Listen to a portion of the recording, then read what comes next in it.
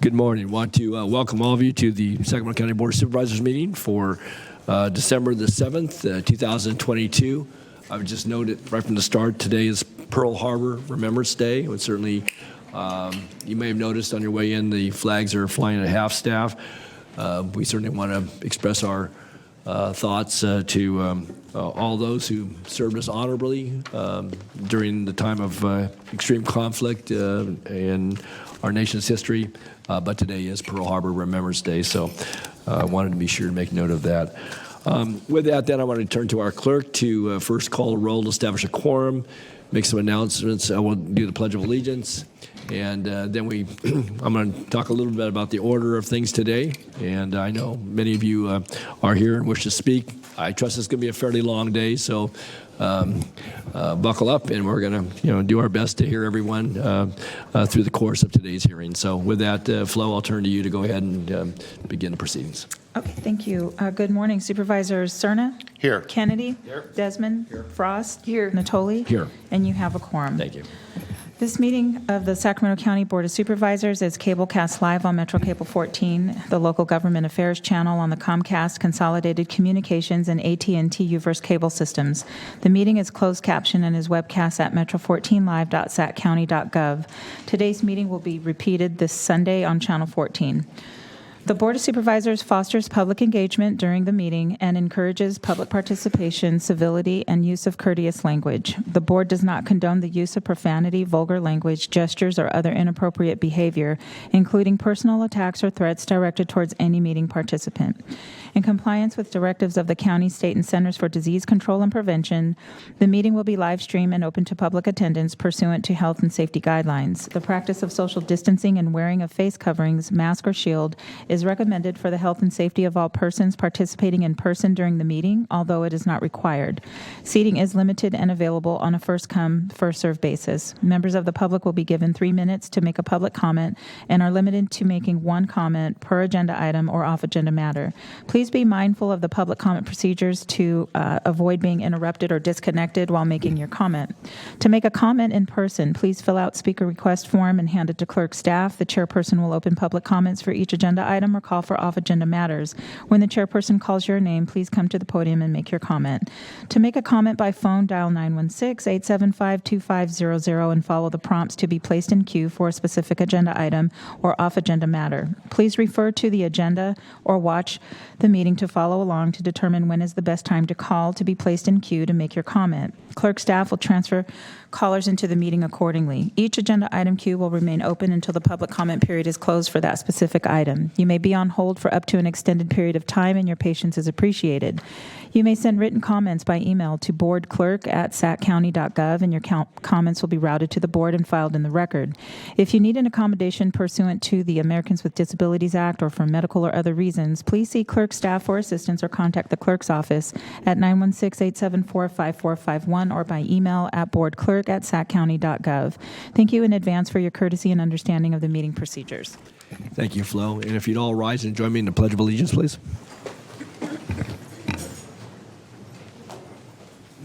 Pledge allegiance to the flag of the United States of America and to the republic for which it stands, one nation, under God, indivisible, with liberty and justice for all.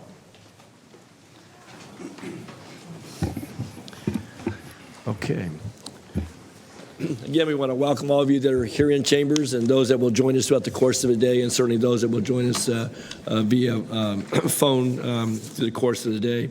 I will note that the agenda looks like a very short agenda. We just have 2 items, but obviously one is our off agenda, and the second is obviously the item that most of you are here to speak to today and or listen in on. So with that, we're going to have an order of business as it relates to presenters and then public comments on item number 2. But before I guess I get into that, let's go to item number 1, which is our off agenda. And then when we come to call item 2, I'm going to give an explanation as to the order of presenters and how we're going to take public comment throughout the course of the day. So with that, Madam Clerk, I want to go to our off agenda. I don't have any speaker sheets for off agendas. Okay. We do have. I see Lydia's coming forward with some. Okay, I'll let you take those first. Okay. And for those that aren't here with us regularly, our off agenda are for items that aren't on the agenda. And we have quite a slew of folks that want to speak off agenda. And then we'll get to the to the item that's published on the agenda. Okay. With that, we've got a number of folks on off agenda. And I'll start with Teresa Cox, Mackenzie Wilson. Mackenzie Wilson has two, but she gets one shot at that item. And just give me. And then Christine Rich. So off agendas. All right. Very good. So Teresa, is it Teresa Cohn? I'm sorry, is it Teresa Cohn? I said Teresa Cox. Teresa Cohn.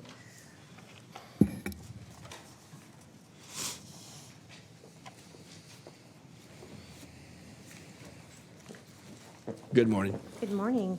My name is Teresa Cohn, MD, and I'm a psychiatrist with extensive community mental health experience for the past 13 years. And I'm here to voice my opposition to releasing violent criminals onto the street instead of building a new jail, because this is, it's just not safe. Right. It's just not a safe. Excuse me, Teresa, did you want to speak to actually item number 2? Is that what you wanted to speak to? It had off agenda, but that. Oh, so was I speaking on the wrong thing? Yeah. I had it for both. I thought this was for the first item agenda.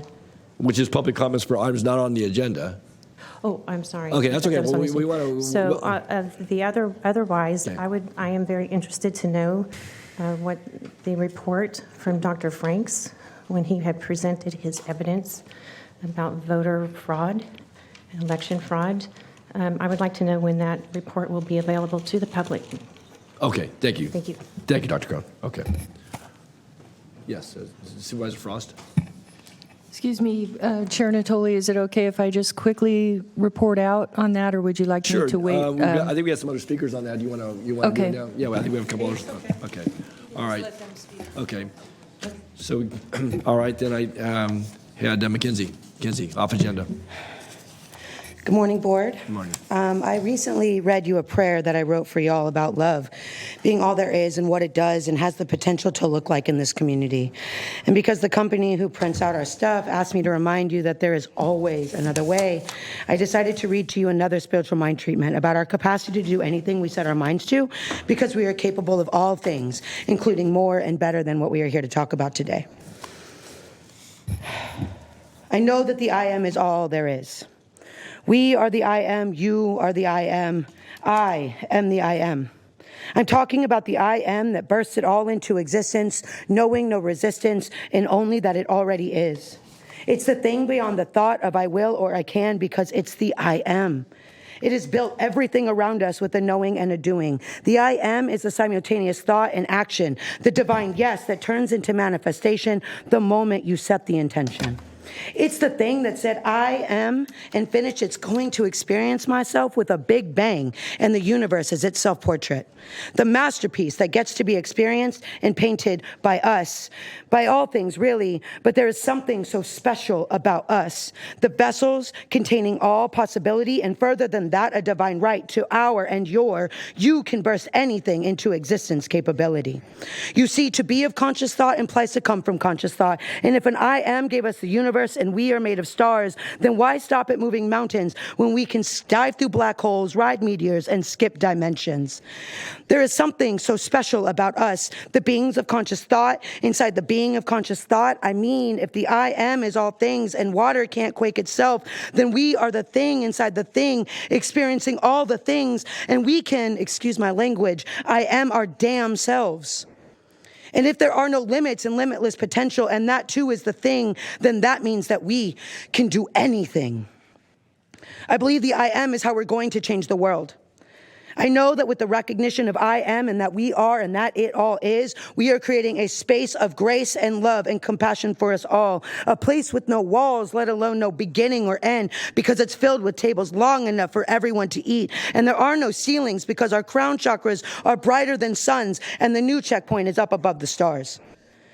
I give thanks for this new group form of the I am that is reverberating through every part of the planet and living in every frequency, molecule, and thing, including you and me. I give thanks for the I amness that we share across this world and with the cornerless corners of our universe. But mostly I give thanks for the gift of I am and that we are. I will always stand in awe. It is with this knowing and this humble amazement that I am releasing these words, because simply I am is all there is, and so it is. Amen. Thank you. Thank you, Mackenzie. Okay, thank you, Mackenzie. Next, Christine Rich, and Christine will be followed by Catherine Siraji. Christine?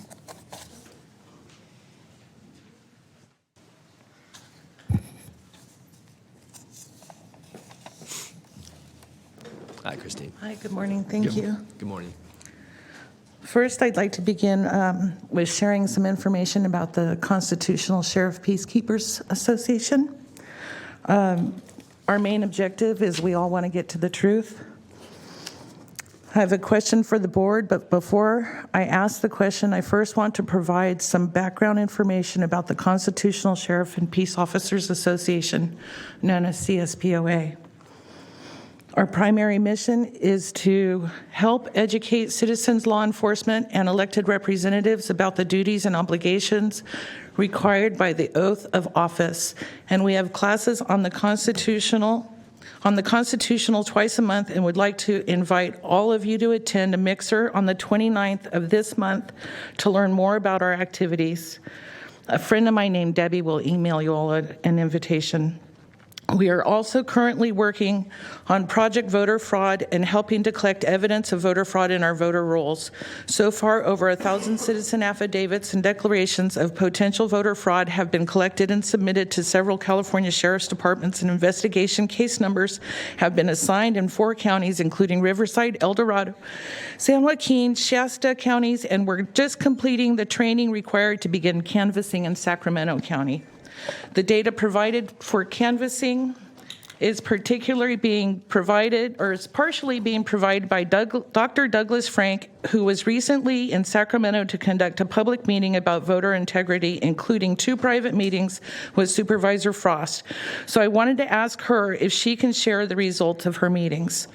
We came here on October 25th to express concerns about our elections, and now it's been over a month and it's still unfinished. Thank you for going forward with some of our concerns. The question I have is Dr. Frank, when he came to Sacramento on the 22nd and 23rd, what was reported, and what can you share from that report? And since I'm here, Sure, I'm still waiting for a response from my email from October 31st. Okay. Thank you. All right, thank you, Christine. I know that Supervisor Frost is going to give a report out here in a moment. We have some other folks on the same topic. So, all right, thank you, Christine. Next, Catherine Sirachi, followed by Blanca Matthews, and followed by William Norwood.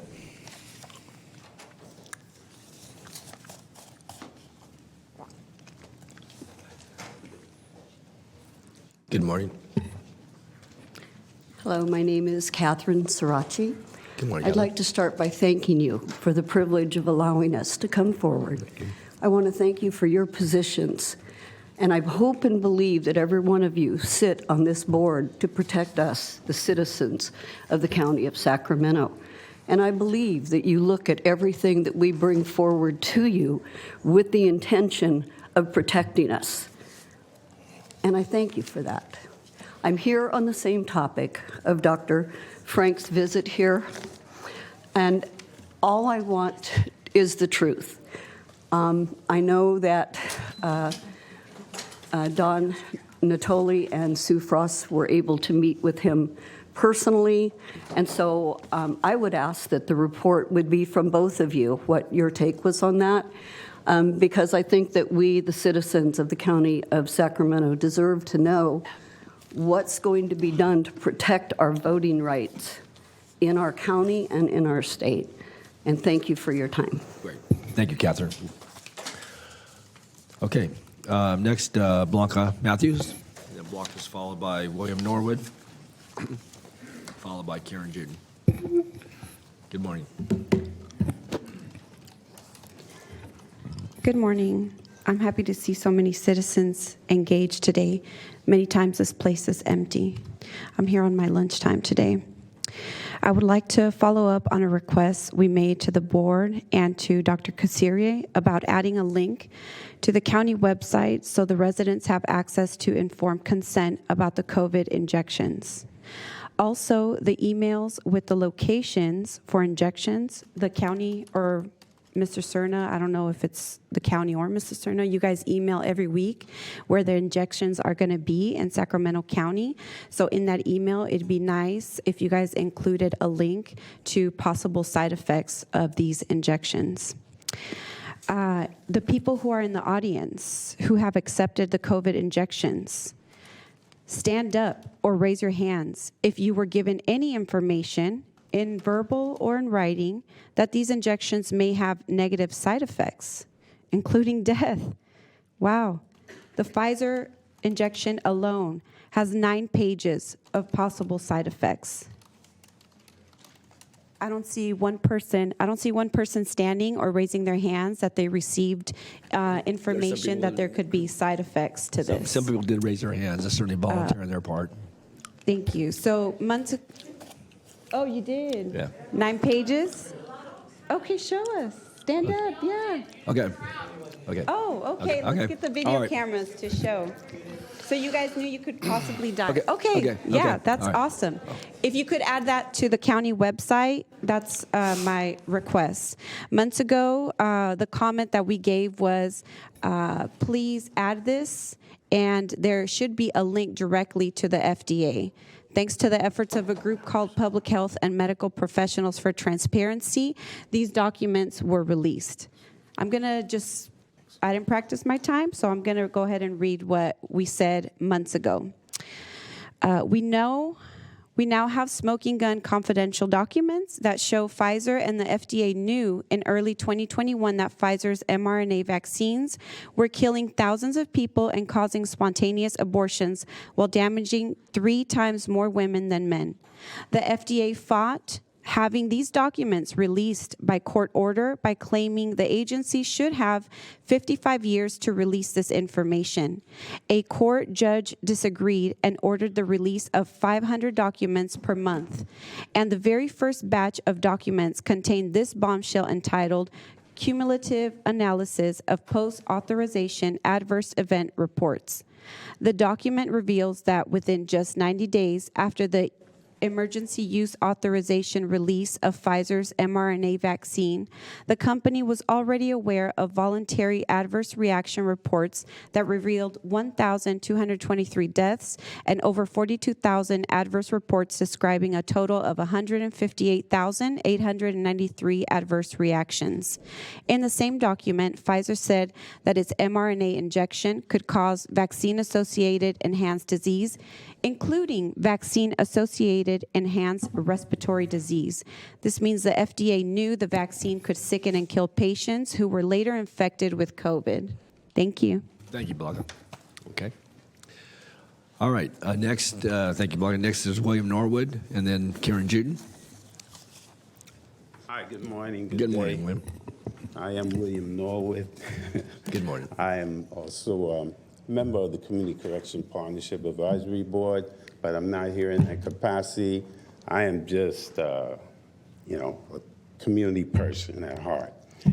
So humbly, I come before you. I come before your order of administration and the community itself. I chose this as an off-agenda item because I don't see in any of the data about it that, it doesn't refer to this. So the way I understand this is that public safety, prior to the CCP, public safety was the responsibility of the DA's office.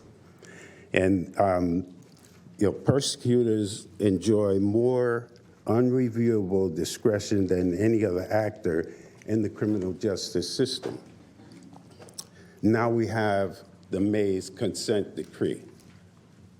And the data from that is years and years of occurrences, things that were happening and they were being supervised, I believe. I think we should consider the results of implicit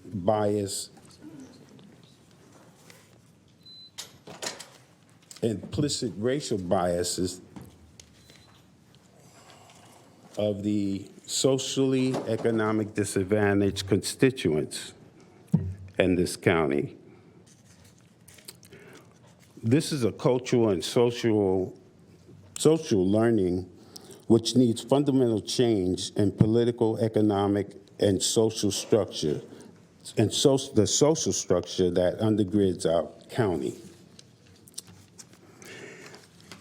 I suggest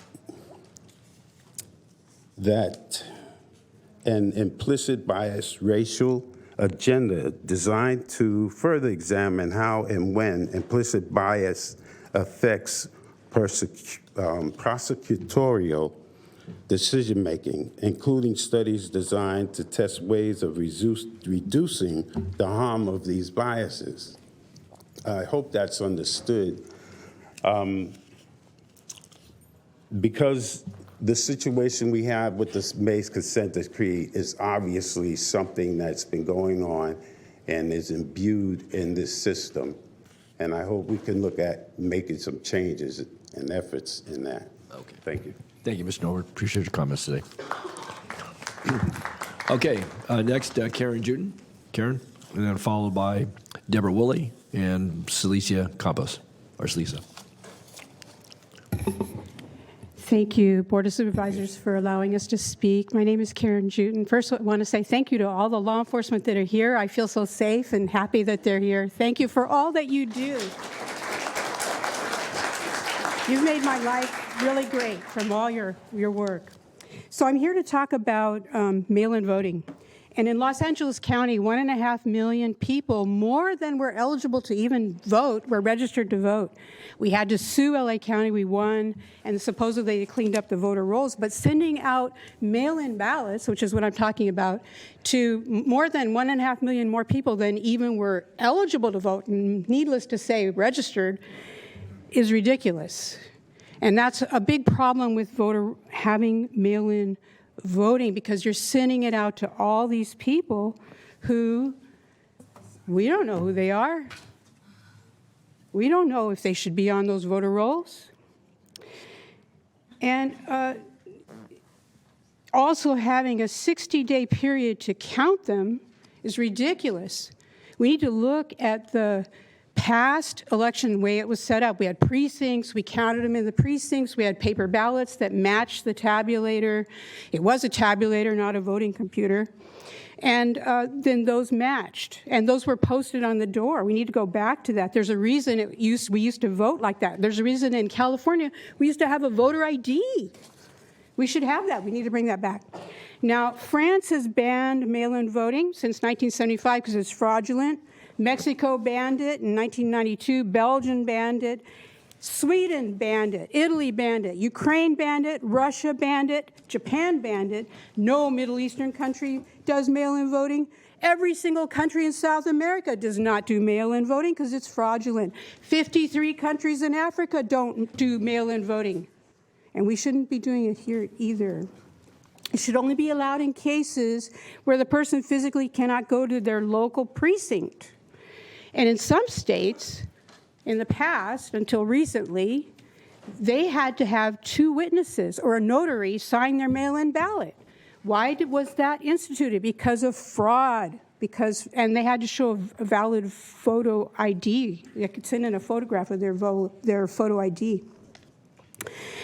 So in addition to mail-in voting opening up fraud and the voter rolls being sent, when I went to vote, I said, hey, I want to vote in person, so they printed it out, and I'm thinking, there's 700,000 ballots out there, and everyone who comes in here, they print a new one. That's a whole bunch of hundreds of thousands of ballots in our county alone that are just floating around out there. It's ridiculous. The voting computers have proprietary source code that no one can see. Only Dominion, the vendor, can see it. Anybody who thinks that putting your ballot into that computer, that no one can see the algorithms in it, and we're getting a correct answer is wrong. So anyway, thank you for hearing me, and thank you for having this, this opportunity for me to speak. Great. Thank you, Karen. Okay, next, Deborah Woolley, and then Deborah's followed by Lisa Campos, and those are the last two I have on off agenda in chambers, and then we may have some on the phone as well. So, good morning, Deborah. Hey, good morning. I'm Deborah Woolley. Just wanted to say I really appreciate the board listening to us, moving forward with some investigation, and we really appreciate this because our election integrity is our property, and the California Constitution protects our property, our freedom for life, liberty, and property. So thank you. I just wanted to say and invite everyone on watching this that every other Thursday evening we're having a Constitution study class, and I'm really excited about it because I'm learning things about our community group agreements that are so important to bringing us together. We need community. We need to see each other as equals. We don't need to have racial bias. We need to see each other as equals. And I believe if we all can read the Constitution and agree on the principles that are beautiful there. They were actually love letters that were written by our forefathers. I'm really excited about it. So every other Thursday, you're invited to come to the Constitution Study Group. If you need to get an invitation, I'll be happy to email one to you. But I wanted to read to you the Constitution, Article 2, Sections 2, 3, and 4. I think they're applicable, and I don't know. I never read this before. When I did read it, it was like, it lit me up, and it was like, wow, it's really written in here. In the California Constitution, we agree that a United States citizen, 18 years of age, and a resident of the state may vote. I didn't see anywhere in the Constitution where it said that a non-citizen may vote. The Constitution also says a vote in accordance with the laws shall have that vote counted. The legislature shall define residence and provide for registration. The legislature shall prohibit improper practices that affect elections. In my humble opinion, the mail-in ballots are an improper practice. In my humble opinion, only having one place to count the ballots is an improper practice.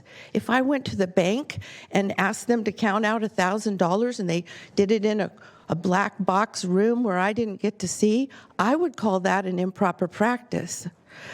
I would like the votes to be counted in the precincts as a proper practice and then forwarded to the county voter registration. It's been the way we've done it for so many years.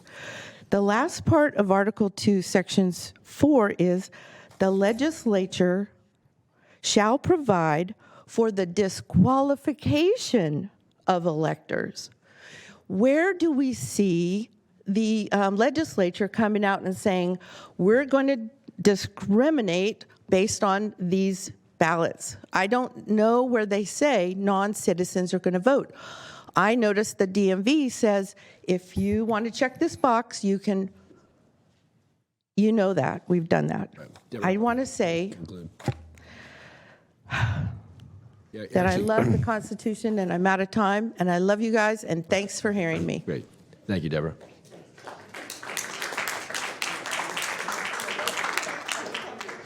Okay, and last then is Lisa Campos.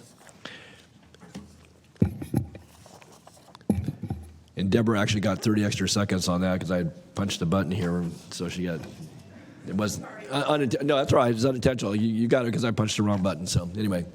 Hi, Lisa, good morning. Hi. My name's Lisa Campos. I'm active with NorCal Resist and Sacramento IWalk. I'm a longtime Sacramento resident, and I operate my business just up the street from here. I want to acknowledge the class warfare that is happening currently. I have the privilege of being a poor person who has had access to spaces where people such as those that are filling the room calling to expand spaces to incarcerate people that do not fit their societal norms, where they're able to speak freely and talk about the things that they truly believe. Also, oddly enough, I attended the Run to Feed the Hungry recently with almost 30,000 people who claim to be caring about people and their hunger and how they exist in society, but that is provably untrue and performative. I want to talk about a little bit about the pandemic and when people were forced to stay in their homes for some period of time. Many of you have beautiful homes, some with pools and all the amenities, and many of you were plagued with loneliness and sadness and being faced with having to deal with mental disorders and abuses at home and your addictions. And all of you are fully aware of how harmful it can be to be secluded and away from help and the resources that you need. Yet you are all showing up here today to vote to expand the jail and, of course, cause more harm. At this point, in having been a longtime resident, I am convinced that this is a fetish for you people to listen to the trauma of other people and the ask repeatedly for people to get up here and repeat what I believe is trauma porn.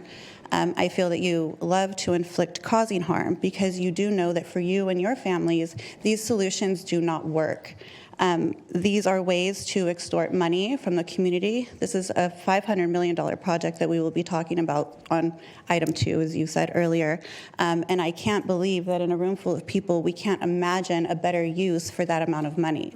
When day after day, you people receive emails, you talk about your own families and the needs that you have, and can know. And when we talk of equality, I imagine there's a lot of people getting up here talking about the Constitution and freedoms and equalities and the things that should be extended to all people, while also talking about incarcerating people who we should say the majority of the people that are in county jail are not convicted of a crime. And many people that are criminals are sitting in this room that have never been convicted and may never be because of their stance and their place in society. It is extremely disappointing for our community and for the people that we love and care about and for our children to sit up here and call for the use of this money and to not look within ourselves and extend the love and care that we need to others around us in a real and formative way. Thank you. Thanks, Lisa.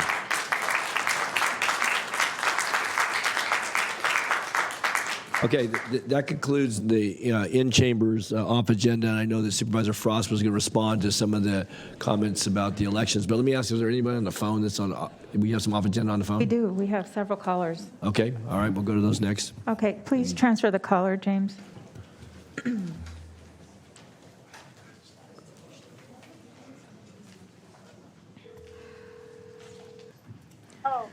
Hi, caller. Please start with your comments. You have 3 minutes. Sorry, I'm walking out. So in 2021, this board was made aware of FDA. We can't hear you, caller. Maybe. Ma'am? Ma'am? Can you hear me now? Yes, yes. Go ahead. So, sorry.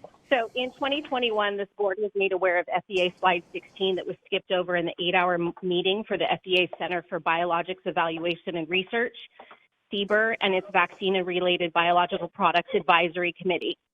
In that meeting, Dr. Steve Albertson, Director of the Office of Biostatistics and Epidemiology, and Dr. Shima Bakura of the CDC COVID-19 Vaccine Task Force both clicked over slides educating people on the adverse events of the COVID-19 vaccine, from stroke, death, thrombocytopenia, Guillain-Barré syndrome, anaphylaxis, myocarditis, autoimmune disease, venous thromboembolism, joint pain, multi-system inflammatory syndrome in children, and more. Sorry, I have children underfoot. These are possible adverse events that were known on or before October 22nd of 2020 when this meeting occurred. Add this to the 8 pages of adverse events in the cumulative analysis of post-authorization adverse events from Pfizer, and there is zero reason why we still do not have true informed consent. Pfizer also told the FDA its vaccines could kill people and that it had no information about the vaccine effectiveness, yet the FDA, CDC, and more fraudulently pushed the injection as safe and effective. None of the information is listed on the FDA fact sheets or the package inserts. You go to the doctor and you ask for the insert in the COVID-19 injection, and you get a large blank double-sided document, zero information on it. Nowhere on the county website is there a link to the possible side effects that the FDA and CDC know of per their own slide emissions. This is not informed consent. This is not full disclosure to the public. The Code of Federal Regulation, which regulates free and informed consent, 21 CFR 50.23E6, states, quote, no state or political subdivision of state may establish or continue in effect any law, rule, regulation, or other requirement that informed consent be obtained before an investigational in vitro diagnostic device may be used to identify chemical, biological, radiological, or nuclear agent in suspected terrorist events or other potential public health emergencies that is different from or in addition to the requirements of the regulation. Per U.S. Code 21 U.S.CS 360 BBB-3, emergency use authorizations have to have the option to refuse and the right to informed consent. The county has not passed an ordinance to ban any mandates by employers in the county. Yes, they're still going on for EUA products to keep their job. Also, the county has yet to include a link to the known information as an attempt to inform the community of their risks. Why? What information have you been given legally that makes it presumptive that the county and public health are immune to violating informed consent disclosures for an EUA or any other product when the county posts information on vaccine clinics, memes on Facebook or Instagram to just get vaccinated, it's safe and effective, or supervisors like Desmond or Cerna send emails on job locations to the public, none of which come with informed consent. Caller, your time's up. My time's up. Okay, we would like to see that done. Thank you. Okay, thank you, caller. Okay, next. Next caller.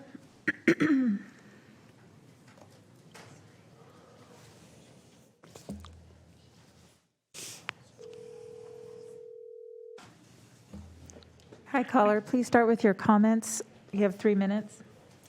Hi, my name is Ian Rigler. I'd like to, I think it would be a disaster if we didn't build a new jail. Letting out prisoners would be putting on police and the public safety. We have enough crime in Sacramento. Why do we have to make it even worse? It is prisoners would think it is okay to do petty crimes and get away with it. They need to be held accountable for their crimes. Thank you. Bye. Okay. Thank you, Ian. Okay, are we screening calls, Madam Clerk, that properly? They said it was going to be yeah, no, they are. They're screening each individual call. Okay, and I just sent another message. All right. Yeah, he just confirmed that he did specifically ask him. Okay, all right. Anyway, so if callers are watching, we're going to get to item 2 in a moment, and we're going to have public comments after we have the presentations. And so I would ask, if you're talking about off-agenda items, you can call now. Otherwise, if you'll get in the queue for item number 2, we will get to your call as well. So again, Ian got a chance to make his comments on what I would refer to as item 2. That was not an off-agenda, I don't believe. So, okay, all right. Next caller, please. All right, next caller. Thank you, James.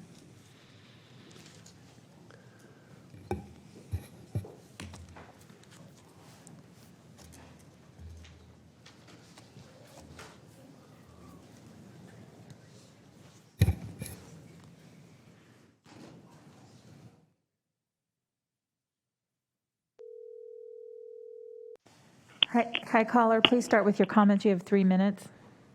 Hello. Good morning. Good morning. Go ahead. Yeah, I'm here to give my opposition to letting these felons go. I think it's really counterproductive to public safety. Sir, these are off-agenda comments. You're welcome to make comments, but we're trying to keep this in some order. And we have not called item 2 yet, which would certainly be relevant to, I think, the comments that you were making. I don't want to anticipate what you were going to say further, but so we are asking folks any off-agenda items that are not on the public's agenda. That item is the next item on the agenda. So if So what do I do? All right, since you're on the line, I'm going to take your comment. So, but again, I thought we are asking folks. So go ahead, sir. All right, go ahead, make your comment. Go ahead. Oh, don't release these felons. This is really a matter of public safety. I'm on record as saying keep them where they are, or send them to prison, but don't put them back in the community. My name is Gregory Mingel. Okay, thank you, Gregory. Appreciate your comments. So noted. Next caller, please. Okay, so those that are watching, if you're going to talk off agenda on some item that's not on the agenda, now's the time for those comments. We will get to the comments relative to the May's consent decree and any of the related items in a moment. So please, all right, start again. Hi, caller, please. Ends, and then we don't have anything advanced. Hello? It happens like 4 times. Hi, please start with your comments. You have 3 minutes. Yes. Greetings, Board of Supervisors.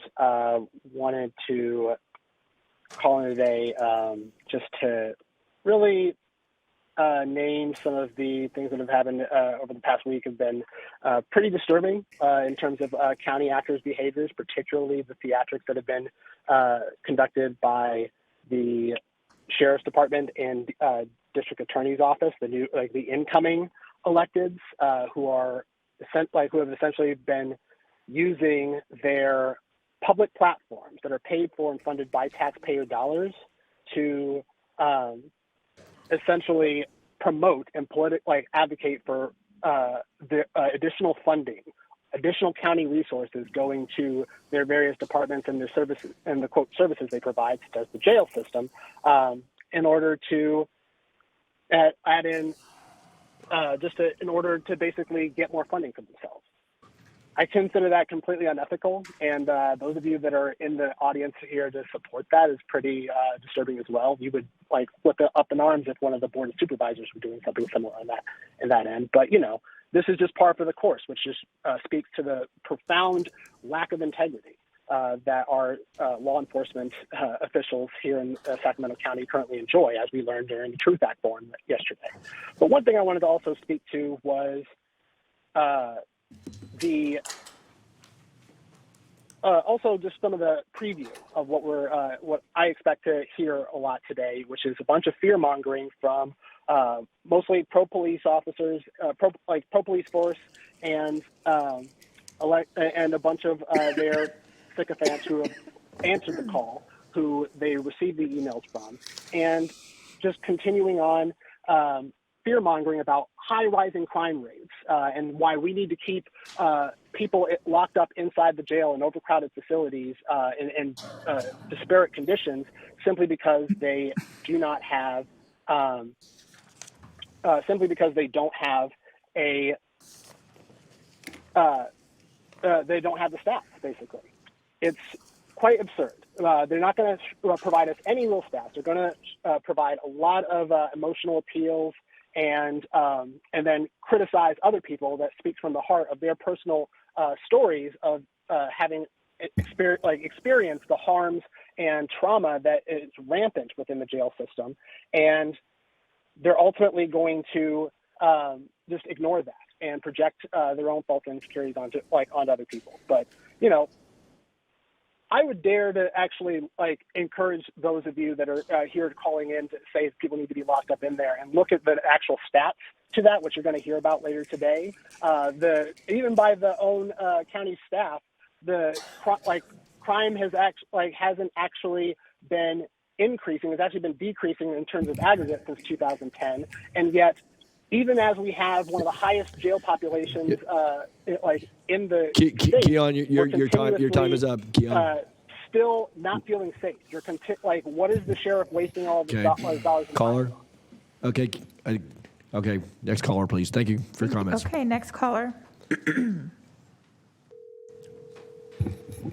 Hi, caller. Please start with your comments. You have 3 minutes. Hi there. Can I be heard in Sacramento County Board of Supervisors? It's been a while since I called one of these meetings. Yes, you're in the public comment now. If you can start with your comments, you have 3 minutes. Excellent. I held for quite a while. I could go off on a number of topics right now, from the unbridled election fraud to the totalitarian pharma fascist corruption that seems to be running rampant in Sacramento County and in California in general. But I think what I'm going to do is read a couple of quotes by people who are much smarter than me. Toby Rogers, PhD, research scientist and medical freedom advocate. This is his quote. "Literally anyone can go fascist. Give someone power, a little bit of fear, 5 minutes, and see what happens. The idea of good people is a myth. Show me someone with power who shows restraint. Yeah, cool, that's better than not. But it's always unstable. One never knows what the next moment will bring. The whole ball game in politics is building structures to check power. The problem right now is that there are no structures to check the power of public health. And so it's a runaway freight train running over everything in its path. Another quote by Aldous Huxley, 1894 to 1963. "There will be in the next generation a pharmacological method of making people love their servitude and producing dictatorship without tears, so to speak, producing a kind of painless concentration camp for entire societies so that people will in fact have their liberties taken away from them and will rather enjoy it because they will be distracted from any desire to rebel by propaganda or brainwashing enhanced by pharmacological methods. And this seems to be the final revolution." You see, I'm not opposed to science. I'm opposed to using the word science to describe information or studies that are funded or controlled by the FDA, the CDC, the AMA, big pharma, the mainstream media, politicians, lobbyists, and political campaign donors. These are the same people who told us that cigarettes, aspartame, asbestos, and Roundup were safe. They're not trustworthy. This is to piggyback on what the earlier speaker was talking about, Blanca, there in person before. But you know what? The people still matter in government. And they're not going to put up with what you did 2 years ago in Sacramento County and what you are seemingly continuing to try to do with all these unconstitutional, illegal lockdowns and mandates. So listen to the woman who talked about the Constitution. And I'll leave you with this. Those who already walk submissively will say there is no cause for alarm. But submissiveness is not our heritage. The First Amendment was designed to allow rebellion to remain as our heritage. The Constitution was designed to keep government off the backs of the people. Thank you, caller. The Bill of Rights was Next caller, please. Thank you. I'm going to be pretty strict on the 3 minutes today.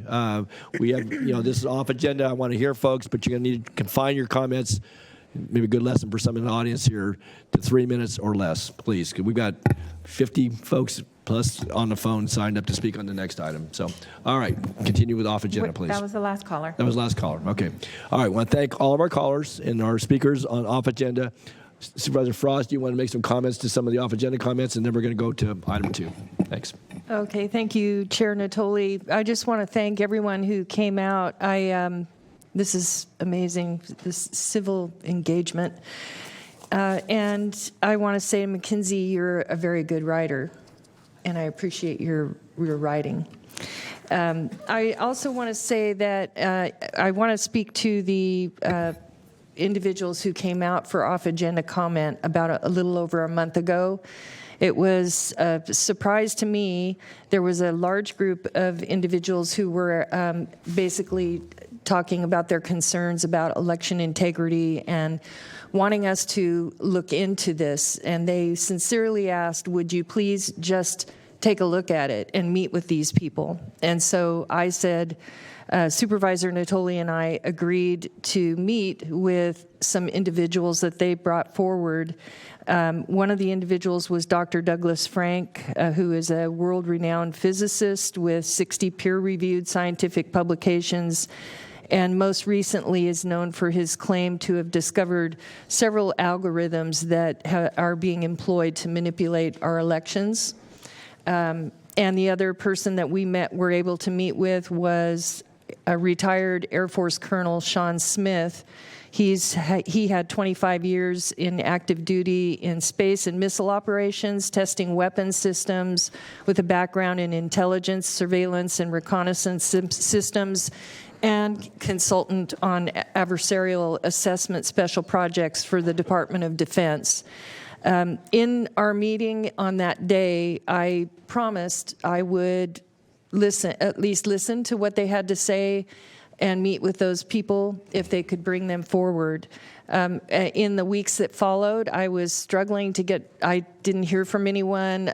We were struggling to get a hold of those people, and I reached out, full disclosure, to my husband, who's the California director for CSPOA, and asked if he could try to work with some of those people who I knew in the group, knew these people, because I didn't know how to get a hold of them.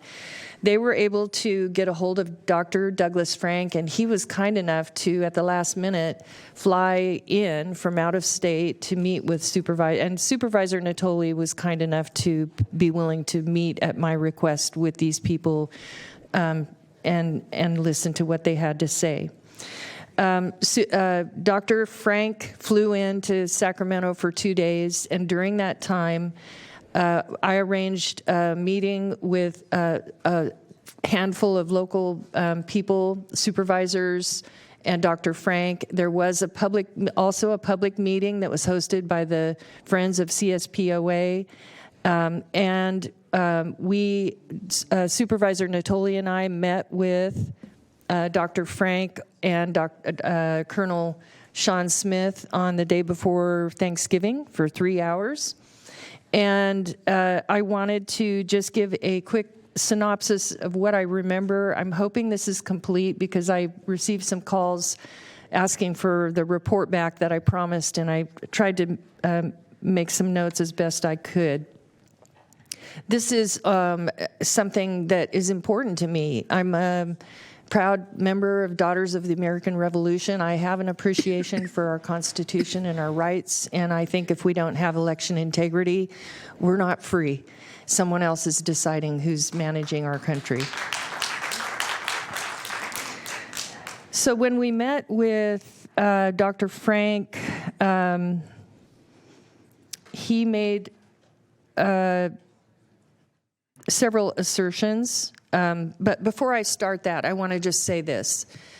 I have had several conversations with our registrar of voters. I have in the past toured the ROV. I am confident that Sacramento County is compliant, that we're doing everything we can to do a great job with our elections, and I really, in my heart, feel that if there's fraud, it's outside Sacramento County. It's something beyond what we can see, because I don't believe our registrar of voters that our staff is committing fraud. I just want to go up front to say that. So in the meeting with Dr. Frank, he summarized a lot. He brought a lot of information forward. He talked about the machines not manufactured in the United States. He talked about the systems online and integration, how state classifications on voter rolls are different than the counties, and how the voter rolls are constantly moving. He talked about the slow counts and making the count, how the count being made public can open up for fraud and potential fraud and machine manipulation with voter rolls. He talked about the source code, which is a software program I learned, and it is managed and approved by the Dominion Company and the Secretary of State, which is, in our opinion, necessary for security reasons. You can't open that up. You have to. It has to be certified at the state level by the Secretary of State, and it's proprietary to keep it secure. He talked about vulnerabilities in the machines and how they can potentially have installed back doors. He talked about the same-day voter registration and how we can't reconcile at any one point in time a list of registered voters versus those who voted.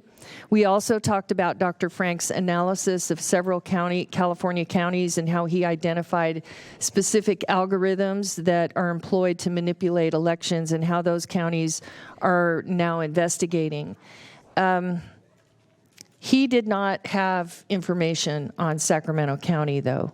He stated that he could analyze Sacramento County if he had the voter rolls, and he stated that he is working with people to get evidence. Sue, if I just County Council want to weigh in, we maybe get a little bit of scans here. I hate to interrupt you, but this is not a matter on the agenda. Brief comments, as you know, are allowed.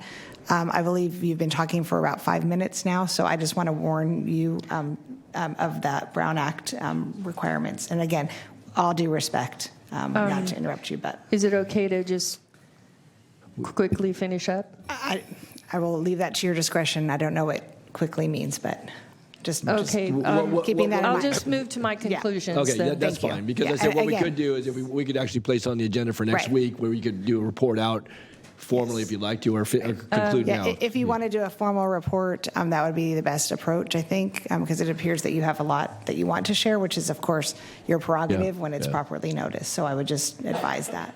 What would you recommend? I mean, certainly if you want to just go with your conclusion right now, that's fine, but I would recommend wrapping it up. Okay, thank you. Sorry. Thanks. Okay. We can put it on the agenda if you want to push it forward, but I can quickly If you want to finish. just go ahead and conclude. Okay. Well, deference to. Okay, this will be added to public record. This is on public record because, Okay. well, I mean, I can put it on the agenda if you want. Okay. I'm going to quickly conclude for now, and I'm by stating, stating something isn't the same thing as proving it. And when we had this conversation with Dr. Frank, and I can't finish my report without. All right. Let's just try to put it on the agenda. So we'll try to get on the agenda for upcoming agenda, and you can do a report out. So, okay. Yeah. In conclusion to my comments today, there's still a lot happening, and it will take me a little bit longer to cover this. I'm sorry. No, that's a problem. I don't want to do a half-baked job on it. It's not fair. We went to a lot of work to get them here and to fulfill a promise. All right. So we'll properly agendize it. Okay. Thank you, Supervisor Frost. Thank you. And we'll have some additional information coming forward on an agenda report out. Okay. With that, then, we have no more off agendas, and we're going to go to our item number 2 on the agenda, and then I'm going to talk about the order of presentations. And as I noted, there's probably 50 plus. I didn't get a chance to count them all. Folks in chambers, and then whoever will comment on the phone. So go ahead and call the item if you could, Flo. Okay, and I'm going to ask Metro Cable to put back the Criminal Justice Systems Issues and Reforms PowerPoint. Please have it ready. Okay, item number 2, report on population reduction efforts and request for direction on steps to address jail facility deficiencies for May's consent decree compliance. Okay, very good. So the order, thank you, of today's hearing, and certainly would encourage any comments from my colleagues, but through the chair, is to allow for our first our staff presentation, which would be Mr. Jones and any folks that will assist him from the Public Safety and Justice Agency. And then following that is to take presentations by folks who have requested blocks of time to do that, include Decarcerate, the Mental Health Board, the Downtown Partnership, the Justice to Jobs, as well as the DA-elect, as well as the Sheriff-elect. And so, again, that would be the order we would take those presentations, which have PowerPoints in some cases attached to them. Then we would next go to, I've had 2 requests under public comment, one for a specific time at 4 o'clock because of accommodations, and then one who would like to be first to make public comment, an individual. And then we would then go to public comment by all of those who are in the audience, and then go to our phone commenters.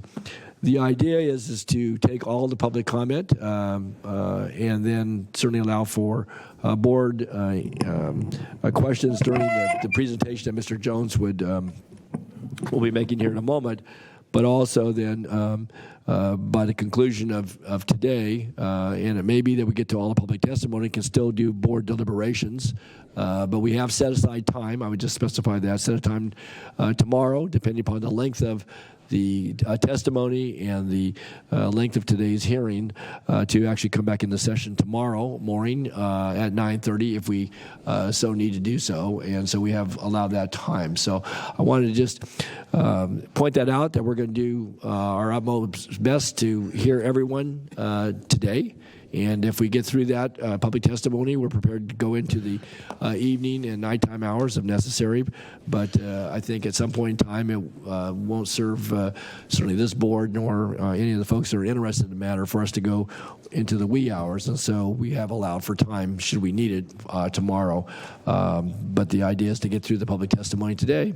And if we get to board deliberations this afternoon late or this evening or tonight, then we'll continue with the deliberations at that point. But again, any comments? Yeah, Mr. Cerna, go ahead. Thank you. Mr. Chair, I'm aware that Downtown Sacramento Partnership doesn't have a presentation necessarily. They do have public comment. Okay. So in terms of time management, you might want to take that into consideration. Okay. All right. Very good. Thanks. Okay. But they wanted to do a block presentation as a group? Or? I don't think so. No. Okay. So they would come into public comment? Okay. Because we had understood through the clerk's office and myself. But all right. Very good. Okay.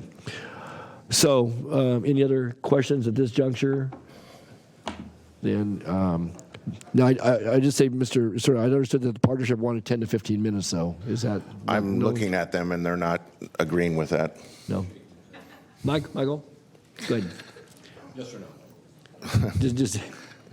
We do have a couple of the P-bids, if that helps to do it together as a block. Okay. You're totally welcome to do that. So, okay. All right. Very good.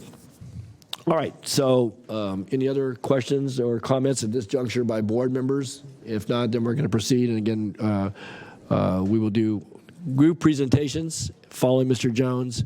At some point, we're going to take a break this afternoon as well.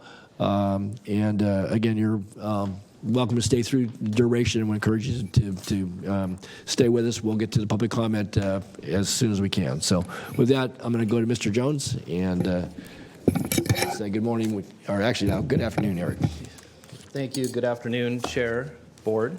Again, my name is Eric Jones, one of the county's deputy county executives, specifically for public safety and justice. And I will be providing the presentation today. I do have a number of who I would call our subject matter experts that are here available for questions should they arise. And so, for example, Deputy County Executive Siobhan Katari for adult correctional health questions or issues, Dr. Ryan Quist for behavioral health, Eric Fadness from Nocton Lewis, Kevin O'Connell, Probation Chief Marlon Yarber, Public Defender Amanda Benson, from the Sheriff's Office, Chief Deputy Dan Dinelli, Amanda Thomas, Chief Fiscal Officer, and as you mentioned, DA-elect Tinho and Sheriff-elect Cooper will be speaking, I understand, later as well. But those names I mentioned all helped in today's staff presentation and what will be asked to be voted on, and they're here for questions. So today is about a framework for diversion and intervention, but also the very strong need to address improved facilities. This pushes really all of out of our comfort zone a bit, especially a lot of the criminal justice partners who have been here who have helped develop the recommendations for alternatives to incarceration. This framework allows for continued input into an actual strategic plan in time that will be much more prescriptive. This is really a framework, or a blueprint, if you will, about proper conditions for those incarcerated and getting the proper treatment for those needing it, as well as overall community safety. It's about shared safety. We've heard from many community members and groups of their concerns. And shared safety is not just about the absence of crime, but it's about the presence of well-being within all of our communities. You may hear the need for prevention and intervention, and I completely agree. And it's part of our plan, as you'll see. We also have individuals in the system now, however, needing better care. Before I begin the presentation, I did want to highlight some of the work that the Public Safety and Justice Agency's Advisory Committee has done.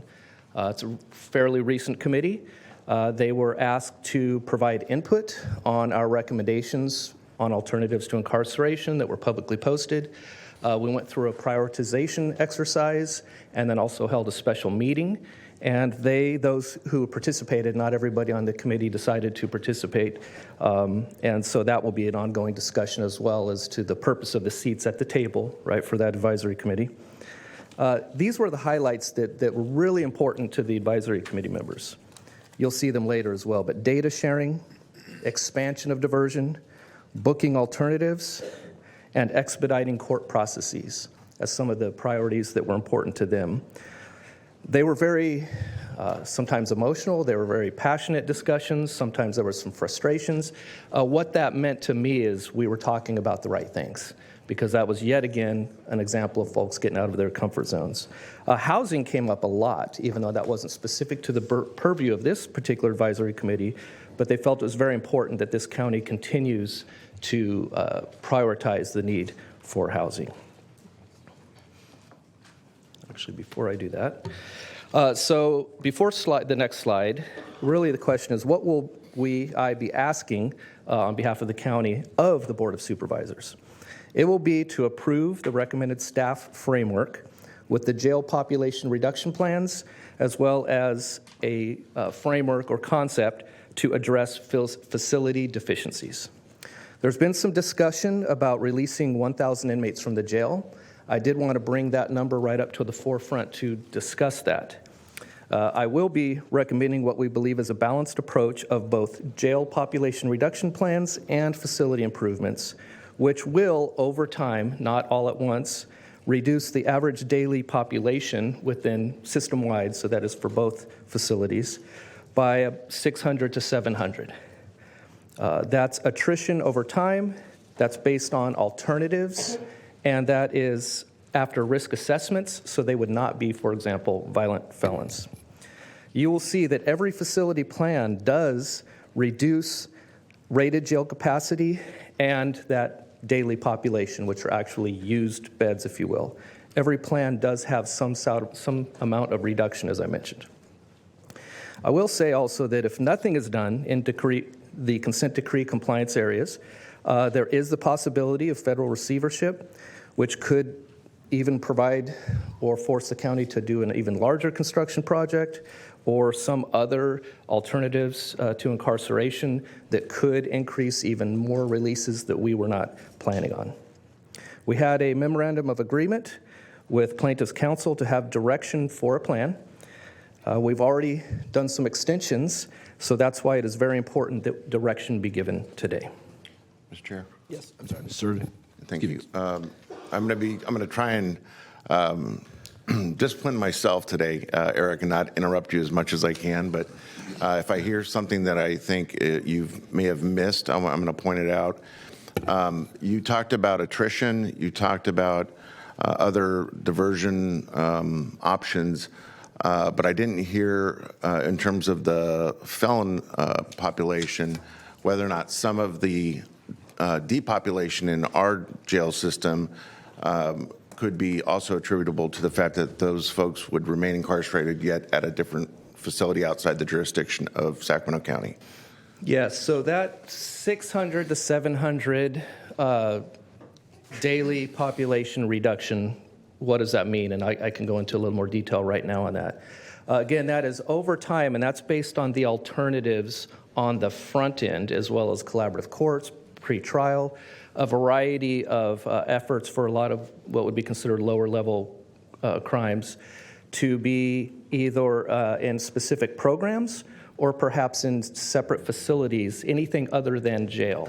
So they are alternatives to bookings in jail. Again, over time, so there would not be an opening of doors and a releasing. There's no flood of 1,000 inmates in a short time period. That is correct. Thank you. Okay, thanks, Phil. So a brief history of the Mays consent decree, which we did have that workshop back in September, but plaintiffs' counsel did bring action upon the county. These were the primary issues that the decree addressed. And all inmates, both former and current, are considered class members. And the decree went into place in 2020. The county of Sacramento is under the decree. Interestingly, not under that decree is the court, who has a large part of the criminal justice system and really a large say as to who is incarcerated within the jail or remains within the jail. Also, a variety of other criminal justice partners, for example, law enforcement agencies that book folks into the jail, are not under the decree. The county is.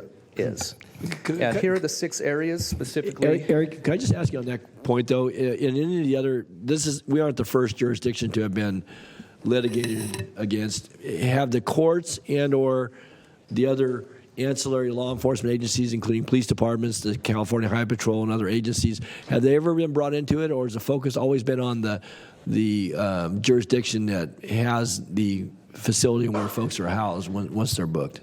Those agencies mentioned have been involved in helping us with remedial plans, right? But not the decree itself. Is specific only to the county of Sacramento. And to your knowledge, in other jurisdictions, has always been just on the county, or maybe in the city in other cases, but it's always just been on the county. It's never involved the courts or other agencies that are the ones that actually, again, control the flow in and out of the jail in large part. That is my understanding, but I want to confirm that with County Counsel Rick Heyer, please.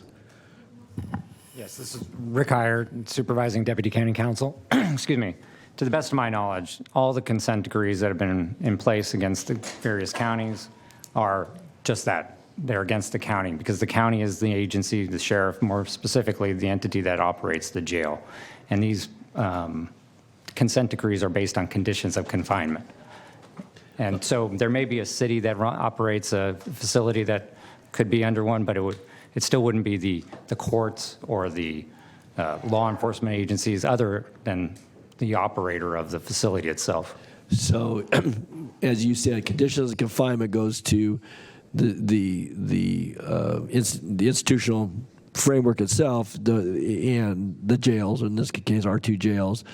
And so, no matter that we don't control, i.e., not just the Board of Supervisors, but neither does the sheriff, nor in a lot of cases, even the other entities involved control a very big source of who goes in and how they're booked and so forth. And so it just goes to the operator. That's yes. Involves to go back to what Mr. Jones was saying a moment ago, the class is everyone that's in custody at that moment. Yeah. And the reason for that is because it is all about the conditions that they are encountering while they're in custody. So the action that was brought doesn't contemplate going beyond the 4 walls, if you like, of our facilities. Okay, that helps with the explanation. Thank you. Thank you, Rick. And I would add that we need the assistance and collaboration of all of those agencies because they are putting folks into the jail and or keeping them through court actions. So that's why we have gained their assistance and a lot of the recommendations that you'll see soon. Okay, thanks, Eric. And so we all, really everyone here, inherited the current jail situation. So it comes to this. We've inherited the jail, which I'll get into the actual structure and structural issues. So the question is, what can we do to make it constitutional? Because it's not. The conditions have been deemed not constitutional. So we inherited a downtown jail, concrete building that cannot be modified, and another correctional facility in a remote floodplain. More to come on that as well later. And also I would say there has been reference to a dark tower potentially being built. And we will be contemplating the construction of an intake and health services facility. But I would say the dark tower exists now, so what do we do to make the conditions better in it now? Okay. So we're here today Please. providing a recommendation, a blueprint and framework, and seeking board approval for consent decree remedial plans. You'll see in a moment they're split in two areas, reducing the jail populations, and that's in two subset areas. One, narrowing the pipeline upstream to reduce the amount going into the system, and then also alternatives to incarceration.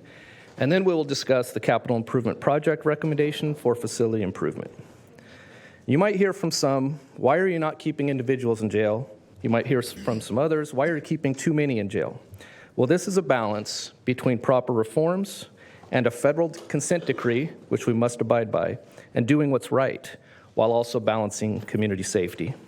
Some individuals need to be incarcerated, but many need treatment to get behaviors to stop. We must frame the discussion first with this question: do we even need a jail? Yes. We have individuals who compromise all of our public safety. Some need to await arraignment. Some need sanctions for crimes committed. This is a balance to at least the minimum floor requirement to make the conditions in the jail constitutional. And the floor isn't where we should be aiming, but we must at least reach the floor. We also sometimes hear that the decree does not specifically state to build something, and that is true because the consent decree was not specifically prescriptive. It states what must be accomplished and then leaves that to the county to lay out how. Continuing with the historical background, Nocht and Lewis were commissioned by the county. They are correctional architectural experts. They were previously tasked at looking at the Mays consent decree, the building of the main jail, and how many can be in the building. They originally asked in the first report to answer this: if nothing was done to our correctional facilities, how many would have to be released, which was about 1,000. They later factored in the Kevin O'Connell recommendations and other modifications for this most recent report. And again, this most recent report does assume the recommendations to the jail alternatives. So they assume that those 15 recommendations to reduce jail population are in place and will reduce that 600 to 700 daily population. There have been a lot of challenges to compliance. Just a few. One is that AB 109, prisoner realignment in 2011, the jail was never designed for that. And so that's something that the county had to contend with, as did all counties within the state. COVID, the buildings are not designed for communicable diseases. Staffing, positions have been created, but there's been difficulty specifically within the sheriff's office and also correctional health. And then again, the old facilities, non-ADA, non-HIPAA compliant, and again, the concrete structure where those walls cannot just be moved. I really do believe correctional health and sheriff's office staff are doing the best they can with the staffing and facility limitations they have. There are always issues requiring training, better service delivery. There are always going to be issues, but overall, they're doing what they can with that specific facility. Experts also opined that some areas of the main jail cannot be in compliance regardless of population reductions. So specifically the booking loop, which cannot be made ADA compliant, as well as many of the mental health and medical services areas. I also want to point out that a federal contract that the county has had for federally held inmates, that contract has been reduced to account for about a 200-person reduction, and that was just done in recent months. They've been relocated to other facilities throughout the state, so that Sacramento County's jail wasn't holding all of the federal inmates awaiting federal trial through the whole region. And Mr. Jones, that's what I was referring to earlier in terms of the fact that some would not be incarcerated here, but they might be incarcerated elsewhere. So is that correct? That is correct. Okay. So that approximate 200-person reduction, they were not released. They were relocated to other county jails or other correctional facilities throughout Northern California mostly. Great. Thank you. Certainly. And then the Kevin O'Connell. Excuse me, let me follow up on that. But Yes. is that 200 reduction, is that already factored into the 600 or 700 person reduction that you're citing and that inform the recommendations in the staff report? So it mostly does include that. It's flexible, or was designed to be flexible. So that's why we state the 600 to 700, because it is going to be a continually moving target. I believe that's assuming that the 200 federal contract reduction. Okay, thank you. The Kevin O'Connell report, and then a Wendy Still report. So the Kevin O'Connell report gave us many of our initial recommendations on how to safely reduce jail population within our county. And then a peer review report was done by Wendy Still. Since then, we've been answering questions, getting community input, working with our criminal justice systems partners, working with social services to determine what type of framework would we bring before the Board of Supervisors for approval. Here are the two frameworks. And again, today we're recommending both of these be approved. We believe it's a comprehensive plan that needs to be put into a very strategic and more concrete plan. There will be, assuming these are approved, continued criminal justice partners' voice and community voice. And these are very difficult decisions and have been very carefully thought out here. But I want to make clear, anything of a construction nature, as you see here on the right side of this, is not an additional facility. Well, it is an additional facility. It's not additional beds. So just because something may be constructed does not mean there's actually an expansion of beds. It's actually the opposite. There will be a reduction because of the strategic way it's done and because of the strategic plan for the jail population to be safely reduced. Mr. Chair? Yes, go ahead, Mr. Stern. Thank you. So thank you for that important clarification, Eric. But would you say that if the recommendation is to construct a non-capacity enhanced structure adjacent to the current main jail, would you characterize that as investing more in what arguably is a very dated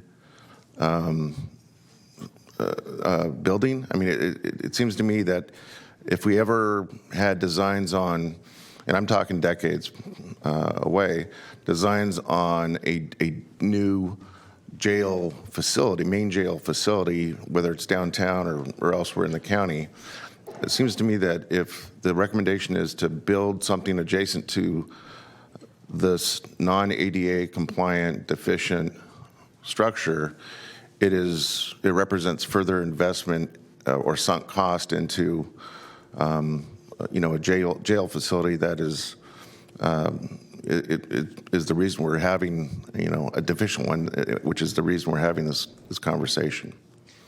That's a very good question, Supervisor, and that's why we have a range of options.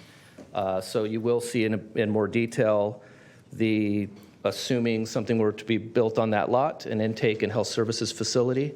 That's that vacant lot directly adjacent to the main jail here downtown.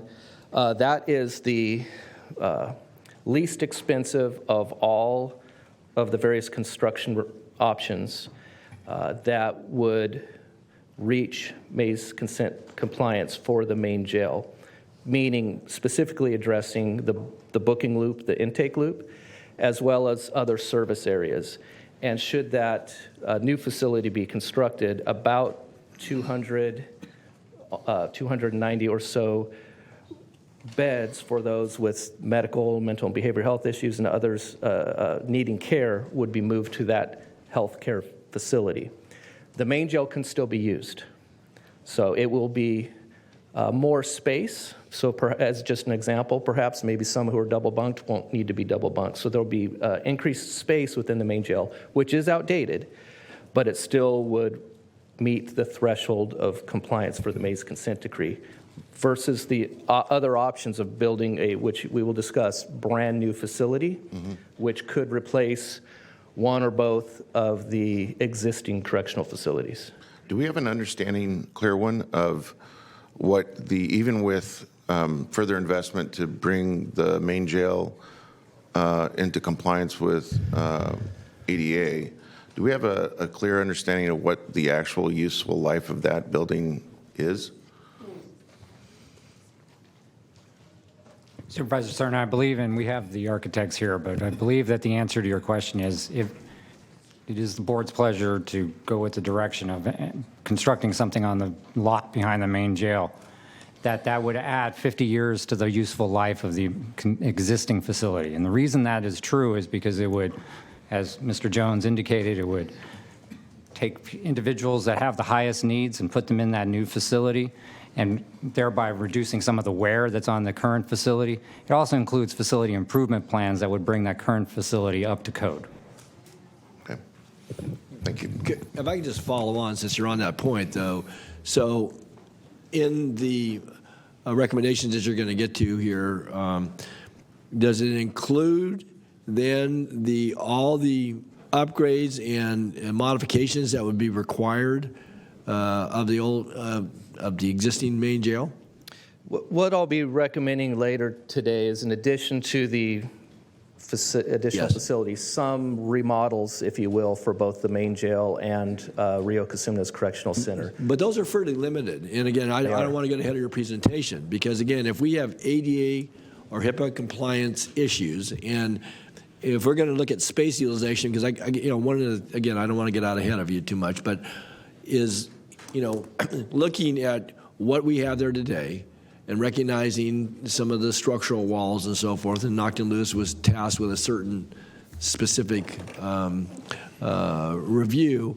But if we're going to, if we were to move towards your recommendation, I think we need to have the whole picture, I guess. That's what I'm saying, is that, beyond doing the control facilities that would provide some relief down at RCCC, and doing, 3 West, which would provide some acute beds more immediately than anything that would be anticipated here. But, what is the full complement? I mean, we're talking about somewhere between 480 billion and 480 million and 1.8 billion. But does the 480 million, does it include all the upgrades that are required? Because if not, then that number is not the real number then. Yes, and I'll get confirmation on this. Okay. There are some things in the main jail that just can't be made ADA compliant. So there is no. So you're going to have an acknowledgement of that right from the get-go. Right. Okay. Right. But there are a lot of things that can be. Right. Yeah. The two specific things that cannot be made ADA compliant, no matter what type of construction were to attempt to occur, is the intake booking loop, as well as, I'll just say, a couple floors of special service areas for the specific populations needing care. So those areas are not ADA compliant, and experts have opined cannot be with construction. Then there may be other areas of the jail main jail that can still be used, perhaps for non-ADA needing incarcerated individuals. Okay. But it would free up space. All right. Well, I'll dive in deeper when we get further along in presentation, but it was relevant. And again, I'm going to try to show some restraint here. Not interrupt you too much.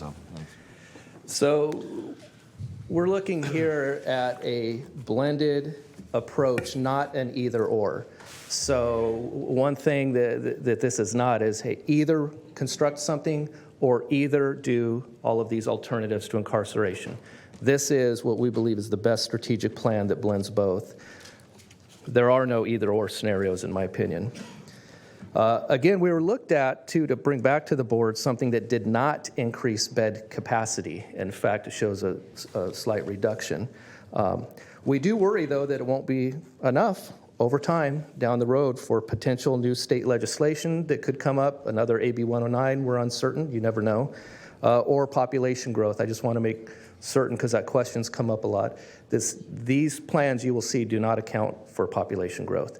They are based on today's recommendation to meet the floor of the consent decree.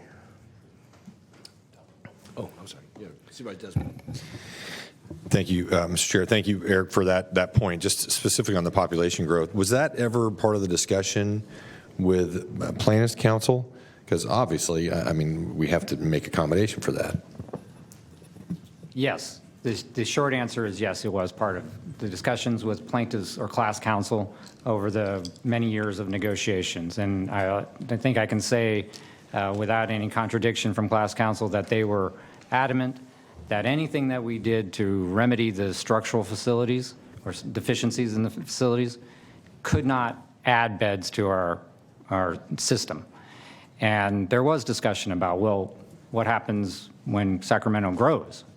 And I believe that if they were here, their answer would be, well, you need to have a system that does not count so heavily on incarceration, that it is about building into the system a reduction in the way you use it currently. So if one of the options is chosen, which does bake into or cement in, if you like, those reductions, it will be a system that by design is smaller in the future than it is today. Okay. And do any of your options, I mean, do they incorporate that at all, or are you going to comment at all? I mean, because I do think that, I mean, I think the reality is population growth, we are going to be facing an increased need for capacity to accommodate that, whatever part of the population we're dealing with. So I just, as you're talking about the different options, if that does come up or how it might be able to accommodate us in the future, or maybe that does mean, you know, a new facility somewhere else in the future, please highlight that, Eric, as you go through your presentation. Yes, and, thank you. And I'll state that there have been discussions around this very topic, not just with plaintiffs' counsel, but with our other partners. And really, the goal is to, in the future, rely less upon the jail system where we're able to. Examples are someone who needs mental and behavioral health treatment or another issue where they can be somewhere else other than a jail. So the plans you'll see here will hope to reduce those that need to go either to the jail or to the emergency room. More options in a variety of areas. That's one piece of it. The other is, you know, perhaps decades down the road, a different set of individuals, I think, will be here having the same discussion about a possible additional facility on top of this. So let me, just one follow on. What Rick responded to a little earlier was that if the recommended actions were taken and sufficient modifications were done to the existing main jail, then it would provide 50 years of future life expectancy of the jail facility. Is that right? And that would include what you just both were addressing, that even with population growth and so forth, that facility? It does not account for population growth. But it does. It's talking about, I think, right, Rick, the structure of the facility would have more life. That's right. That the building, the current main jail, the useful lifespan of that would be extended by 50 years. Now that is to take into account the concept that the architects have given us, which is a smaller footprint of inmates on that block there, right, with both the current building and any new structure that was built. Okay, thanks. So still speaking really about those alternatives before we get into the facility, but I think we're going to be threading both of those conversations through the entire time.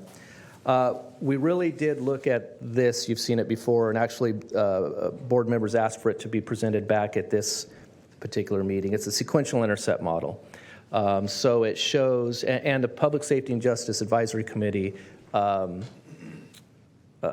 really spoke about this model quite a bit. And the need for, so we're not overly investing, for example, in intercepts 2 and 3, where it's some would argue as heavy law enforcement and correctional system. What are we doing on the front ends to keep individuals out of jail? What are we doing on the back end for reentry into our communities and hopefully to reduce recidivism? So you'll see an overlay a little bit later as to how dynamic we believe our plan is, because it covers all of these intercept areas. The development of the recommendations were based on the expert reports I mentioned.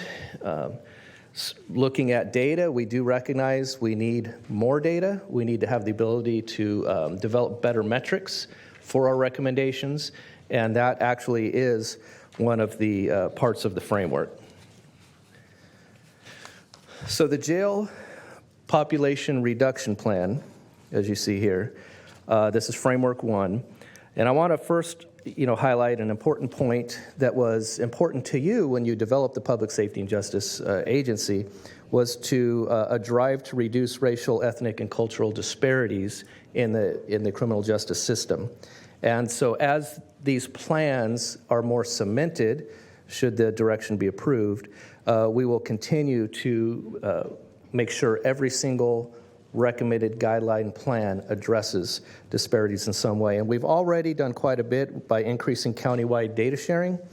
There's a number of new dashboard online for jail population that the Sheriff's Office is doing this month. And to have a dashboard of who's in jail, how many are publicly facing, so that's part of our transparency. Also, the Criminal Justice Cabinet, we're now reporting out arrest demographics. That was just done in recent months. So we will really be looking through an equity lens as we continue to build out these recommendations. Now, I do want to talk about this slide, which is really, and this is why I'm glad Dr. Quist and Siobhan are here as well. It's very busy, so I won't go over it exactly, but it's in your packets. But this really talks about ensuring we are looking at alternatives to incarceration where individuals need assistance. For the most part, it's a little bit overgeneralizing it. But oftentimes, if somebody's in crisis, there are kind of two options for our law enforcement officers that are out there. It's either jail or an emergency room, emergency department. And so we need more options, and we have some. And you can see here, there are quite a few that are still rolling out. 4 of the 10 core wellness centers are now open. 2 more open later this month, and we hope by early 2023, all 10 will be up. What's known as the CRIB, or Community Outreach Recovery, Crisis Receiving Behavioral Health Center, going 24/7. There's something very new that actually is being rolled out just in the next few weeks, I understand, which is an expansion at the Mental Health Treatment Center where somebody can be taken on what's known as an involuntary 5150 hold. So again, right now it's sort of like I mentioned, either jail or emergency room. And so this is building added capacity for us as a county to be able to take folks, whether they're involuntary or voluntary in crisis or not, and same thing for those involuntary where they don't have to be in jail. So that's just another example of what the county's done very recently to really sort of change the game. So let me ask you, how do you do that when we only have 50 beds over there? And are you expanding capacity? Otherwise, we've got a log jam. We all know that. Yeah, thank you. Dr. Quist can take that question. Good morning. Ryan Quist, Behavioral Health Director. We also have what we call our intake stabilization unit, right? And that has a capacity of 20 adults and 5 minors. And so the idea is when somebody's in a crisis, they come to that location where we would work at stabilizing the crisis. For those that we can release and connect with outpatient services. For those who need hospitalization, we can link with one of our 3 county controlled 16-bed PUFs, or admit them directly into the county operated PUF. So you've got 50 with the county, 25, what you just said, including 5 minors, and then 48 other beds, so that's the overall capacity within the system that's available. But if this means more folks coming in, potentially, how are you going to accommodate? Because I imagine you're full now, unless I'm... Our system is actually more healthy right now than it has been. So if we looked at how many people were sitting in EDs a year ago right now, on a Monday morning, for some reason Mondays are the worst day, I don't know why, but on a Monday morning we'd see about 50 to 60 Medi-Cal referrals that were waiting for an inpatient bed. Now we're down, like last week we were all the way down to the single digits. I should have looked at what this morning's census was. I'm not exactly sure, but it's much more a healthy flow throughput through our inpatient system. But what about this involuntary? But you're going to add another segment of folks who, I guess, heretofore, or at least haven't been recently, weren't eligible to kind of come through that part of the system. So what's anticipated? What do you think the flow is going to be there relative to folks that would otherwise get themselves in a situation? You're certainly right that we're going to have to manage that flow. And, if things do get too full, then we'll have to probably ask them to go to other emergency departments. But we want this to be a resource to not make everyone go to EDs or to other locations and have them come directly to the treatment center. So the involuntary holds are going to the ED departments now? Is that where they're Correct. going? Okay. Supervisor Yeah. Natoli, if I could also Yeah. add that many of the folks that we're talking about utilizing this new service were serving anyway. They're just starting at the emergency departments. And what we're saying now is they can start someplace more quickly, where they can get in more quickly and not have to languish in an emergency department. And then how do you anticipate that it affects the jail intake? Have you made some connection there in your analysis?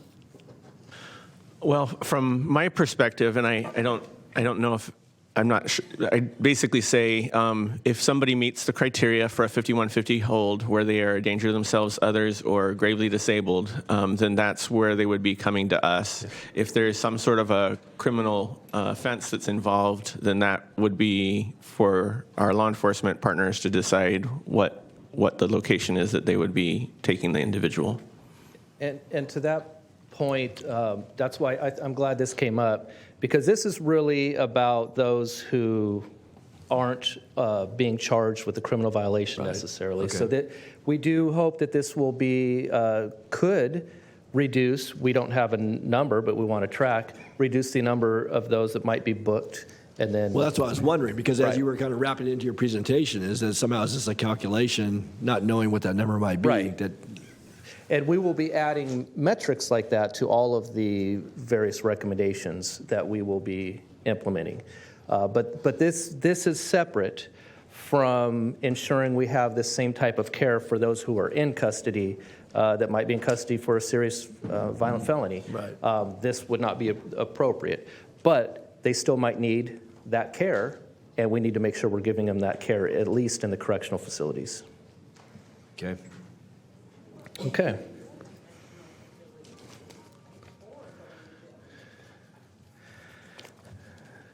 So here we talk about the summary as to how we got to these 15 recommendations. So and Kevin O'Connell is here, and he spoke at the last workshop in September, which are the 10 recommendations to reduce safely the jail population.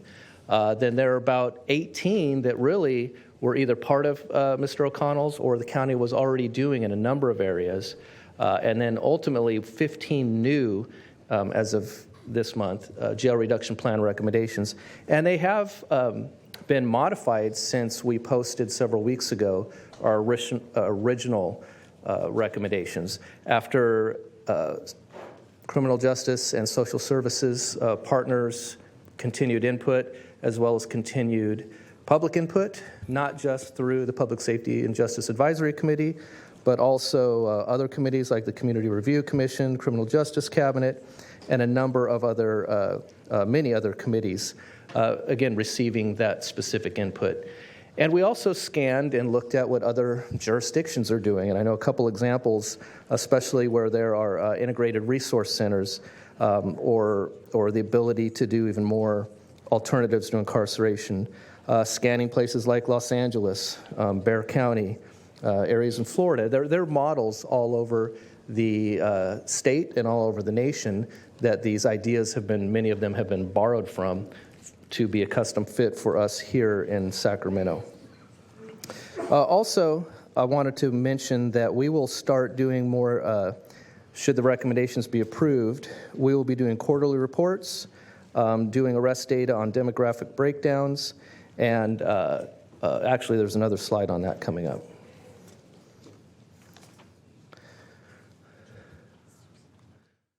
Okay, so here are the Kevin O'Connell's 10 recommendations that again shaped our 15 to fit within these. And you'll see in a moment we will be adding timelines, staffing, budget, metrics, et cetera, to turn our plans from a blueprint framework to an actual strategic plan.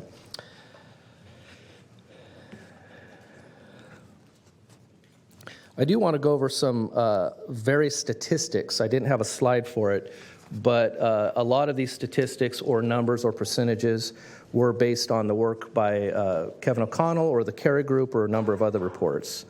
So as Mr. O'Connell did point out, there are some significant racial disparities within the jail. A breakdown is that our black population is between 36 and 39%, but only 11% of the population. Hispanic, 20 to 22%. And so there are very specific disparities that we will continue to be looking at and tracking. And again, recognizing that a lot of that is tied to arrest information as well. And it's not entirely unique to Sacramento County either. We're comparing our disparities across the board.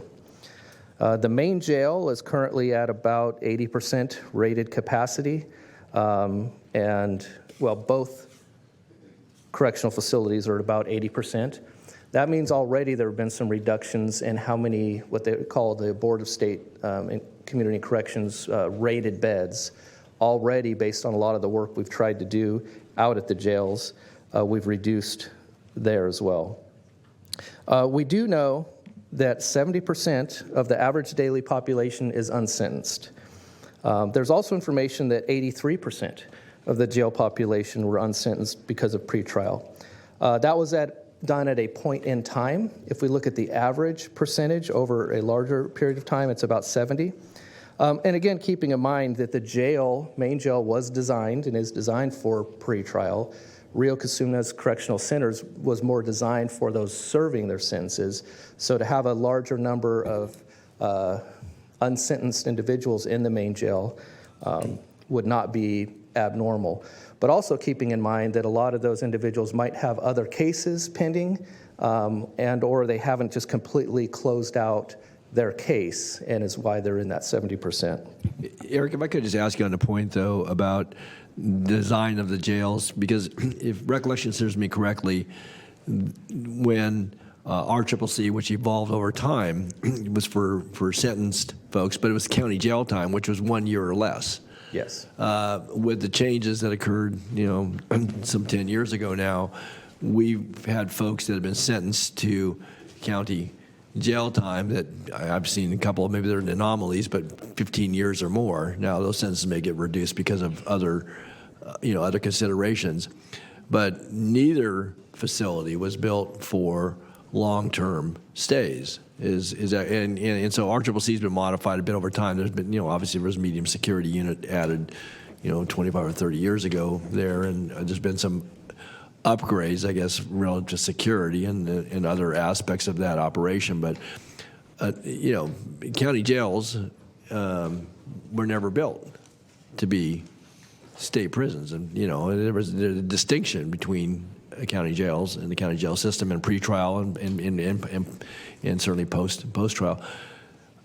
So when you describe it like that, I think it's a fair description, but nonetheless, our facilities were never designed to hold folks for the long term, and we made accommodations with reentry and so forth to try to work on some of that. But that is correct. Both facilities neither facility was designed at all for a population for longer than 1 year, which would be the state prison population. And so AB 109 prison realignment changed that for counties everywhere who really struggled with this, because it's not just it's also the medical facility piece of it. We're doing longer-term medical care than was ever anticipated for both facilities. So that is correct. Well, and as a backdrop to all this, is that what the state did is that they were under, consent decree to have to reduce their population, and so, and again, there were voter initiatives as well that changed some of the criminal assignments relative to misdemeanors and felonies and so forth. But in large part, when the realignment that occurred, the state basically pushed those populations down to the county levels. And again, judges didn't have any discretion on that. And so what, in essence, they did is they attempted to solve, I say their problem, but it's our problem as a state, by assigning it to the counties, and then sending a little money behind that, and that was it. And so here we are today. And and then some of the same folks that sued the state, maybe rightfully so, then litigated against the counties, and that's what obviously Rick and his team have been up against for the last several years. And what I would just say is put a tremendous onus on communities, certainly for us to try to figure this out, and that's what we're talking about here today, as to how we're going to achieve the balance as you described it, but also just to come to grips with that, because again, our facilities for one, but certainly for the length of stays and the issues that folks were bringing, relative to long-term trauma or to violent behaviors or whatever it might be, we were never set up from a medical standpoint, right to your point, to come to grips with that in any great numbers anyway. And we have got we got hundreds of folks who need behavioral health services, let alone the medical services. They come in, with all kinds of medical issues, and our facilities, clearly are inadequate to serve that population. And I'm not so sure we have the ability to do it in the community. We've done better, but that's again part of the balance we're talking about doing here today. But again, just by historical perspective, we've inherited this, and we're going to do our best to try to figure it out. But it's something that the state was pretty good at shoving down to local jurisdictions, i.e. this Board of Supervisors and the others in this room, to figure out. So. Yes, Chair, that's exactly right. And as stated, the state has given some funding, what's called AB 109 funds, to states, but it's not enough. It has never been enough to deal with what was really put upon all of these counties. And that just goes to show why, for example, to give the care to those that are longer term, the need, in our opinion, for the intake and health services facility. And a lot of the low-hanging fruit, if you will, of low-level release from jail is really not there right now, because between 93 and 95% of those currently in both facilities are felony related. Now, it doesn't mean it's a person who just did a felony. It could be an older charge or a warrant charge, but they are felony based. And so another 40% of the bookings are court issued warrants, commitments, holds, or violations, but 3% are actually based on a supervised release violation, which would be either probation or parole. That number is actually 3%.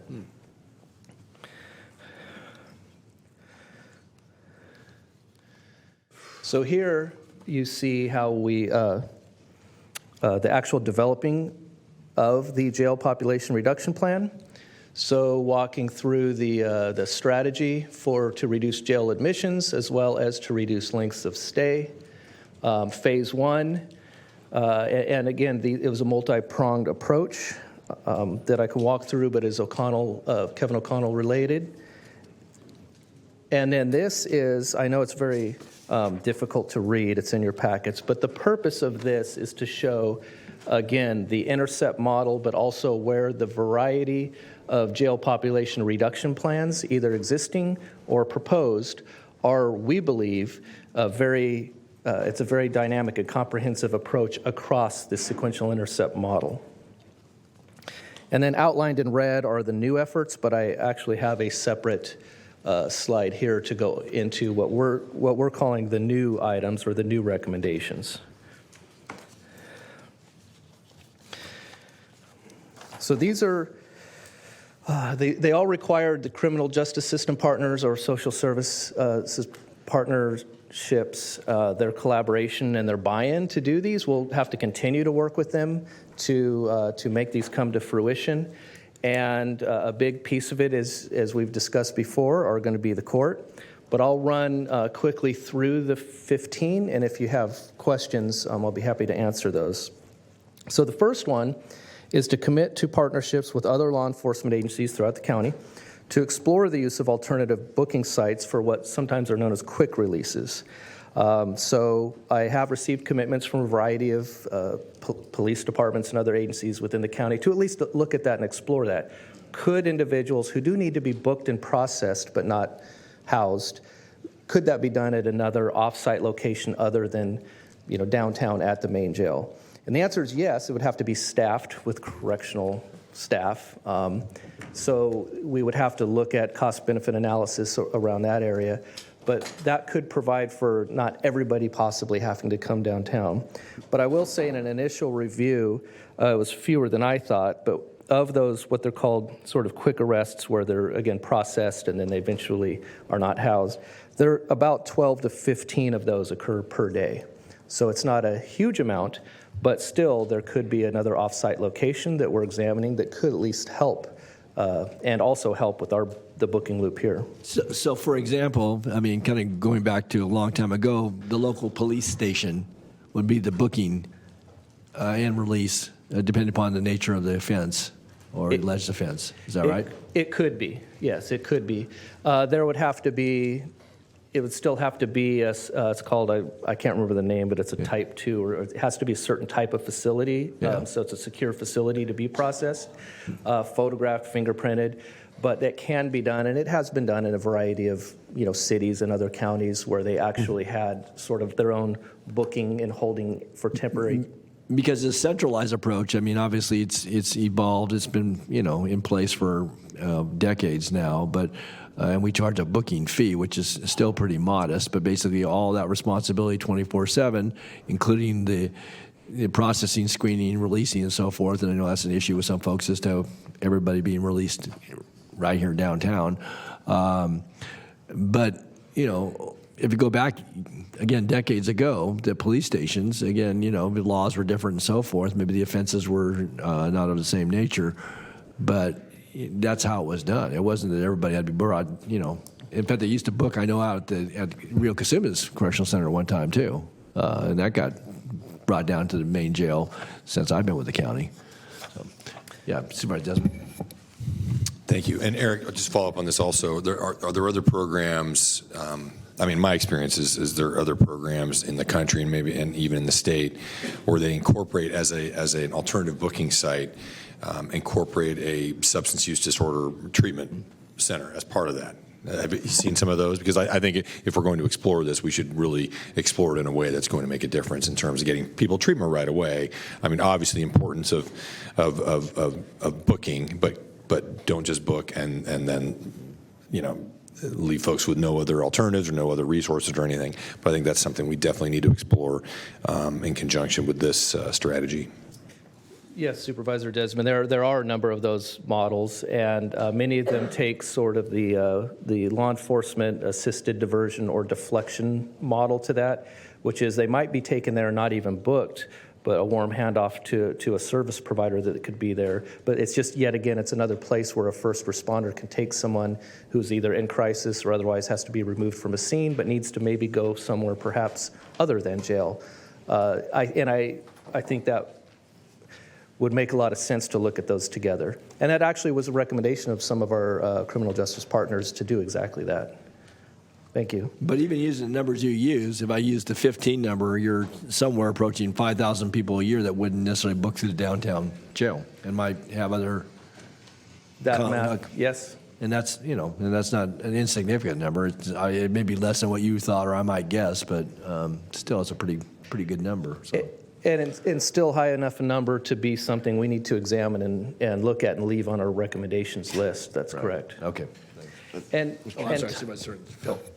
Sorry, Eric, one last question on this particular subject is the fact that they're, again, depending on what the offense is, the fact that you'd have to take someone to a specific place for booking, is that because we're still technologically dependent on collection of biometrics and other associated protocols in terms of how you document the not the arrest, but the fact that you are intercepting a purported crime? That is part of it, and the other part, which would bump this to then, rather than, for example, number 2, which is to enhance sight and release in the field, is sometimes based on the nature of the disturbance, whatever the case is, they need to be removed from the scene, at least temporarily. So that's another reason why a sight and release might not necessarily make sense, and then also the official booking with putting it in the fingerprint system and things of those nature. Is there anything on the horizon in terms of providing law enforcement personnel with the ability to do that in the field? I believe that technology is always changing. In fact, you can fingerprint with blue check. That's something you can actually do some fingerprint in the system, but it doesn't do the full palm print yet, I don't think. But that's an ever-evolving technology is what I do know. Thank you.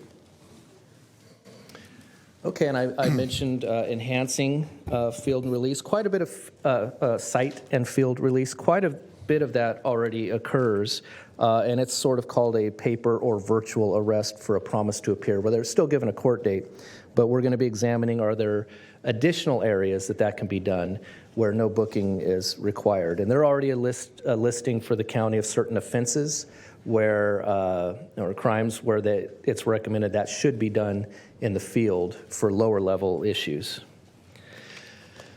Number 3 is developing a multidisciplinary team to explore either converting, expanding what's going on, whether it be at what's known as the JDTRC, which is the Juvenile Division Treatment and Resource Center, or other locations. This really gets into that integrated resource center model, which again is a place where either somebody in some sort of crisis can go, or it's again another warm handoff where a law enforcement officer perhaps can take somebody instead of jail. And we've found from our law enforcement partners, they want these options as well. So just one example is already some of that space is being used for probation for a very specific grant-funded piece. But what if there's another door to another part of that building that could be used for law enforcement drop-offs instead of jail to give it connected to services? That's examples of areas we want to put together a team to explore and also add a representative from the Public Safety and Justice Advisory Committee to be part of that team to also talk about that and explore whether, again, be in that facility or another facility. Number 4 is to establish another team to really look at risk assessments and screening protocols. And this team would be tasked with recommending assessment processes and if there's more release eligibility crisis, that could guide even additional release decisions. And that could be at pre-arraignment, pre-trial. It could be post-sentence early release as well. And for that, we would like to add an advisory committee meeting member also for that team to discuss those. And then we have expanding a few of what I think are very successful programs, which are the probation pretrial program as well as public defenders. You've heard about both of these during the last budget cycle. They do serve 2 different purposes for 2 different either sets of clients, or they're at different stages within perhaps the criminal justice system. I believe both are great, and so our plan would be to expand those as well. And then expanding the Adult Reporting Center for, again, other jail alternatives, and here are just a couple examples: work project, home detention, et cetera. So when you say expand the capacity of both on 5 and 6 there, that doesn't necessarily need to have be tied to the Mays consent decree. We could do that. We could have done that yesterday. I mean, we could do that. So if they're both successful, we depend upon grant programming, grant funding for the programming. Mm-hmm. But if they are successful, and again, they're not for every person that enters the justice system, but it would seem to me that that's a good solid investment, assuming it doesn't compromise other public safety aspects. So what are we anticipating? Because you've got this built into your balanced program with those expansions. Again, I assume this board could fund those next week if we put it on the agenda to expand it. Is that right? And True. Yes. Yeah. Yes, and even if we weren't here today for the Mays consent decree, right, it likely would be something that would be bringing back to the board anyway. It ties into the Mays consent decree because the outcomes are the same as what is needed for the Mays consent decree, but Mays consent decree isn't making us do this. We just think these both are very good practices. And a lot of these, if you call them reforms or continued criminal justice efforts, are just good practices to do whether you're in a consent decree or not. It just happens to help with the decree for those numbers. So will we have an opportunity maybe to hear from some folks along the way on this as to what the numbers could potentially look like if there was sufficient funding, and again, it would be county general fund, but and to be clear, what we're talking about a lot here today is county general fund, all that's wrapped into a lot of this. There are some realignment dollars, there are health dollars, but when you start talking about facilities particularly, or sheriff staffing, or probation staffing, public defender staffing, whatever, those are largely general fund dollars, and so, and those, aren't always in great abundance. And so if we're going to make some commitments here, it would seem to me that we ought to hear more about if we wanted to double the current capacity, assuming we've got, and I know it requires not just your probation officers or your public defenders, it requires, I think, some, human services components and so forth. But if we're looking at, hundreds of millions of dollars of alternatives here today, what would it take to accomplish some of this within that framework? So again, not to interrupt your presentation, but certainly as one member of this board, I'm curious to know, again, relative to your balanced approach here, Eric, what it would take, for example, to take, and what the numbers would be. So I don't even want to speculate here. So how many hundreds of folks could be served and done safely, but also, go back to what I think Supervisor Desmond was alluding to a moment ago on, some of the other challenges that people have in their lives, let alone that they've entered the criminal justice system.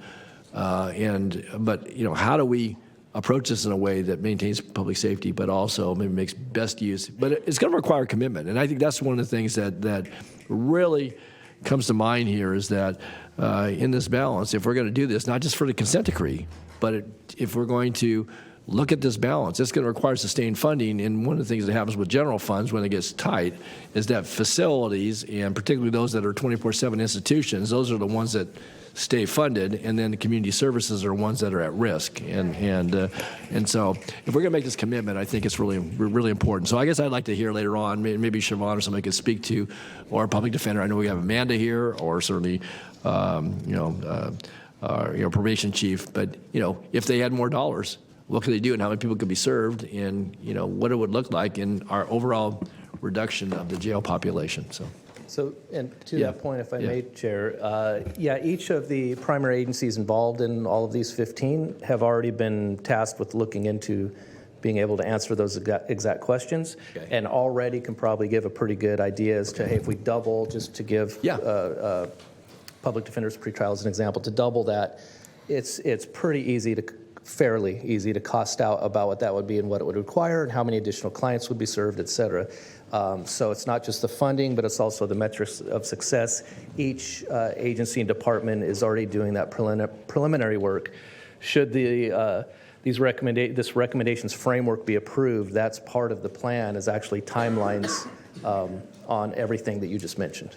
But let me just emphasize one point one more time, though.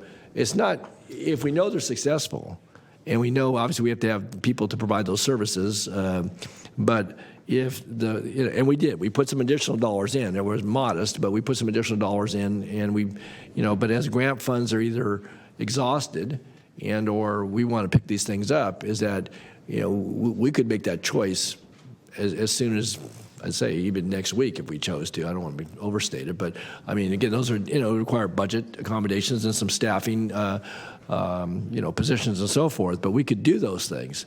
To begin, we don't have to wait for somebody to have to give us, some long plan that gets into the budget discussions next year. Again, I think we ought to, again, because the urgency we're going to be pressed with here before we're done today or tomorrow is that we got to make a decision, because if not, we're going to be facing potentially, other actions in the federal courts. And so, again, I get it. You want to have a good plan. You're not just want to throw money out there, and we want to keep the community safe, but we also want to do the right thing. And so, if that's the urgency that we're being asked as a board to have to make a decision around this, I guess I want to, and I'm just kind of telegraphing right now what my thoughts are, is that, as a part of this, again, act prudently, but also act with that urgency and not just say, well, we'll build into a budget and we'll add a couple positions here or there. If we're going to be aggressive in moving in that direction to achieve that balance, then I think that's really important. And I don't know, Ann, if you want to respond, I didn't want to catch you off guard here, but I just, as I've thought about this over certainly recent weeks, that it occurs to me that those are key parts that aren't waiting for anything but, I guess, our action and something to be brought to us. Yes, thank you, Supervisor DeTolli. So as you know, we did replace grant funding with some of these programs with general fund in the last year or so. And our plan is this list of 15 is coming back to you with cost analysis on all of these items, because as you said, we don't want to just piecemeal a staff here and a staff there. We want a comprehensive plan, and you need to know what the cost of that comprehensive plan is. So we do plan on bringing that to you in the future very soon. Okay, but that's not known today. But That's not today. And would you bring that in a full package, or would it come in bits and pieces? I think we would bring it in a full package. That would be the intent. Okay. With priorities. Priorities Yes. for funding? Right. That would occur outside of the normal annual budget schedule?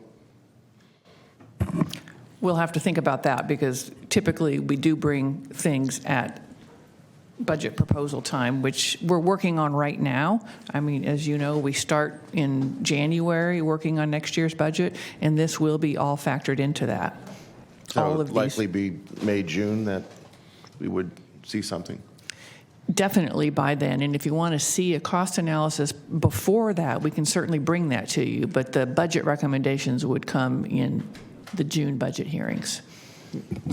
If I could, though, to your question, Phil, again, the decision that's on the table here for us as it relates to facilities, which you haven't gotten to that yet, is one that's off budget cycle, but will have the order of magnitude, if we set that course, of anywhere from $500 million to approaching $2 billion, and that's off budget cycle. It will affect budgets for generations to come. But so I guess I would just say that if you're going to have that, and again, I bet only remaining days here on this board, but if that's the consideration, then in that full context, things will happen year to year with the annual budget. But the steps we're being asked to consider and take here today have ramifications far beyond next budget year, or Yes, yeah, go ahead. The funds for a building, should you approve moving forward with that, will come much later, because we still have to,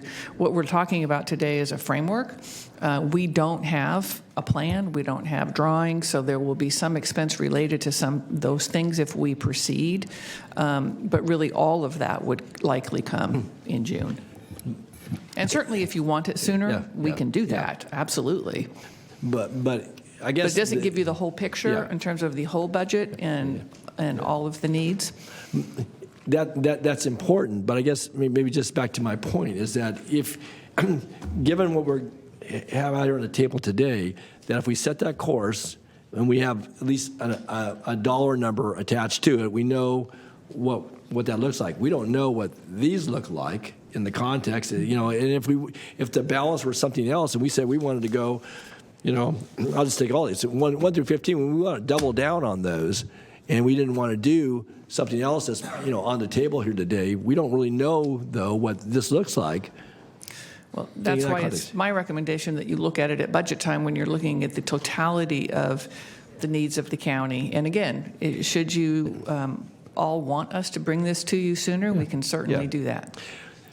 But the fact is we're being asked to make the decision or give the direction today about at least $500 million. That's the decision we're being asked to give direction on, which will then commit us to a certain course, and this board and future boards to that course. I guess that's my point. And again, I would want to see the full plan. I think everybody would for the benefit of it. And I know we've got this urgency because we've got this consent decree. And so, anyway, I don't want to. We'll have more discussion later today. I see I've got Supervisor Desmond and Supervisor Kennedy punched in. So, thank you, Mr. Chair. And Eric, just so I'm clear, these recommendations or all these plans, well, at least 10 of the 15 were included in the O'Connell report. Is that correct?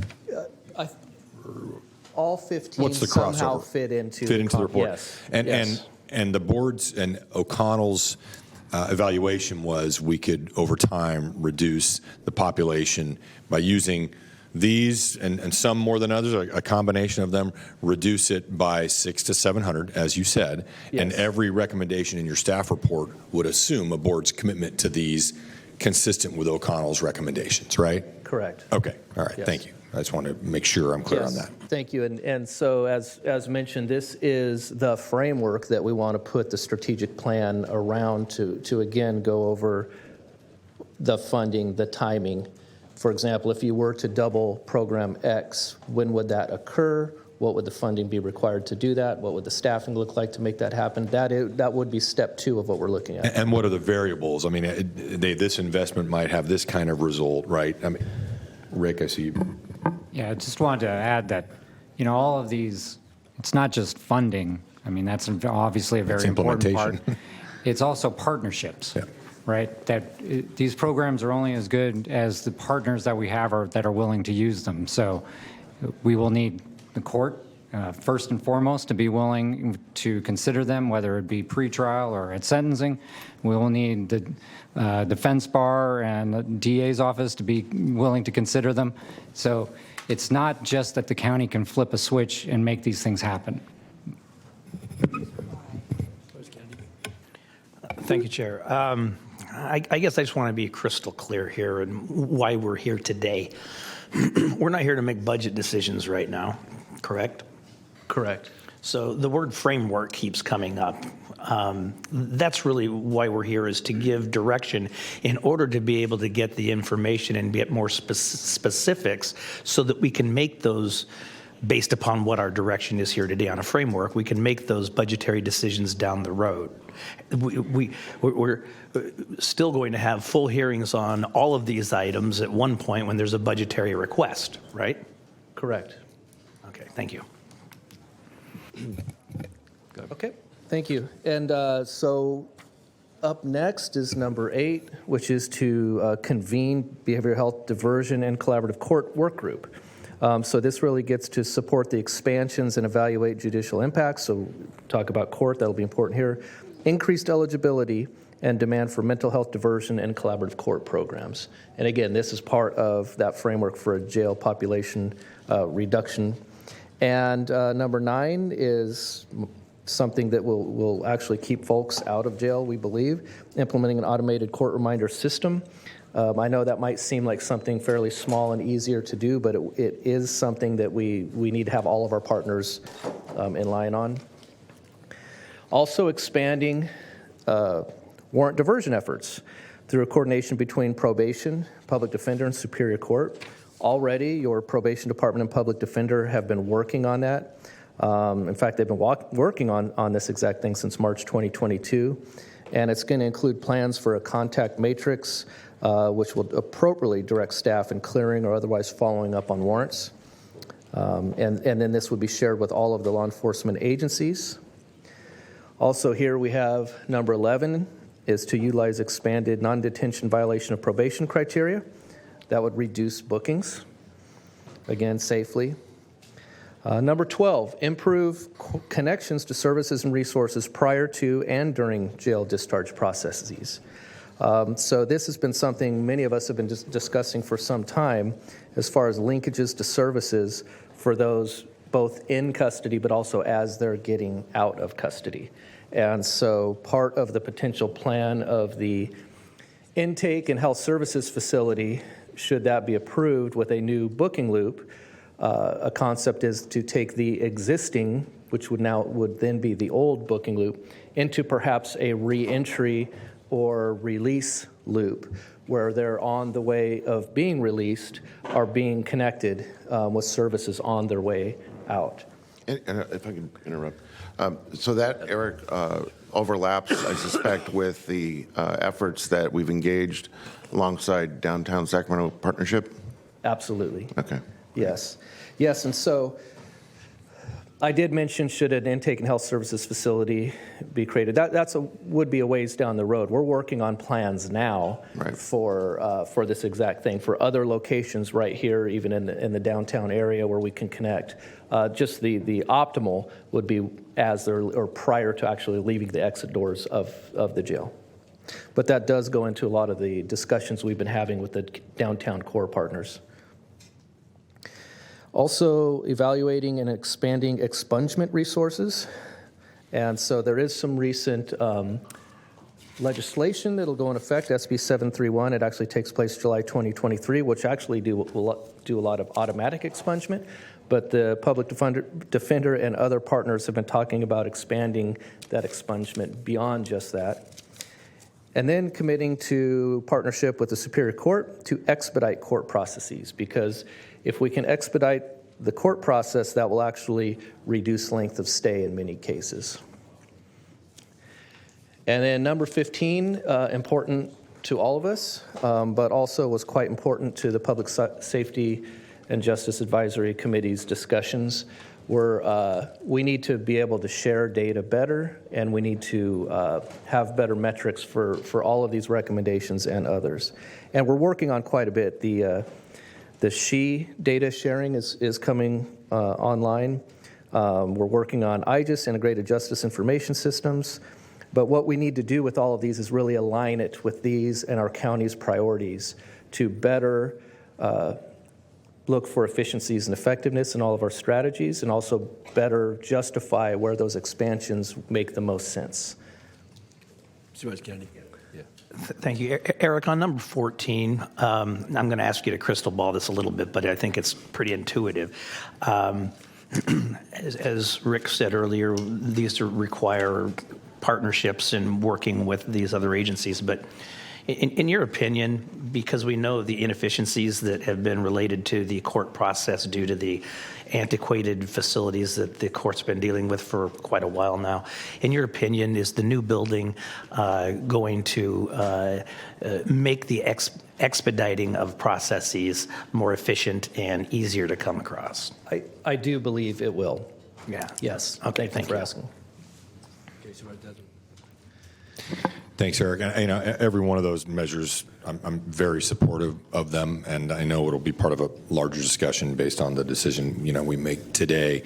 One thing I want to bring up, it strikes me as some tension here too, and I think of it in the context of the collaborative court work group. At the same time we're considering these, I hear louder and louder voices from members of the communities I represent, the business community, about how do we deal with really difficult, like chronic offenders who have been offered service or maybe service resistant, but are committing trespassing crimes, minor misdemeanors again and again and again. And I think we used to have better ways to get those folks into a collaborative court environment, particularly drug court, I think most of the time.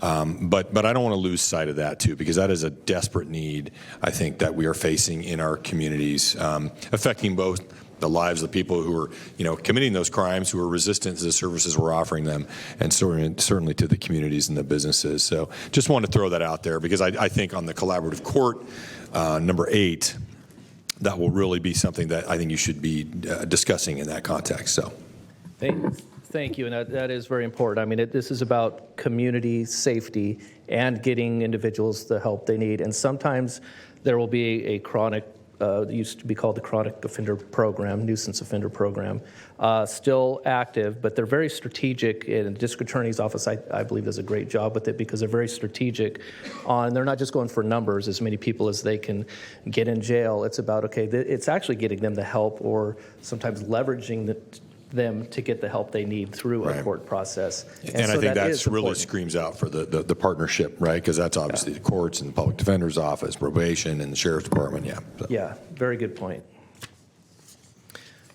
So moving this framework into actual plans moving forward and progress, and that assumes, again, the framework is approved. We're going to begin cementing these plans to better develop these things, which, again, are timelines, funding, resource needs, metrics, and this will be really continuing that collaboration between all of the partners mentioned and continuing to work with our various advisory boards and community groups to actually put these plans moving forward.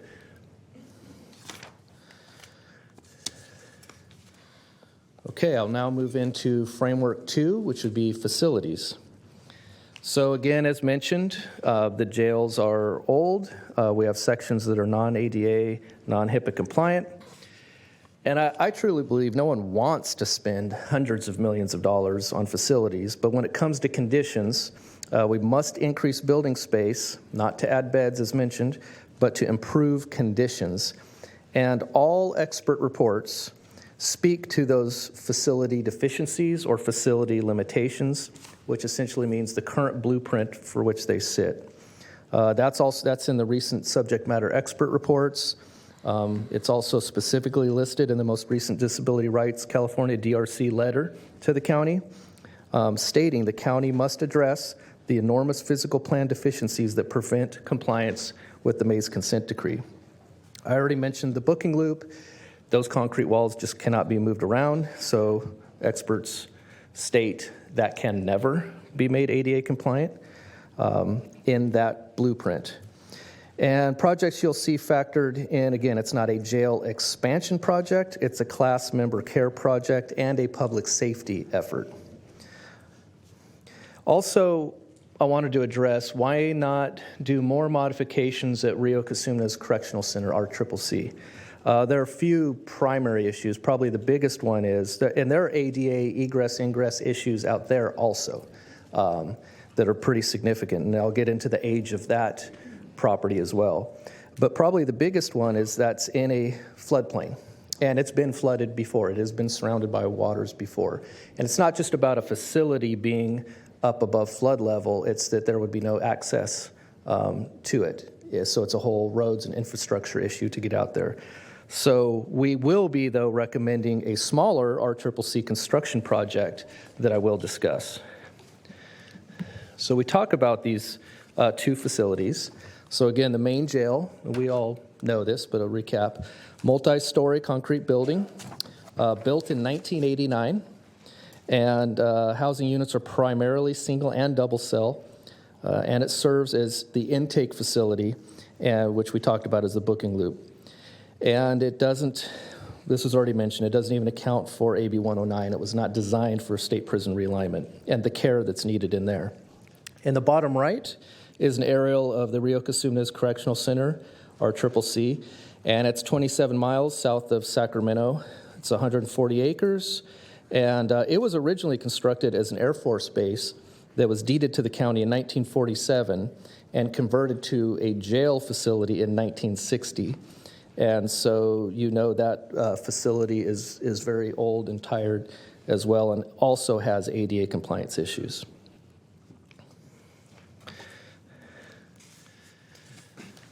So again, speaking to the specific capital improvement projects options that will be shown to you today, they were grouped in a couple different ways by Naughton Lewis.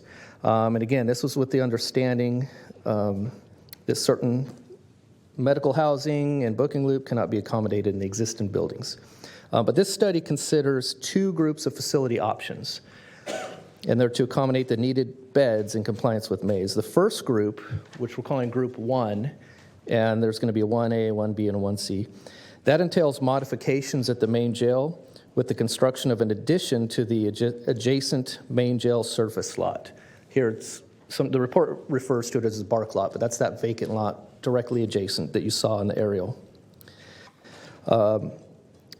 And a medical clinic and medical housing with 3 possibilities for where to build and locate new housing. And the second group, Group 2, which has a 2A and a 2B, includes rebuilding either part of or all of the county jail facilities. So we'll go over them in a bit more detail soon. I do want to discuss 2 interim solutions that we are recommending be done because they need to be done now for better care within the facilities. One is to renovate the main jail's 300W West unit, and that's really the transition of acute psychiatric unit from the 2nd to the 3rd floors. This is a remodel, if you will, that can be done, that can free up and can free up some beds for those that need services. And that is about an $8.4 million project. How many beds are in that component? Is it 24? Okay. Yes, it's 24. That's in addition to what we already have there? Or that's... Or is that a bed for bed swap? It's bed for bed. It's to get the bed for the right services and better space than currently. So you get nothing additional? I don't believe it's, is it additional, Rick?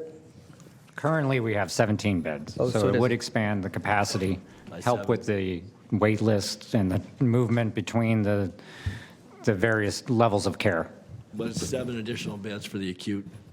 Yes. Okay. But I want to be clear, it's not expanding capacity, net capacity in the jail, it's expanding the capacity to serve mental health needs for the inmates, correct? Yes, and I apologize for any misunderstanding there. It's for the program, it expands capacity. There's no expansion in the number of beds in the facility as a whole. Yeah, it essentially frees up medical locations for those that are needed in service of it. And that's 24 more psychiatric beds, not more beds. Not 24 more, 17, 7 more. Right. Psychiatric, you have 17 now that may or may not fit the entire category. That is correct, So yes. 7 more, okay. And the other project here listed is the RCCC Security Barracks Project.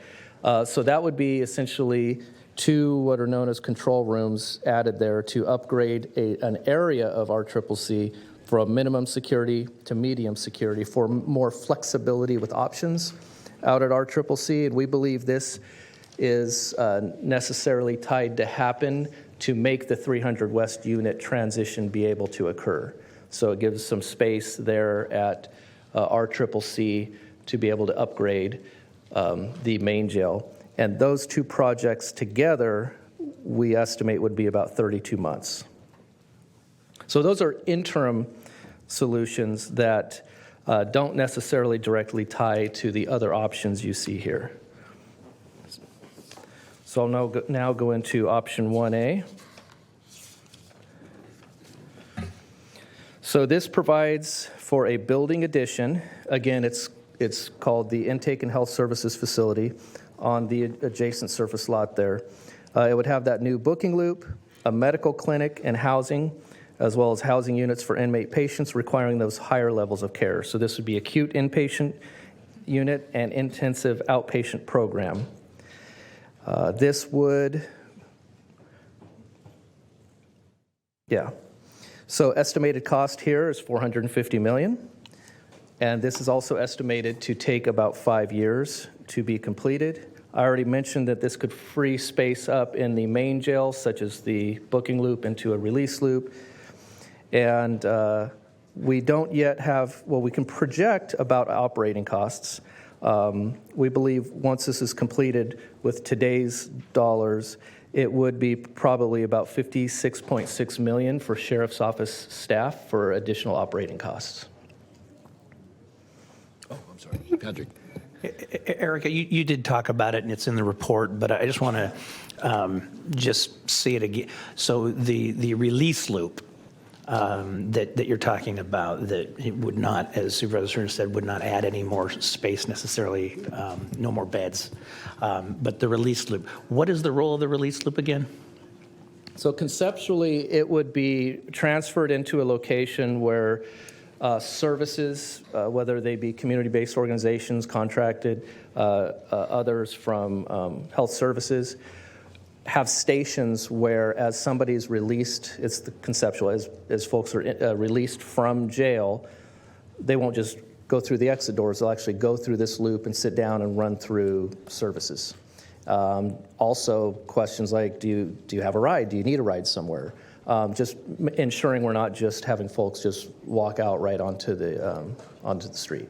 So that's what the loop would be envisioned as a reentry or release loop. Got it. Eric? I guess the only thing I'd have to say about that is I'm just surprised we haven't done that before. Well. And if I may, I just wanted to correct a number. It's not 24 that would be in the new acute unit. It would be 37 beds. And I will say, actually, to Supervisor Kennedy's point, it has been attempted. When I say, what am I talking about? It would be sort of a release, handoff with folks. They've actually been in discussions about trying to make a model like that, but the space limitation is really the primary. It goes back to the footprint. Got it. Of the space. Thank you.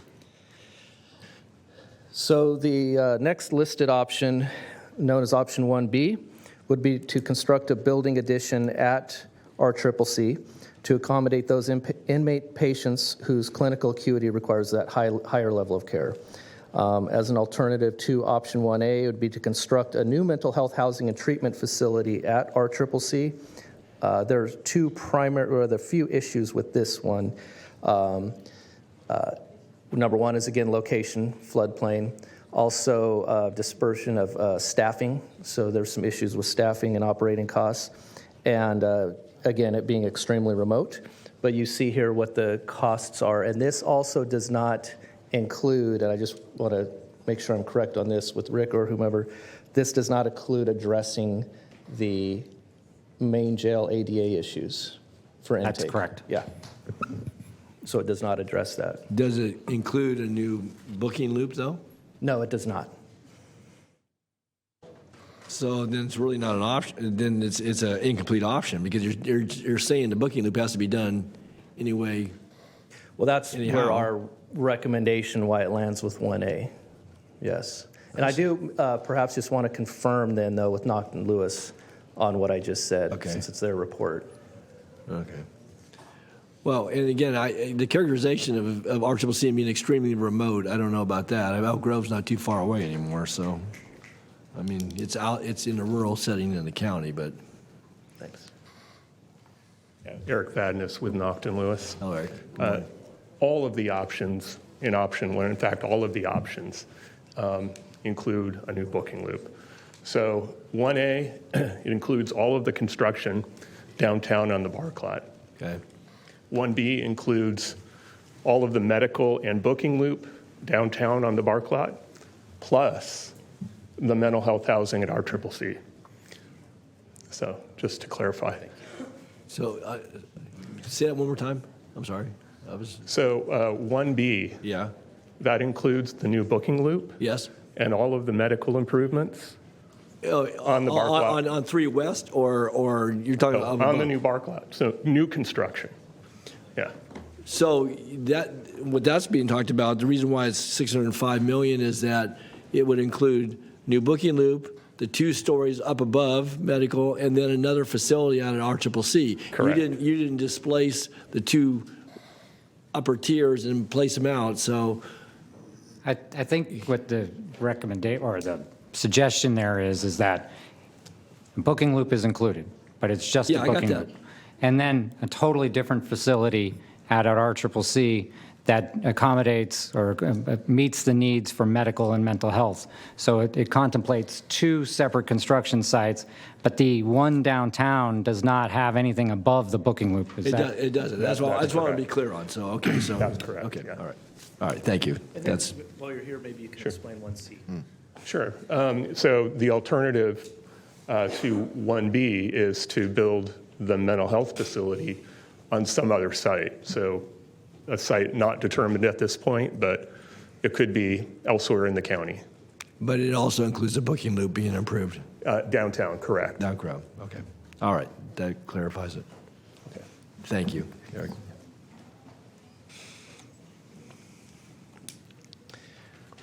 And then moving into the 2A and 2B, 2A would replace the entire main jail with a new facility that would not only include the needed beds currently located at main jail, but also additional space requirements to satisfy the Mays consent decree.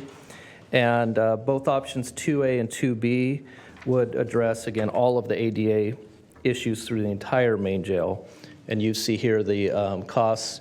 2A would be $1.31 billion, and it would take 9 years, estimated.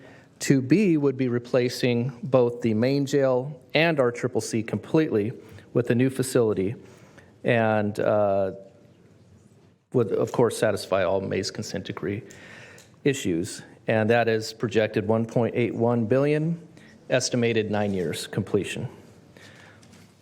Yeah. Patrick, sorry. Thank you, Chair. Rick, so there's a few things here. One is satisfying the intended outcomes of the consent decree, which all of these to a certain degree, address that. I guess the other issue, though, is timing of the consent decree and the difference between 60 months, 9 years with the full. In your opinion, and you can't speak for the litigants, but you've talked to them many, many times, is 106 months aggressive enough for us to meet the needs of the consent decree? If that were the board's direction, what would necessarily have to be part of that for 9 years is a drastic improvement in the current facilities as we wait for those 9 years to come to fruition and we have the better facility. So I think that what you don't see as a number there is the number that would have to go into another version of 3P that we're calling now, Right. and more and more Band-Aids on the current one, because they would just be Band-Aids, because they would not meet, as we've been discussing here, they wouldn't get us to compliance. So, I think that if it was your choice to go that direction, that is a direction and satisfies the needs for today, tomorrow.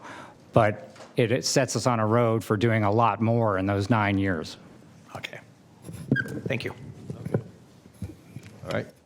Okay, the next two are additional system-based options. They don't replace, they're not alternatives to 1A through 2B. They are perhaps things that could be looked at to supplement the other projects. For example, the Integrated Resource Center. Dr. Lewis' report did talk about that in the report, and it would essentially really enhance the 15 recommendations here for, again, alternatives and other options. And so, again, if A1 would not be a choice to allow the county to get within May's consent decree compliance, that's why it's considered separate as an additional potential construction for our county down the road. But thank you. But these could be something that kind of along the lines of what we were discussing a few moments ago in terms of a diversionary program, facility, alternative booking facility that may have a custodial aspect to it, but is maybe specifically related to substance use treatment, something like that. Okay. Exactly. Which other counties, I think, have done. And actually what you just described, Supervisor, would be a combination of A1 and A2, which would be an actual type 1 holding facility, detention facility that possibly could be the same, adjacent to an integrated resource center.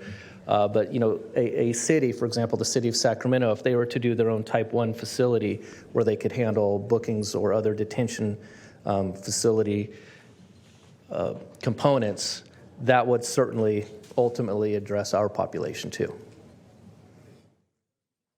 So the recommendation is for the 2 interim solutions as well as option 1A, and I believe this states this is a summary of Naughton Lewis's evaluation of options. So this informed the county's recommendation on the experts' evaluation, and each of the primary options were evaluated by the consultant team, and it was based on criteria such as effectiveness in meeting the maze requirements, impact on medical and mental health services, impact on correctional operations, how long it would take to come online, its capital and operating costs. So each main topic was broken down into various factors, and it was scored. And so option 1A, the result of the evaluation found that option 1A, which you saw in the prior slide, which would be the intake and health services facility adjacent to the main jail, accommodates intake, medical clinic, and housing in the bulk of this special populations. That's why it's the highest rated. The others were not rated as high. Okay, I'm sorry. Yeah, And Eric, just so I'm clear, when you're talking to special population, again, that is the population that was really the focus of the lawsuit, the population with the behavioral health, physical health needs that are not being met in the jail today, correct? That's correct. All right. Supervisor, if I could on that, it's true or fair to say that that's the population that has the greatest need from the consent decree, but I think it's also important to note that everyone that's in custody is in the consent decree. And so improvements that we make for the individuals that have serious mental illness or medical concerns and get them to a better facility will also improve the conditions for all the rest of those folks that are in there that are, again, part of the consent decree, and at times that we're not meeting the requirements for like out-of-cell time. Okay, thanks for saying that, Rick. Because intuitively, that's my thought too, and it just jumped out at me. Insignificant impact on reducing, especially I take issue with that if we're talking about a larger population. Certainly, the reduction strategies would have a significant impact on a lot of people. But I appreciate that clarification because it's just broader than that special population. Thank you. So our conclusion right before going over the specific recommendations is we as a county must set a course for consent decree compliance implementation. And as you know, we as a county agreed on October 15th of 2022 to establish a plan for jail population reduction measures and to be developed with input from community stakeholders. And we also agreed by December 21st of 2022 to develop a plan for addressing the physical plant deficiencies that prevent compliance with the maze consent decree. And we mentioned if the county fails to meet these benchmarks, there may be further litigation in federal court, as mentioned earlier. So after approving this framework, much of the hard work will continue with our criminal justice partners and continued community input. And as I mentioned, I really believe this recommendation is a balance of these reforms as well as with community safety.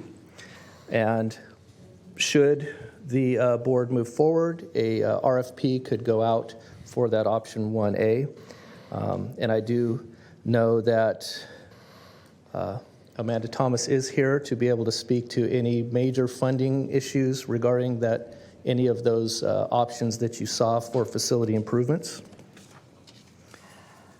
And I'll just read the recommendation here, which is to direct staff to continue implementation of the population reduction plan, to return with cost estimates and timelines, as we mentioned, and direct staff on the desired action to address jail facility deficiencies, which includes the construction of 2 control rooms at RCCC, the transition of the acute psychiatric unit at the main jail, and to construct an intake and health services facility adjacent to the main jail.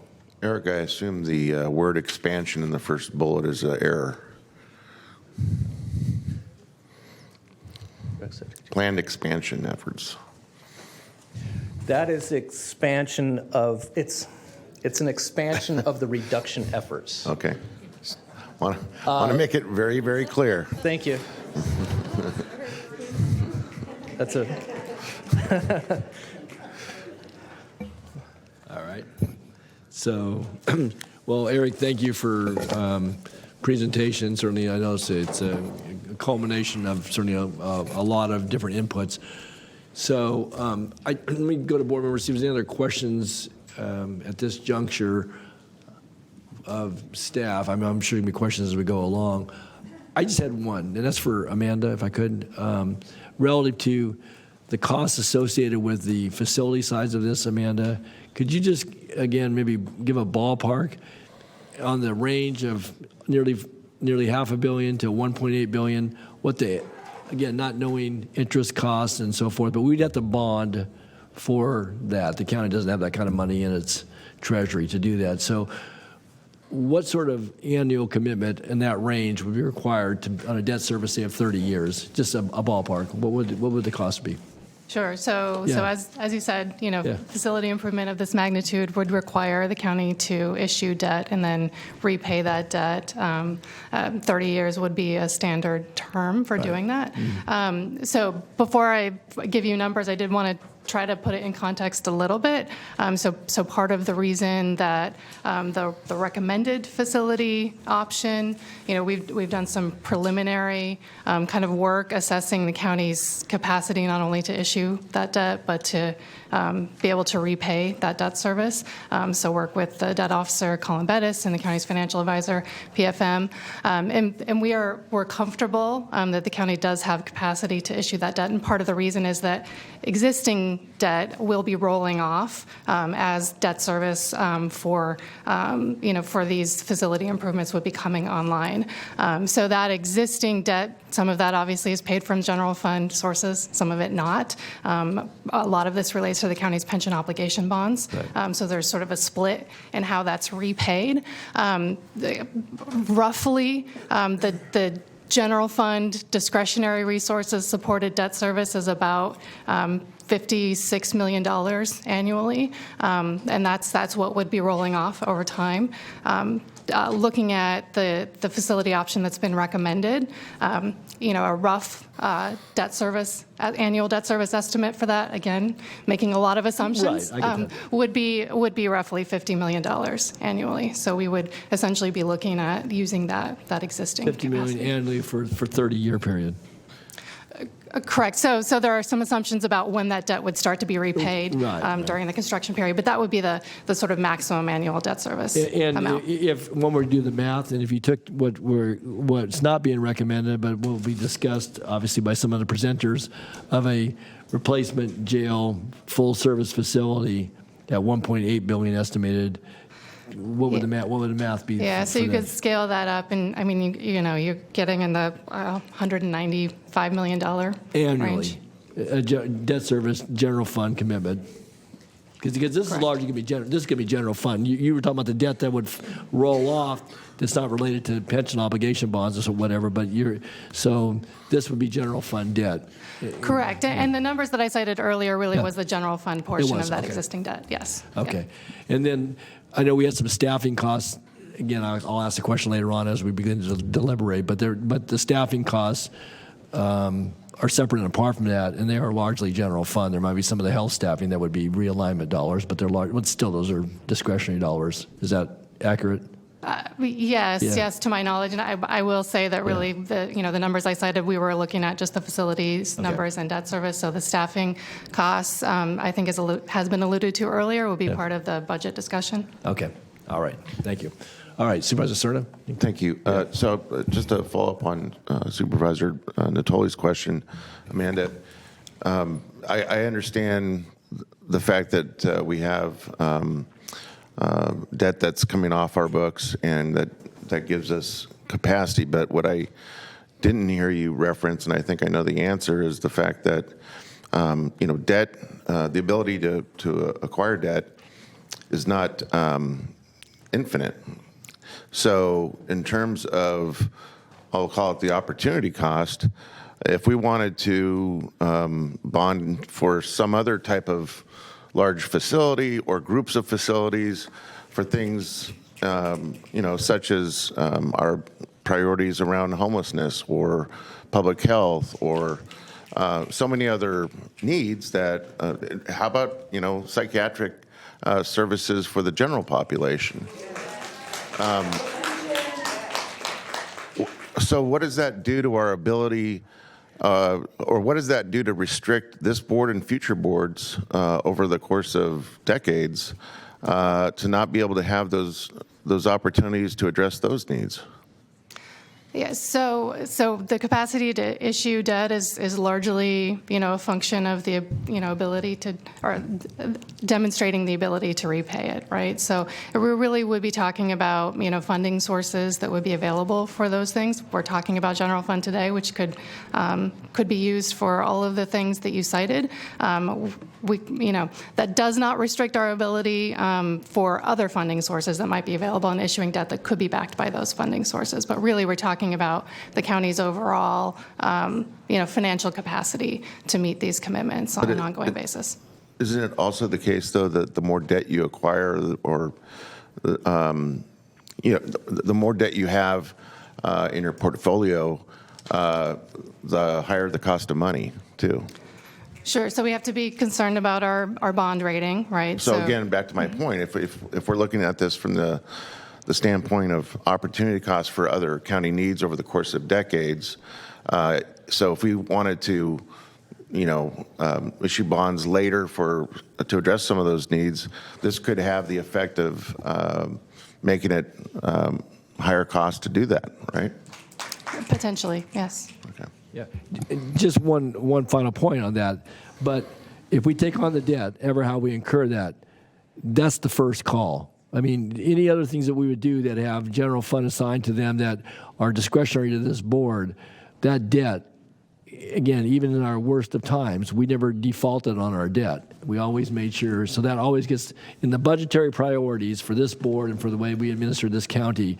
If you've taken on a loan, a mortgage, you don't default on that. And we never did, even in the worst of times. And we cut programs, and we laid off county employees, and we made serious reductions in public safety, law enforcement, child protective services, health services. We decimated some departments, and we cut county contracts, but we never defaulted on any of our obligations that had a mortgage and or a bond that indebted us behind them. Is that accurate? To my knowledge, yes, that is accurate. I mean, I will clarify that the structure that this financing would likely take on and the way that county has funded facilities in the past is as certificates of participation. So the facility itself serves as collateral for the debt. The county's overall financial position is an important factor in how much it costs us to issue that debt. Sure. But it is from that standpoint, it's not the same as a general obligation bond. So I just wanted to make that but clear. you've got to make the payment every year. It's just like your house payment, or if you're buying a car or anything else, you got to make the payment. And if you don't, you're in default. And there's consequences, serious consequences to that. And that obligation would be $50 million by your estimates a year. Correct. First call. So it would be an obligation of the county, First call. Correct. Well, from a budgeting standpoint, when you do your budget, you look at those obligations that are ongoing, right? And those get pulled right off the top. I mean, that's my experience. Again, I'm not trying to put words in your mouth, but that's, you meet your bond obligations, you meet your mortgage obligations, and then you begin to look at what you have discretion to continue funding or not, I guess, or expand. Yes, our current budget priorities do identify ongoing expenditures as a very high priority, number one priority. Okay. All right. Thanks. Okay. Any other questions? Through the chair? Yes, sure. Eric, go ahead. I need to add an important note. So, which is this, and Jeff Gassaway may be able to give some additional detail if necessary. Even if option 1A, which is the intake and health services facility on the adjacent lot, were done, there likely would be other ADA improvements still necessary, both at Main Jail and RCCC. What exact ADA, the project would have to vet out exactly what additional ADA compliant construction may have to take place after a booking loop and medical and health services areas accounted for, and that could be up to $50 million for each million dollars for each facility. So it's not the 450 million then, is what you're telling me? That's correct. Yeah, it's closer to 650 million. That's correct. I would like to see if Jeff has additional detail on that. 550 million, excuse me. Do you have anything else on that, Rick? Well, and that would also plus the additional 14.1 million for the interim measures, correct? That is correct. Okay. And I think it's important to add, and Jeff can add to this, is that this is the concept, right? And then those are the numbers that we've been given, are the range up to for those facilities. But when we got to actual design, there may not be the necessary need for all of the improvements that are incorporated in those numbers. But that is the estimates that we've been given. This is not related to the 1A clarification, but I think it's important to have the question asked and answered before we hear others present, and certainly before the public addresses the board. And this is to you, Rick. Does the decree itself, and anywhere in the decree, does it say county shall construct? No. Okay. But it does, the entire decree is about getting to constitutional conditions of confinement. Understood. And to the extent that we can't do it with what we have, and we can't get our way to compliance by releasing individuals, there's really one option left. Okay, thank you. Okay, Supervisor Kennedy. Thank you. I just want to address Supervisor Cerna's comment, and he's accurate.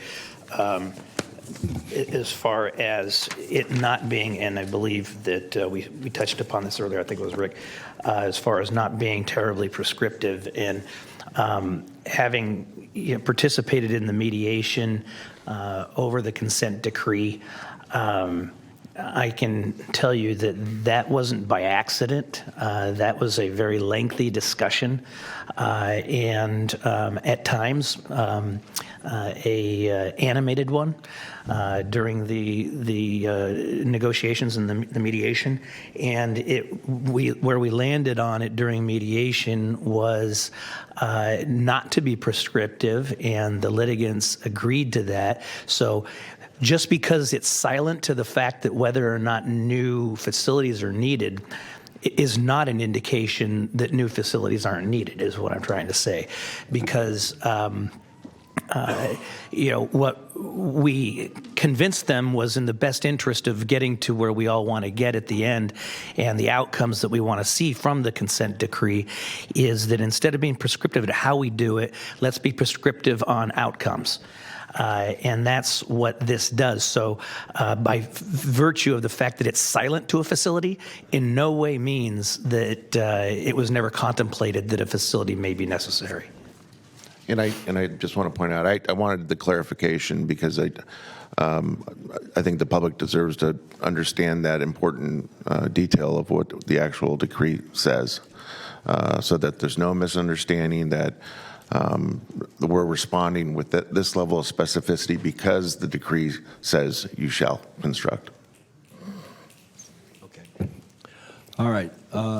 We're at a little bit past 2 o'clock. What I'm going to suggest is that we take a 5-minute break so folks can use the restroom, get up and stretch your legs. We'll come back at, let's say, 8 minutes. Come back at 2:20. We'll start with the presentations, and then we'll go into public testimony following that. So we'll break until 2:20.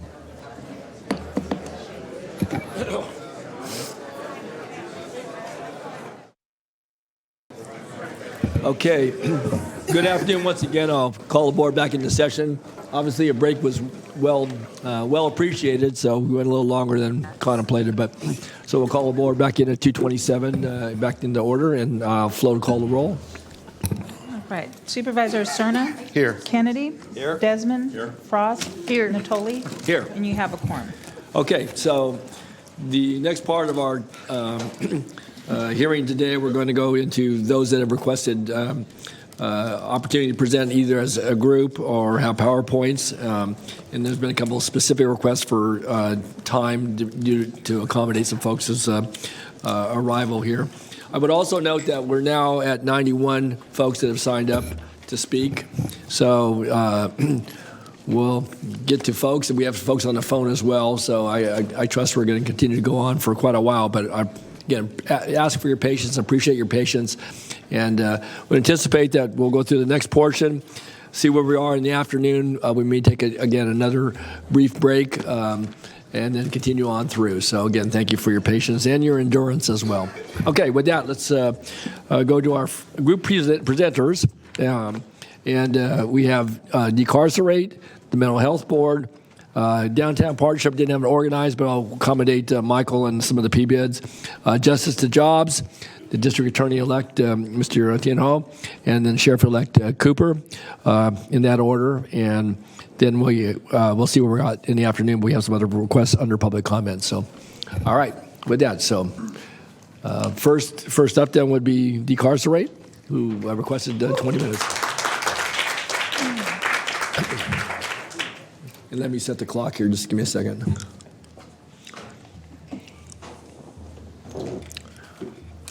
Hi, good afternoon. It is a beautiful day. Thank you for this human who put these words of encouragement up here.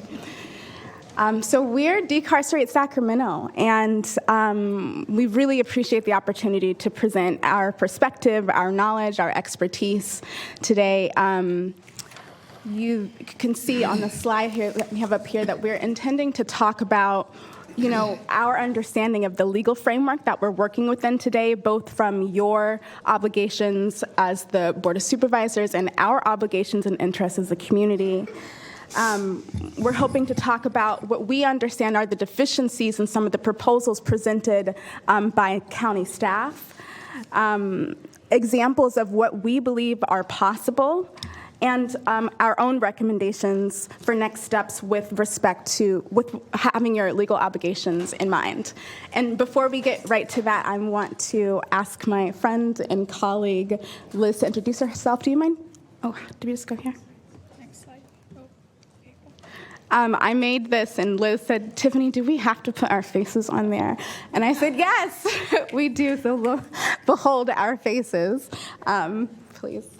Hi, good afternoon, Board of Supervisors and everyone. My name is Liz Blum. I'm a co-founder of Decarcerate Sacramento.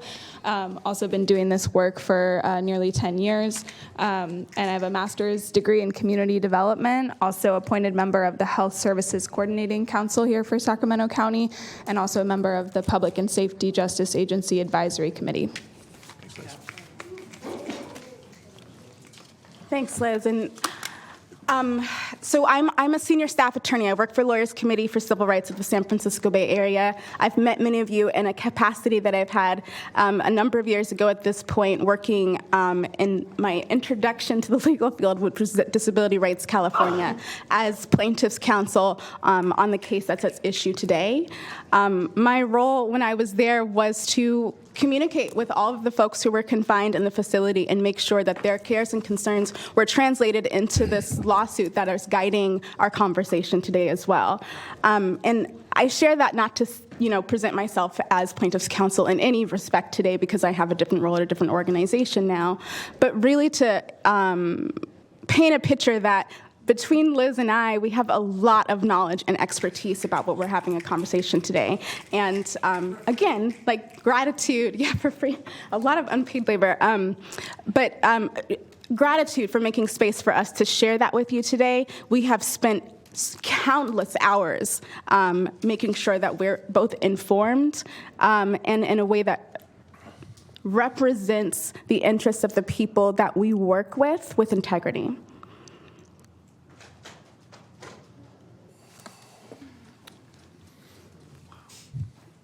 So I'll first start by recognizing that this meeting today is in response to a number of crises, a set of realities that the current class counsel or plaintiff's counsel in this case are able to compel the county to act with urgency, lest we all face financial and other consequences from the federal court system.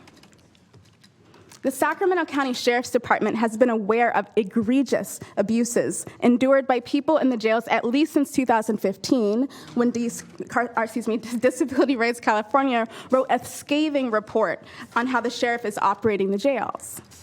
And frankly, even longer than that, longer than 2015. Because the main jail has been in litigation about its horrible conditions and its overcrowding since it was built. The main jail was built in 1989, and it was in a consent decree similar to this one by 1991. Okay? This is not a new issue, and these are not new problems.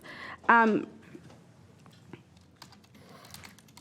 instead of approaching this newest lawsuit as an opportunity to bring different, proven, and known solutions, the sheriff and other carceral agencies in the county are pushing the same tired game plan, stating they need to give us more money, more staff, and more buildings.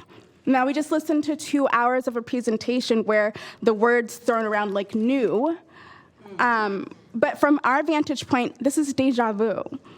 And it's dangerous. And it's not going to fix the problems that our family members and our community members are enduring inside the jail. What we're looking at right now is a limitation of the will of the carceral agencies and the sheriff's department, as well as limitation of their imaginations. So today there are two specific legal obligations, or legal obligations are twofold from our perspective. First, the county has entered into an agreement with the plaintiffs. And I just want to clarify, too, because I keep hearing this being misstated. Could I just ask, if you have a conversation, you can step outside, please? I'm sorry, she's telling me to scram and putting her hand in my face, and I feel very scared. I hope someone can make me feel less scared. Okay. There's plenty of seats here in the room. If people aren't, it's fine, but I just no. don't like being almost assaulted. Okay, so let's.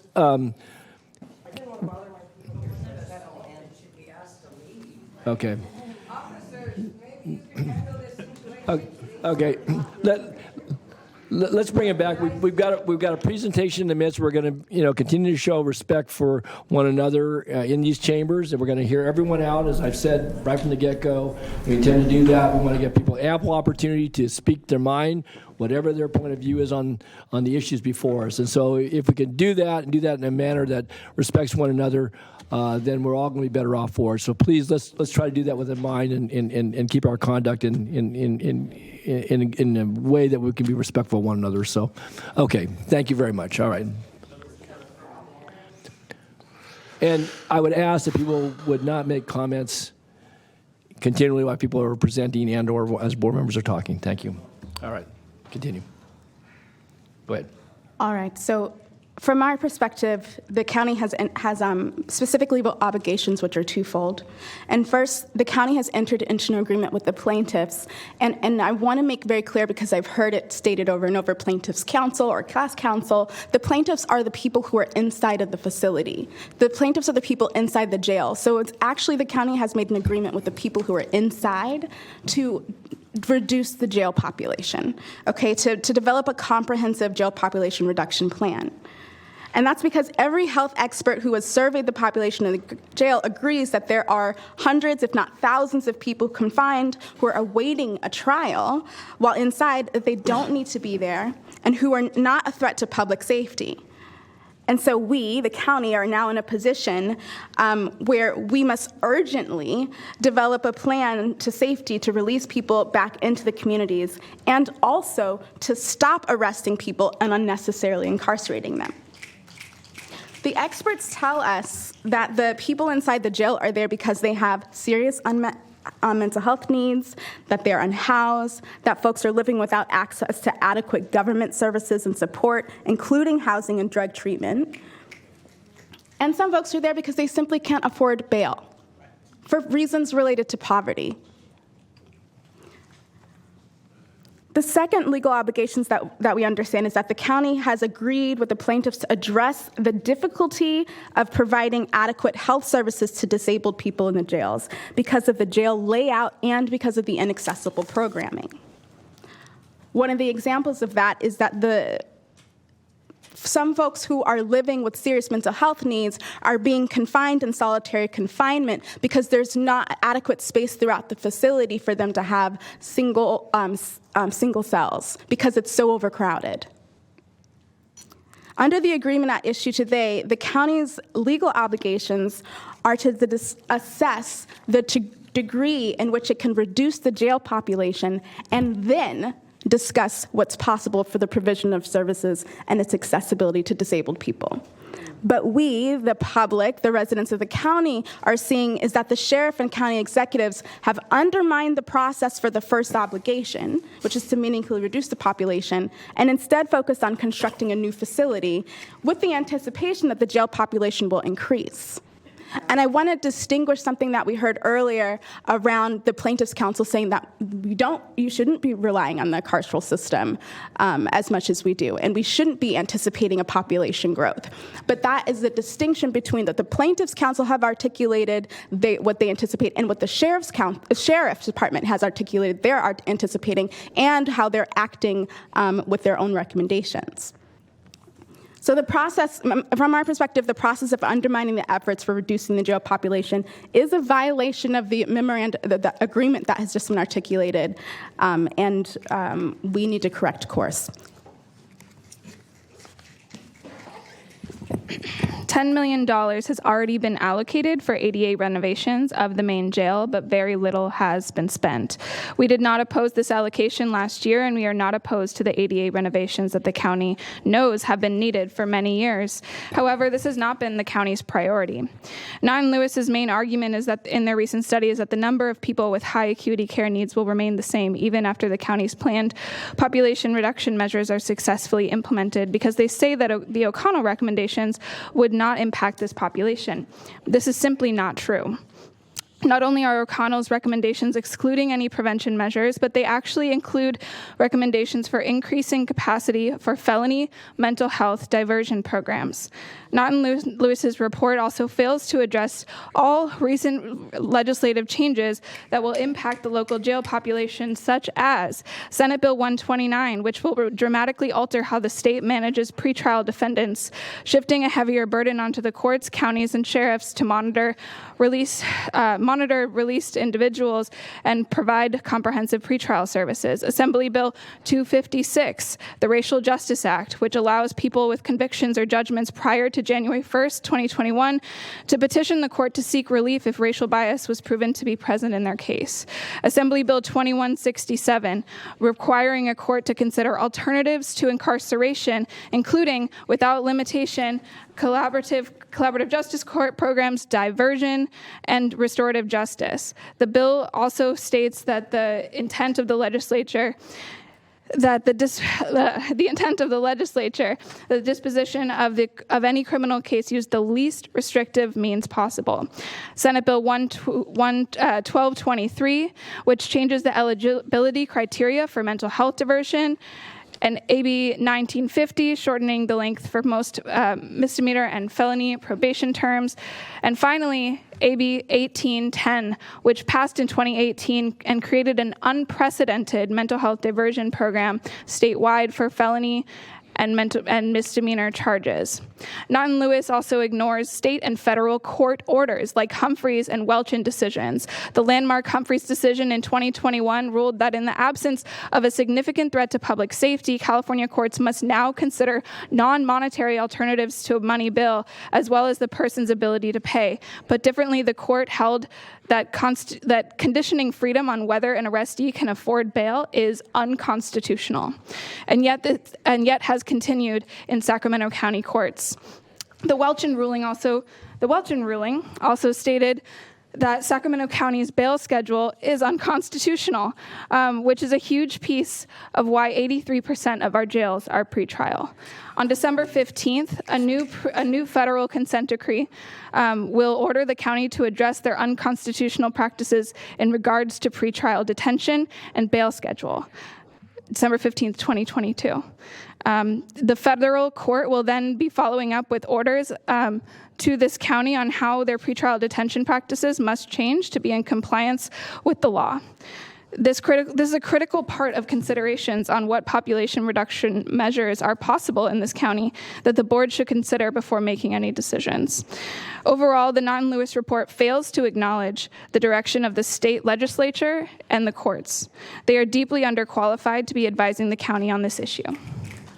Naughton Lewis has a large portfolio of building and expanding jails, not a portfolio that prioritizes the least amount of public dollars necessary to allow for legal compliance, and definitely not an expertise on criminal justice reforms and the intersecting health systems involved. Oh, wait, no. Is it? Oh, no, it's this one.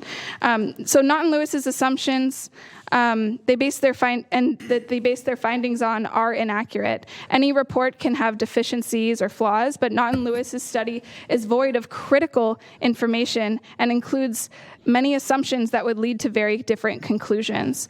Their report claims that the O'Connell jail population reduction strategies would largely impact only the general population, implying that there are no programs that safely divert individuals charged with felonies and diagnosed with serious mental illness. On page 16, Naughton Lewis conveniently leaves out the word felonies when describing O'Connell's 2F recommendation. They state that the recommendation as expanding mental health diversion for low risk instead of low risk felonies, which is what O'Connell wrote. They repeat that O'Connell estimates 81 people in an average daily population could be reduced through felony mental health diversion, which does not account for the serious potential that our existing programs have to reduce people with high acuity mental health needs from the jail setting. On page 20, Naughton Lewis claims falsely that if someone is assigned no bail, they are no longer eligible for any diversion program. But Penal Code Section 1001.36, which lays out the criteria for diversion, includes nothing about someone's bail. This also conveniently ignores, again, that the Sacramento County's bail schedule has been found unconstitutional. On page 22, Naughton Lewis details their explanation for alleged need to build 35 new beds for medically monitored detoxification. They write the population requiring these services has been housed throughout the facility, resulting in higher risk of acuity of patients who miss monitoring. Patients who miss monitoring.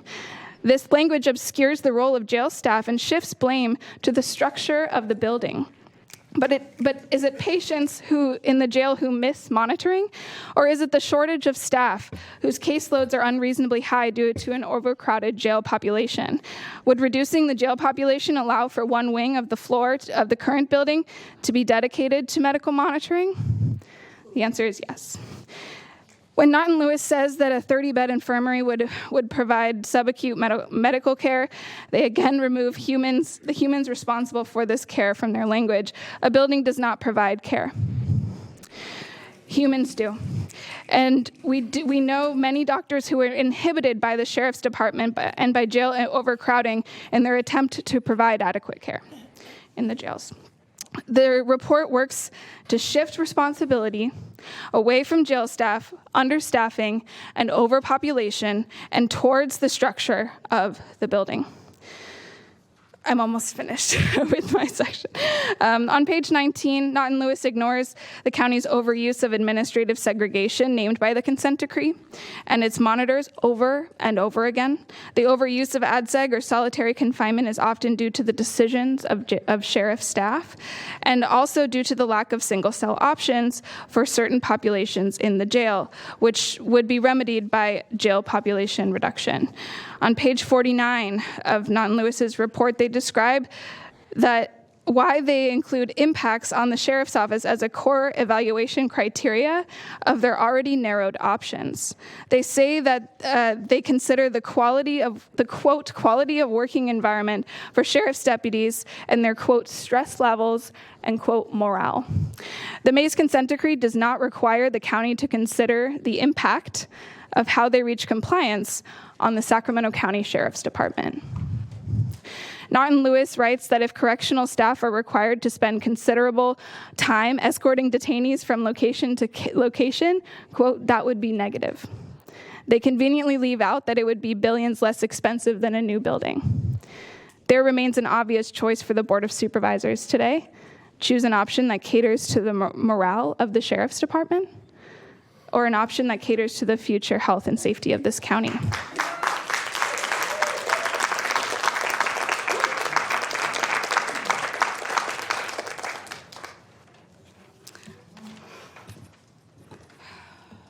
On this next slide here, we talk about the key deficiencies in the county's jail reduction plan.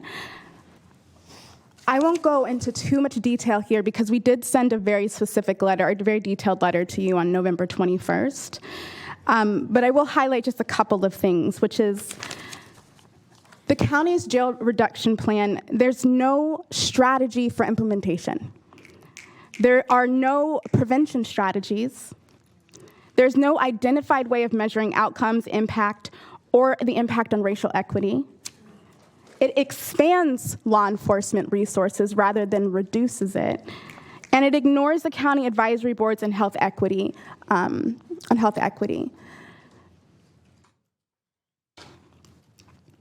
The plan that was presented to us is just a list of aspirations, right? It's not an actual plan. And that was stated multiple times throughout the 2-hour presentation that we just listened to. I also want to highlight that in the Aldana report, it identifies a number of questions for the county to further consider to reduce the population, and none of those questions were addressed in the plan or in the presentation today. Another issue with the county's reduction plan is that the intercept zero begins with crisis. The goal is for crisis to be a rare occasion, not the expectation. So we're putting billions of dollars into a crisis system. Instead, we can really afford to pay services for people before they reach that crisis level. And another thing I'll highlight that just for today is asking to expand law enforcement programs, it also asks to expand programs that we know are right now not working, including the probation programs that we all filled this room in before and warmed about. It is not being effective in releasing people in the way that it had promised or in the way that we really need.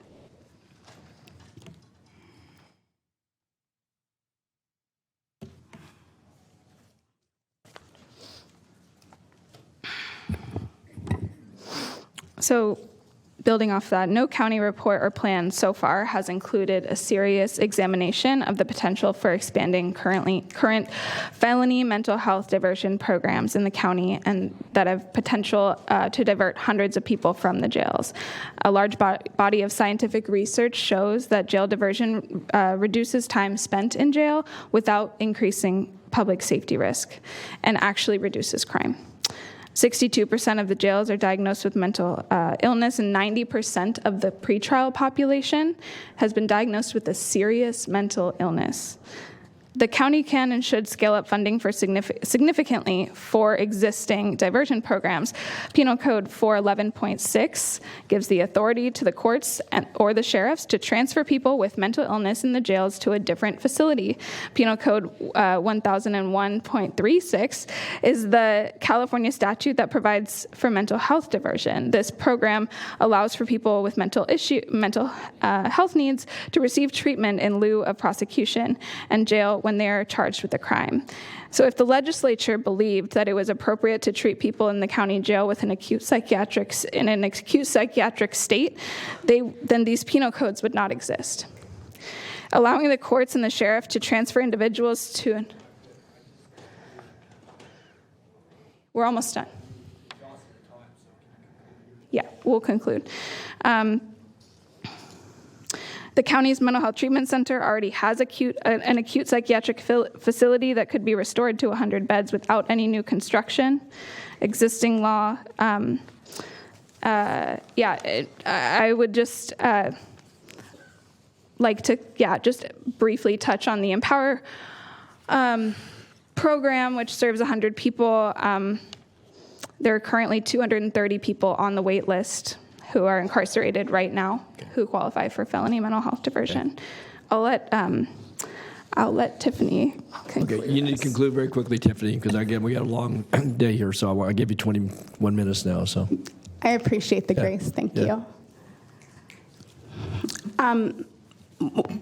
Right before the conclusion, I'll just take a couple of seconds to address the fact that we're calling it physical plant deficiencies is a misnomer, right? The purpose of the Americans with Disabilities Act is not to design buildings. It's not a piece of legislation designed to anticipate architects or constructions.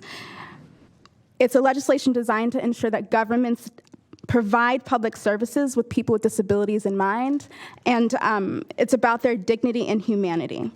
Right, and so when we conflate the physical structure with the ADA, we are missing the point of the Americans with Disabilities Act. There is no requirement for there to be a jail system at all for disabled people. Okay. And so what I want to conclude please. with is our recommendations. Thank Okay, you. please, very quickly.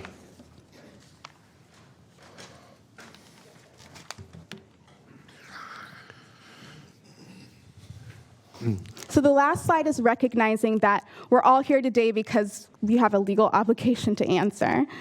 And after our painstaking review of all of the legal documents, the contracted products, the county staff proposals, we are actually recommending that you request more time from the class council and the court to address the significant deficiency in the population reduction plan. For example, you can ask for a number of weeks for time for staff to integrate recommendations from health advisory boards, to set up meetings with key community groups and include their written comments and responses in the population reduction report. While the county staff today reported that they've met with community groups, I'm here to tell you that all of these, any meetings or input from us were initiated by us. There was no specifically dedicated outreach from any of the county executive team. And this is so important because when you release people, when you have a population reduction plan for your jail, it requires that the community is holding these folks and supporting the people. And so you need the community's input to be integrated into that plan for this to be successful at all. Okay, please conclude now, Tiffany, if you could. I need you to conclude because we're now, I've got 91 speakers and 50 on the phone, so please. Thank you. Yep. Well, that is our recommendation, is that you take more time. It's my understanding that that's something that you might be entitled to so that you can really meet your legal obligations and to reject the jail expansion plans. Very good. Okay. Sorry, this is the last thing. It's actually really important. All right. No, I skipped a lot of it, you guys. I'm just going to say this last thing. Does anyone want to yield their public comment? No. Okay. Okay. So please conclude. Just one example of an untapped option. The current courtrooms on the first floor of the main jail can be converted to a new booking loop. Departments 60, 61, 62, and 63 that are currently on the first floor of the jail provide ample space that can be utilized once the new county courthouse opens in 2023. The county does not have a responsibility to house courtrooms in a county-run building. This financial responsibility lies with judicial council, who receives funding for this purpose. Moving the departments to a different location would require transporting individuals to a different building, which is already being done for individuals who have court in any other department, 1 through 47 in the main courthouse. So while we recognize that county's leadership often prefers to cater to sheriff's morale, transporting clients a few blocks is a lot cheaper than building a brand new jail building. The board needs to consider the future of this county over the convenience of the sheriff's department. Okay, thank you.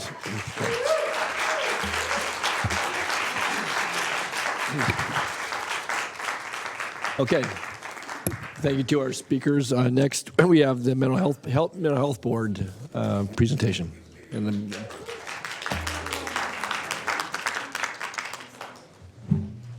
Good afternoon.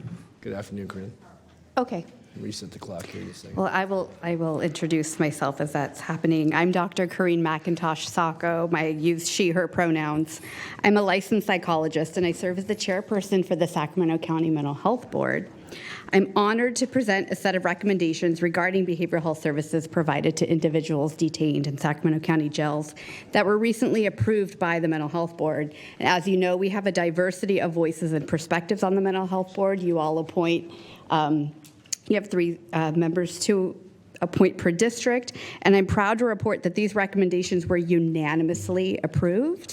I also just about an hour ago received word that the county's Public Health Advisory Board also unanimously voted to endorse these recommendations as well. I would want to thank my colleagues on the Mental Health Board for their support of these recommendations, and specifically the members of the Adult System of Care Committee where this work was conducted. As you know, we're volunteer public servants. Our time and energy is donated to serving our community in this advisory capacity to improve the outcomes of those with mental illness. Okay, so just touching quickly for the Mental Health Board's duties are mandated by Welfare and Institutions Code. We're responsible for reviewing community mental health needs, services, facilities, special problems, and serve in an advisory capacity to the local behavioral health director and to the local governing body. Our purpose is championing the rights of those with mental illnesses in our county, and our mission is aligned with the county's mental health plan, which states it will enable individuals with mental illness to access services and programs to assist them in the least restrictive setting. These recommendations are the result of considerable research and consultation from early January to late October of this year. This work product comes out of the Mental Health Board's Adult System of Care Committee. And over the past year, we heard presentations, interviewed stakeholders, reviewed key documents, and conducted site visits to examine the relationship between the community's mental health needs and services and the jail system to inform these recommendations. So starting with the 50,000-foot view, people with mental illness are overrepresented in our nation's jails. About 2 in 5 people who are incarcerated have a history of mental illness, and given these rates, America's jails and prisons have become de facto mental health providers at great cost to the well-being of people with mental health conditions. In fact, the American Psychiatric Association and the American Public Health Association have issued recommendations calling for improved access to inpatient psychiatric beds and other community-based services and supports for individuals with mental illness to prevent them from entering the criminal legal system. So if that's the 50,000-foot view, let's zoom in here locally. Sacramento County is no different from what's happening across the state and the country.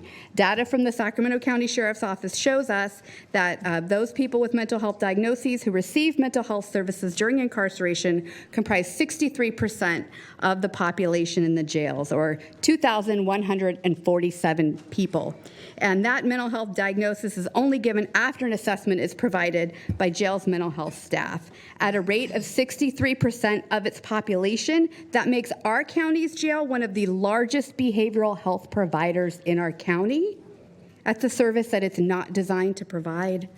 And of those 2,147 people, 952, or 27% of those, have a diagnosis that qualifies as a serious mental illness. Serious mental illnesses tend to present with active psychotic symptoms or behavioral dysregulation, which can look like disturbed, confused, and disrupted patterns of thought, rapid and constant and random speech, and losing contact with reality. Of those with a serious mental illness diagnosis, about 25% of them are also screened as experiencing homelessness. Our research found that public stigma still exists against people with mental illness. Many still believe having a mental illness is synonymous with having a propensity for violence. In fact, people with mental illness are more likely to be victims of violence than they are to be violent themselves. Removing people from their community and eliminating meaning, purpose, and connection from their lives is actually what's linked to violence.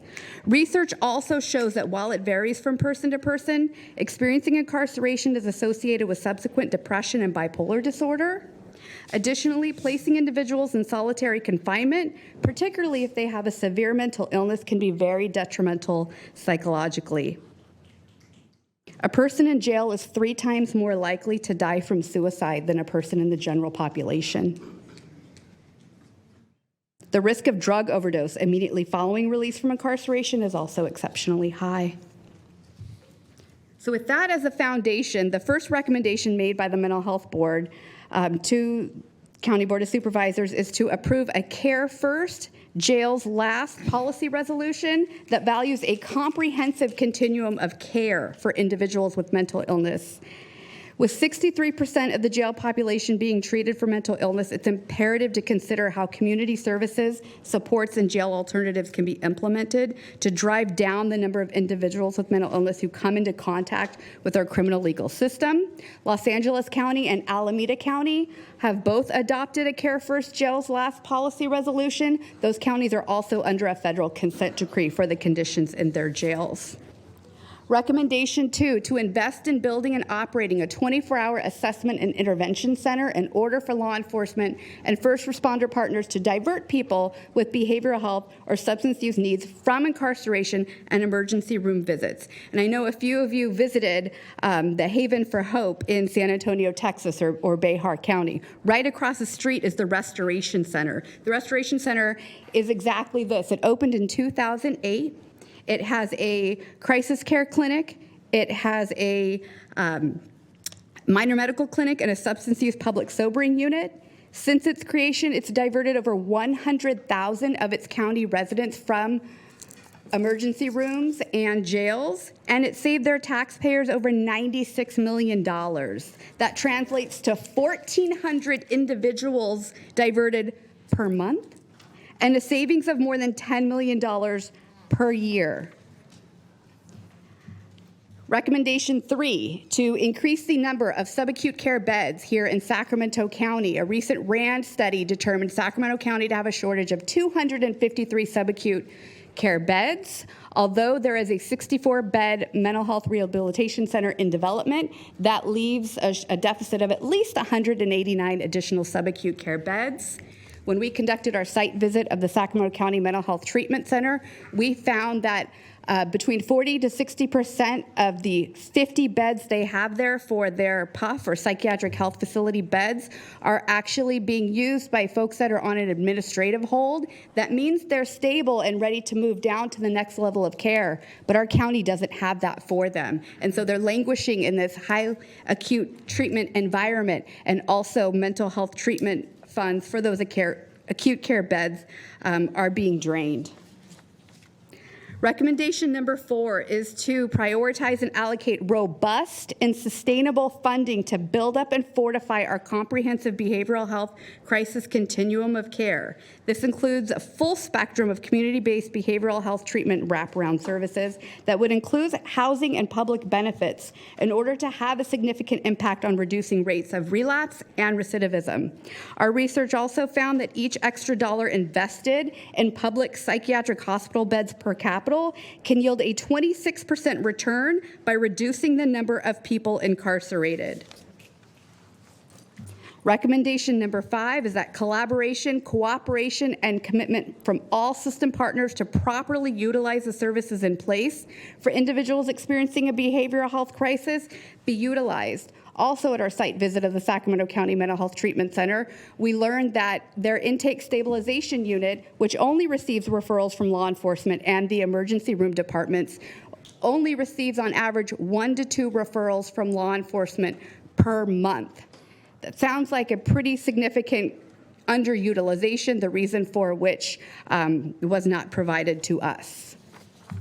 And lastly, recommendation number 6 is to aggressively combat the significant understaffing of this county's behavioral health workforce so that full and timely services can be provided to individuals involved in the criminal legal system with mental health needs while they reside in the community. And this would look like offering comprehensive compensation packages for those specific behavioral health positions whose fulfillment would yield the greatest return, meaning that senior behavioral health clinicians, I hope I'm getting that right, or at least the master's level clinicians, and the psychiatric nurses are the ones that are most in demand and that would also be able to alleviate the bottleneck in our system.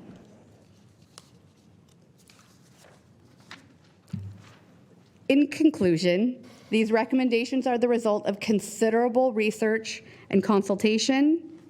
Their intent is to prevent incarceration of individuals with mental illness and to reduce the jail population by taking a public health approach that prioritizes addressing root causes and treatment over incarceration, while also being in line with the Mental Health Board's mission and Sacramento County's mental health plan's values, which is to enable individuals with mental illness to access services and programs that assist them in a manner tailored to each individual to better control their lives, to achieve their personal goals, and to develop skills and supports leading to their living the most constructive and satisfying lives possible in the least restrictive available setting.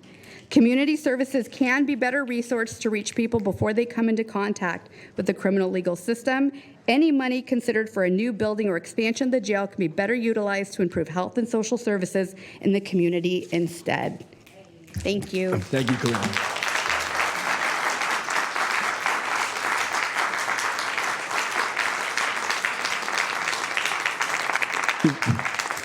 Supervisor Kennedy?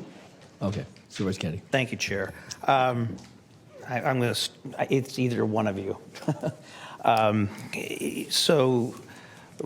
You've heard me talk about the Behar or Bear Diversion Center before, both of the deputies. Is there anything in this, because first of all, we all recognize that there are good models throughout the country and we can take parts of each, but it's very difficult to transform and just pick up a program in one state and then move it into Sacramento County. I mean, we've looked at that again and again, and you can replicate parts, but it's difficult to replicate all for a variety of reasons. I'm just going to stipulate to that. Is there anything in the jail population reduction plan that's before us that is contradictory to the outcomes we want to see from a program like the Bexar County Diversion Center? I can take that, Supervisor. So no, I would say there's nothing contradictory. We are looking at that model as well as other models that you've referenced, and that is part of the strategic plan that Mr. Jones referenced that we will be bringing back, is a plan for how we can start to bring some of those pieces together, with the understanding, of course, that we have certain providers in our community and partners who are already doing some of that work, so really figuring out how it all comes together here. But we think it's an excellent model, and we'd like to move forward with exploring it.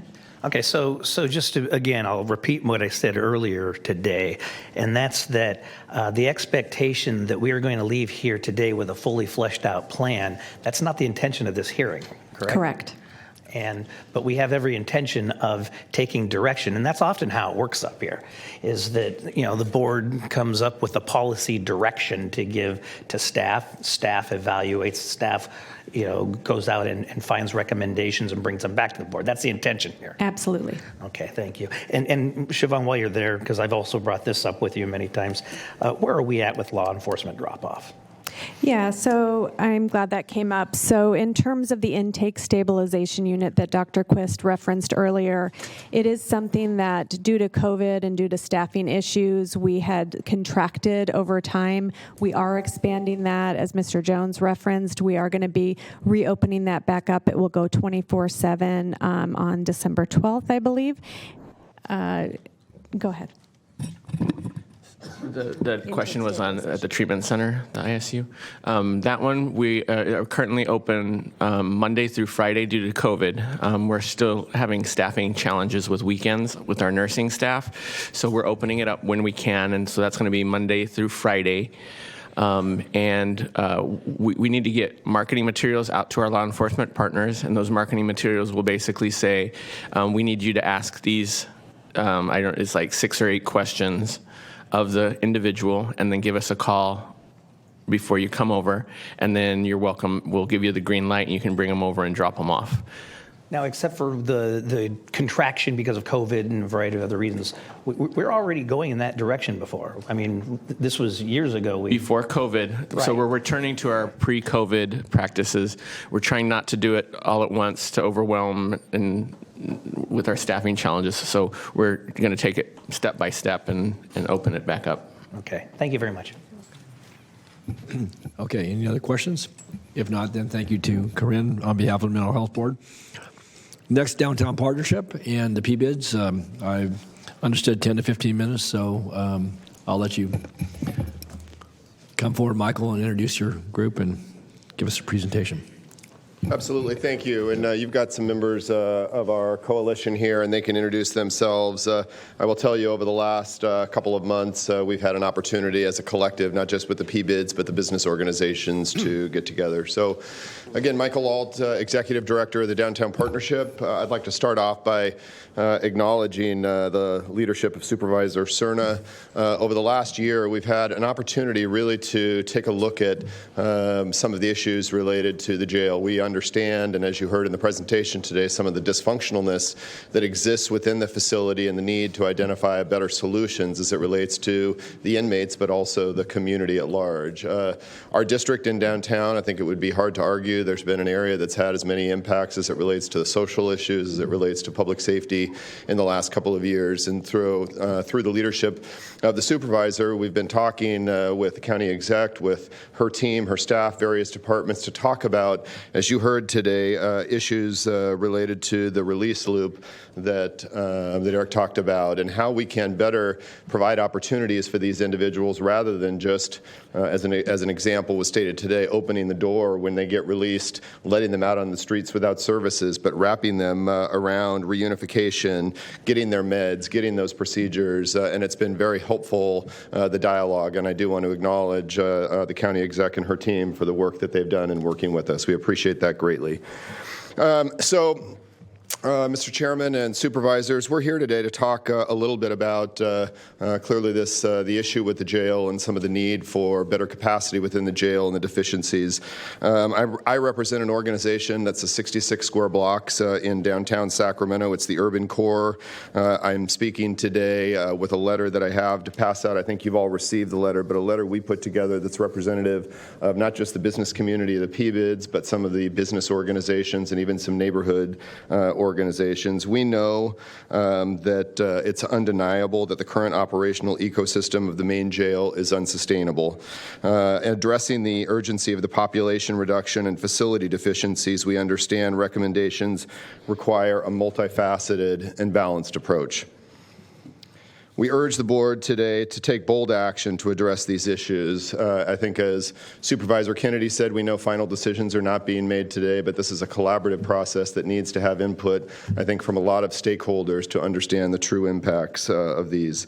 Adequate funding of critical resources and programs to decrease the population and recidivism while providing a facility with remedies that can increase the ability to ensure sustainable conditions is a priority. We found through the research with this that there are over 25 different agencies throughout Sacramento County that book into the main jail. Knowing that, there must be a robust resources for diversion and reentry programs to ensure supportive transitions for everybody. As part of this, it's critical that the county provide increased linkages to acute and subacute mental health services, including an alternative drop-off and location for law enforcement.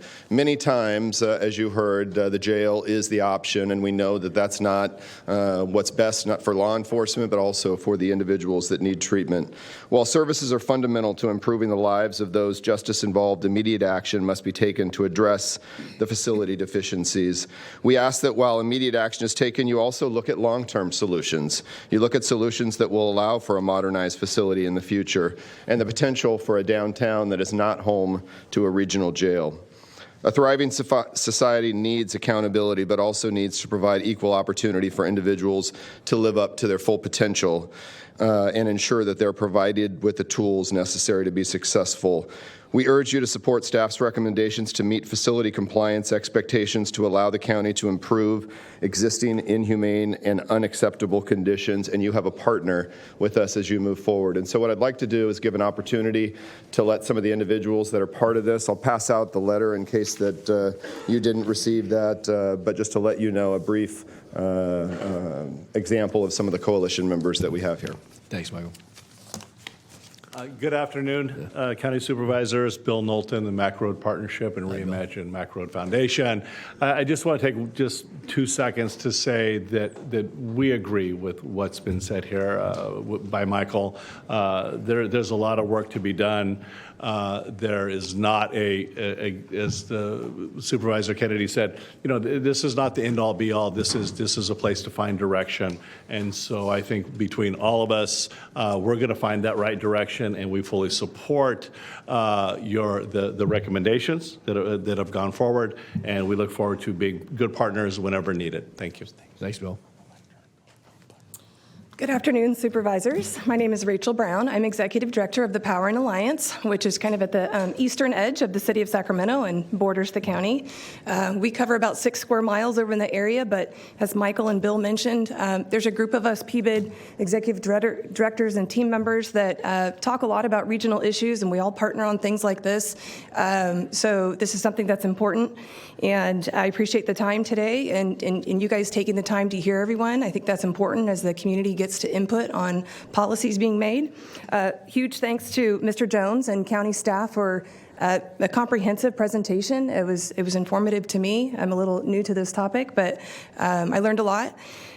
So as was said, we support staff's recommendation. I know that it's important to address the jail facility deficiencies in order to comply with the May's consent decree and work on diversion and other proper programs to help reduce the jail population. So thank you for the time. Thank you, Rachel. Thank you, Mr. Chair and Board. Jack Blattner with the Sacramento Metro Chamber, representing over 600 businesses in the 6-county region. In the interest of time, we would just like to echo what Michael and the DSP said, and then obviously thank staff for their hard work and research. Thank you. Thank you, Jack. Hello, I'm Devin Strecker, Executive Director of the River District. We're the business improvement district on Richards Boulevard on the north end of downtown Sacramento. I just want to echo what my colleagues here have said, and the River District is proud to be part of this coalition, and we want to be part of the solution, so we support this initiative, and we are here to help whenever possible. Thanks, Devin. Hi, I'm James Allison with the Midtown Association. We are a property-based improvement district that represents 1,200 properties within Sacramento Central City. Our goal is to make Midtown the center for creativity, culture, and vibrancy within Sacramento's urban core. As you've heard today from my colleagues here with me, this is clearly a ubiquitous issue. While the jail itself might be located within Sacramento's Central Business District, its impacts are rampant across the city, and the impacts of this decision today will carry throughout the entire county. We appreciate your giving us this opportunity to speak today. I'd like to reaffirm our commitment at the Midtown Association to working with our colleagues here, along with the county, in any capacity that we can to help further the objectives of this moving forward. I would like to add that it is a key that we, as we continue to develop this plan and this opportunity, focus really on the mental health, behavioral health, and drug treatment of individuals so that we really identify the root causes of the incarceration to begin with, rather than continuing a revolving door. We'd like to thank you all for your time, and thank you for the collaborative opportunity we have in front of us. Thank you, James. Good afternoon. My name is Corey DeRue. I'm the Executive Director of Florin Road Partnership. I'm here today on behalf of the Florin Road Partnership and the Foundation with my Deputy Director, Don Carlson. I think that at the root of everything that's being said in this room, I think we would all agree that we kind of all want the same things: safety, humanity, health, for everybody, right? You, me, all of us, right? We're with you. We are all together, and we hope that going forward, we can be a partner and help the County Board of Supervisors find that solution and be a part of that solution for not only our communities, but our businesses and everyone as well. Okay? Thank you very much. Thank you, Corey. I do want to, I apologize. We do have Rebecca Evans on the call. Okay. For right. Carmichael PBID. All right. Phil, do you have a question before I? At the end. Okay, go ahead. Thank you. Michael? Yeah. Do you want Rebecca? Is she on? She's on the call. She texted me. Okay. Okay. Probably in the queue somewhere. Okay. Yeah. All right. Well, very good. Okay. Well, thank Set you. up on, Yeah. yeah. All right. Thank you all for being here on behalf of your organizations and associations. Supervisor Cerna? Thank you, Mr. Chair. I just wanted to take a moment and thank Michael and all the leadership from all the PBIDs that spoke for their partnership. And as Mr. Alt alluded to, even before the consent decree, we've had years of conversation about how best to find a better place for the jail, in term not physically necessarily, but making sure that as a property in downtown Sacramento, a very specific use in downtown Sacramento that we do better in terms of not just the impacts that are felt by those that are on the outside of its walls, but do better for those that happen to be in the inside. And when they get out, as was alluded to, that they're not just left to their own devices to hope that they succeed. We have a responsibility, as I think all the leadership would agree, that we have to make sure that they have every opportunity to do just that. And it's not just government's responsibility. It also is the private sector as well. So I really do appreciate your presence and your words today. Thanks. Okay, very good. Thank you, Supervisor Cerna. All right, then Rebecca Evans will, I guess, somewhere in the queue, but noting that she was a part of the group. So, thank you all. So the next we have the Justice for Jobs, they have a video in 10 minutes, and then the DA-elect Tien Ho, and then our Sheriff-elect Mr. Jim Cooper. So, all right. Just pull it up. This is the one where you told me to just bring my computer. Yeah.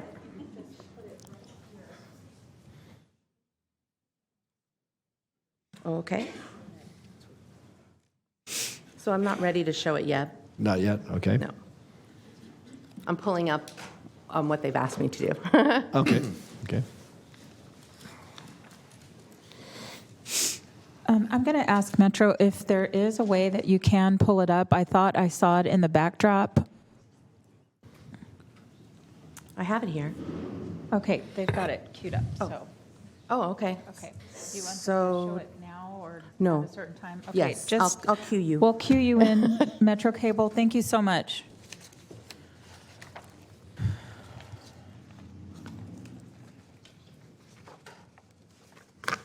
Okay, I think I have everything. Okay, Lynn. So you should all have printed documents, I'm hoping.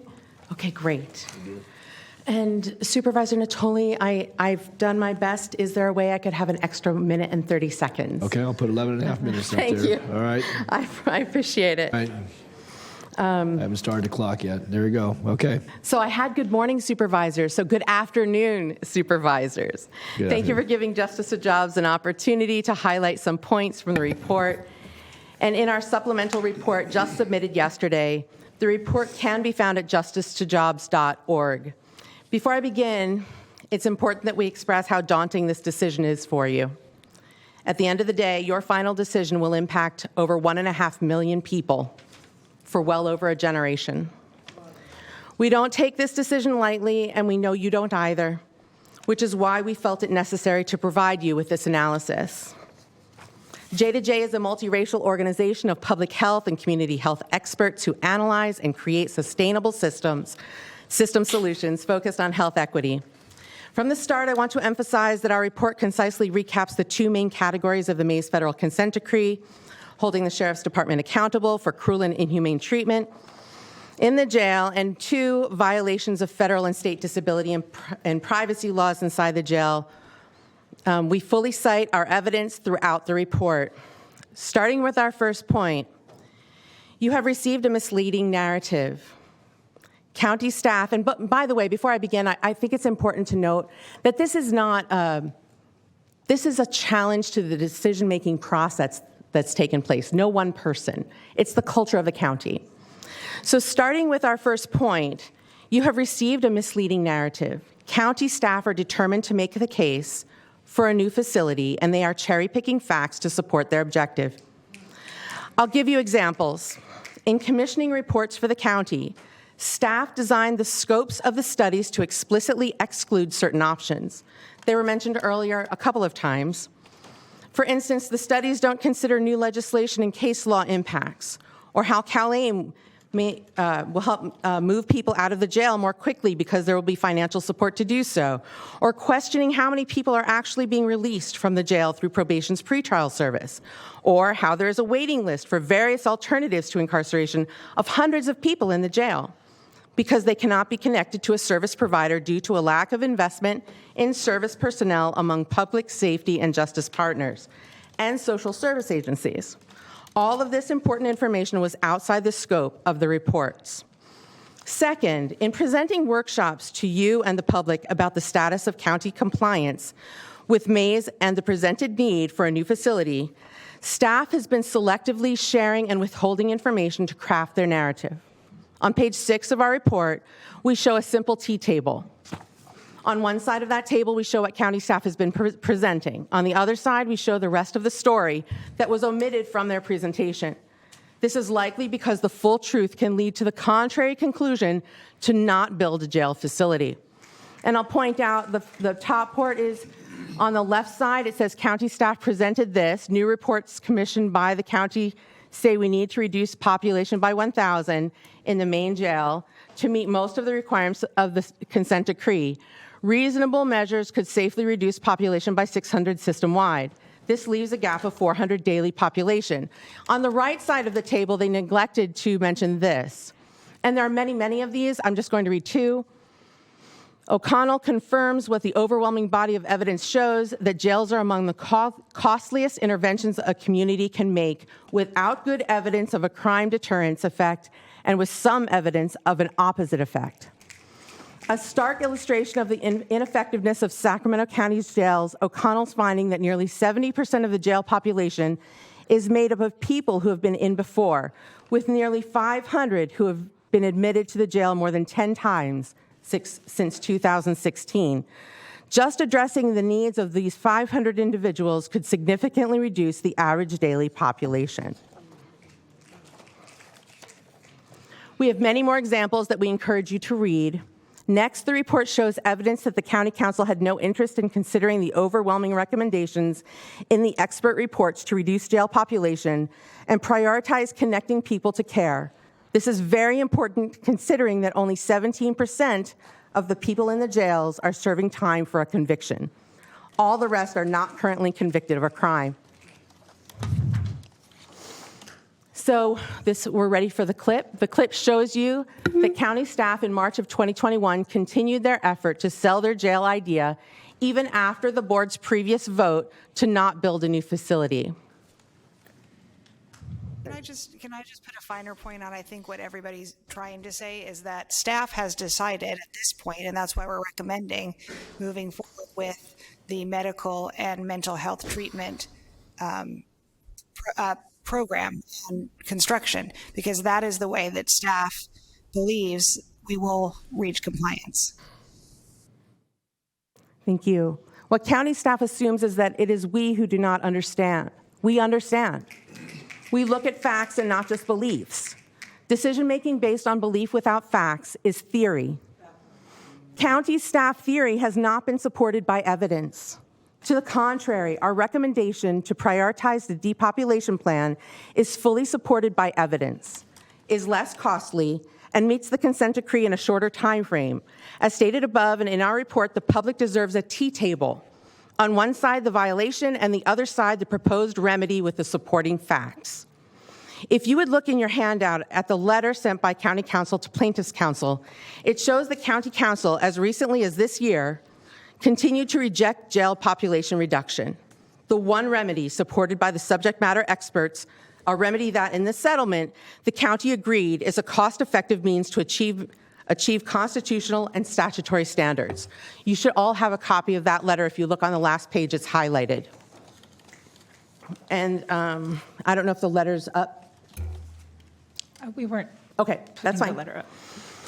In making their case, county staff have not provided supervisors with the information needed to make a fully informed decision. County staff are defining the problem narrowly, can't comply with some of the Mays requirements in current facility, instead of looking at the full problem, including inhumane treatment, lack of appropriate medical and mental health care, etc. They're not considering the county's goals and values. They don't show how their proposed solution would address the majority of the problems documented in Mays. They provide no cost-benefit analysis or real alternative solutions, although I did hear Mr. Jones comment earlier that that's coming. And they don't address predictable unintended consequences of their proposal and other existing county policies that drive higher incarceration. The J-to-J analysis further points out what professional scientific key principles of good decision-making are. that focusing on jail construction instead of population reduction is a fool's errand and shows costly unintended consequences that will happen if you take this step. That the Sheriff's Department is the reason we are sued by Disability Rights California, yet you have no purview of accountability over elected officials. And we talked about that earlier, including the sheriff. You have no power over the jail. So why would you give your oversight power away to the sheriff and trust the department to do the right thing when you have many better options? We also point out that the Sheriff's Department has had 4 years to remedy plaintiffs' counsel's demands. So why would you trust the Sheriff's Department recommendations supported by County Council and executive leadership to build a new jail facility before you know what depopulation efforts will do to solve the majority of the violations in the jail? It's putting the cart before the horse, a huge cost to the people of this county. That Plaintiffs' Counsel has to accept any plan that directly or actionably addresses the violations. But note, they do not vet the quality of sustainability of any plan. The threshold to meet the letter of the law is very low. Do not depend on Plaintiffs' Counsel to reject a proposed remedy that meets this minimum legal standard. Over the last few years, especially the last 20 months since the last attempt the county proposed a new jail facility, we could have focused on depopulation combined with inhumane culture, sanitary issues, lack of health care issues, and other non-facility issues. That's 20 months of noncompliance, further erosion of credibility with Plaintiffs' Counsel, and worst of all, suffering of the people inside the jail, contributing to additional preventable deaths. I want to leave you today with 4 main takeaways. Number 1, and hopefully this will resonate. We tried to make it a little fun so you could remember. You have so much data coming at you. The Pinocchio choice is the narrative you have received from county staff about the justification for a new facility. It is incomplete and misleading and has included half-truths to convince you. This includes the recent sheriff's community mobilization using fear-mongering with half-truths to gain support. Number 2, county staff is certain to take the Goldilocks approach and offer you options to help you feel like you are being given the opportunity to make the just right choice. The problem with the choices they're offering is that they are based on a strategy to support their 4-year mission to jail our way out of inhumane treatment. The only just right choices are the ones, here we go, are the ones evidence accompanied by the power of accountability. You owe it to the public to prove your position before wrongfully choosing any of the chairs. Number 3, do you know Sisyphus? He's the Greek mythological figure who condemned to roll the boulder up the hill and continually watch it roll back down. A new jail facility will not fix the system problems. Choosing this option over and over again, as county staff is doing, and focusing resources and attention on building a new facility is why you are up against a federal court timeline and concerns of receivership. And number 4, don't be Chicken Little and allow yourselves to make decisions based on fear. Focus on what's best and direct county staff to support your decision. Don't let them trick you by playing to your fears. Finally, here are 5 points to start a plan that you can use to avoid receivership. First, direct county staff to no longer pursue the expanded jail option. Instead, immediately increase in funding for gaps in services, which you all questioned earlier, which was great. Require probation to redirect violation arrests, which I know they're saying is very small, but it can still help. Depopulation plan and connect to appropriate care.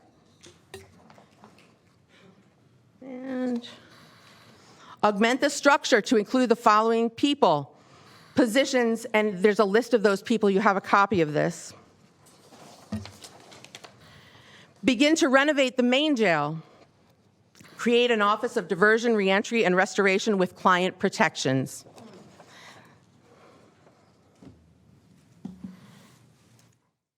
Thank you again for the opportunity to highlight a few of the points in our report. I'm happy to answer questions, and I really encourage all of you to read what we've sent and ask the questions we've asked you to ask, because it will make a difference in depopulation, a big one. And it wasn't covered today. Thank you. I'm sorry. I'm not saying this.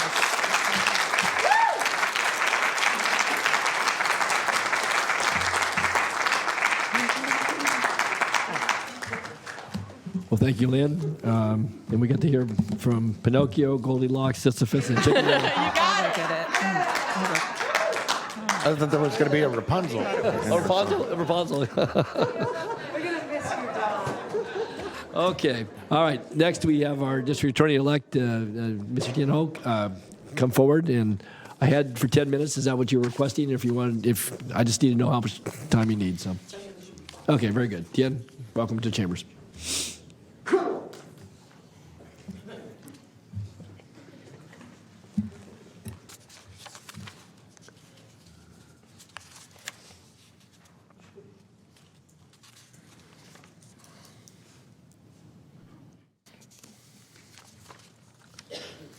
First of all, I would like to thank the Board of Supervisors, and in particular, the Chair, Don Natoli, for allowing me the opportunity to present today. I'd also like to thank the staff from the county as well. They've worked extremely hard to really put in the work and the effort to do the analysis and provide recommendations. Thank you, Tim. So let me start off that what I am proposing and what I am recommending is really a long-term plan and a long-term solution towards the issues that have been presented by the Mays consent decree.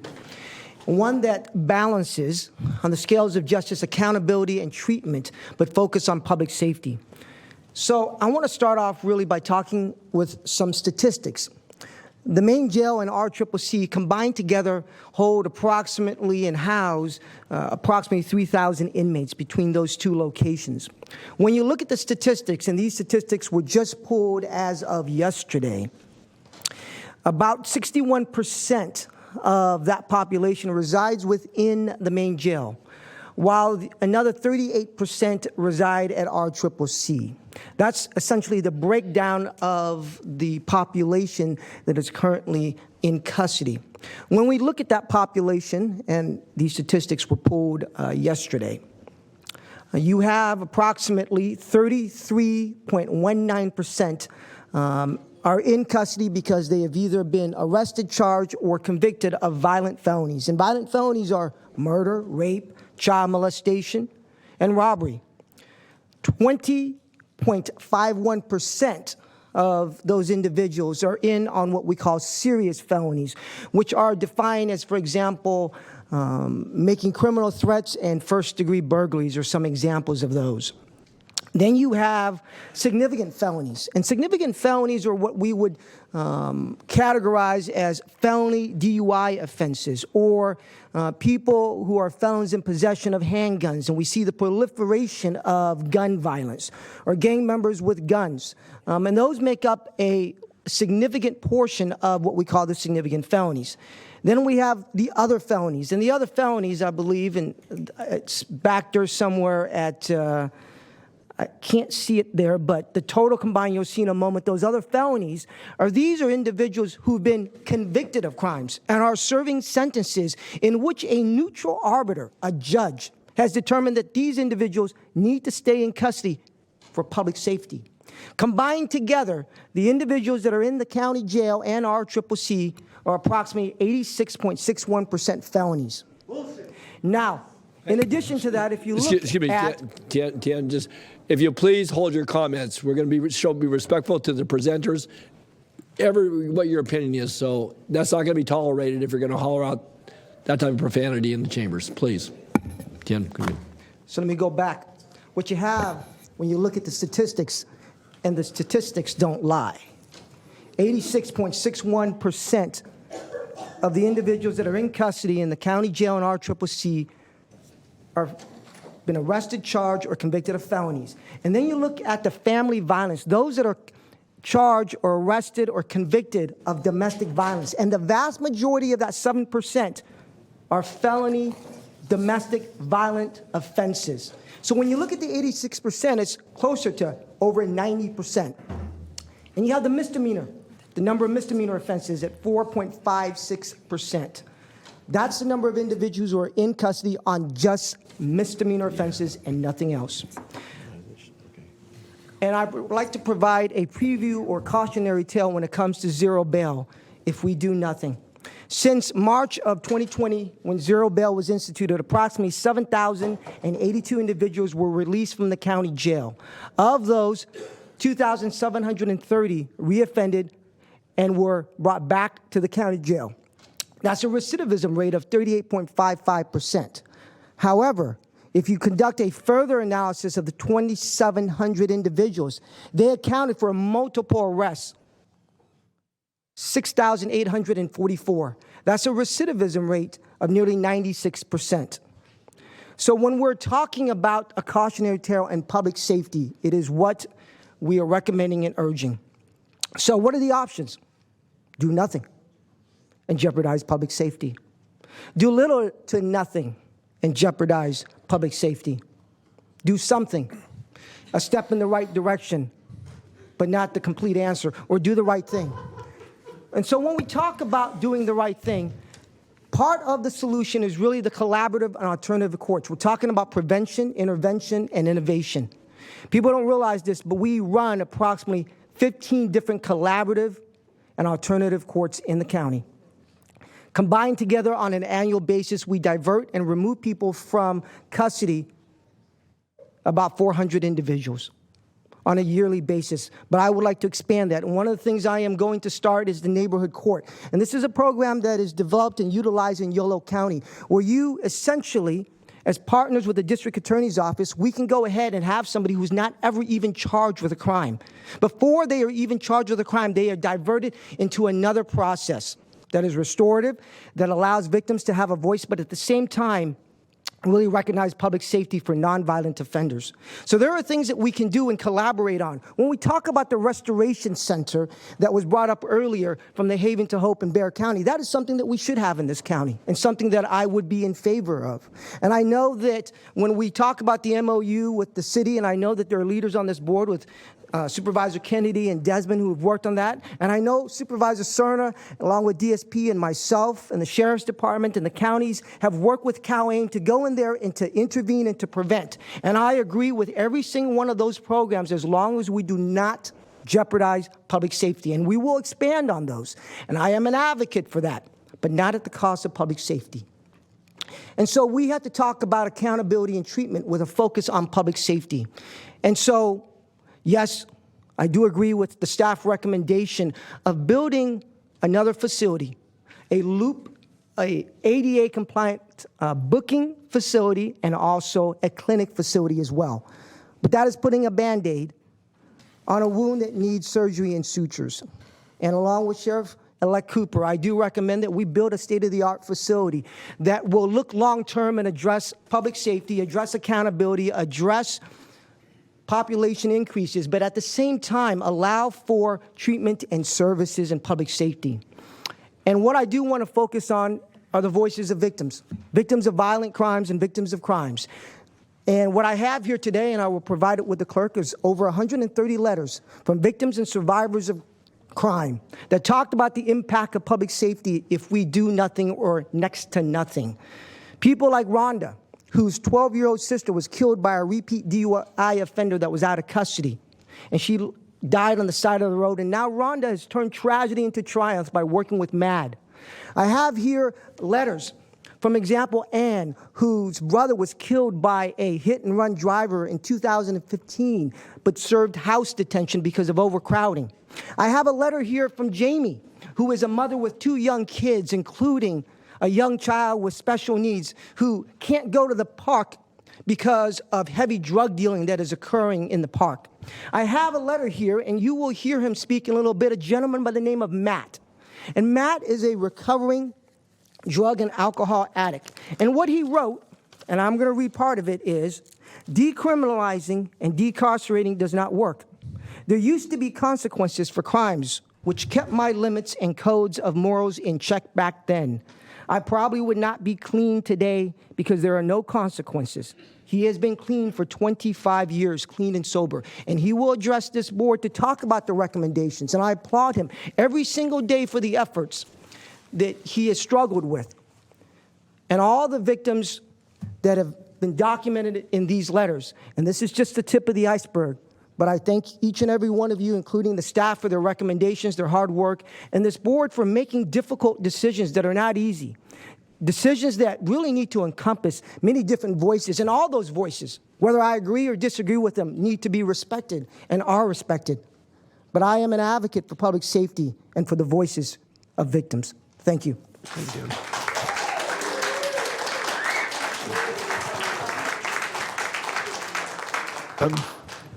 Thank you, Tieno.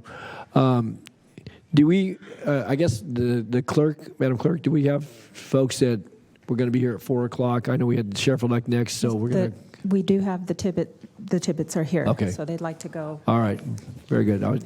So. They're coming down now. Yeah, they're coming down. Yeah, they're coming down. Yeah, right. And so, okay, so Sheriff-elect Cooper will be next after the Tibbetts. I had it scheduled at 4 o'clock, but it's 3:47, so.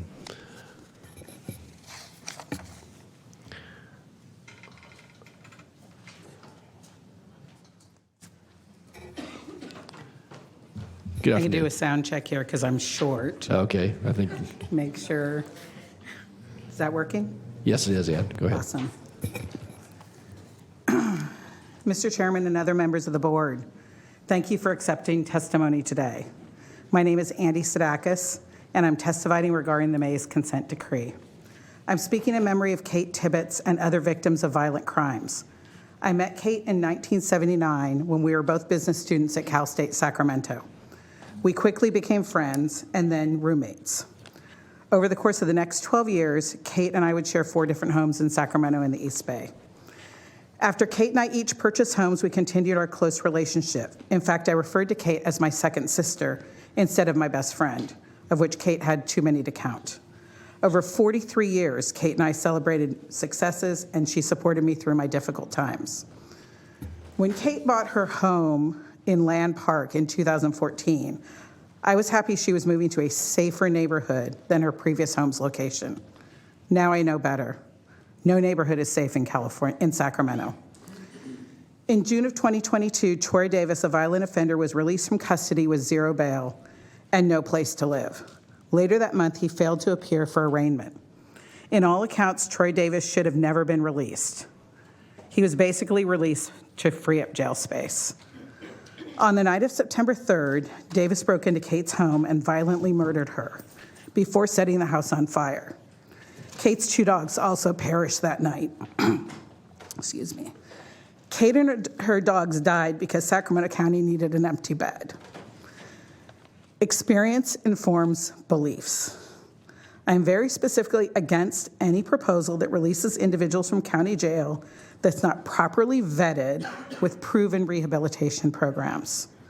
I believe this objective can only be accomplished if it's tied to a new jail facility. To date, solutions to crime prevention at the local and state level have been unsuccessful. One recent failure was the Assembly Public Safety Committee's no vote on AB 1827, the Kate Tibbetts Act of 2022. It was sponsored by Assemblymember Cooper. That legislation, if enacted, would have allowed law enforcement to electronically monitor criminals who failed to provide an established address when released from custody, a sensible solution to alternative to incarceration, and even with a bipartisan support, it failed. 0 bail is yet another example of how our government has failed us. It happened here during the COVID pandemic. It's another reason why Kate is dead.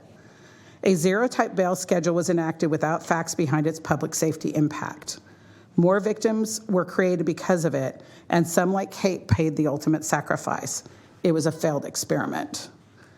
History is about to repeat itself. If jails are emptied as a sole solution to satisfy the conditions of the consent decree, more violent crimes will occur and more victimization will happen. Interestingly, the Kate Tibbetts Act would have reduced criminal opportunity and been part of the consent decree solution. Our Sacramento jail facility has been inadequate for many years. This status resulted in the consent decree as a settlement to legal action. But Sacramento County must meet the terms of the consent decree without further risking our community safety. In fact, contained in the general provisions of the remedial plan, the consent decree, which I actually read, provides all population reduction measures should be designed to promote public safety through evidence-based programs. Let me say that again.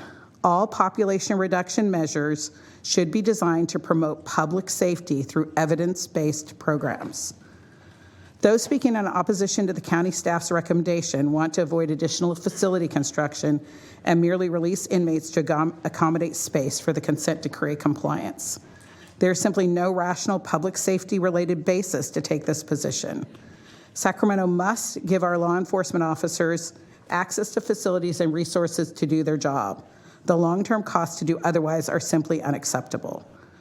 Experts have advised this board that compliance requires a multifaceted approach that includes building capacity to carry out the objectives of the consent decree. Reform is needed, but it must be smart reform. Let's make that expenditure now instead of paying a hefty price later. Kate's senseless murder and many others could have been prevented. We must focus and do more now so we can protect our community from violent crimes, while also meeting the mandates of the consent decree. Thank you. Thank you, Ann.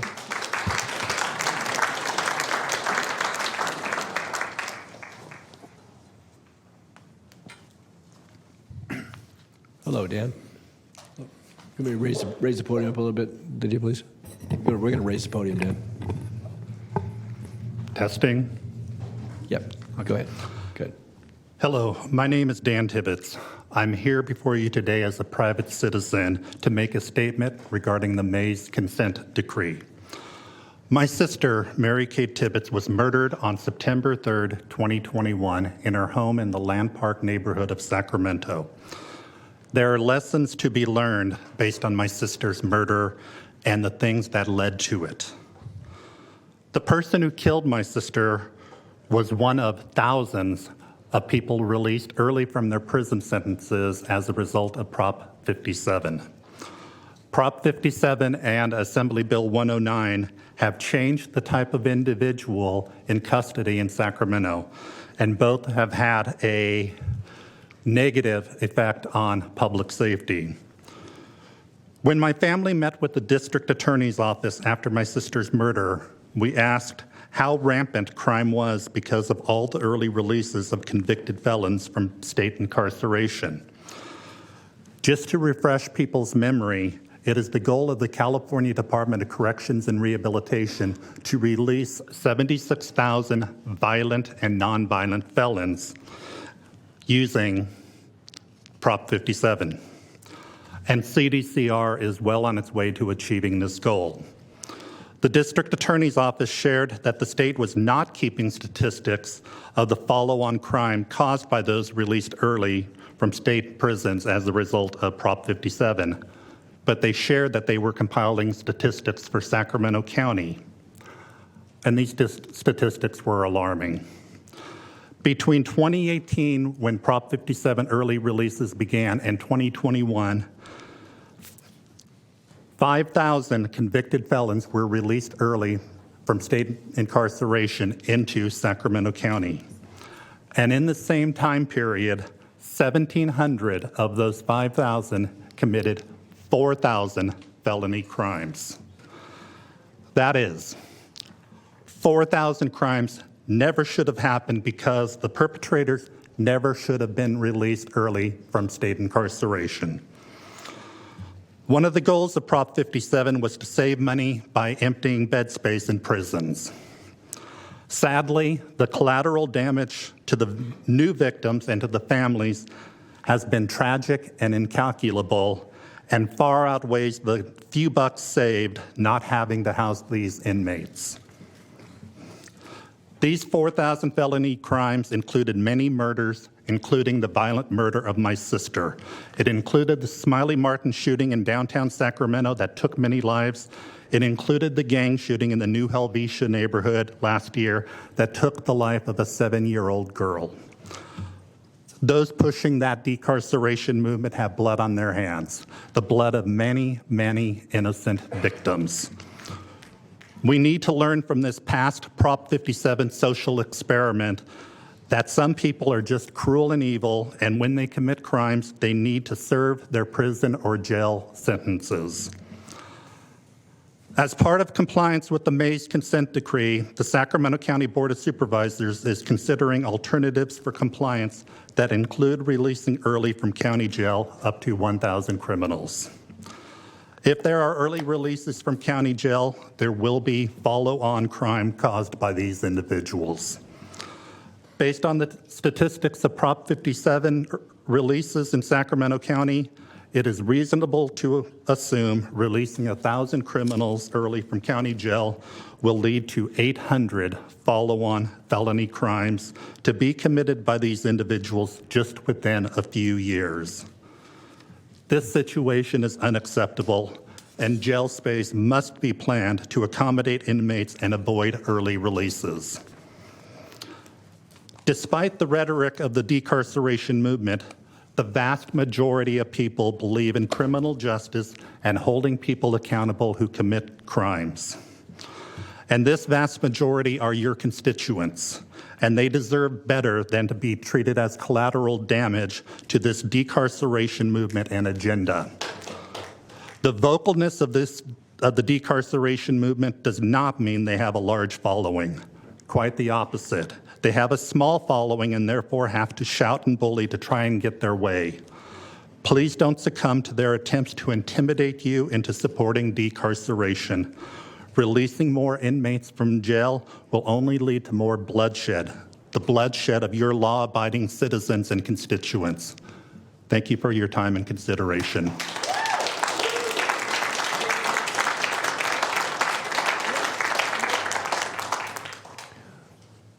Okay, thank you, Ann. Thank you, Dan. All right, next we have Sheriff-elect Jim Cooper. Jim.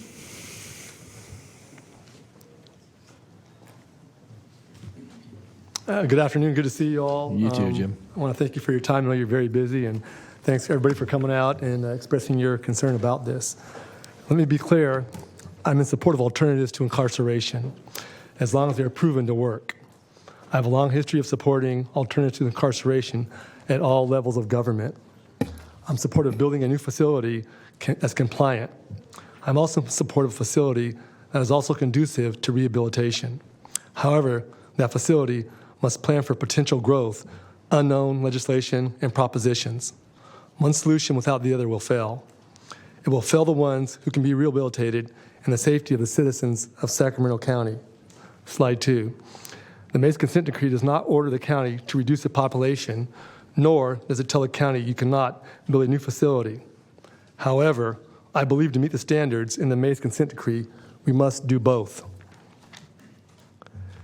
A one-size approach of just focusing on alternatives to incarceration or just building a new facility is not the answer. A multifaceted approach is. Provides additional programs for someone who violates the law to live outside the jail while providing jail space for those who pose a risk to public safety. Next slide. A new super facility would comply with the Mays consent decree, and it would allow us to include mental health, job training, and many reentry services. It would also allow us to include mental health facilities in themselves, which are expensive.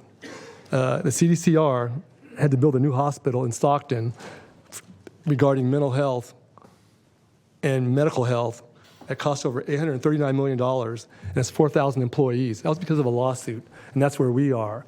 And what happened with AB 109 is the state had a gun to their head under pressure to go ahead and reduce their inmate population. They passed AB 109. And those inmates came to the county jail, and the big issue is the county jails were never built to hold somebody for more than a year. Think about that. And Supervisor Natoli said it best. It was up to 1 year. The main jail was pretrial inmates. Maybe you had a murder trial, you might be in there for maybe 2 years, high-profile trial to get there to trial. The branch was all sentenced inmates. AB 109 has changed that completely. You now have state prison inmates in the county jail. That state prison mentality. Sentences of 8 to 15 years. The county jails were never built for rehabilitation whatsoever, no matter who you are. The prisons were. They have the capacity to do that. Hell, in county jail, you can't get your own TV because of the physical plan of the jails. And that's really the big issue. So now we have that. And think about this with juvenile hall, because next year, in a few weeks, DJJ, the old CYA, closes. They're closing CYA. So all those prisoners are going to come to the county jails, to probation. DJJ had an award-winning sex offender program for juvenile sex offenders, nationally recognized. It was amazing. So, and that cost a lot of money to stand that program up. Can the counties do it? No. maybe LA County because they have the resources and the amount of money, but most of your counties, if you get a juvenile sex offender that comes back to your county, you don't have the resources to put that staff on there. And think about the smaller counties up north. They may have one offender once in a while. You can't have a full-time staff to deal with that. But in the rush to solve these problems and get rid of everybody, we made a mistake with that. So we've got to change that and do that. That's why investing in a facility that is all-encompassing will be the best decision. However, I do understand the funding and challenges of a $1.8 billion facility. And in light of the next year's budget, I do have serious concerns, as you do. It would cut into many other essential social services the county must provide. So it's important to talk about other options of a new or expanded facility. Next slide. I previously served as a commander of the main jail. The average JG population has 5 felony convictions. 67% of the ADP has mental health diagnosis. However, 95% of the ADP are held or convicted of felony crimes. Releasing a person who's been convicted of a felony based on their medical condition is not the answer.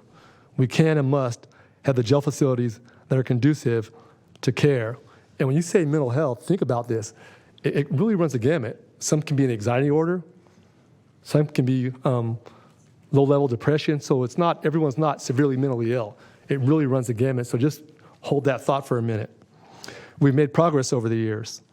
Since 2006, both jail facilities have seen an 86% decrease in the misdemeanor population, 86%, with only a 13% increase in felony population. Why is this important? Our current jail has become more populated with repeat and serious violent offenders.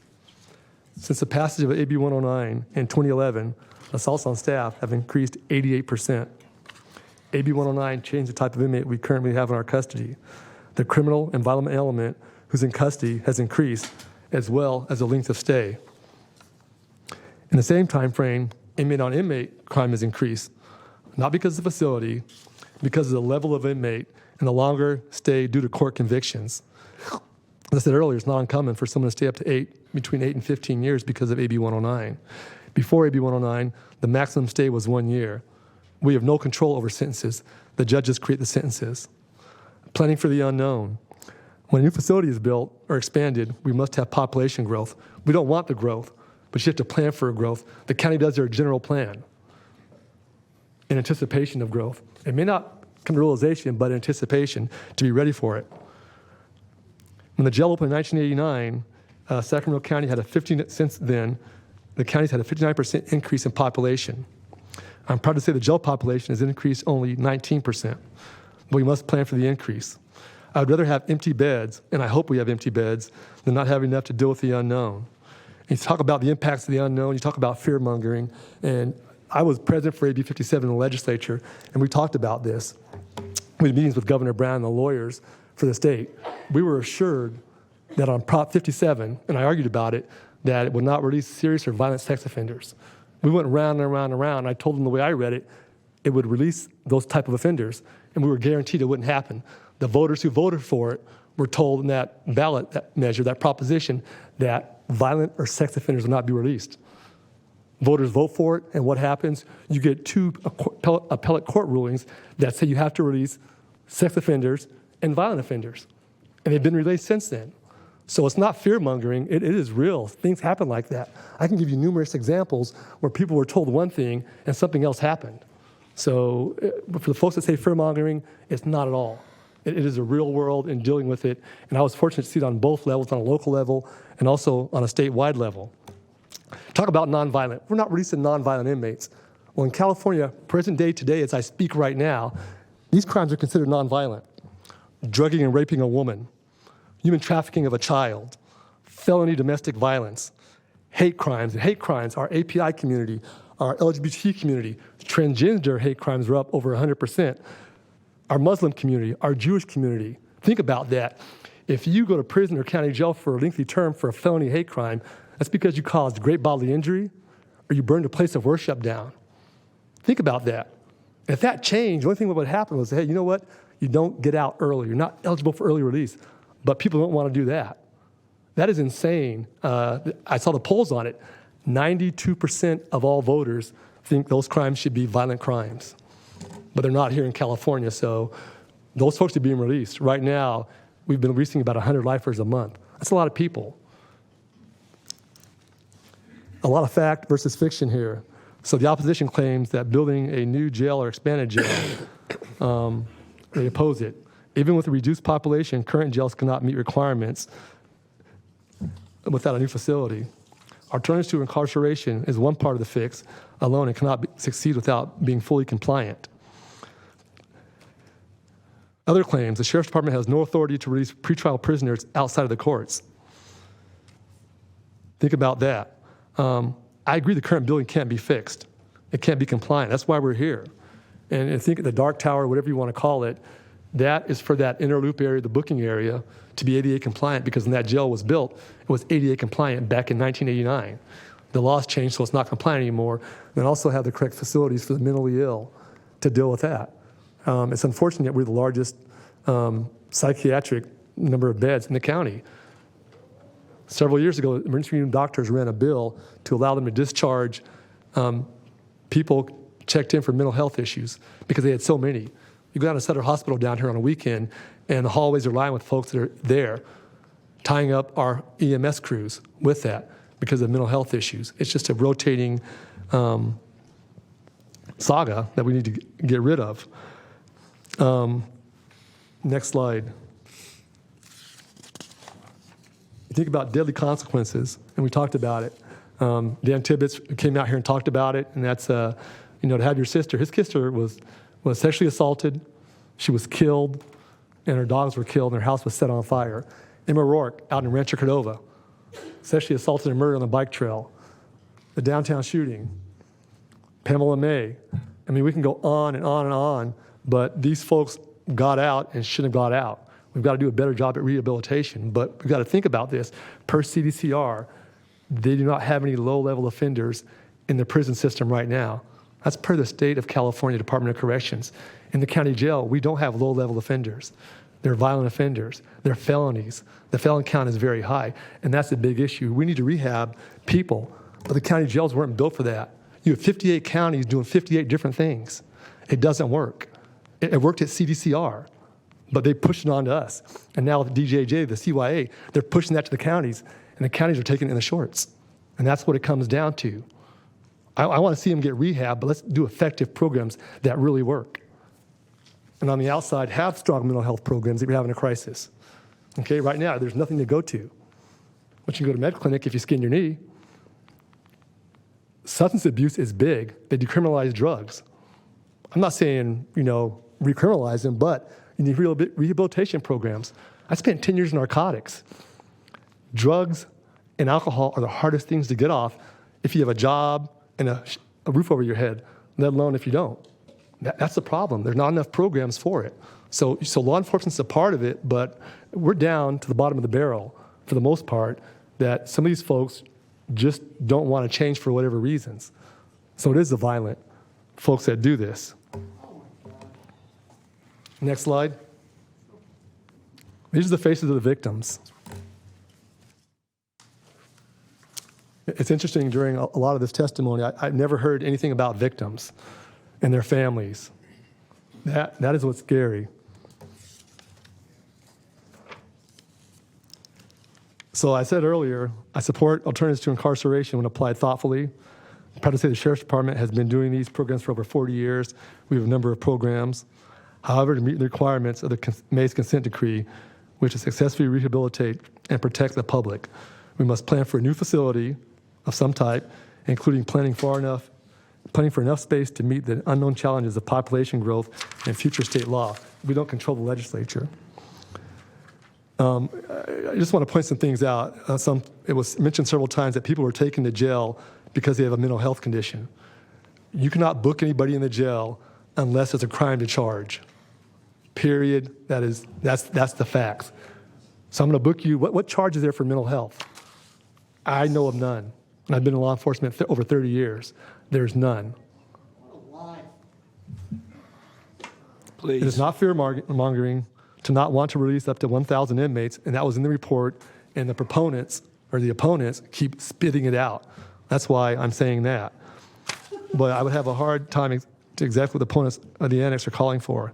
County staff has stated that 70% of the average inmates are pretrial, which is way too high. That's an issue with the court. That's a big issue with the court. There are only 3 to 4% of these are misdemeanor crimes: drunken driving, domestic violence, and assaults.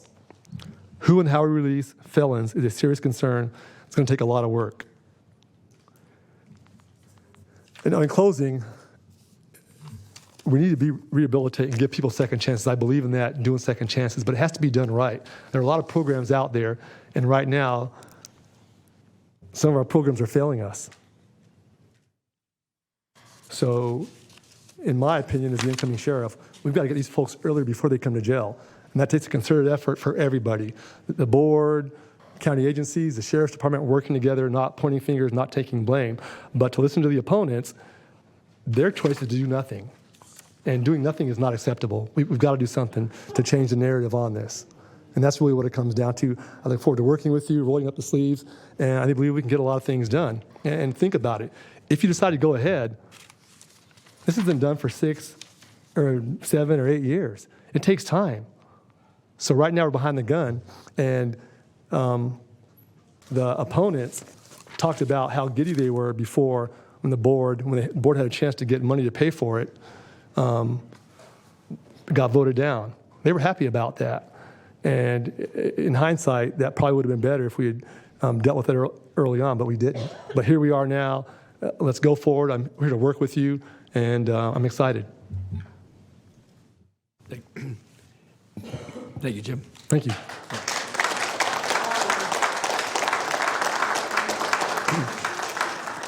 Okay, next I have, again, a couple other folks. We have one person who's, we're going to make accommodations for an interpreter, but before that we have Maggie Schubert, and then Guillermo Mirairo, and we'll be making arrangements for an interpreter for Guillermo in just a moment here. So.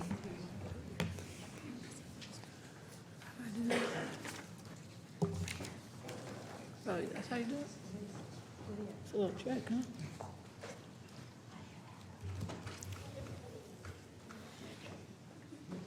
Good. Good afternoon, supervisors. My name is Maggie Schubert. Before I start my public comments, I want to give a loud shout out to Grant High School football program playing for the state championships this Saturday, and the Sac State football playing on Friday to advance in the FCS championships. All right. Sacramento proud. Yeah. Okay. Thanks, Maggie. Good afternoon. My name is Maggie Schubert, and for the better part of the last 3 decades, I have spent my professional career assisting incarcerated individuals and turning their lives around, because I believe in people's ability to grow and change. I have designed, implemented, managed, and ran very successful probation and parole reentry programs. I'm very familiar with consent decrees. When I worked at the California Youth Authority, I wrote the program that released the California Youth Authority from special conditions that was imposed by the federal court receiver. I have been trained in evidence-based practices and validated risk assessments, and have trained many in these practices. For the past 10+ years, California has invested millions and millions and millions of dollars, taxpayer dollars, in the evidence-based practices, models of fidelity, validated risk assessment tools, et cetera, et cetera. Yet simultaneously, elected officials have implemented public policies around criminal justice that flies in the face of evidence-based policy by releasing offenders without merit or credence. It is time we make policy decisions congruent with evidence-based practices and validated risk assessment tools.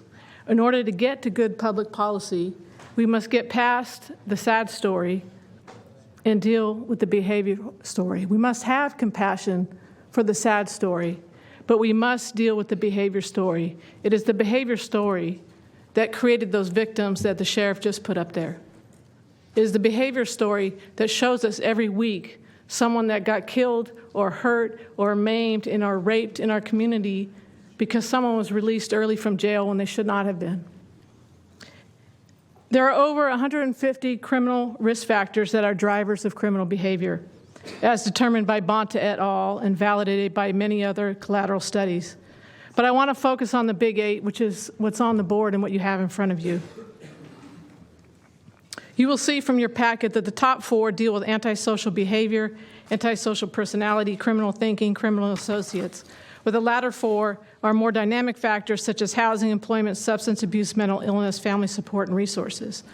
The top 4 are fixed while the bottom 4 are dynamic, and evidence-based principles dictate that you stabilize the bottom 4 while you address the top 4, or change will be fleeting. And we already know that change is an inside job. And getting offenders to buy into the change process is a lengthy ordeal. The result is that with the change in public policies from AB 109, Prop 47, and Prop 57, public policy focus was not at all on this criminal thinking component, on the antisocial behavior or personality. It's a glaring absence.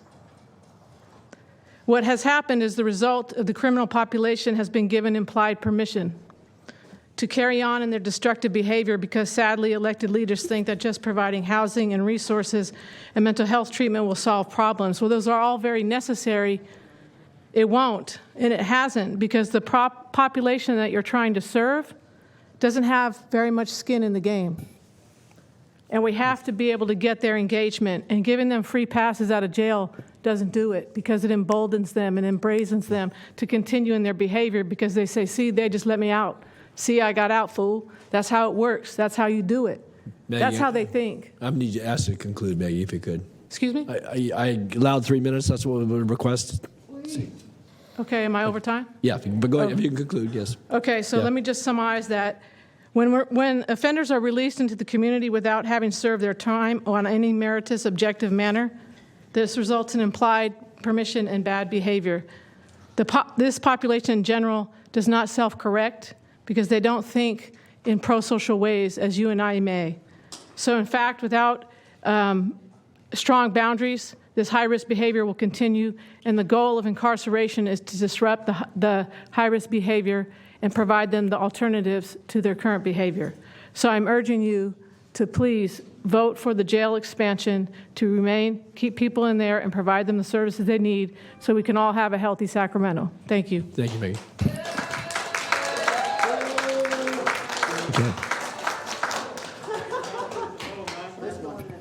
Okay, so next we have Guillermo Marrero, and we have an interpreter. Flo? He's left the building. Oh, he left the building? Okay, so Lydia, there's no need to have the interpreter because I was going to make arrangements. So he's departed? Okay. All right. Okay, so we've gone down through the list of those who made arrangements to speak either in a group or at a certain time. So we're going to go to begin the public comment. What I'm going to suggest that we'll go for maybe to about 5:30, if that's okay with my colleagues, and then we'll again give folks a break. We recognize people are on the phone and people are in the audience, and so we'll go into start with the speakers, and we'll go for about another hour and 10 minutes, and then we'll take a break and we'll continue on into the evening. So with that, I'm going to call folks. I want to ask folks, certainly been giving 3 minutes today. If you can do it in less than that, that would be appreciated. But recognize this is a very important issue. Certainly, we're not trying to short anybody. We want to get everybody's testimony in. So those who are on the phone, it's going to be a while longer. We have about 90 speaker slips, and I trust that a number of those folks are still here. So with that, I'm going to call the first three: Omar Altamimi, Margot Ronaldo, and Dylan Bianchi.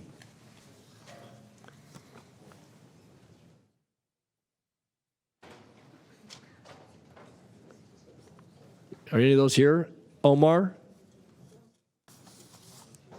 Margot? Okay. So I don't see you. All right. Margot? Hi there. Hi. My name is Margot. I'm a resident of District 1. I'm speaking today to urge the Board of Supervisors to vote no on the proposed jail expansion. Basically, passing this proposal would not serve the intent to reduce the jail population that is written into the Mays consent decree. The decree does not mention anything about requiring new construction to meet these requirements. The proposal for the new jail annex would not solve the ADA and space issues in the current jail, and the request in the Mays consent decree relates to changes in staff behavior, which is not addressed at all by this proposal. The county should also focus on reducing the jail population instead by funding mental health diversion and prevention programs. 62% of the people are suffering from mental health crises that are no doubt exacerbated by the conditions in these prisons. And we cannot afford to waste over $500 million and ongoing costs of over $1 billion on a new jail. This goes without saying, but the amount that the money that the city and county throw at the carceral system, whose very existence perpetuates the poverty and the harm that we see, is ridiculous. And by putting more money into this system, we're doing nothing to invest in prevention strategies to help folks never even have to encounter this harm in the first place. And so you're actually making the same decision you've been making over and over and over and over again.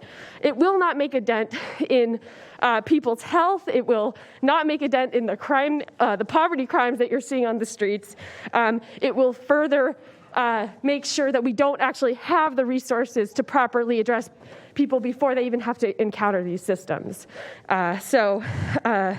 Yeah, we are putting way more money into contributing to people's trauma than we are putting in to address them and create healthy communities.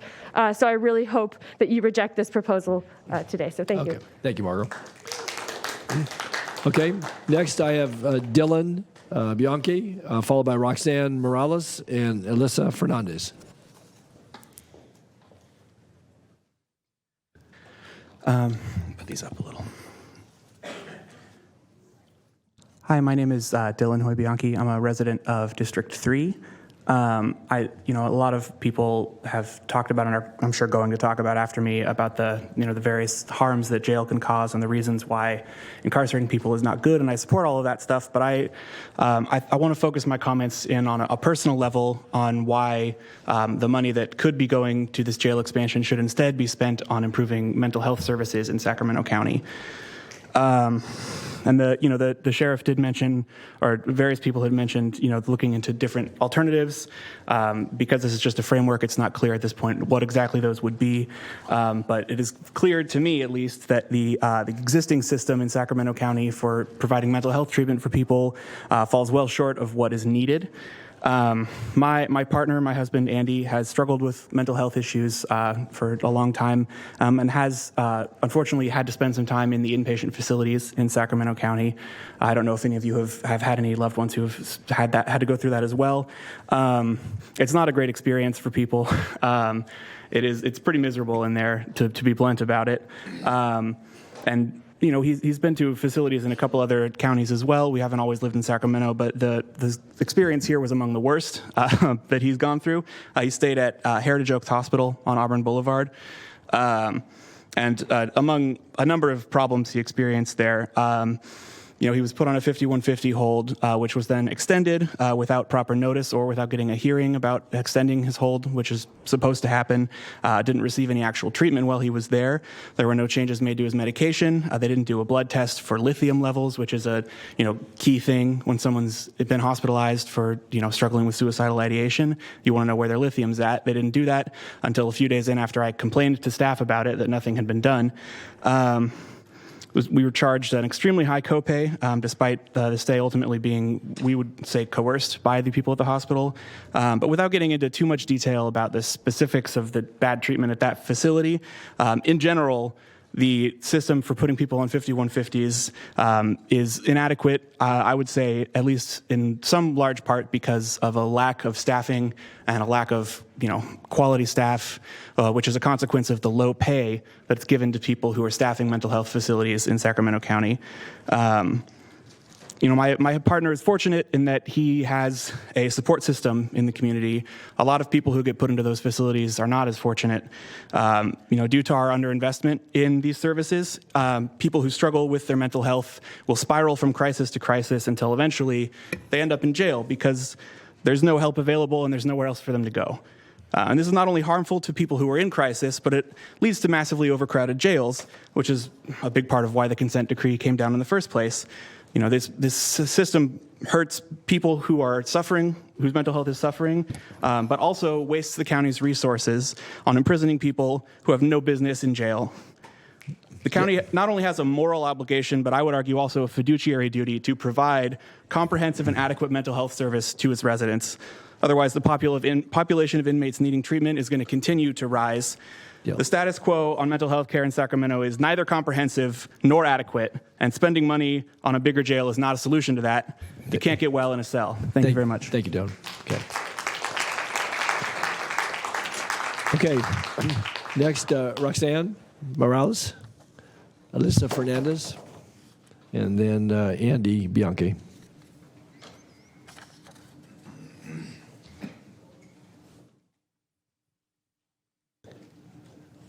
Good afternoon to the Sacramento County Board of Supervisors, the Sheriff's Office, and everyone here present. I am a clinical psychologist in training. I have also worked in corrections. I know what it looks like for those living with mental illness within the walls of a jail, not only as a training psychologist, but also as a family member of somebody who has been in the system. How can we say that we are protecting and healing our communities when we aren't giving to programs that would prevent people from going to jail to begin with? We wouldn't be having this discussion if social and mental health programs would be not only funded, but expanded and prioritized. If the county and the Sheriff's Department want our communities to be safe, they would also support the funding and expanding of social and psychological programs and services in the county. It makes no sense to keep adding to a jail that isn't solving or targeting the real issue. Mental illness cannot be treated in jails. People cannot be healed in cells. I, for one, do not want my taxpayer money to go to making the jail bigger. I want it to go toward programs that keep people out of it, to heal our communities. I understand there are people who are violent. I understand there are people who commit heinous crimes, and there are victims whose stories are very tragic. And perhaps those could have been prevented if the people who needed the treatment beforehand would have received it. Is the county willing to go into debt over a building that won't change mental health outcomes for the community at large? Least restrictive means possible means that are a wealth of other options other than incarceration. Please use the county's resources to expand pretrial diversion programs for mental health beyond just substance use disorders. Serious mental illness cannot be treated in a jail. I ask that you give us, the mental health professionals and the future mental health professionals, the chance to treat them.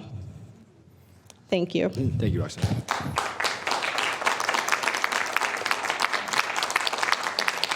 Okay, next to Lisa Fernandez, and then Andy Bianchi, and Emily Sweet, I believe. Yes.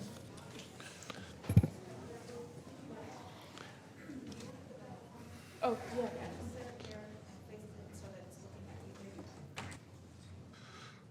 The whole thing show? Oh.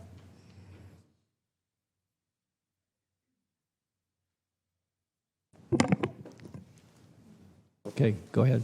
Okay, just a moment. Hold on. Okay. Good afternoon. My name is Alyssa Fernandez, and I'm currently earning my doctorate in clinical psychology. I have worked in the state hospital in LA County, and I'm the founder of a nonprofit that brings awareness to unjust treatment of those with severe mental illnesses.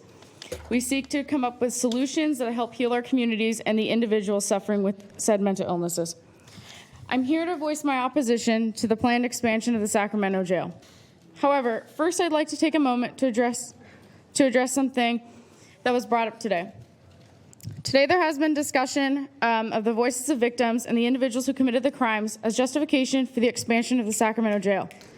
However, these stories are saddening and extraordinarily tragic, and I do feel for these families. Ironically, they highlight what my poster here states and highlights the very point of what many of us will say here today. We have not addressed the reason for crime, and the building of a new jail will do nothing to address the actual cause of a crime. Those with a history of adverse childhood experiences, just to name an example of one particular type of measurement, such as having a parent who was incarcerated, having been abused or neglected, are statistically more likely to develop a substance use disorder and/or a serious mental health disorder. So I present to you this question. What if we had funded mental health care years ago, when these perpetrators you just heard about were children? We know that early intervention drastically improves the long-term impacts of trauma, but here we are having a conversation today about simply jailing these folks as adults. A reactionary, costly, and painful response when prevention needs to be our focus. Prevention of individuals ending up in our jails initially and currently, the prevention of individuals being further incarcerated when they need the treatment so that they do not end up in the revolving door of the criminal justice system. We've heard a great deal about the projected growth of crimes in the coming years. Then do something about it. Do something about it. Do something different. We've been doing the same thing for years and years and years, and it's not changing anything. Our crime is getting higher. Well, what's going on? We have jails. We have more jails. We have more laws. But nothing's changing. Fund real mental health care for the folks in our facilities instead of just building bigger jails. We need to heal our communities. Regarding the jail expansion, the mayor's consent decree was clear in its overall requirement that the treatment of inmates in Sacramento jail needs to be drastically improved in a multitude of ways. Second, it was made explicitly clear that there is no need to expand the jail to meet requirements of the decree. In fact, expanding the jail will be incredibly costly, as even with the new building, we heard that it will need to be retrofitted, the original one. Most importantly, many of the issues needing to be addressed to be in compliance with the Mays decree are a result of staff behavior and not architecture. Constructing a new building will do nothing to address the actual source of the problems. If you have a boss that takes advantage of you, no matter how nice and new and modern your building is, that boss still takes advantage of you. It doesn't matter. Constructing additional cells is not a solution. Rather, it will multiply the existing issues as it fails to address the source of the problem. We've already seen that changes that could have been implemented and made immediately have been blatantly ignored. Lastly, additionally, people like County Council Rick Hare have intentionally caused the jail population to increase by blocking those on Murphy conservatorships, a group of individuals who I personally worked with when I was 19 years old working at the state hospital. Okay. Thank you. From being transferred to the County Mental Health Treatment Center. These are human beings we are talking about, regardless of their charges, their history, and their motives. These are human beings that county officials are intentionally withholding better treatment and placement from for their own political agenda. With 90% of pre-sentenced inmates having a severe mental illness and 62% of inmates living with some type of mental illness, we're no longer talking about a jail, but rather a mental health facility with cells. Let's reduce our jail population by funding mental health diversion and prevention programs, community mental health programs. We have the funding for this. If we have $450 million for a new jail, we can fund community mental health programs. Thank you, Alyssa. Thank you.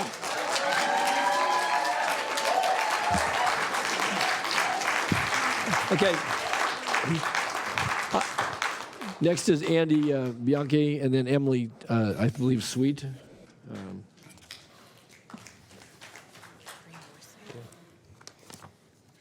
Sorry, do I start?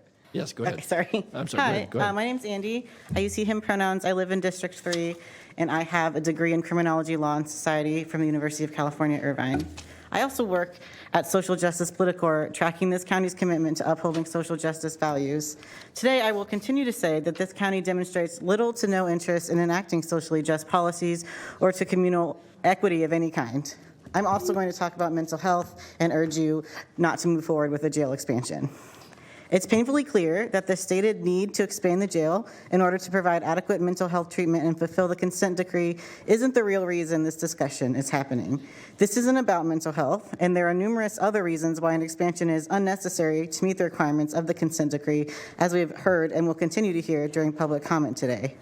This is about the continued oppression of our underserved, marginalized, vulnerable, and exploited community members. This is about the dual arms of capitalism and white supremacy moving in tandem to ensure that the members of our society who have power keep it, grow it, and consolidate it, and those without it are pushed further towards the margins of society. If this conversation was actually about healing our community and treating mental illness, we would talk about the fact that 60% of folks in jail having a mental illness means that they are not receiving effective treatment within our community. That number simply wouldn't exist were people actually being cared for the way they need to be in our community outside of jail walls. The meager, if not non-existent, mental health care folks in jail receive or are supposed to receive and not provided with is the treatment they have found. It is the kind of treatment they have access to. If our jail facilities are providing mental health care for our community members, it is a sign that we have massively failed in our duty to provide for the health and well-being of our community. We have clear evidence that people in need of help are not finding it outside the jails and instead are being swept up into our sprawling system of mass incarceration. Setting aside the innumerable problems with this jail expansion proposal and with the criminal injustice system in general, including who we label as criminals and why, the unbelievable amount of money we spend on carceral systems, and the never-ending human rights violations, the argument that these beds will facilitate mental health treatment and presumably reduce recidivism is patently false. Let's say that this annex was truly an attempt to respond to folks in our community suffering from mental illness. Even if this were the case, jail beds will never be the way to provide treatment. It is both ineffective and unethical. Jails are criminogenic, despite the widely understood belief in our society that putting people in jail keeps us safe. That couldn't be further from the truth. The presence of these warehouses we throw people into makes us all less safe because these institutions do nothing to help people recover, heal, change, or grow. Currently, 55% of people booked are released within 3 days, often without any supportive services. Holding someone in a cell for 3 days, disrupting their life, housing, employment, and connection to family and friends simply won't solve any problems. It can't, it's not designed to. Thus, the cycle of people coming in and out of jail and not receiving the help they need continues. So, what does this mean? It means releasing people from jail. It means providing mental health diversion programs as alternatives to incarceration. It means funding our community-based mental health treatment programs and centers. It means investing in housing, public health, and healthcare. It means investing in people and divesting from the sheriff and more broadly from the criminal and justice system. Great. Thank you for your comments. Okay. So next three, I have Emily, is it Sweet? Okay, Smell, I'm sorry. Okay, and then Shauna Pendelidis, and then Teresa Cohn. Good afternoon. Good evening Council. My name is Emily Smet, and I stand against the expansion of Sacramento County jails. We simply cannot afford a $500 million with a B, and that's probably going to be much more if you know anything about contractors and construction. On expanding the oppressive carceral system in Sacramento, especially when our unhoused neighbors and those dealing with mental health issues are left without services. The county is making itself clear that they would rather force us into the abusive county jail system instead of funding much-needed low-income housing and mental health services. I believe that the county should work to reduce the jail populations instead of growing it, break down prisons, not build more. The county reduced the jail population in response to the COVID-19 pandemic, and you can do it again. Thank you. Thank you, Emily. Okay, Shauna Pendelidis. Shauna here. Okay, then Teresa Cohn. Teresa. All right. Is it Sean Tico Alleman? Shantico? I'm sorry. Okay. Okay. I should come back. Okay, we'll come back to her then. All right.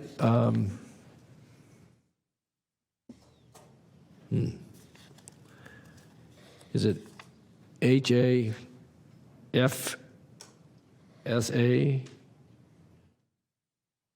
Huff?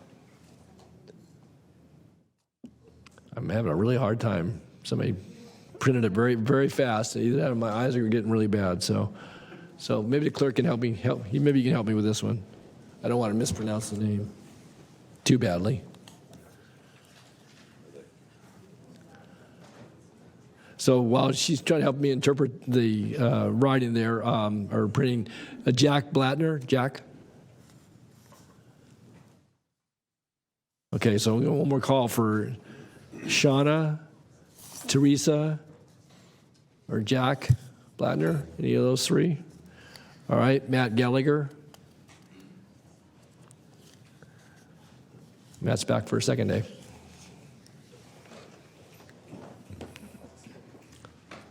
Hello, Matt. Good evening, Mr. Chair, Supervisors. Matthew Gallagher, and I'm here in two capacities. The first is on behalf of Cal Voices, my employer, of which I'm an attorney. And we want to align our comments with the statements made by the chair of the Mental Health Board. We support those recommendations. We appreciate the chair for her leadership, and we really appreciate the work of the Mental Health Board, who you've appointed to do their work, and we do align our comments with that. On behalf of a resident of District 1, I do want to express a little bit of concerns with the proposal, mainly aligning with the comments from my supervisor, who expressed some concern around the fiscal commitment with a $1.3 or $1.8 billion project. I, for one, support public safety. One of the reasons I voted for Assemblymember Cooper and DA-elect is that public safety was a priority, and we have seen public safety become an ongoing issue. I remember when Supervisor Desmond was running for office, and I encouraged people to vote for him as well because he was a candidate in favor of public safety.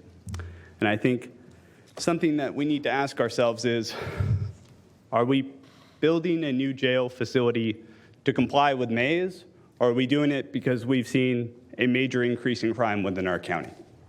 And we're using this as an opportunity to really kill two birds with one stone. What I worry about, and what I would like to express my concern with the board here tonight, is that I don't want us to build a facility that has long-term negative consequences financially on the county. I don't want to see us decide to build a new jail, but then at the next recession, lay off our hardworking men and women in law enforcement, or to furlough our DAs and our public defenders or our court staff, or reduce the vital services we need to fortify the mental health protections that our community needs. And that's something I hope you will consider. And I know that you're in very many ways threading an eye through a needle here with this proposal, and you have a lot of stakeholders and concerns coming at you. But I do believe you can do both. You can address the needs of the community, restore trust, and really frame or reframe the discussion around this project while still restoring and preserving public safety and allowing people to feel safe in our communities and preventing us from being the next victims of crime, which we saw here tonight.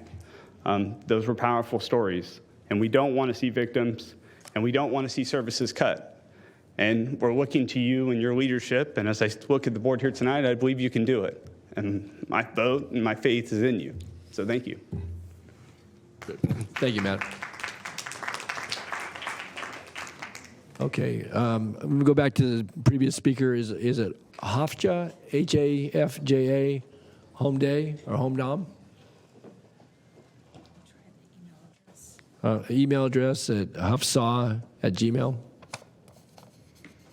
Okay, I don't see anybody coming forward, so if you think I missed you and that was your name, just approach the clerk, please.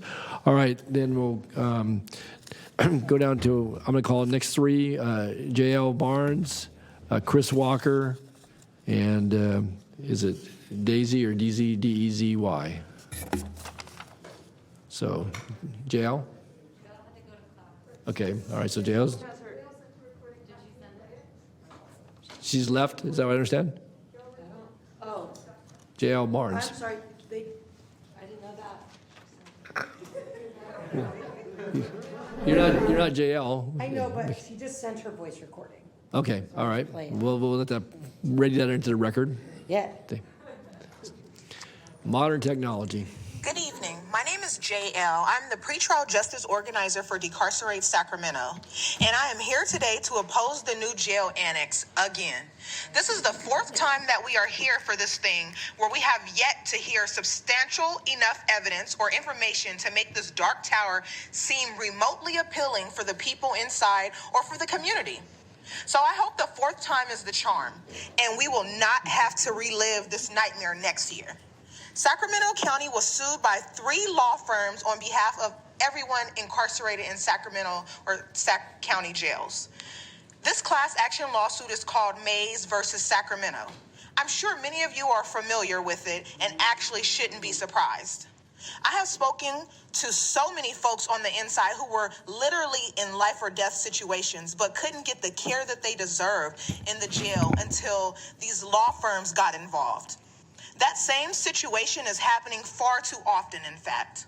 I have a loved one that had been in the Sac County Jail from May 2019 to just recently, pre-trial, until he was just moved to a different county facility. He contracted COVID twice, was attacked by someone who suffered from a mental health illness, and let's not even talk about the mental health illness he suffers from himself, like extreme anxiety, PTSD, bipolar disorder, in which he received no real treatment for aside from the mountains of prescription drugs being poured down the folks on the inside's throats.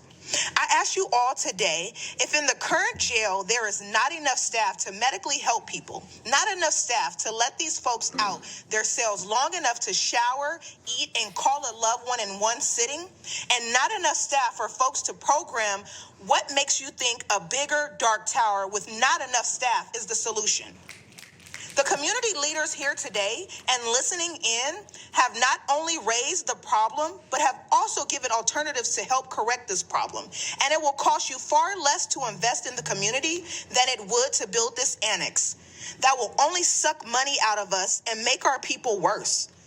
Before my loved one left this place, his children would ask if I thought he would actually die in there. And the worst part is, I couldn't answer because I didn't know. There are so many other families who have a loved one pre-trial, just like me, who also can't sleep at night because they are worried that person won't make it out. My one ask today, BOS, is think, who is this annex actually benefiting? And then put yourself in the shoes of many families and the folks on the inside and vote hell no to this annex. And in spirit of all the quotes we have been hearing today, I will leave you all with 2 quotes. Do the best you can until you know better.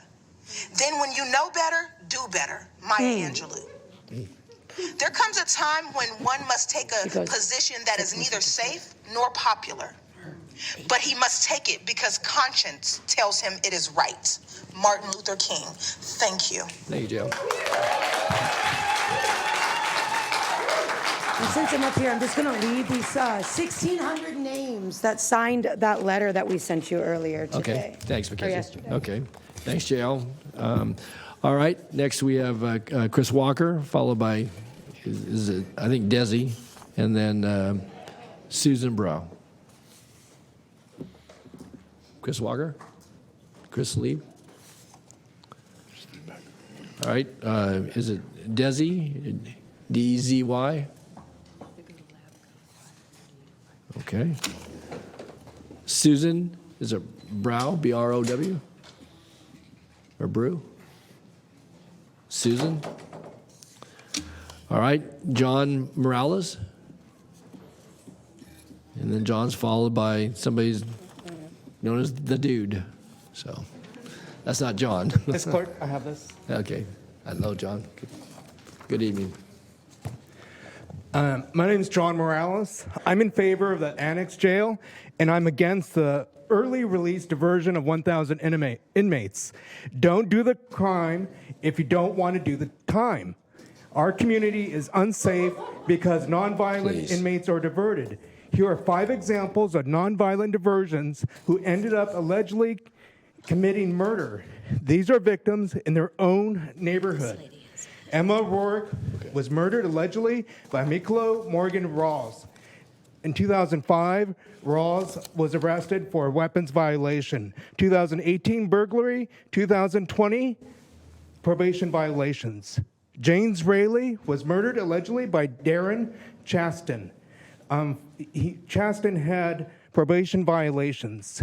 Charles Starzinski was murdered allegedly by Desan Leon Brazen Jr. Brazen, in 2020, had assault. He damaged his girlfriend's car and had DUI. Kate Tibbetts was murdered allegedly by Troy Davis. And Davis, in 2021, was arrested for car theft. In 2021, meth. 2017, robbery. 2013, meth and assault. James Farrell was recently murdered allegedly by James Hall. and Hall had in 2021 car theft, 2012 burglary, 2014 brandishing a weapon. And there have been in my neighborhood, in downtown Midtown, and also Land Park and East Sac, 814 nonviolent criminals who have been released early. And in the past year, there have been 500 thefts in my neighborhood, burglary, shoplifting, and robbery. 2016 narcotic arrests, 78 weapon brandishing, 20 arson arrests. Stop the early release of these inmates. Your staff report doesn't mention ankle bracelet monitoring, and I urge you to take a look at using ankle bracelet monitoring. Keep criminals out of our neighborhood. Don't do the crime if you don't want to do the time. Thank you. Thank you, John. Okay, following Mr. Morales, we have somebody who went by the name The Dude. Is The Dude here? Okay. Okay, next, Susan Crane, and then Reverend Jean Haug, and Julia Jones. Susan Crane. All right. Reverend Jean Haug, H-U-G, H-A-U-G. All right. Julia Jonas. Julia. Okay, I don't see Julia. All right. Monica Tushka. And then Ernie Buddha. I know. Appreciate your patience. Good evening, Monica. Hi, my name's Monica Tuchka. I'm a full professor at Sacramento State, and I specialize in political theory and 17th century thought, so I only say that to not present myself as an expert. I'm showing up today simply as a resident of Sacramento County. I live and I own a home 10 blocks from where I stand, and over the past 5 years, my house has been broken into twice. Both times, I walked in on the burglars and I was alone. One of them was bare-chested, wearing my binoculars, very fit. And, sorry, I have this just memory. And he was holding on to a box with a lock, trying to pry it open, thinking there was something important there, and there was. They were the cremated ashes of my dog. When I asked him, "What are you doing in my house?" he said, "What do you mean? This is my house." And I was stuck, I sort of disassociated and started wondering about property rights. 3 months ago, somebody took a rock and threw it through the glass door of my house. And my partner and I were in the kitchen, so we just thought, shit, what have we done? And we walked out and we talked to him. And we asked, why did you just break the glass in the front door of the house? And he said he just felt like it. And then he presented his bottom and asked my partner to beat him up, and my partner just had a stroke, so he didn't have balance and couldn't do anything. So anyway, I'm not saying all of this to describe a parade of horribles, but to say that I have some personal experience with crime, and it has affected me profoundly. And I think we're here grappling with some very fundamental questions, and those questions are: how do we understand the relationship between justice and incarceration? And the question defies easy answers, and wow, I gotta go quick. Retributive theories of justice that focus on phrases like an eye for an eye and criminals must pay, they have some persuasive force. Utilitarian theories of justice that use phrases like an eye for an eye makes the whole world blind. Of course, they have persuasive force. And doctrines of radical love that promote love over justice, require us to provide a hand up and turn the other cheek, have persuasive force. And these theories move in opposing directions and force you, members of the board, into impossible situations where you have to square a circle or try to build a justice system that is advancing irreconcilable ends and confusing the public. So with all of that said, I want to quickly refocus us on the actual matter at hand, and that is the Mays dissent decree that is bearing down upon us and that legally binds all of us to respect the rights of incarcerated people. Period. That's where we are. And I ask the board to exhibit the lesser known but most excellent virtue of restraint by voting no on jail expansion. Thank you for your comments. Thanks. If I can have one more second or Sure, 10 more seconds. Sorry. Go ahead. All right. We really need to focus all of our attention on the harder, more systemic, less flashy, less visible work of providing community services that keep folks out of jail. We need to implement maybe those 15 jail reduction plans and the plans proposed by Decarcerate Sacramento. We need to reform existing jail policies, norms, and practices, challenging the jail culture. We cannot perpetuate the violation of people's rights. That's what the social contract is. That's what this country was founded upon. And so that is the obligation. And the rest of the stuff needs to take a side stage. Thank you. Thank you, Monica.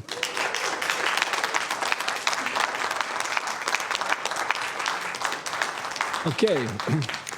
Mr. Buddha, and then I think it's, she already spoke. So Mr. Buddha followed by, and Michael Alt spoke, Becky Stilling. So, Ernie, good afternoon. Good evening. Okay. Thank you. My name is, my name is Ernie Buddha. I live in Slough House. I have been fortunate enough that 50 years of my life has been as a member of the Sacramento County Sheriff's Department, and thank you for community for giving me that opportunity. I don't see the two issues that I hear being brought forward as necessarily mutually exclusive. I would certainly not try and argue that there isn't room for improvement and needed expenditures for mental health care. But I think the district attorney-elect made the most compelling argument, which wasn't subjective. It was objective, hardcore numbers and facts. To not do something to keep from releasing people who have a propensity for illegal conduct is derelict in your duties. I would not disagree if someone from this group said you're derelict in your duties if you don't do something to assist in mental health treatment also. But they are mutually exclusive concerns and conditions. I'm the oldest of 4 generations that live in Sacramento County down through my great-grandkids, and it frightens me that they are afraid, their parents are afraid to take them to a park. There is crime out there, and I have walked amongst the people in the jail as a deputy. I have been a jail sergeant. There's people who are charming, but they just don't behave to the point of excess criminal behavior and creating public risk and danger, both to life and property. So I am in support of doing what needs to be done, which is building the jail annex, and we can pray that it is a stopgap measure because some of our societal problems will lower the need for future beds. Thank you very much. Thank you, Ernie. I did pretty good. Brevity is not my strong point. You did very well, Mr. Buddha. Thanks. Thank you, Ernie. Okay. Next, Becky Stilling. And then following Becky is Matt King, and then Jennifer Holden. Thank you. Thank you for the opportunity to speak. And I could just say ditto to what he said because he was marvelous. I'm a Sacramento resident for many, many years. I'm a voter and a taxpayer. And I also have 2 dear and close family members who have been afflicted with schizophrenia. So I certainly have an understanding of the desperate and difficult time that people struggling with mental illness have. And I agree that this is not a either-or choice here. I think the county, the degree to which it can coordinate services and provide programs, the county staff and all of the advisory groups that provided input to all of you in their reports have done a marvelous job of coming up with some very tangible and beneficial programs, I think.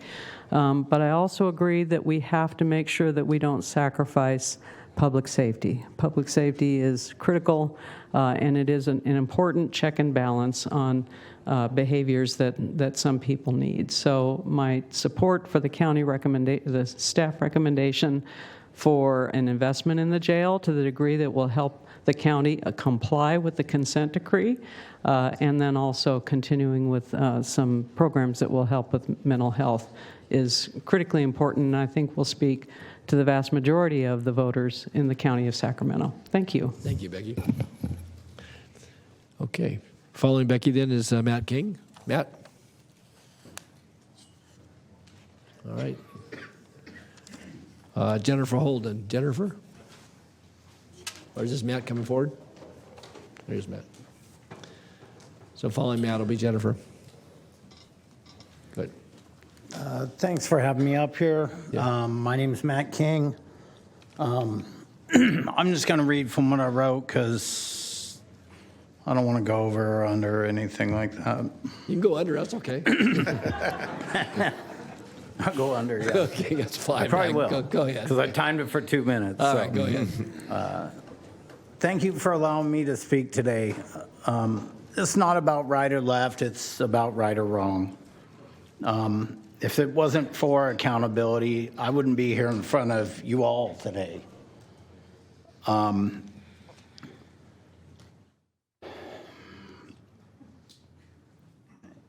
If it wasn't for jail, drug diversion programs, and behavior modification programs, I wouldn't be here. I just celebrated 25 years clean and sober. I'm no longer homeless. I still deal with mental health issues. You know, but it was because of programs that were put in place when I went to jail. There was SHMIC. There was diversion. There was programs like the Aquarian Effort that did behavior modification, which I needed because I didn't know that my behavior was, excuse me, effed up. I'm a productive member of my society, and I try to help my community thanks to consequences. I think there's a need for both things that everybody's talking about here. The crime is a lot higher because things have been decriminalized. Things that were felonies when I was out there, possession, this, that, and the other thing, they were felonies, and you went to jail.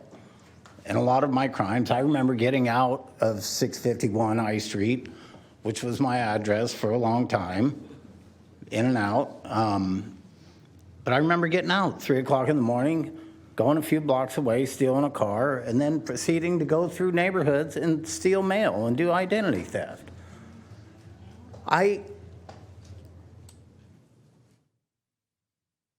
My last time in here, Judge Baccarat, he told me, he says, if I see you in here again, you're going to prison. And I was supposed to go to diversion. There was a lady there to take me, and he says, hey, do you want treatment? And of course, I mean, I was like, oh yeah, fuck, I don't want to go to jail. And he slammed his gavel down, and he said, it'll be there when you get out. And I didn't get to go to diversion that day. But I'm thankful for that. Because within 3 hours of getting out of RCCC, I was blackout drunk again and doing more crimes. I did call the treatment lady that day, and at that time there was wait lists about 6 months to get a county bed. But for some reason, she said, yeah, come on in. And I had ideas. I was like, I got a check for like 37 cents I need to cash. I need to vacuum my driveway. I had all kinds of reasons why I wasn't going to go into treatment, but I did. So I do think there's a need for treatment, mental health care, but there's also a lot of crime. And the jail is fucked up. So build it and also fund these people. Thank you. Thank you, Matt. Thank you for sharing. Okay, following Matt, then we have Jennifer Holden, Christina Rogers, and James Jackson. I'll just remind, we're going to take a break about 5:30, so we'll get through a few more speakers before then, and then we'll come back and continue your testimony. Jennifer, good evening. Hi.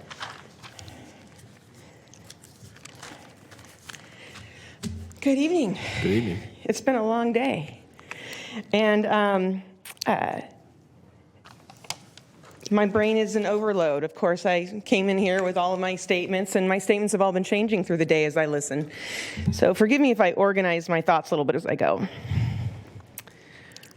One, we've got the Mays consent decree. So there's part of my brain right now that says we need to keep focusing in. There's a lot of people who have experienced fear and pain and suffering, and however they've experienced it, they're here today to share that together with everybody. But we've got to remember May's consent decree, we've got to remember framework number 1, and we've got to remember framework number 2, because somewhere along the line, the 5 of you are going to be making some decisions based on those things. Okay, so going through all of the thoughts that come in. 1, budget. There was some discussion about the budget at the start. I'm concerned that there isn't more known about the budget of all of the options so far. And that's on all the options that are in front of us. As a citizen, I personally want a lot more information on the budget, and I am also one of those document hounds who was in the documents for today's meeting looking for budget information in advance, and was disappointed that I didn't find more. Now, I haven't been through every page, but it wasn't very easy to find if it is there. So I'd appreciate some direction on that. But as a citizen who wants to create an informed decision, I need to know costs. I need to know money so that I can advise you on my opinion better. 2, we've got the question about population that came up. And I believe Jim Cooper spoke about population. I can verify his numbers. I personally went in there and looked at population myself and did a little study on my own this weekend. I can also say that the state of California has experienced a decline in population recently, but the population of Sacramento County has continued to increase when other counties are not. So that is something to keep in mind, that our population continues to increase when other counties are losing population. Whatever plans you do, I think that needs to be taken into consideration. Also, in looking at the framework number 1, the plans for decreasing the jail population, bear in mind that we cannot anticipate the ultimate costs of those. I was hoping to see some sort of analysis. I didn't. And I would love to see what the projected costs of, or the cost benefits of the population reduction plans are. Next up, framework number 1 was very generic in its language. And that genericness has me a little worried. I will tell you that in reading the documents, one part of the jail population reduction framework suggests booking and recalendaring the following offenses: property offenses, drug offenses, simple weapon possession, pretrial warrants, violations of probation, and FTA bench warrants. With these being suggested for release after being booked, I urge you to not accept framework number 1 as it is currently stated. Okay. Those are serious offenses. Allowing those people back out on their own cognition within a day or so. Citizens like me won't be able to work with law enforcement. We'll be too afraid, too intimidated. And I know my time is up, and I appreciate the extra time. Of course, I had more to say, but thank you for this opportunity. Thank you, Jennifer. Thank you for sharing. Okay, Christina Rogers, and then James Jackson, and then Deb Sigmund. Good evening. Hi, Hi. good evening. I wish we lived in a world where there was no need for police or jails. I really do. And as a woman and mother of girls, I couldn't think of anything better. Women wouldn't have to have their head in a swivel in Sacramento when they walk around in the parks or in downtown. No creeps would be following my daughters in the local schools, local stores. No women assaulted while jogging our parks or taking their kids to the playground. However, in reality, some people just can't behave themselves and don't care to. The gangs who shot up K Street last April and killed 6 people, several of the shooters were out due to reduced sentences and early release. Charles Starzinski was shot in the face on an October morning in an area considered very safe. And when they found the killer, a SWAT team had to be called to bring him back to custody. He was also early release. So by the way, this isn't fear-mongering. It's like when people we know have died because of this, it's a problem. It's time to move to a different direction. Building a new addition to the downtown jail isn't the only solution, and I get that. And if you approved it, it will take time to be built. But our city has grown in population since the 1980s, and the jail has to keep up. And we also must set the expectation that if you harm people in Sacramento, there will be adequate room in the jail for you. Many criminals will be released from the downtown jail shortly, and I look on the county websites to find an updated list of these current early release criminals and couldn't. No details about their criminal history, reasons for release, or a photo. No letters from victims and those in the criminal justice system either approving or opposing their early release. So we are completely unaware of who will be dumped out into our communities.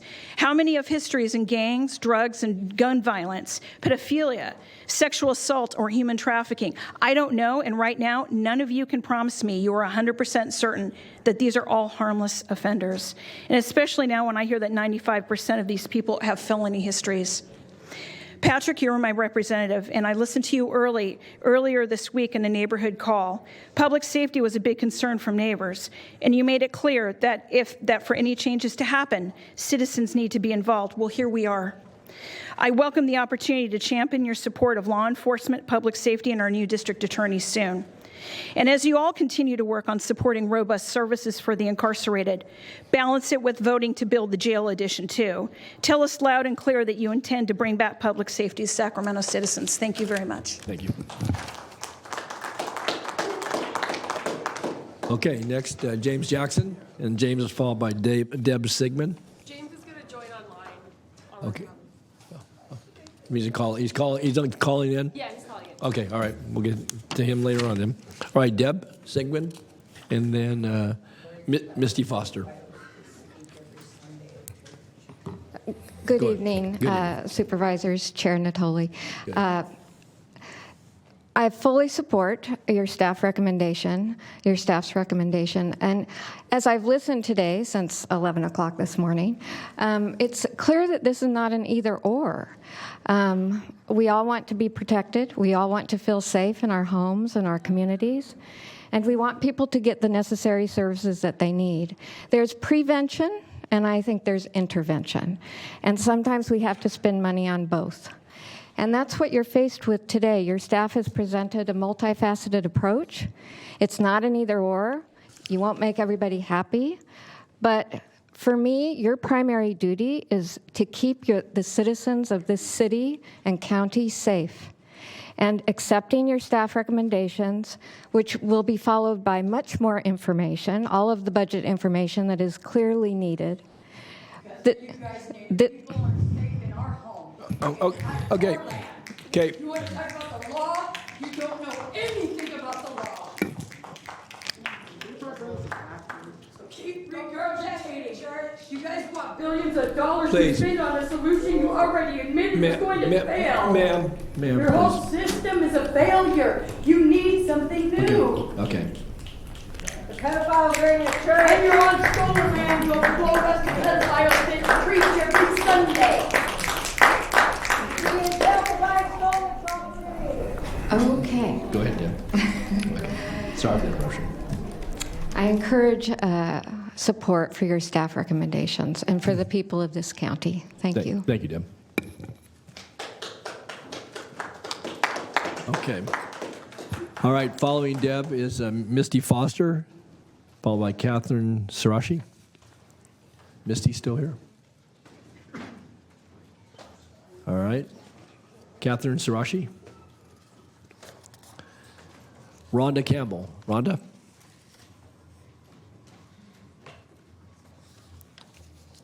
All right. Last name Floyd, F-L-O-I-D.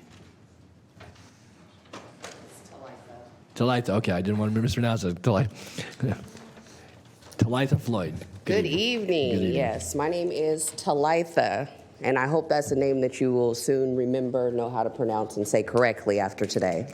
Talitha Floyd, Sacramento Area Congregations Live Free organizer, District 4 resident, business owner, District 3 organizer. Today, I wear several hats.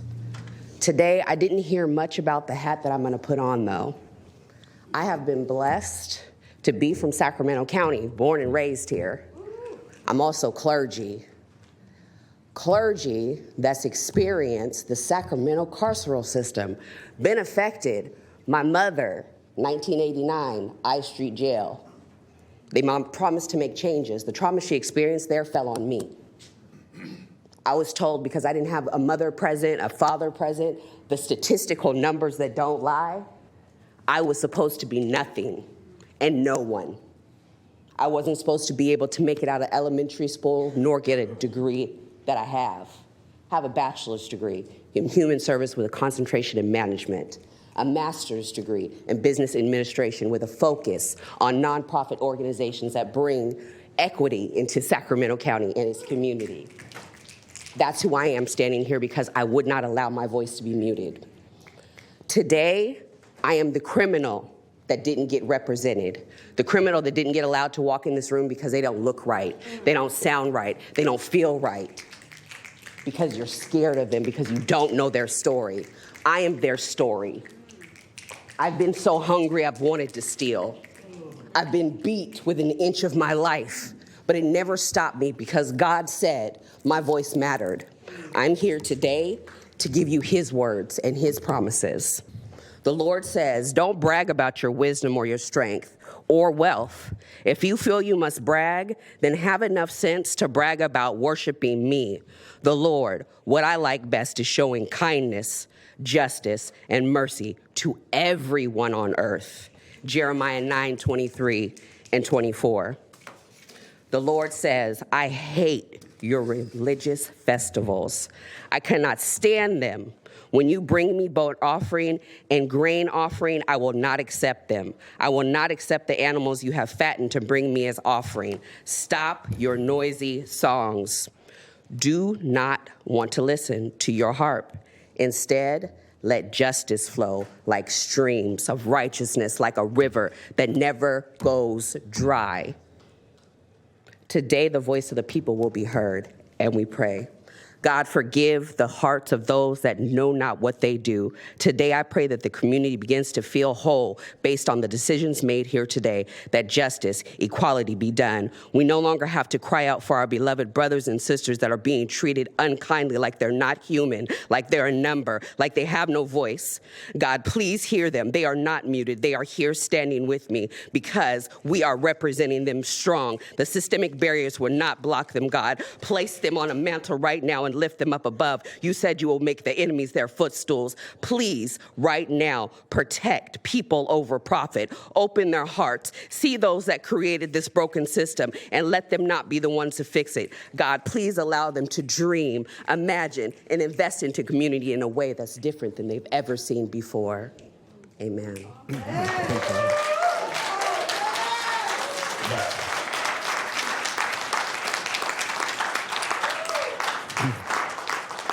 Okay, thank you. I'm going to return to Chris Walker. I called earlier and is now back in the chambers here, Chris. And then Kalima Mutaji. Thank you, honorable supervisors. Chris Walker, I'm not here as an activist or an advocate. I'm here as a 31-year resident, former renter, now homeowner, part of the community, business owner. My family has worked hard to contribute to this community over 31 years. And what we see happening in our city and county is absolutely heartbreaking. I'm here to encourage you to build that facility. I'm also here to encourage you to not continue early release of people who are causing problems in our community. I will tell you, I'm 100% in support of more mental health services, but let me tell you, the way we've been spending billions in this state to provide mental health services over the last 20 years has been unbelievably ineffective. And that's because it's been done on a decentralized, voluntary model. We need to get real.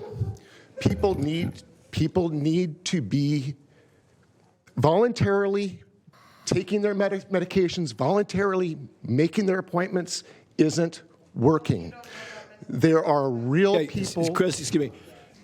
Hold your comments, please. Now, we've done pretty good today, but we're not going to get into snickering and making comments while people are speaking. You're going to have an opportunity to speak like everybody else.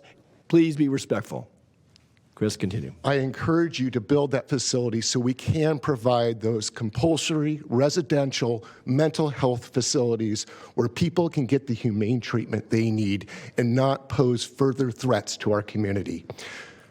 Only hours before Kate Tibbetts was murdered, Troy Davis came to my door and asked to speak to my wife. I looked that person in the eye and I felt evil. I absolutely felt evil. There is good and there is evil.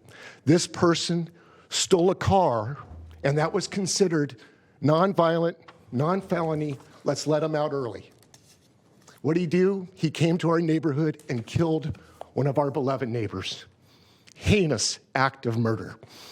I am tired of early release. I am tired of involuntary mental health treatment in a decentralized, non-residential way. The only way we're going to get from here to where we need to be is to hold people that are a threat to themselves, a threat to our community, hold them against their will, and provide them the mental health care they need. The facility you're considering tonight is essential to do that. I beg for your leadership and your vision for a better community.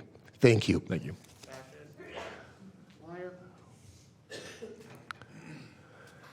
Okay, next, Kalima Mutashi. Hello, everyone. My name is Kalima Mutaki. I am the lead organizer at Sacramento ACT, and I also organize local Muslim congregations. I'm here representing not only my organization, but also the voices of thousands of Black and brown Muslims that have been wrongfully incarcerated in this county and across the U.S. under the guise of COINTELPRO. We at Sacramento ACT request that the county does not expand the downtown jail and instead prioritize reducing the jail population, meeting the lawsuit with no new jail building, and investing in prevention and diversion. Leadership is a trust. Each of you has a duty to protect the most vulnerable of your community. Your position is a trust that you will be asked about by both creation and creator. The Prophet Muhammad, peace be upon him, reminds us, guard yourselves against oppression, and so protect your souls from the cry of the oppressed, for surely no barrier exists between the cry of the oppressed and God. Thank you. Thank you, Cleo.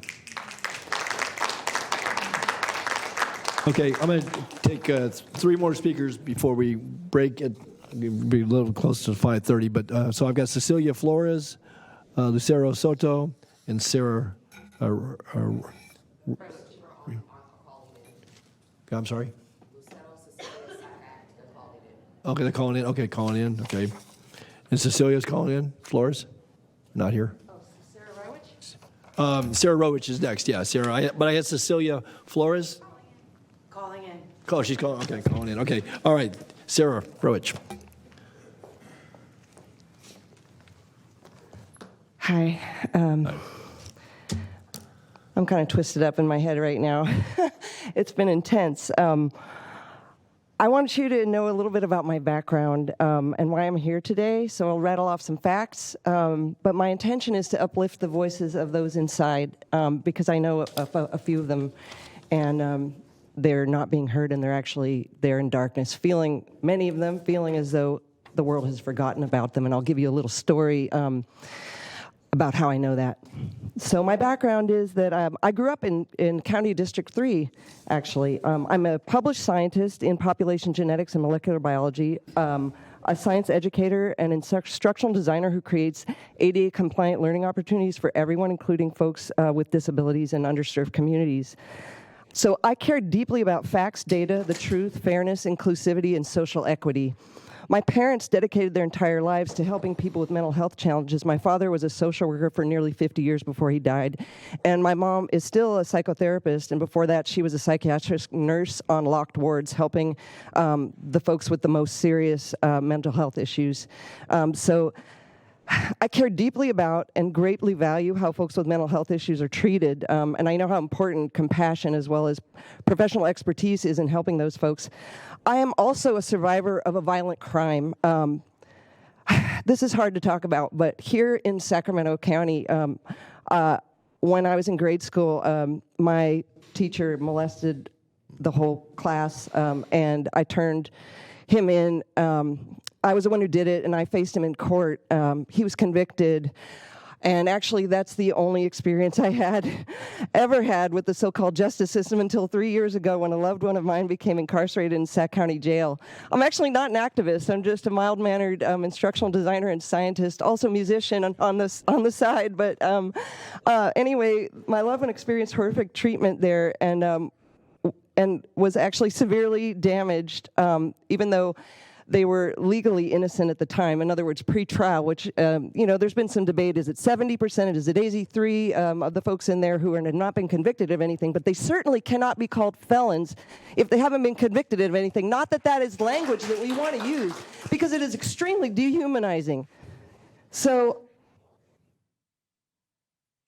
they went to medical when they were in their pre-trial for a skin allergy, and were bizarrely and without explanation sent to a solitary confinement cell for many days.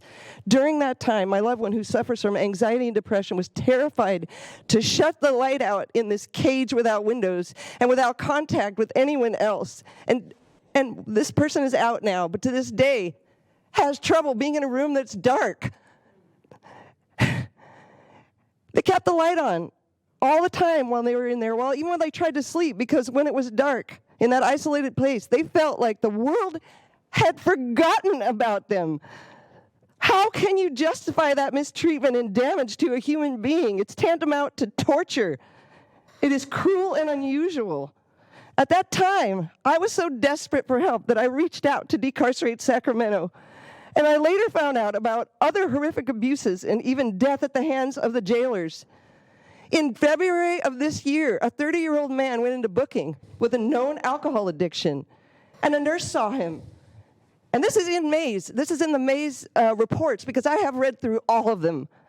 He was not given medically indicated treatment, and he had a seizure and died. And will you please tell me what a new jail building is going to do to prevent that? Not a thing.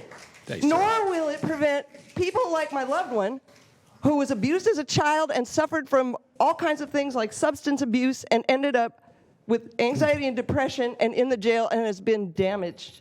So I implore you to listen to the recommendations of Justice Jobs, of Decarcerate Sacramento, of the Psychological Association of Sacramento, and I want to understand, I want you to answer the question to yourselves, why do you think that having a new, bigger facility would make this problem any better? In fact, the county has been sued for this mistreatment, and that's what we're here about. We're not here to talk about jailing more people, because that's a goal that somehow seems to be had. So thank you very much. I'm sorry I went over. Thank you, Sarah. Thank you for sharing. Okay. Okay. Take one more speaker before the break, then. Gabby Trejo. Gabby? Calling in. Okay. Daryl Alder. Daryl was here yesterday. Good to see you back. Okay, and Daryl will be our last one before we're going to take a 30-minute break and come back and resume at 6 o'clock. So, Daryl, you're the last one up. All right, thank you. For the break. Hello, my name is Daryl Alder II, and I am from SAC-ACT, and I am in opposition to the expansion of the main jail.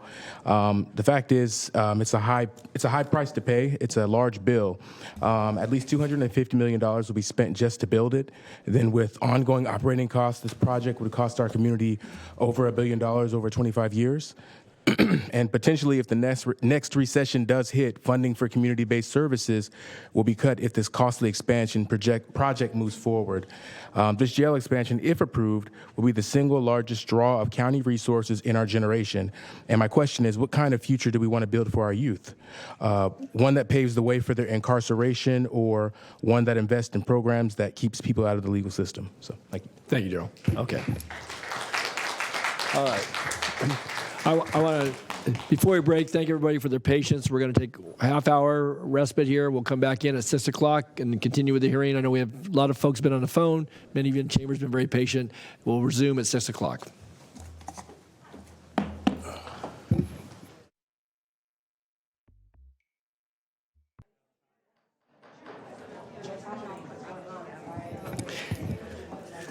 All right, good evening. Going to call the Board of Supervisors back into session. And again, thank you for your patience ongoing. So we're have Flo call the roll. Please reestablish a quorum.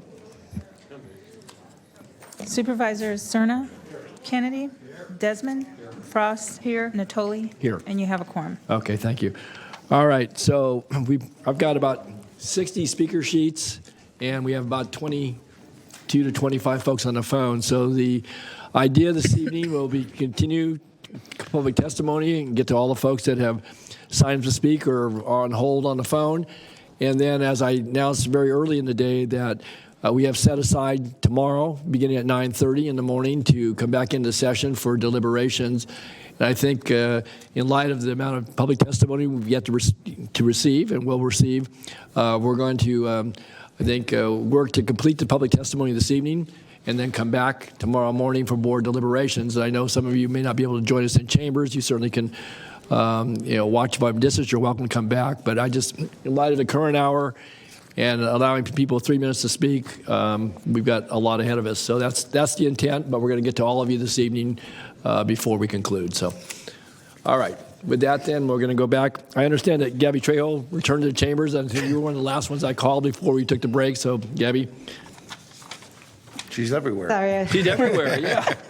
I was trying to get my child care situation. Okay, well, good. Good evening. Good evening. Gabby Trejo with Sacramento Act. And first of all, I just want to send my sympathy to the families who have lost their loved ones. My brother's cousin was brutally murdered from our community when she was 15 and I was 15. And so I feel for families that, are here in the chambers. And I think at the end of the day, we all want to see solutions to public safety. The way that us as Sacramento Act see public safety is through a prevention lens, through a restorative lens.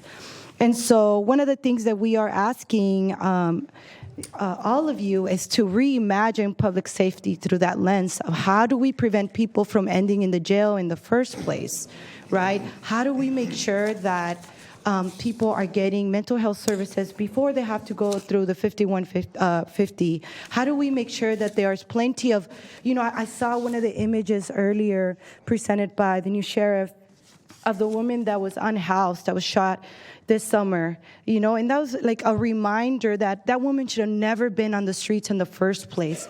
We want to see this investment in community and housing on the unhoused, right? Like, how do we multiply the 500 beds that you all committed to last week on mental health so that we can quadruple that, right? So our ask for today is that you do not expand the jail, but that we come back and look at, how do we invest this funding so that we do keep our community safe before they get to the county jail. Thank you. Thank you, Gabby. Okay, then following Gabby, we're going to go with a call of 3 names in a row here. Elvia Vasquez, Bill Hambrick, and Maria Padilla Castro. So, Elvia? Okay, Elvia. All right, Bill? Bill's gone? All right. Maria Padilla Castro? Oh, coming down. Okay, great.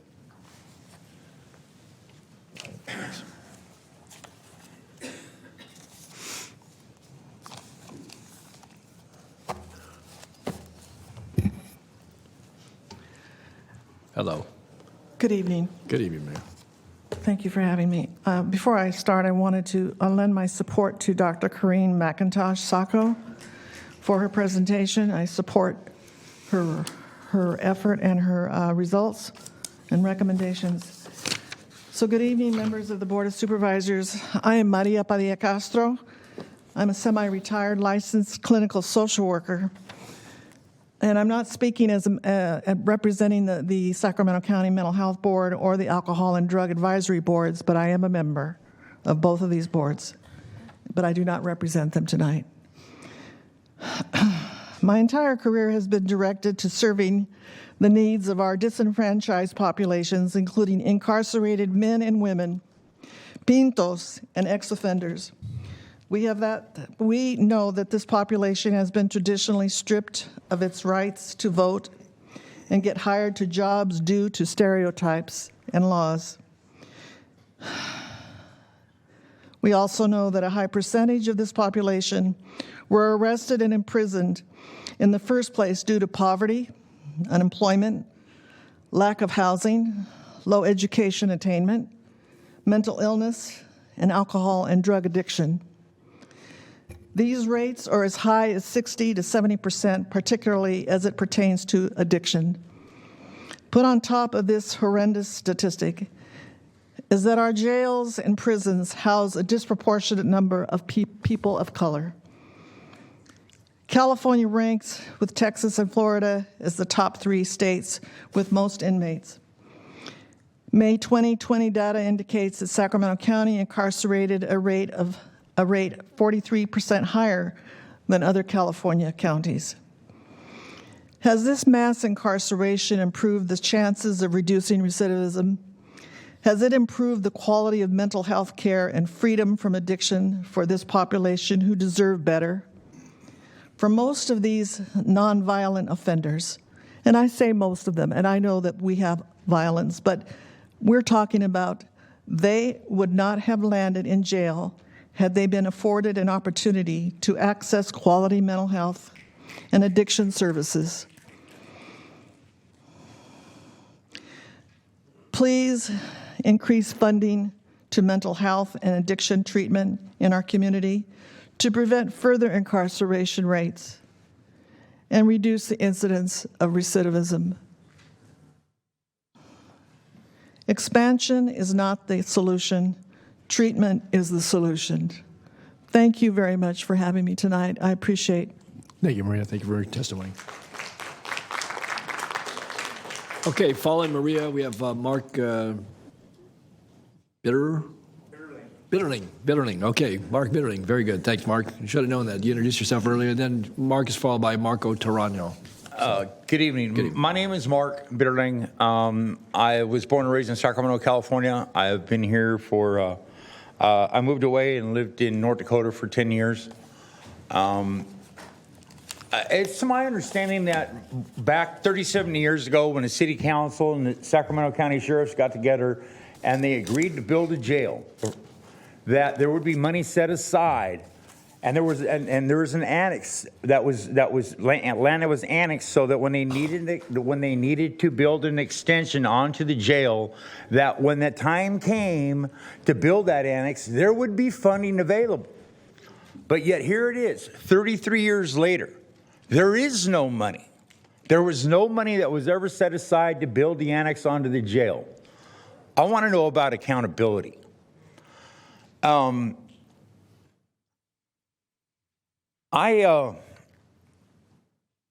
not happy with my past. I've done 5 prison terms. I've done 5 prison terms. I've spent many a nights in that jail. I have 13 years sober now. I didn't do it. I didn't do it here in California. I finally shook my last parole number. I had to move to Oregon. I got my CDL. I couldn't find a job here in California. I couldn't find a job in Oregon because I was a convicted felon. I ended up going to North Dakota. I worked the oil patch out there. I worked nights in 30 below, 60 below wind chill factors. I worked anywhere between 15 and 18 hours a day, 24/7 on call. I never took a day off. I hear the word funding, and I think that funding is just a kind of a cop-out in a way. Well, we don't have the funding for this anymore. We don't have the funding for people who get picked up on small amounts of drugs, trespass charges, on and on and on and on and on. Have you looked around? I live in the thick of it. I live on Fruit Ridge in Stockton. Okay. Last Sunday, I walked into Chevron, or Sunday morning, I walked into Chevron there, and I had a man jump in front of my way, and he tried to thug me into giving him change. I walked around him when I walked in the store while I was at the counter trying to get what I needed. He tried to snatch my wallet. Last night, I went to Walmart. And while I was in Walmart on checkout, I heard a commotion behind me. I walked around the corner to the exit, and there's a security guard who is trying to stop somebody who was stealing. No one else was there to help him. I ended up helping that man. During that process of trying to help that man, I had about 20 or 30 people that were all ready to jump us. All I'm going to say is that, what happened to the money? What happened to the money? If you can't be good stewards of what you agreed you were going to do 33 years ago, why are we supposed to believe now that you're going to do anything else? Okay. Thank you, Mark. I have great respect for Sacramento County sheriffs and law enforcement. We need you. It's apparent this city needs law enforcement. Thank you. Thank you, Mark. Appreciate your comments. And congratulations on your sobriety. Okay, next is Marco Tarano. Actually, Marco signed up twice. Okay, come back. Then Topo Padilla. Topo? Thought I recognized him in the audience. Good to see you, Topo.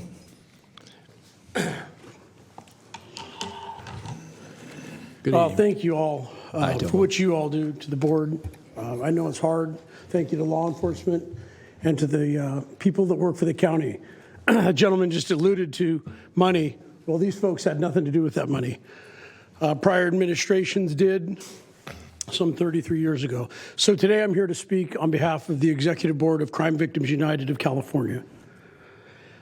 I come before you speaking for thousands of victims. The victims, some of who you heard with, become friends with Dan Tibbetts. I wish I never met Dan Tibbetts, but I had to meet him because of the murder of his sister. The Salerno family, I met them and I've worked with them now because of the murder of their daughter and their sister. So I'm here today for victims of crime. And we might think, well, we want everybody in jail. No, we want people that have committed a crime to be reformed, to be better, and to not do it again. That's what victims of crime and what Crime Victims United wants. That's what we want. But this all goes back to AB 109. And I know you've heard a lot about it, but a lot of these folks maybe weren't involved as much as they are now. But AB 109 and the unintended consequences of what Jerry Brown and that legislature did to our counties, to our communities, the danger they put us in with AB 109 and doing realignment, that is not a state prison. It is not meant to be a state prison. There is no classrooms in that building right there. That is not their fault, and it is not their fault. That is the fault of the 120 men and women at the California legislature in 2011 and Jerry Brown by making that a state prison. And now we, taxpayers of California, are trying to, run around here and see where we can get $1.8 billion to build a jail. Well, we ought to go right over to that building and make them fund it. And these people are pissed, and I get it. I understand it. But the fact of the matter is, it should fall on the 120 over there, the 120 that did this to us. So the fact of the matter is, something has to be done. I was in that jail When it first opened, I was in there as a guest looking around, and they said, hey, I wasn't in the jail, but I've been in the jail a lot. You knew somebody get your bail if you needed to get out there. You were, huh? But they talked about the fact that down the road, when it does need to be, there is room to rebuild and to build. And I get these folks, and they don't want it, and the de-incarceration I don't get, because I've been around on both sides of the criminal justice system. And I'm going to tell you, you've heard from two gentlemen that I applaud tonight in their sobriety and the way they changed their life. And I've changed a lot of lives myself in what I do for a living, and it's through accountability. It's through accountability. Accountability, because if you don't change your ways, you're never going to change. And you're going to be back involving in that system. So what these people ought to be shooting for and plotting for is accountability. If you do go to jail, if you do something wrong, change your ways. What's going to help you change your ways? I had a gentleman the other day told me I saved his life 25 years ago by putting him in jail. By putting him in jail, he said, you saved my life. And I did a radio commercial about it because that was impactful to me. And he said, I would have been dead because of my heroin usage. What we want is people to change their ways.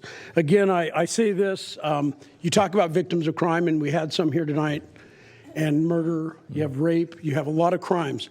But what folks ought to start looking at is Walmart, Walgreens. All those places are shutting down. Walmart just announced today they're going to raise their prices, and they're going to shut stores down. That is the unintended consequences or the intended consequences of AB 109, Proposition 47, Proposition 57. So thank you very much. Thank Appreciate you, your Topo. time. Thank you, Topo. Okay. Following Topo, then we have Courtney Hanson. And Courtney Hanson is followed by Kimberly Godinho. Good morning, afternoon, evening, whatever time it is, Courtney. First of all, as has been said, I'm Courtney Hanson, co-founder of Decarcerate Sacramento, and someone who has been very passionate about these issues and thinks about them, works on them daily basis for the past 12 or so years. We all want safety. We all want safe communities. We all want well-resourced communities. And today's conversation is about what responsible governance and responsible public spending looks like. The jail system here will continue to act as a revolving door that ensures crime, ensures instability, ensures poverty and unsafe communities. I speak to you as a survivor of violence, as a survivor of sexual assault, as someone from a law enforcement family, as someone with an uncle who made his living in the predatory bail bonds industry, as someone who grew up with an incarcerated aunt, as someone who grew up with an aunt who endured severe domestic violence for years before becoming incarcerated, as someone who has been incarcerated in your jail and in my home with an electronic shackle on my ankle. This is not an us versus them issue. Our county residents cannot be split into two oversimplified groups, law-abiding citizens versus jail reform advocates. And that is exactly what our Sheriff's Department and District Attorney have spent the last week and today trying to stir up, using fear and outright misinformation to drive division into our communities for their own selfish interests. Sinking $500 million, that's the initial price tag of the lower option, into a system that does not work would be a massive failure and impose huge financial, health, and public safety costs on us for an entire generation, just like the current Maine jail. We are once again being asked to spend hundreds of millions of precious taxpayer dollars on a system that has failed us with too many unanswered questions. And for all of the talk today of law, order, and constitution, shouldn't our county be upholding the presumption of innocence? Almost 85% of people in our jails are legally innocent. And in September of this year, a federal court found our bail schedule system unconstitutional in a case called Welchin v. Sacramento. So a federal court order, another one, is expected to come down mid-December, giving us an opportunity, perhaps a requirement, to increase funding for supportive pretrial service programs like the public defenders. Supervisor Desmond, Deputy Jones, to some of your comments earlier, why would you assume more incarceration in the future Do you similarly imagine more seats in classrooms in the future, a greater need for parks, libraries, housing, high-paying jobs for our caretakers, our teachers? Because I do, and I invite you to do so by voting against jail expansion. We cannot have both.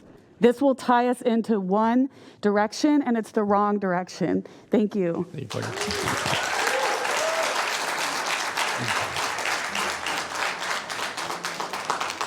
Okay, Kimberly Gudino, and then Carlos, I think, Merlina.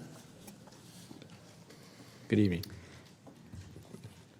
Hello, County Board of Supervisors. My name is Kimberly Gudino. Many of you likely do not recognize my face, and that's because I am rarely here at these meetings. But I'm in schools of our county working with middle school and high school age children. However, given the gravity of today's meeting, I knew it was important for me to be here to speak on behalf of community, especially my community. I was born and raised in South Sacramento, 29th Street Garden Block. And my community is known as an incarceration alley, not due to the lack of talent, but the lack of opportunities and hypercriminalization of our people and the issues we face. I've witnessed childhood friends who face disproportionate adverse childhood experiences get moved from class to detention, over to suspension, and some eventually sent off to jail. This was a failure on multiple fronts. But those who bore the greatest responsibility were not the grade school friends of mine. It was and continues to be a system that failed to properly diagnose a child in need of mental health support, an adolescent driven by survival, a young person who needed to be in a county that prioritized prevention over punishment, so that their cries for help could be answered before it was too late.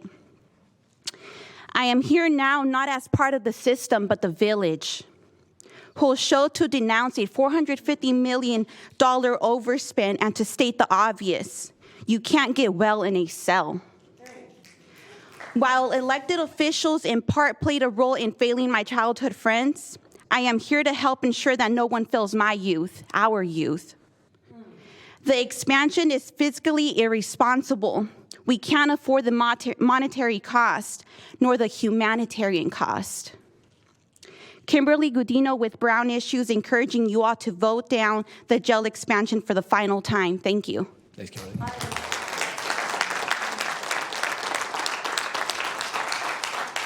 Okay. Next is Carlos. Carlos stepped out, but he'll be back. Okay. All right. Put it over here. Okay. All right. Rachel Brown. I think Rachel addressed this earlier in the afternoon with the group. And then I have Liz Blum. You were on behalf of Desiree. A Desire. Okay. And then Robert Copeland. And then Jacqueline Shields.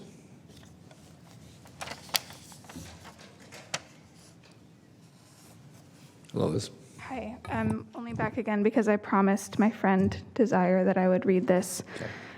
Okay. First, just want to say it's a false dichotomy that people who do this work are also victims and have also lost loved ones. I send out my love to folks who've experienced that. Okay. They made me take off my clothes. I couldn't keep the hair tie on my hair or the shoes on my feet. They dressed me in a green padded suit with holes for the arms and Velcro closure. The cement floor numbed my toes as I walked barefoot from the 7th floor to the 1st floor, where they put me in a holding tank alone. No one would tell me what was happening or how long I had to stay. I tried to use the phone, but was yelled at. I just needed help. I needed someone to listen to me, someone to care about me. This went on for 7 hours and still my tears wouldn't dry.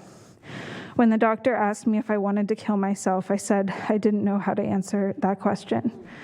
The training sergeant badgered me to answer and taunted me for crying. Quote, I don't know how to answer the question because I would rather be dead than in here. But no, I'm not actively trying to kill myself. For 3 years, 651 I Street was my home, not because I was guilty of a crime, but because I wasn't a millionaire and couldn't post bail. For 3 years, I was victimized by the jail staff and witnessed countless acts of inhumanity. I did not receive adequate medical or mental health treatment, nor did I receive services upon release. I was talked down to, called names, refused services, and treated less than a person. The sheriff wants to build a new jail, but that couldn't possibly solve the problems at hand. The jails are overpopulated, and they always claim to be short-staffed. Requests to see medical can take several weeks if you get called at all. They don't allow you to clean regularly or provide you with chemicals that kill the spread of bacteria or infectious disease. They don't always provide access to showers, and if you do not have money on your books, they do not provide you with enough hygiene products to last a full week.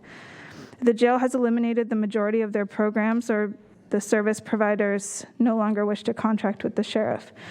No, not only are the staff treating the inmates terribly, but they aren't offering them any form of rehabilitation services. People are being locked in cages and not cared for.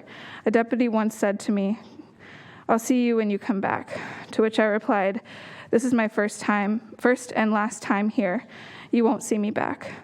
They have the mentality that everyone is a repeat offender. They choose to treat people with disrespect rather than provide them resources and a plan on how to get out and stay out.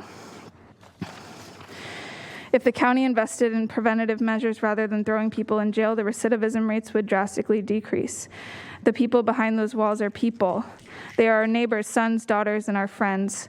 These people should not be written off or locked up or given up on. It is possible to get out and never come back. That should be their mission, to ensure people receive the mental health care and housing and employment services they need so they can integrate back into society and never come back. I'll give the rest to someone else to read. Okay, very good. Thank you, Liz. Okay, next, Robert Copeland. Robert. And then Robert's followed by Jacqueline Shields. Good evening, Robert. My name is Robert Copeland. I wouldn't be here at this county board meeting except for my friend Mackenzie Wilson. Tell me about this. One, if people got help before they committed their first crime, maybe they wouldn't have this crime problem in Sacramento County. Two, mental health services, housing, drug rehab, alcohol services. If we had all that in abundance, we would have less criminals. Now we need housing and homeless services, which county has failed to provide for years. I mean, get on the ball, provide housing and homeless services, drug, alcohol, and mental health services, and maybe we wouldn't have as much crime.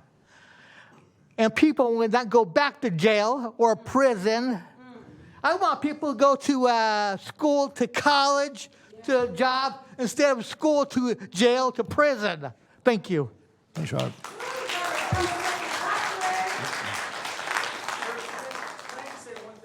It seems like it'd be so simple to just go out to the branch, land grade, put up 2 fences, some razor wire, an electric fence down, and bring in modules and create a man camp. Okay. The money's gone. I gotta go. Thank you. Thanks, Mr. President. Okay.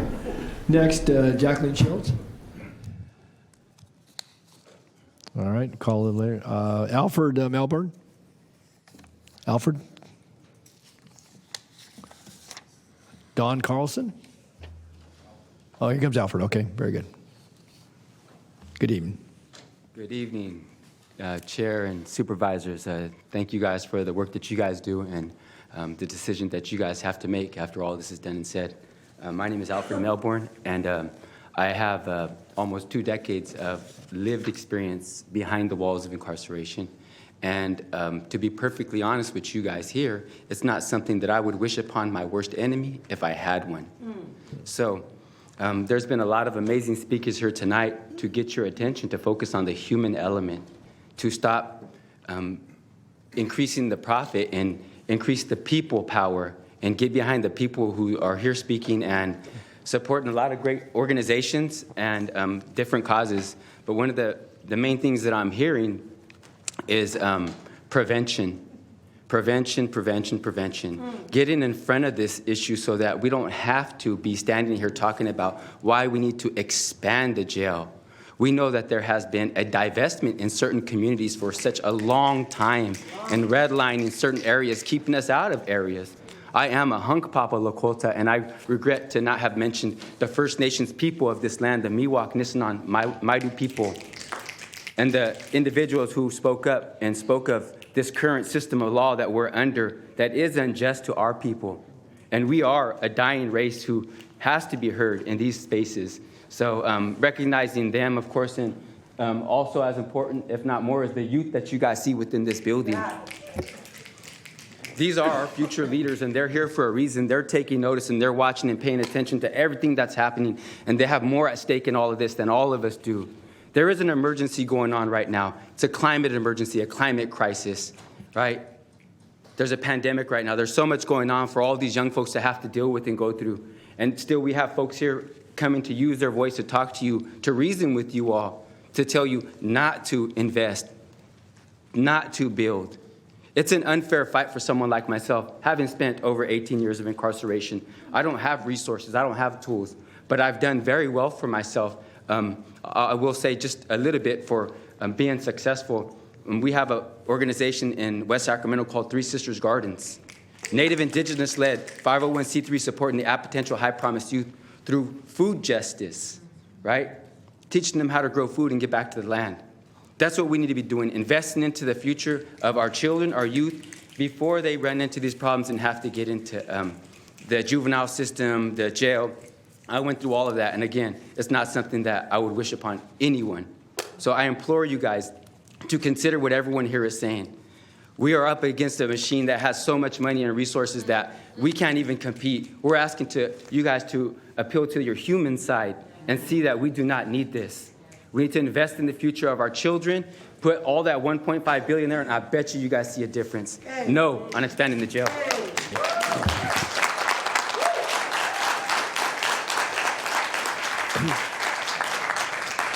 Okay, thank you, Alfred. The next, Don Carlson. Is Don here? All right, then Guy Danilowitz.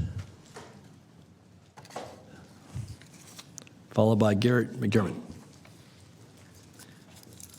Good evening. Good evening. So I have a lot to say. I'm not going to be able to say it all in 3 minutes. I'm an attorney and resident of the county since 2009. I do criminal defense. I work for the county, but I'm here in my individual capacity. And I've also done civil litigation, civil rights litigation. I've sued the county and the jail. I've represented hundreds, if not thousands, of inmates in the jail and the mental health system. I've worked in the LPS mental health unit.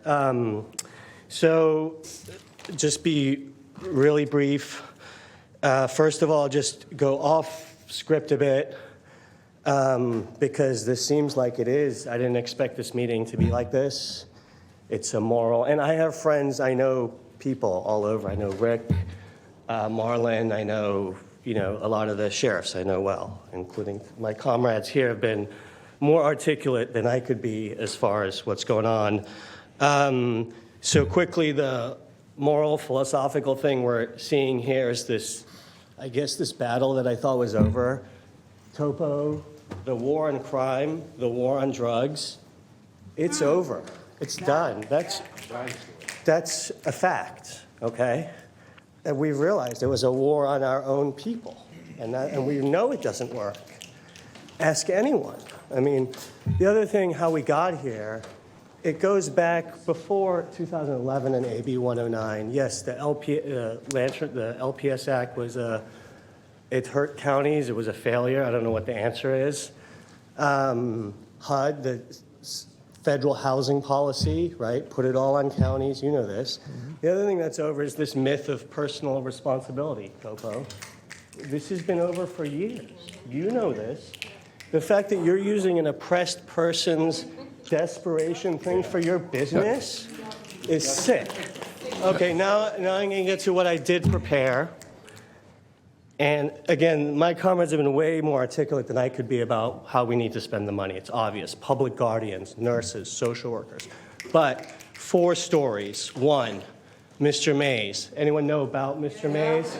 What I know is, people might not know, he was in custody for years without a court appearance or visits or anything, right, in our jail here. Years, while we were all here doing our thing. Secondly, the people that we're talking about, a lot of them are innocent. I represented someone who, for various reasons, was in custody.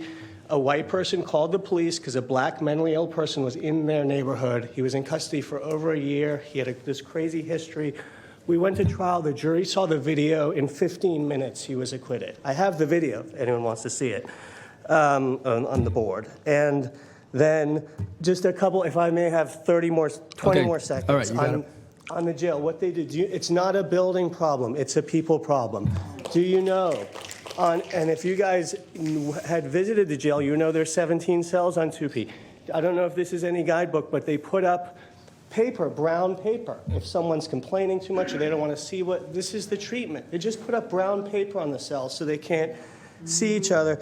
And then the last thing, I feel for the victims of crimes and the people who've had families who've died. People have died in that jail. A lot of people die in that jail. We've litigated suicide deaths, right? I've written and been granted attorney fees for things that happen in that jail. And if you build a new jail, it's just going to happen more and more. And the one thing, even recently, Antonio Thomas was in on a probation violation. It was never litigated. And you recently paid a lot of money for that. Thank you.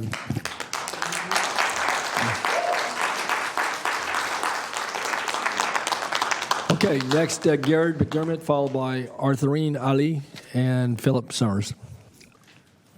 So is Garrett McDermott here? All right. Arthurine Ali. Philip Summers. And then Paul Andrews. Paul follows Philip.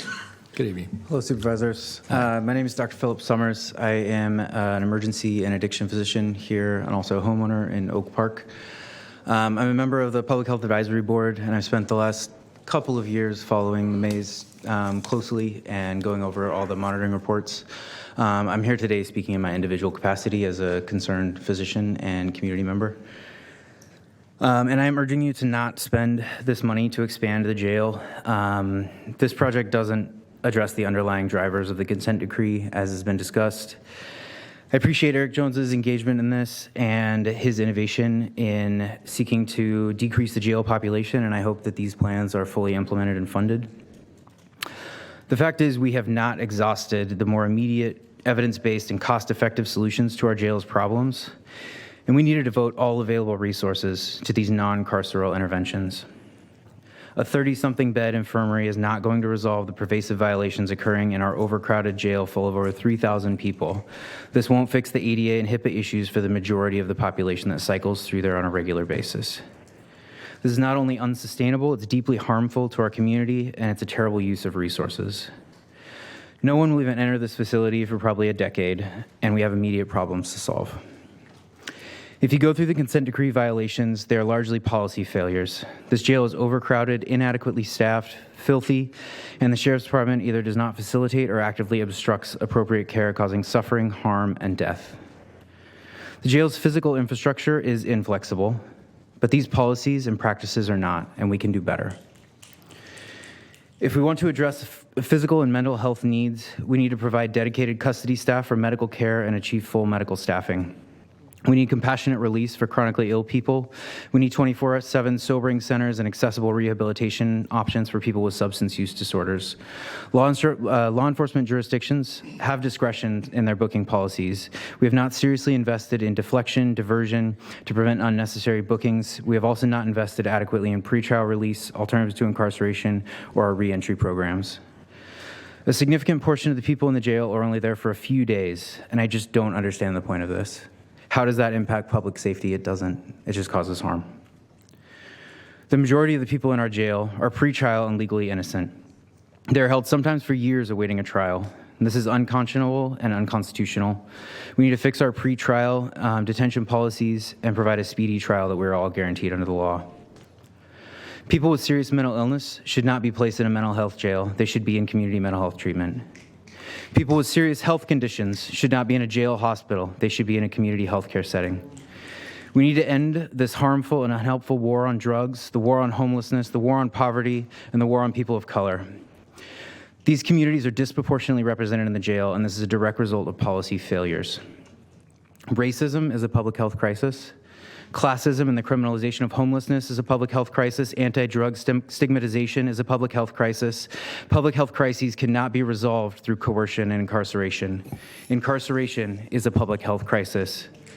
Don't expand the jail. Don't waste my taxpayer dollars on this project.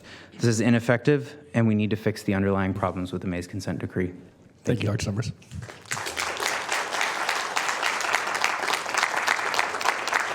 Okay, Paul Andrews. Paul's followed by Lillian Glanvin. I believe she left already. Okay, Paul. All right, Paul, District 1. Yeah. So we need to take this all the way back. You have been socialized with preconceptions of what law enforcement is meant to do. You have been told that they enforce the law. You've been told that they ensure safety, and yet there is zero correlation between how much is spent on law enforcement and how much crime occurs.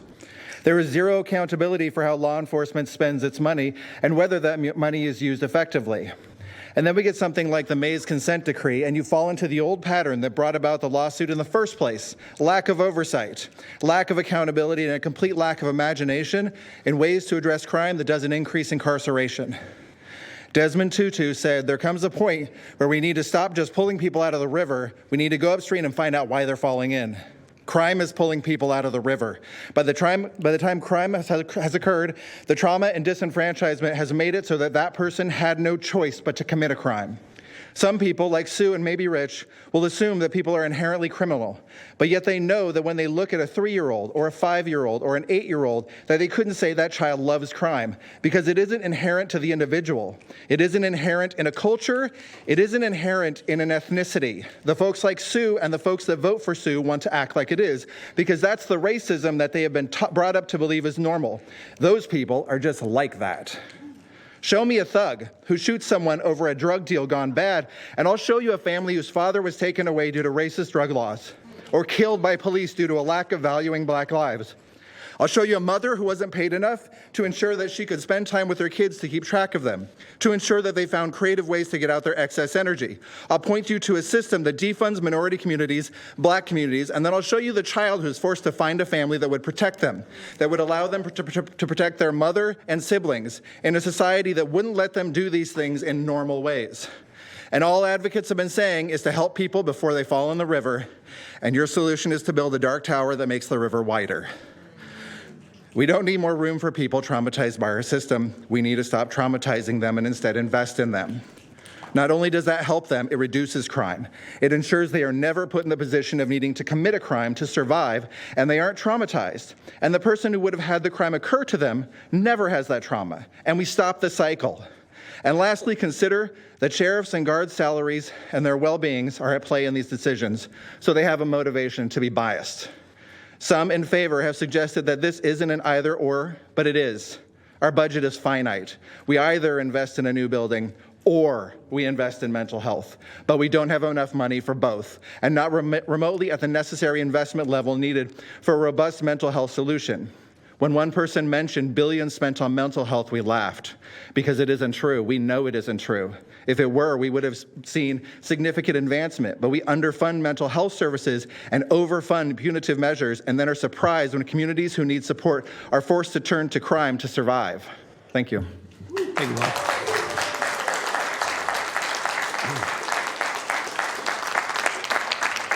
Okay, thank you, Paul. Next is Joy. As I said, and then Joy's followed by Marshall Arnwine and Vanessa Two Bulls.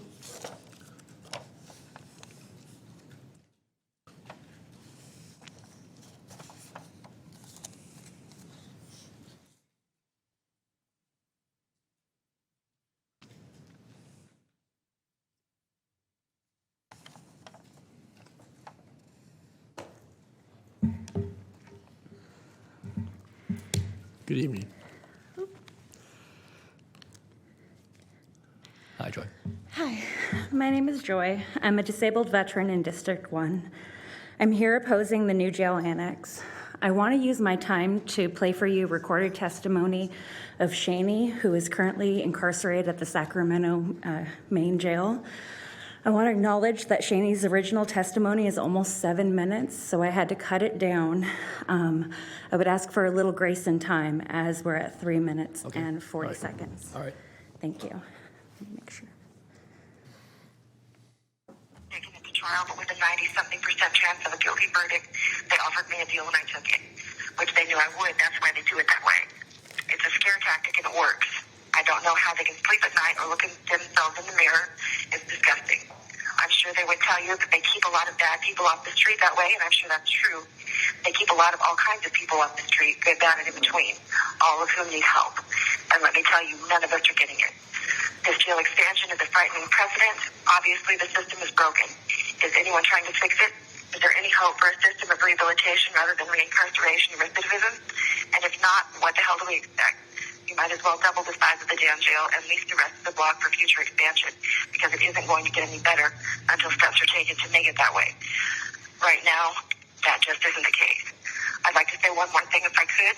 I've heard about the jail elevator. I had heard about the jail elevator early on in my career here at the main jail. But it was the place in the facility where police brutality happened because it was private and there are no cameras. I didn't think much about it until it happened to me. I was high and had just been arrested. I was being escorted to the elevators by a large female deputy and her smaller and younger partner. The larger woman took my arm and I jerked it away from her, telling her not to touch me. I have sexual trauma and often don't like to be touched. She grabbed my arm and leaned into my ear, stating, "Now we get to go for an elevator ride." My hands were cuffed behind my back, and the woman spent the entire ride trying to break my arm and dislocate my shoulder, with her partner half-heartedly trying to help her do this. This is the first time I've talked about the experience for obvious reasons, fear of retribution. Hopefully nothing happens to me. I have witnessed police brutality one other time in LA County. A woman had her arm broken and her teeth knocked out with a flashlight as a group of us were getting dressed out after being arrested. Police brutality is real. Abuse of power is real. Corruption is real. People really do turn a blind eye to things that are frightening or unpalatable. People hope things like these aren't a problem where they live and then go about their day. I'm stuck in the system and there's no way out for me. The system is broken and people like me have no escape. And now they want to expand the jail without fixing a goddamn thing. There are criminals and there are good people on both sides of the bars. We need to fix what is broken and stop making more of the same mistakes. This time on a larger scale. When does it end? I'll close, if I may, with a quote by Albert Einstein: "The world is a dangerous place to live, not because of the people who are evil, but because of the people who don't do anything about it." This system is evil, corrupt, and without conscience. The system labels a person criminal, felon for life. I am this thing for life. Forever I am untrustworthy. Forever I am less than. Because I made a choice, several choices actually, that seemed at the time to be the best of my options. Was I wrong? Maybe, maybe not. I'll tell you this, my other choices weren't great either.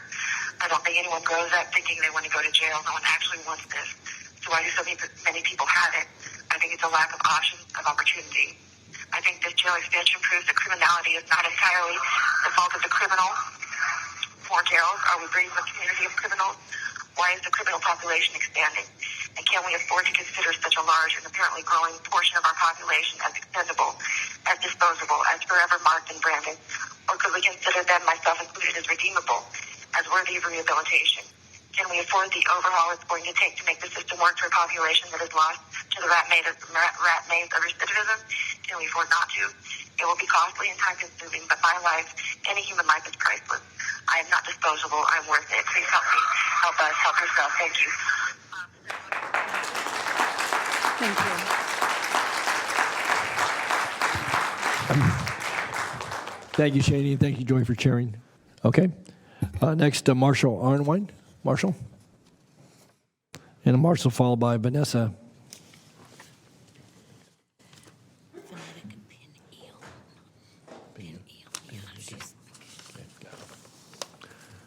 Hello, Hi, my name is Marshall Arnwine. I work for the American Civil Liberties Union, also known as ACLU.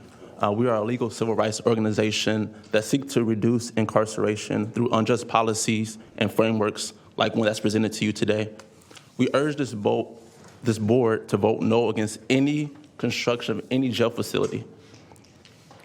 We analyzed the 62-page remedial plan, and we found that the majority of what's happening in that plan has more to do with the management, the failures of it, the people in there, and the policies, and not the physical jail facility.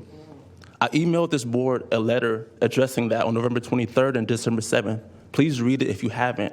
In that letter, it talks about the 6 categories that's in the remedial plan, and it also gives recommendations on how to implement a process of complying with the mayor's consent decree without building a new jail facility. Specifically within the category of ADA compliance, it is important to remember that there are 17 sub-areas in that section. Of the 17, there's only 2 that objectively call for a physical modification. In fact, complying with the ADA, it's important to remember the U.S. Supreme Court Olmstead. The whole point of that case, it affirmed that the ADA prohibits the needless institutionalization of people with mental disabilities, as they are better served in community settings. The county's priorities are out of order, but why is that? Why is it that the county has not directed a cost-benefit analysis comparing the justification for a new facility versus alternatives to incarceration that can comply with the mayor's consent decree? Why are the county diversion programs, pilot programs, and not fully funded? Why is there so much fear being put into trying to treat people? In fact, the ACLU did a report to learn how are people actually being charged. So from 2017 to 2018, over 97,000 people have been charged. And we got this information from a California public records request. And we found that among both felonies and misdemeanors, DUIs, meth possession, driving a stolen vehicle, and petty theft are the most common charges leading to conviction, making up more than a third of sustained charges. Between 2017 and 2018, 912 individuals were convicted of DUIs, 925 people convicted of meth possession, 815 people of petty theft, and 905 for driving a stolen vehicle. These cases present opportunities for diversion and restorative justice, as they stem from needs that will be better met by addiction counseling and recovery programs and social services. So we recommend using the funding proposal for jails for services to prevent things like that in the first place. And we recommend that this board PRA the DA's office to learn what they're currently charging right now. And you will see it's not just people committing murder. It's unfortunate that there's been so much fear that it's going to be 1,000 people walking out the front door into communities. That has been intellectually dishonest, it has been frustrating, and has not been transparent. Please direct the staff to be more transparent, more honest, and please make an informed decision. And lastly, as I conclude, remember that jails, the momentum of the institution, has always been about control and punishment, and it moves in the opposite direction of treatment. If you really want to treat people, creating a jail facility is not the way. So please vote no on jail facility. Thank you. Thank you, Marshall.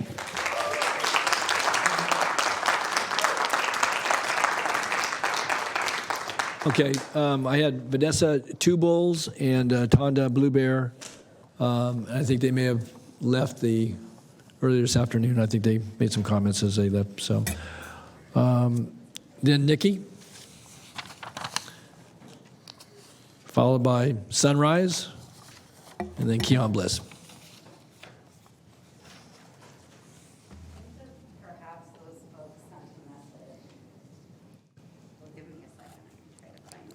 What's that, Nikki? I didn't. Sorry, I was saying I think that it's possible that the names that you just called. Oh, I think they're ones that exited. Yes, that they might have sent a message, a recorded. Okay. Oh, I have it. Oh, do you? Okay, look at me looking for it. I love you. Thank you. Yeah, sure. Okay, so this is the two I called before, Vanessa and Tonda? This is Blue Bear. Blue Bear, okay. You guys are wanting more buildings, but I don't hear you guys speaking about less crime. How do you lessen crime? You guys are talking about billions of dollars, but I don't hear you talking about the humanity crisis that we are in. You guys talk about criminals and we need a place to put them all, but I don't hear you ever refer to them as human beings. You talk about not feeling safe in your neighborhoods. while you are on stolen land. Talk about not feeling safe and that you want to feel safe. I'm an indigenous woman on this land and I don't feel safe. And I don't feel safe because of the boys and badges.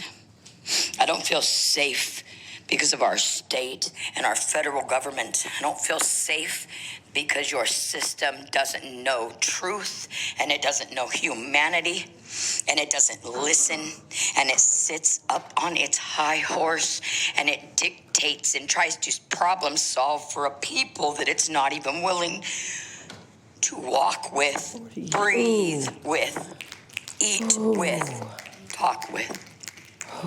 I was told the other night that y'all were looking for a miracle, yet you cut everybody down to 3 minutes. Miracles don't happen in 3 minutes. You want a solution, but you cut some very bright people off because their 10 minutes was up. Solutions don't happen in 10 minutes. Your system is broken, and the only thing it has proven to do is not work. Your system doesn't work if we have people that are committing crimes at a high level. It doesn't work. And it doesn't work because you do not know honesty.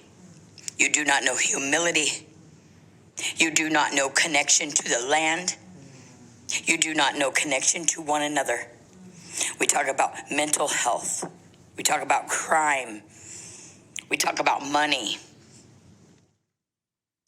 The answer is humanity. The answer is equality. The answer is humility. The answer is equity. But you don't want to hear that because your colonial thinking tells you that it's all about you. I'm an indigenous woman in America, and I'm looking every single day for our missing and our murdered. And they are missing and murdered by your corporations in my home.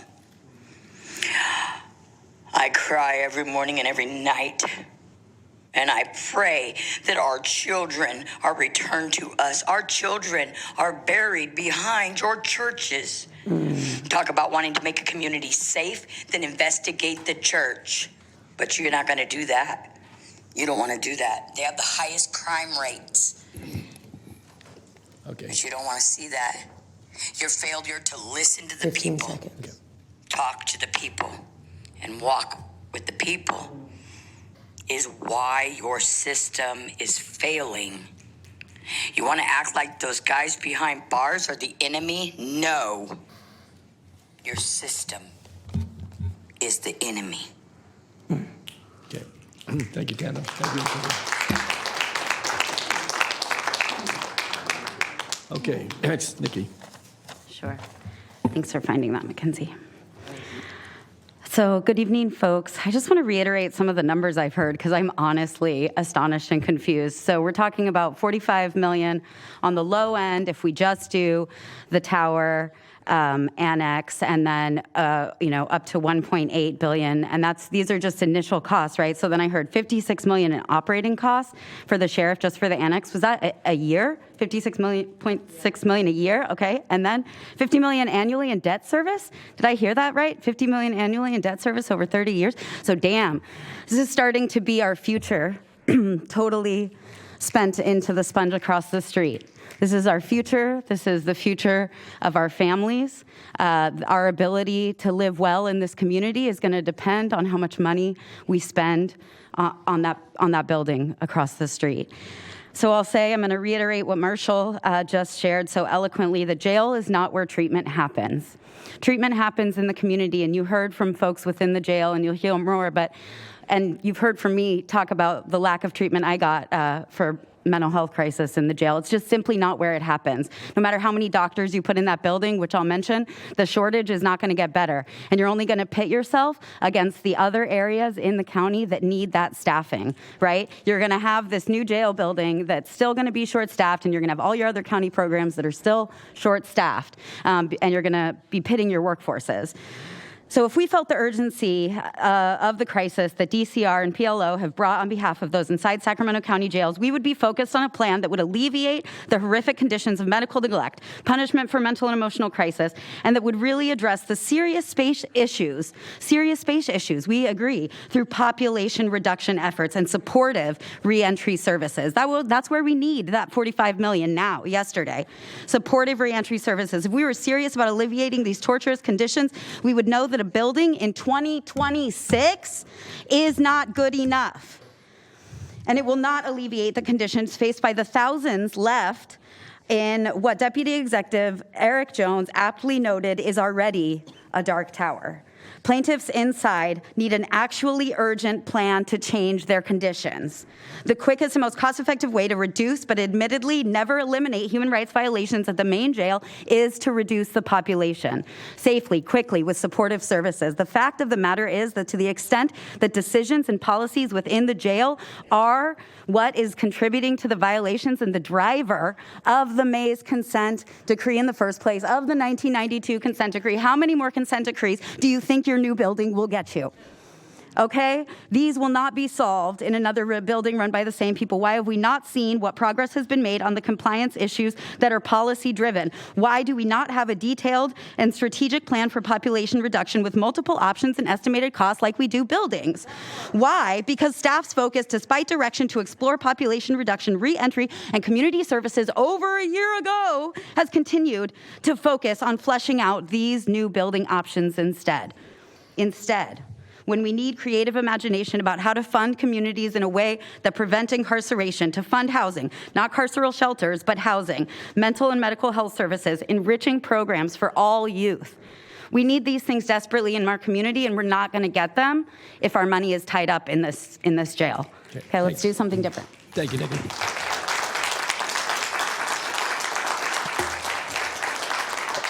Okay, next I have Sunrise, and then Keon Bliss, and then Rachel Harrington. All those numbers, that was like 15 billion a year, right? Not 15 billion a year, no. Not a year. No, yeah. Yeah. Okay, Sunrise, is Sunrise here? No. We may be here till sunrise, but okay, Keon Bliss, Keon, you're next, and then Rachel Harrington, and then Marjorie Beezer. Keon. Yeah, I first want to start off by thanking our new DA and sheriff for showing themselves for the filthy, corrupt liars that they actually are. I'd say they're dishonoring their office, but their predecessors really just dragged that through the mud, so it's really not doing anything better. I mean, we had T.N. Ho up here who literally fabricated a completely new felony classification system just to try and portray the 83% of our jail population that's just waiting to see a court trial as dangerous felons who are unworthy or irredeemable. So not only is that completely disrespectful and false, but it also is anti-black, it's racist, because we, as was pointed out by county staff, almost 40%, 39% to be exact, of the jail population are black people. So what are we actually saying about those people? Do we not consider them to be innocent until proven guilty, or are they guilty until proven innocent? According to T.N. Ho, that seems to be the case. Same thing, too, with the new Sheriff Cooper, who so savvily waltzed out here and paraded a bunch of images of murdered loved ones as political props just to try and make an argument as if for having a new jail facility, as if after countless reports that have been put out to you all that you have been seeing and hearing all day long are going to somehow justify the need for that. It's frankly absurd. We have $450 million on the table right now that could actually be used for genuine community-based healthcare services and prevention services to keep people out of the jail system in the first place. In fact, you have a shortage of healthcare workers, of behavioral health workers in the county that you could be putting this money towards. In fact, if you're looking at the price that you're offering for people to come hire on to the county for behavioral health specialists, they're making between $41,000 and $50,000. That's their starting salary, compared with deputy sheriffs who are being offered $83,000 to $112,000. annually. And that's a permanent open, like that's a continuously open hiring position. Do you know how many people you could pay for just $13 million or like a little over 10% or so of $450 million? I'm not sure about the exact percentage, but for $13 million, you could actually afford 33 behavioral health peer specialists, or 330 behavioral health peer specialists just at the low end of the starting salary that you're offering. You could also hire 267 mental health workers, licensed mental health workers or unlicensed, 200 social workers or 200 health educators or any equivalent combination for just a fraction of the $450 million that you're talking about. And even more so, you could be funding you could actually be opening up and expanding mental health treatment centers, like our Sacramento Mental Health Treatment Center, which you could be expanding today with additional beds if you just put money into it, because you haven't actually used the money to expand it since it was cut back after the 2008 financial collapse. This isn't a lack of resources that we're facing, and the problems within the jail have little to do with the structural plant deficiencies. That's a misnomer. That's not only just a misnomer, but it's a lie. You already put money down on the table, and I will finish up. You already put money down on the table for ADA renovations, and county staff has been wasting time not actually implementing those, when instead talking through, misleading you all and the public into thinking that we need a brand new jail facility or a new intake facility. Like that's going to help anything. Thanks, Ken. Use your imaginations, please. Thank you, Ken. Okay, Rachel Harrington. Rachel's followed by Marjorie Beezer, followed by Kristen Kamicki. Hello, I'm going to use my time to finish reading the commentary that Liz was reading 45 minutes ago. All right. Instead, they are choosing to treat people like animals. And you're Rachel? You're Rachel? Yes, I'm Rachel, sorry. Okay, good. Go ahead, Rachel. Instead, they are choosing to treat people like animals, cage and release them with nothing, forcing them to return out of desperation and a means to survive in a system that failed them. A new jail will not provide services to people in crisis or those being released. A new jail will not reduce the population or keep the community more safe. A new jail will not train the staff to treat people with dignity and respect. The sheriff wants to create the illusion that this new jail will solve everything. The reality is you can change the external walls, but until you change the staff and the services inside, nothing will actually change. They need to work on themselves internally and help the community, not cage it. The sheriff should focus their monetary resources and efforts on recreating the narrative the police have in our communities. They should help people and not harm them. They should protect and serve. I've witnessed the most horrific crimes committed by the police themselves. In 2019, a lady went into labor in her jail cell and the staff ignored the emergency button and her screams of terror for 45 minutes. The baby died and I watched the deputy walk its lifeless body out of the jail cell, wrapped in a paper bag like a piece of trash. I still have nightmares to this day, and the echoes of that woman's screams plague my memory. That was the worst crime I saw committed in jail. And that deputy went home to their family that night. Jail is not rehabilitating. Jails damage and destroy. Our community is in crisis and there are resources available to help. These resources need to be allocated to the people and not to a building that has statistically done more harm than help. When I was released from prison, Decarcerate Sacramento gave me $1,200 stipend. With that money, I was able to purchase a vehicle to get to work. Now I am in a position where I can offer a second chance to someone like me who was failed by the system, but won't be defeated. A new jail will not save these people. People need healing and resources for stability and a means to maintain it all. The ground in the jail will always be cold. It doesn't matter how shiny it is. Sincerely, not another statistic. Thanks, Rachel. Rachel. Rachel, before you, what was the year in which that incident occurred? 2019? I'm going to turn to you, Ann. Could we get some information? Is there a record of that incident? Could we inquire of the sheriff's department? I don't know that it ever came to our attention that there was a. We can check. Yeah, we in can the check jail on it. about the bird. Yep. We can check on that. Okay. Okay. Yeah, okay. Thanks, Rachel. If you have any more information, that might help us. But we can. I want to have some feedback on that. So, okay, thanks. All right, Marjorie Beezer, and then Kristen Kamecki. Marjorie. I told you were in the stack somewhere, Marjorie. I know, huh? Somewhere in there. Yeah. Good night, good evening. Good evening. Hello. I'm Marjorie Beezer, and I don't know which district I'm in. I just know I live in Sacramento County. Yeah. And I was sitting at, I was sitting at home earlier watching the news, and all of a sudden, there was something on the crawl talking about, you guys are talking about this topic today. Hence the manner in which I am dressed. I threw on my rags and I ran down here because I needed and wanting to be a part of this conversation. I wanted to hear what everybody else had to say. My background is varied. I'm the mother of 7. I have 6 sons and I have a daughter. I have 4 grandbabies. I have 3 grandsons and a granddaughter. She is biracial. I have 3 biracial children.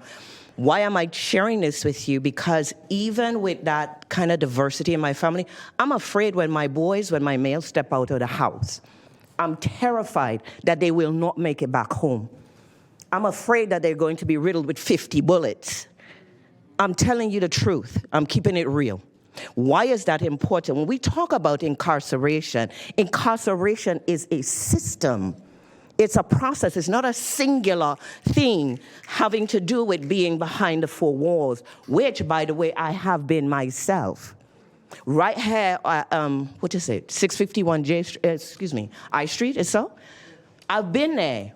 I spent 2 years unconvicted here in Sacramento County, 2 years of my life, I was there when I first came. They took me there. I'm like, I don't know what you're talking about. I was there for a few months.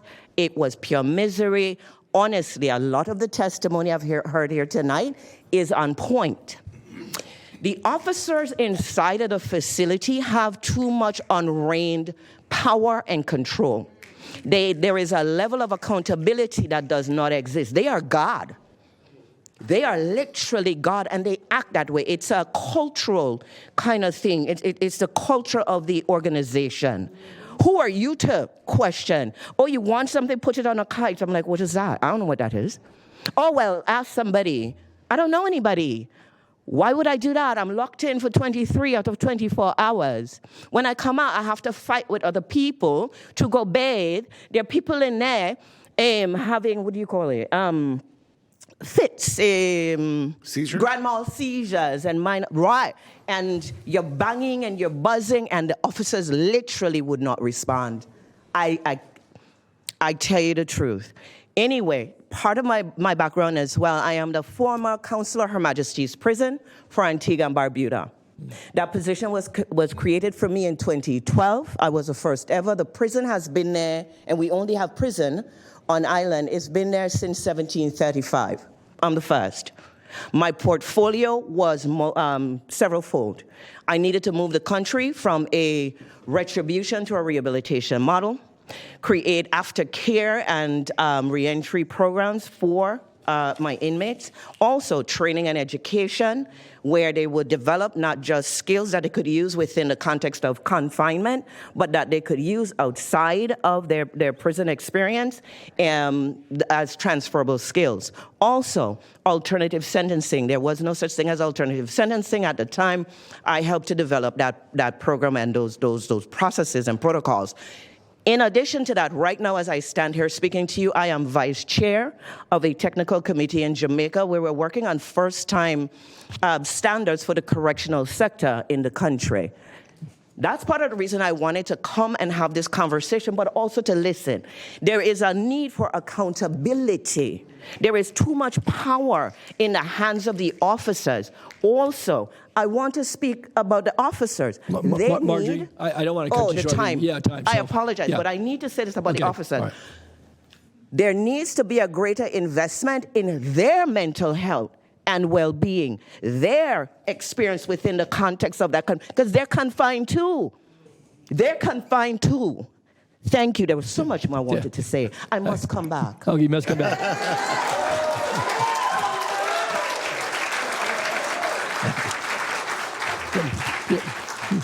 You're welcome back anytime, Marjorie. Thank you. Okay. Next, Kristen Kametsky, Toby Smith, and Amina Shaber. Kristen Kametsky. Okay. Toby Smith. All right. Amina Shaber. Deanna Young. Yeah.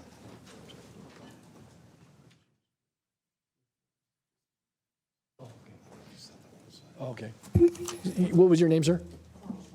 Oh, yeah, I called you earlier? Okay, Carl's going. All right. I was 0 for 4 there, so come on up. Yeah. This lady's not sure. She had to leave. Okay. She's not sure if her name was already called. Okay, so I don't think so. back in. Okay. Hey. Carlos, give us your name again, please. Okay. Carlos Molina. Yeah, Carlos, good. Good evening, supervisors. I love the technical arguments and the policy things, so I think that filled the room. So I'm going to just share a little bit about myself. I grew up in Alkali Flats, a neighborhood just adjacent to here. And in many spaces of my neighborhood, you could actually see the county jail. And cops would come by our neighborhood, especially during gentrification when I was much younger. And they would say, you know, what are you doing? What's going on? And sometimes we would run because we would see other people run. And when the cops showed up, it never left us with smiles. And so we would run, and they would say things, and they would catch us eventually, and they would say, you want me to take you to jail? At the time I was an adolescent, I didn't know I couldn't go, but man, that pumped fear in me. When a grown adult with status and authoritative appeal is telling a child, do you want me to take you there? And you know how powerful these people could be when they just grab people from your community, search them in front of you, and sometimes take them away from long periods at a time. It's just painful to think about a childhood experience of mine and others that grew up with me have had to endure by police officers. But I'm glad I got raised in a household where they said, it's not what they call you, it's what you answer to. Because the whole time those officers, while they were circling our neighborhood, many of my childhood friends that grew up in the Section 8 apartments just down the way, they needed tutors. They needed counselors. They needed adults that were going to set positive role models. And while later in life, I asked myself, imagine, and I allowed myself to imagine a community where services like that were as plentiful as law enforcement officers, what we could have been. I was fortunate to know, and at that time I do forgive those officers, they weren't talking to a hoodlum even though I was called a hoodlum. They weren't talking to a Central boy even though I was referred to as a Central boy. They weren't talking to a thug. They were talking to a future UC Berkeley graduate who graduated with high honors. With high honors. Go but Bears. I wasn't unique, I was just lucky. Yeah. Supervisor Cerner, you brought our attention to an important thing. We have a scarcity of resources. And what my econ class told me is there was an example between butter and guns. What are you gonna buy, butter or guns? In a neighborhood that I grew up, those streets were like quicksand. And what we saw put there were shovels. Shovels to dig ourselves deeper down a hole. And many of us unfortunately did. But imagine if there were ladders. Right now, you're speaking about a budget that's just mind-blowing, $450 million. I know there's a lot of ladders that you could buy with that, like after-school programming, access to mental health, tutoring services. We talk about the children.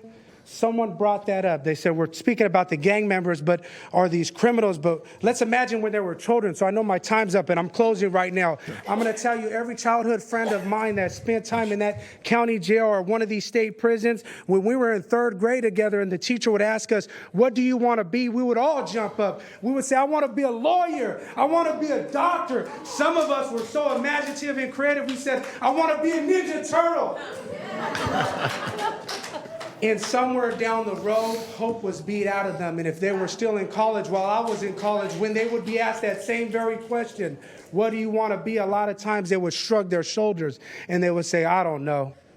I imagine the involvement those law enforcement officers who used to refer to us as thugs and treat us like criminals, how much they played a role in that. How much they played a role in that. So I ask you, supervisors, I'm not unique, I'm just lucky. But can you do me a favor and my community a favor and start investing in ladders, because I know of people that want to climb.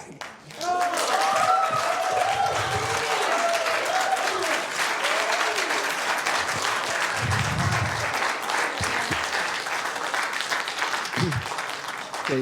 Thank you, Carlos. Shantico Alaman, Shantico? Shantico? Or Chantico? And then Deanna Young, and then Molly Shablianco.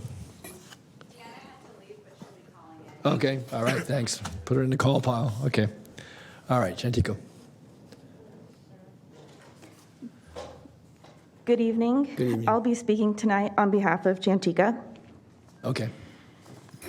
Dear Board of Supervisors, I know that building another jail will never address the real problems of May's consent decree. Building another jail will never change the culture of the Sacramento County Jail of willful indifference, negligence, and murder by the hands of deputies and other staff. Building another jail will not reduce the incarceration population. In fact, it will do the opposite. A new jail will be the biggest waste of money. Providing accessible treatment and social services is the best way to address the May's consent decree.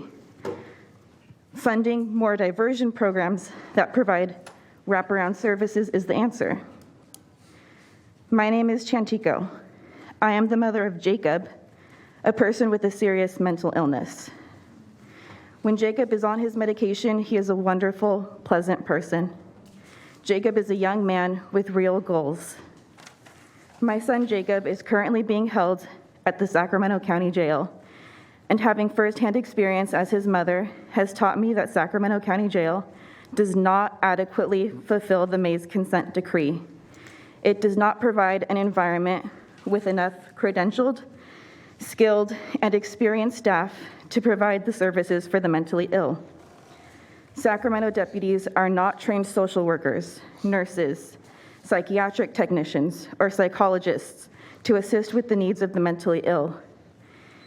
In fact, my experience with the Sacramento County deputies has been of indifference, apathy, and cruelty. My son was ignored and left with a severe eye and ear infection that was very obvious, and the only response to my concern was, quote, "He stays in his cell," end quote. The deputies actually blamed my son for his condition. Thank you for your time. Thank you for reading that in the record. Thank you, Chantico. Okay, next, Molly Schlabinkow. Hopefully I got that right. If not, Molly, you straighten me out. Good evening. My name is Dr. Molly Klebniko. Klebniko, okay. I was kind of close. Appreciate your time. Thank you. I am compelled to speak today or tonight, and I'm speaking up because I am a survivor of a violent crime. I have made Sacramento my home with my partner over the last 4 years. We're happy to be here, grateful to be here. In 2014, I was living in Oakland, and I was attacked on the street by a stranger from behind. He tried to rape me, and he tried to murder me. The only reason I live to tell my story is because of the first responders who intervened and saved my life. The attack on me is a type of crime used to justify police and incarceration budgets. They want you to believe that without more jails and without more police, you might be a victim like I was. But I strongly oppose this jail expansion project because of my attack, not despite it. I know firsthand the criminal justice system is completely disinterested in my justice. It is built like the jail to punish people for the crime of being poor and non-white. Directly after my attack, the police began interrogating me in my hospital bed. They treated me like I was a suspect in custody. They gaslit me and called into question everything that I shared. And then they tried to coerce me into implicating somebody that I knew in my body I just could not put behind bars, because I just didn't know that that was the real person. I didn't trust the process, and I didn't trust the abuse that I endured. My experience with the police offered me no real path towards justice or closure, and only caused further trauma. Trauma that I still carry in my body today and will for many years to come. Through my attack, I came to see how the carceral system supports and maintains the conditions of why I experienced the incredibly traumatizing harm that I did, as I began to learn about the impact of incarceration on my community. As incarceration only serves to traumatize those who experience it and offers no path towards justice or healing. It destroys lives and pushes people further into destructive and violent avenues of survival.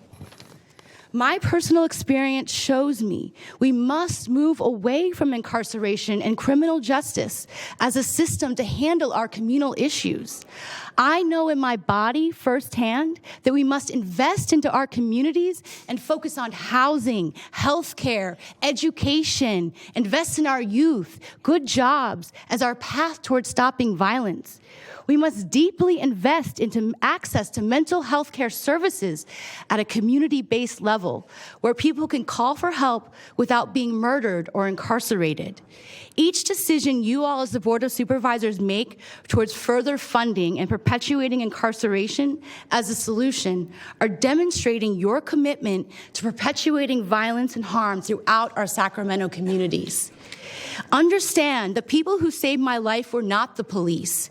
They were the doctors, the nurses, the EMTs, and the neighbor who risked their life to save mine. We need for you to divest from building a new jail and invest into our communities, to mental health services and other kinds of alternatives to incarceration. Now is your time to engage in the future that we all deserve, instead of keeping us all locked up in these violent cycles of decisions past. If you care about stopping violent crime, you must vote no on this jail expansion project and reimagine your investment entirely and defund the police and defund the jails. Thank you for your time. Thank you.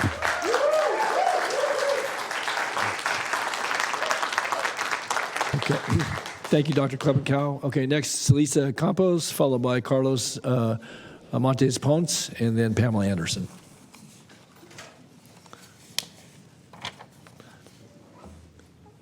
Hi, Good evening. Back again. Hi, Celisa. I am back again. Yeah. My name is Celisa Campos, and I am active with NorCal Resist and Sacramento IWalk.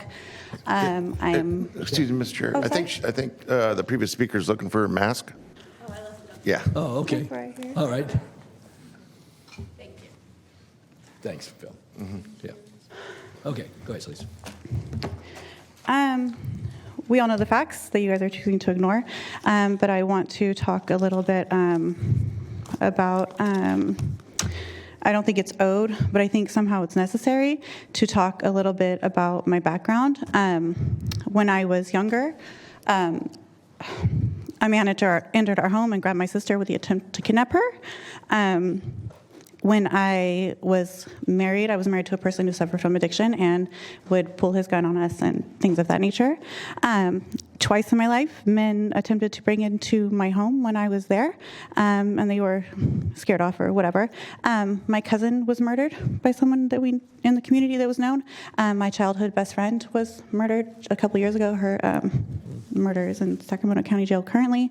So I've been affected, a victim of crime, and do understand what it's like to lose your loved ones and to want to be safe. What I do know is that a jail will not prevent any of those things from happening. It won't bring my loved ones back. It doesn't, also two things. The level of crime, you guys don't necessarily care about that. My daughter was sexually assaulted by her boss when she was a teenager just recently, and the police refused to arrest him or do anything about it.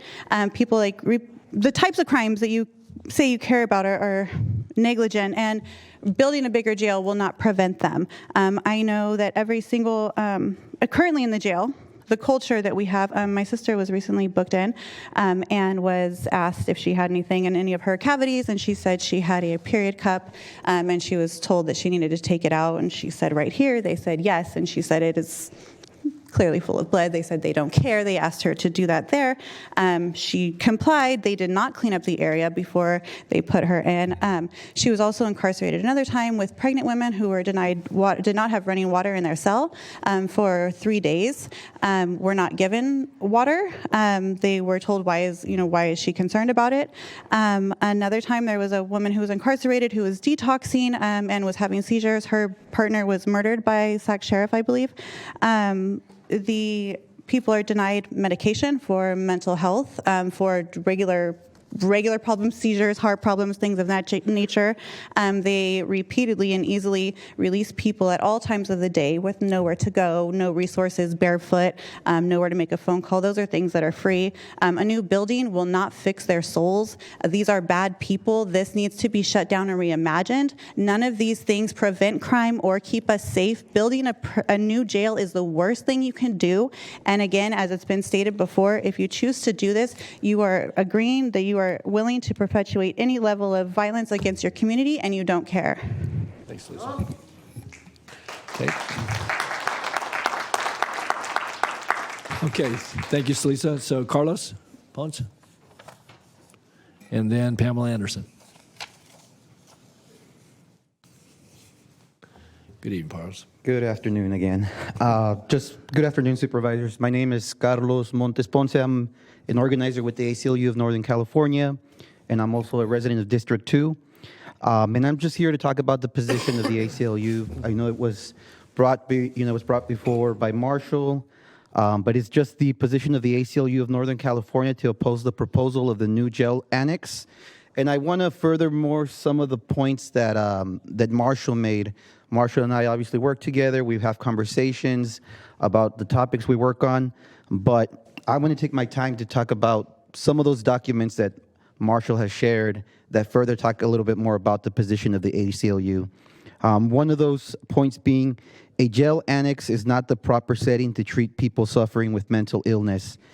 There are evidence in community-based alternatives that are more effective. Another point being is that the Board of Supervisors should invest in the Empower program instead of a new jail annex. A third point, the Board of Supervisors should invest in Sacramento County Mental Health Treatment Center instead of a new jail annex. And also that the Board of Supervisors should invest in the Public Defender's pretrial program instead of a new jail annex. Having said all this, we just want to urge you to vote, and urge you to oppose this proposal being brought forward, and also want to take a moment to acknowledge the story that folks have been sharing today. I used to organize with Sacramento Act, and I know you all brought in a lot of folks to speak, and just the stories that were being shared by a lot of individuals today, whether they'd been from Sacramento Act or Decarcerate Sacramento or one of the other organizations that's here. I know that telling the story of yourself is a very difficult thing, and it takes a lot of courage to step from a position where sometimes you feel powerless to powerfulness. And I just want to take a moment to say, thank you for bringing your stories here and, providing that as testimonial. It's a very powerful thing to hear it. All of you come up here with courage. And with that said, we just want to urge you to oppose this proposal. Thank you. Thank you, Carlos. Okay, Pamela Anderson. Pamela. And I still had you. I hadn't called you before, so we got double counted you. Good. My name is Reverend Dr. Pamela Anderson, and I have been a part of Sacramento Act and also organizer with the Poor People's Campaign. And I come with gratitude for the questions that you all asked earlier. which were really great. And Supervisor Stern, I really appreciated that you made it really clear that this is not mandated, that this jail does not need to be mandated to be built. And I also appreciated your questions just around the math and when is this going to be done. So if this is done, say, in 5 or 6 years, that's down the road, or 8 years. We need this now. We need services. And so I'm here to oppose the expansion of the jail. And if we have $450 million, imagine what we could do with that. We need resources now that go into the community of exactly everything that you were talking about. And again, I appreciate so much what Gabby Trejo of Sacramento ACT said earlier. We have our heart goes out to families that have experienced violent crimes.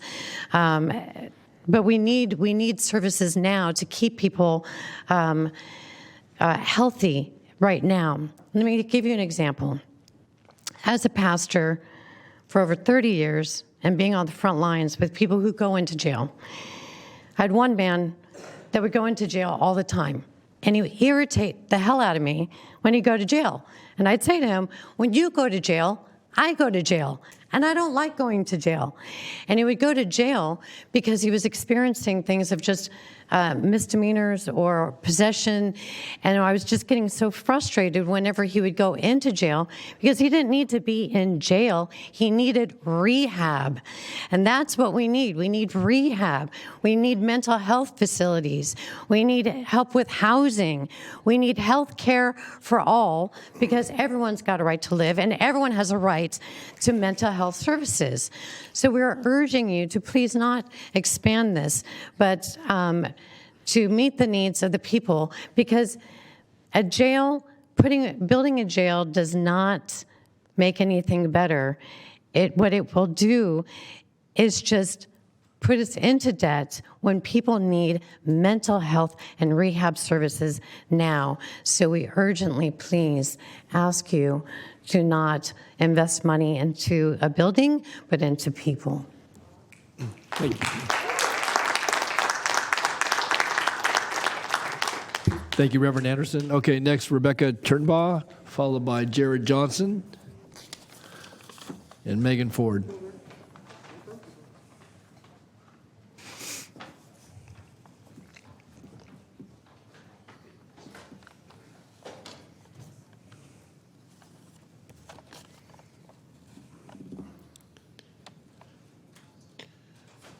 Flo, you have a... Got it. Good evening. Can you hear me okay? Is that okay? Yeah, we can hear it. Yeah, thank you. Hi, my name is Rebecca Turnbaugh. I am here to ask you to vote no on the proposed county jail expansion. I am a resident of Sacramento County, a leader with Sacramento ACT, and work at a local church. In my work, I bear witness every day to people who are struggling to survive because of insufficient and inaccessible county services, and more. In my observation, we have set an incredibly low bar for criminalizing people in our community and have set an unreasonably high bar for redemption. The population in our county jail reflects this culture, with the vast majority of incarcerated people there because they cannot afford bail or because we have not provided the appropriate supports needed when they are released. There are many root problems, both within and outside of the carceral system, that have led to the place we now find ourselves. Expanding the jail is like getting another bucket to catch water from a leaky pipe because the one we started with is full, rather than fixing the leak. We will always be able to justify another container if we do not address these root problems. I admit that working toward healing at both individual and community levels is difficult work, and locking people up seems more expedient than meeting their needs. But if we have learned anything from the pandemic, it's that we can do hard things. We can shift our expectations and do things differently. I urge the board to first insist on reducing the jail population, as it seems to be the next best step, although it's not certainly the only step we need. Will there be people who cause harm within our communities after release? Likely, yes. And many in the public will come back and blame you for your courageous choices. There is no clean break from an overinvestment in the carceral system. We won't see instantaneous large-scale change in our community either. That comes from sustained investment. But does this justify the harm that is already being done by incarcerating hundreds more and not investing in the community because we've spent our money on expanding our carceral system? Absolutely not. Leadership is not born out of fear, but out of love, hope, and a bigger vision. Let's build for that vision together. Thank you. Thank you, Rebecca.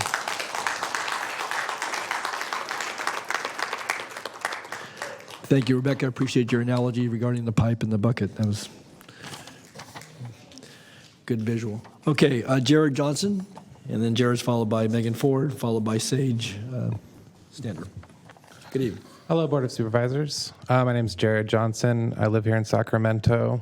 I guess one thing that I feel like is happening in this conversation and like where this has gone to is that this was originally about the Mays consent decree, which was about the conditions living in these jails, you know, how people living in the jail. And this building that's being proposed sounds like a flashy thing that's distracting us from the real conversation of how to make the conditions better in the jail. And a lot of the people opposing this are trying to explain what the conditions are like. And a lot of people who are for the expansion, or whatever you want to call it, are afraid of what's going to happen if people in jail are let out. But that has nothing to do with the original issue, which is the conditions inside the jail. This is a lot of money you're talking about, and recently I was at City Council in Sacramento, and they were working on solutions to the homelessness problem. And homelessness is becoming more and more of a crime in Sacramento. I would think that that money would be well used to provide services to homeless people that aren't there, and would prevent a lot of people who are homeless ending up going to jail and increasing the jail population. So I urge you to think about what you're doing. And yeah, the conditions that I've heard about the jail tonight are just appalling.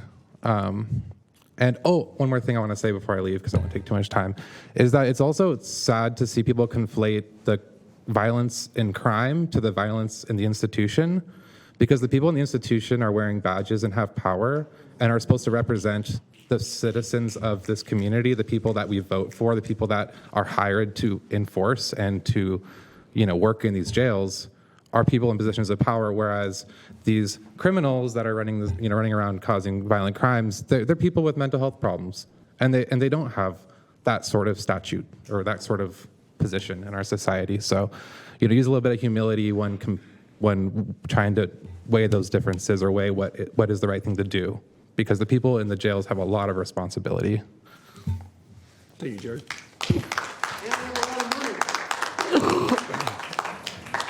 Okay, Megan Ford. And then Megan's followed by Sage Stander. And then Sky Lee.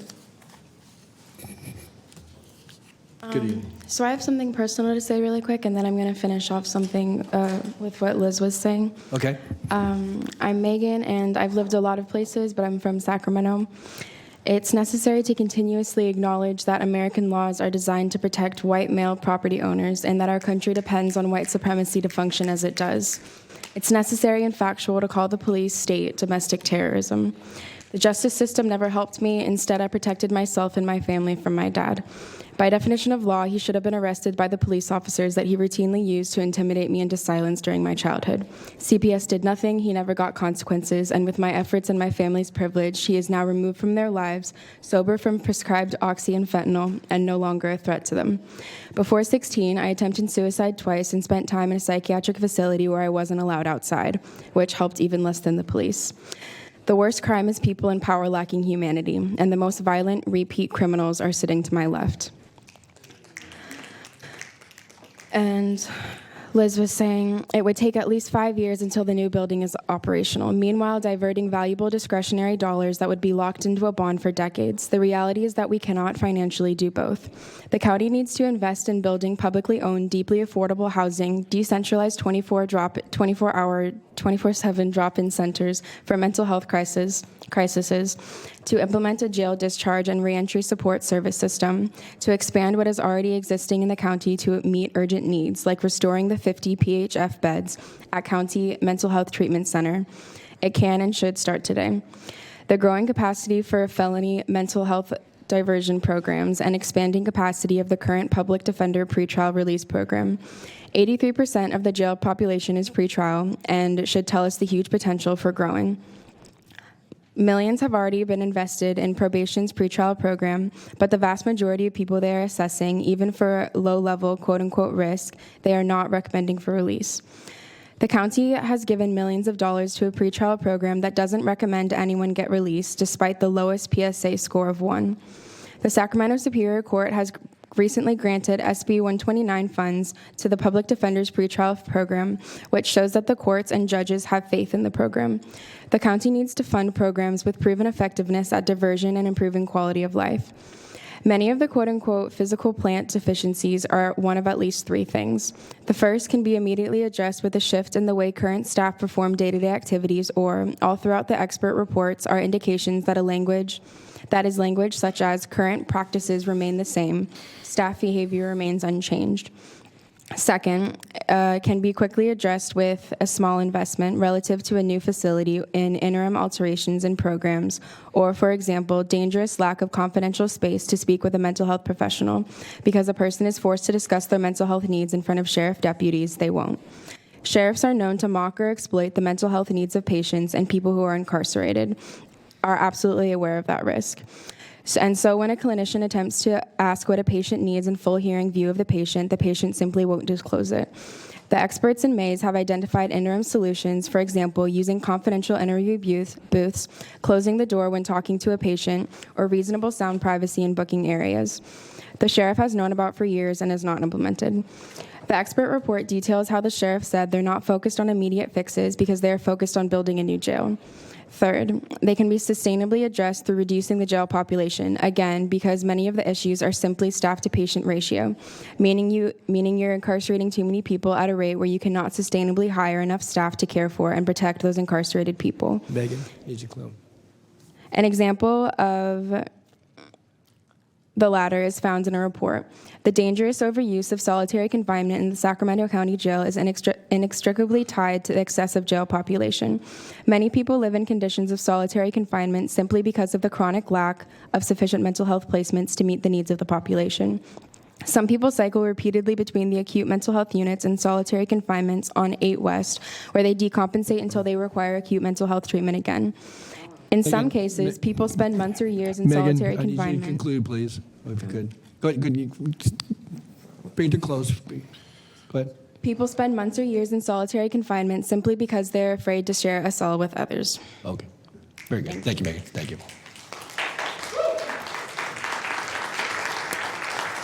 Okay, next I have Sage Stanzler. Sage? All right.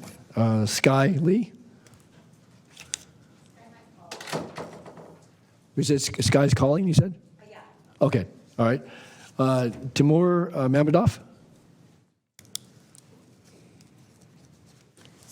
Yeah.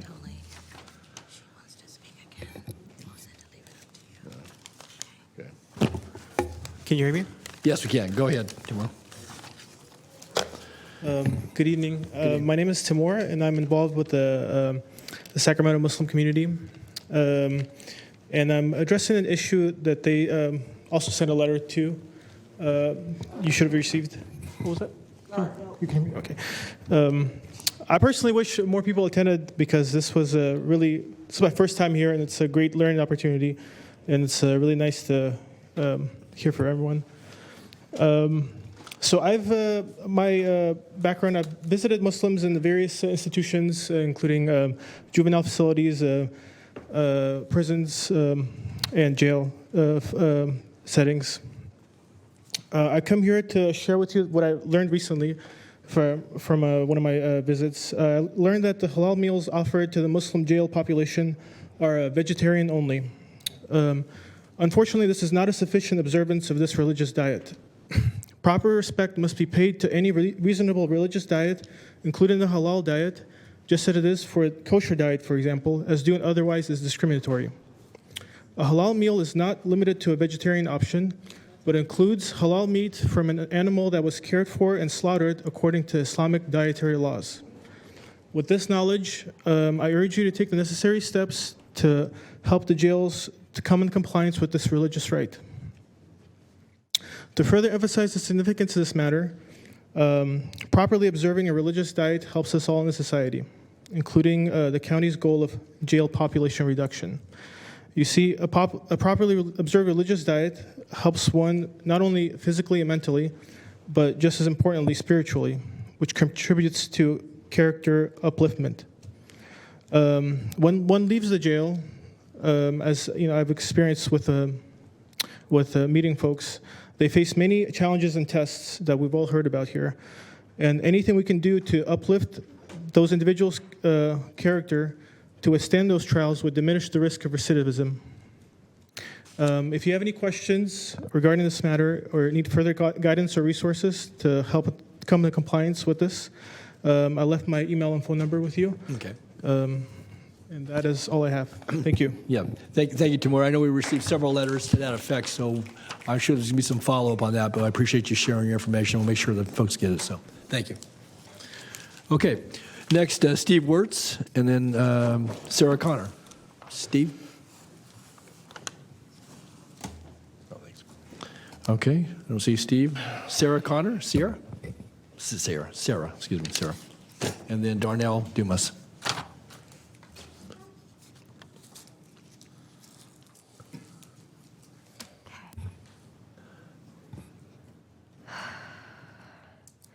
Good evening. Hi. Hi. My name is Sarah Connor. I'm a resident of Sacramento County in District 5. I'm here to say that I oppose the construction of a new jail annex. Like so many people here, I have experienced harm. I've experienced sexual assault and family violence. I don't think incarceration is the solution to those problems. I do not feel that it would have prevented or sufficiently redressed the problems that I have experienced in my life. It's really an issue of long-term cultural change and services, like so many people here have been saying.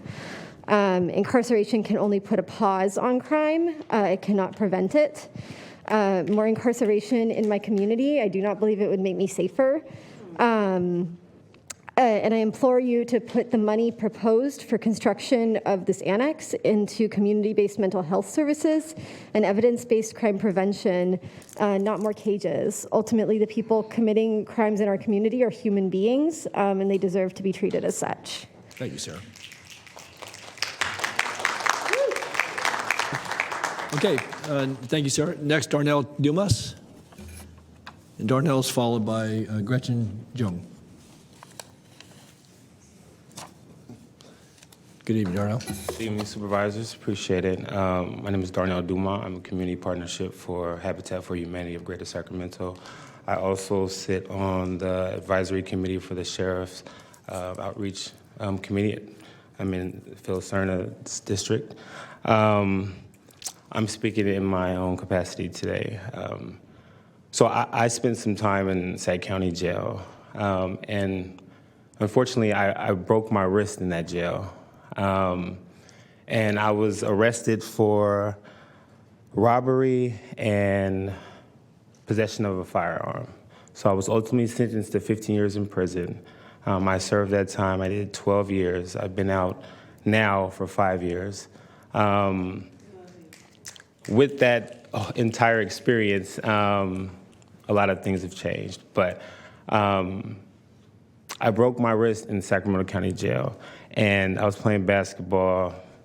I got fouled, and really I got hacked. There was no referee? No, definitely not. Definitely not. It's just a rough game in there. But I broke my wrist, and At the time, I knew it was something different. I knew it was more than just a spray. And I remember pressing the button, and this is my first time being arrested for this case and experiencing any kind of incarceration or jail. I'm pressing the emergency button. I'm letting the officer know that, hey, my wrist hurts. Can I, go to medical, get some aid? And ultimately, they put it off. And this was in 2003. I was sentenced in 2004. And sent to Tracy DVI for reception. I was at reception for about 8 months. And then from Tracy, I was sent to High Desert Level 4 Yard. And I was there for about 6 months, and then that's when I got my wrist fixed. Ultimately, had a bone graft from my hip. And they fixed it. It works now. It's pretty good. But I just wanted to share that as an example of the level of health service in Sacramento County jail that I've experienced. And while in my time in state prison, the state was going through a similar situation of overcrowding and violation of Supreme Court ruling to reduce the population to meet the health standards of the inmates. I urge you guys to review that case. I think the Supreme Court ruled on that about 27 years ago, and the state is still trying to comply with that. And kind of look over that and don't use them as an example to do something different. In 1983, there were 8 prisons in California. When I went to prison in 2004, about 21 years later, there were 32, and we were still overcrowded. So I vote and urge you guys to vote no on the addition. Thank you. Thank you, Darnell.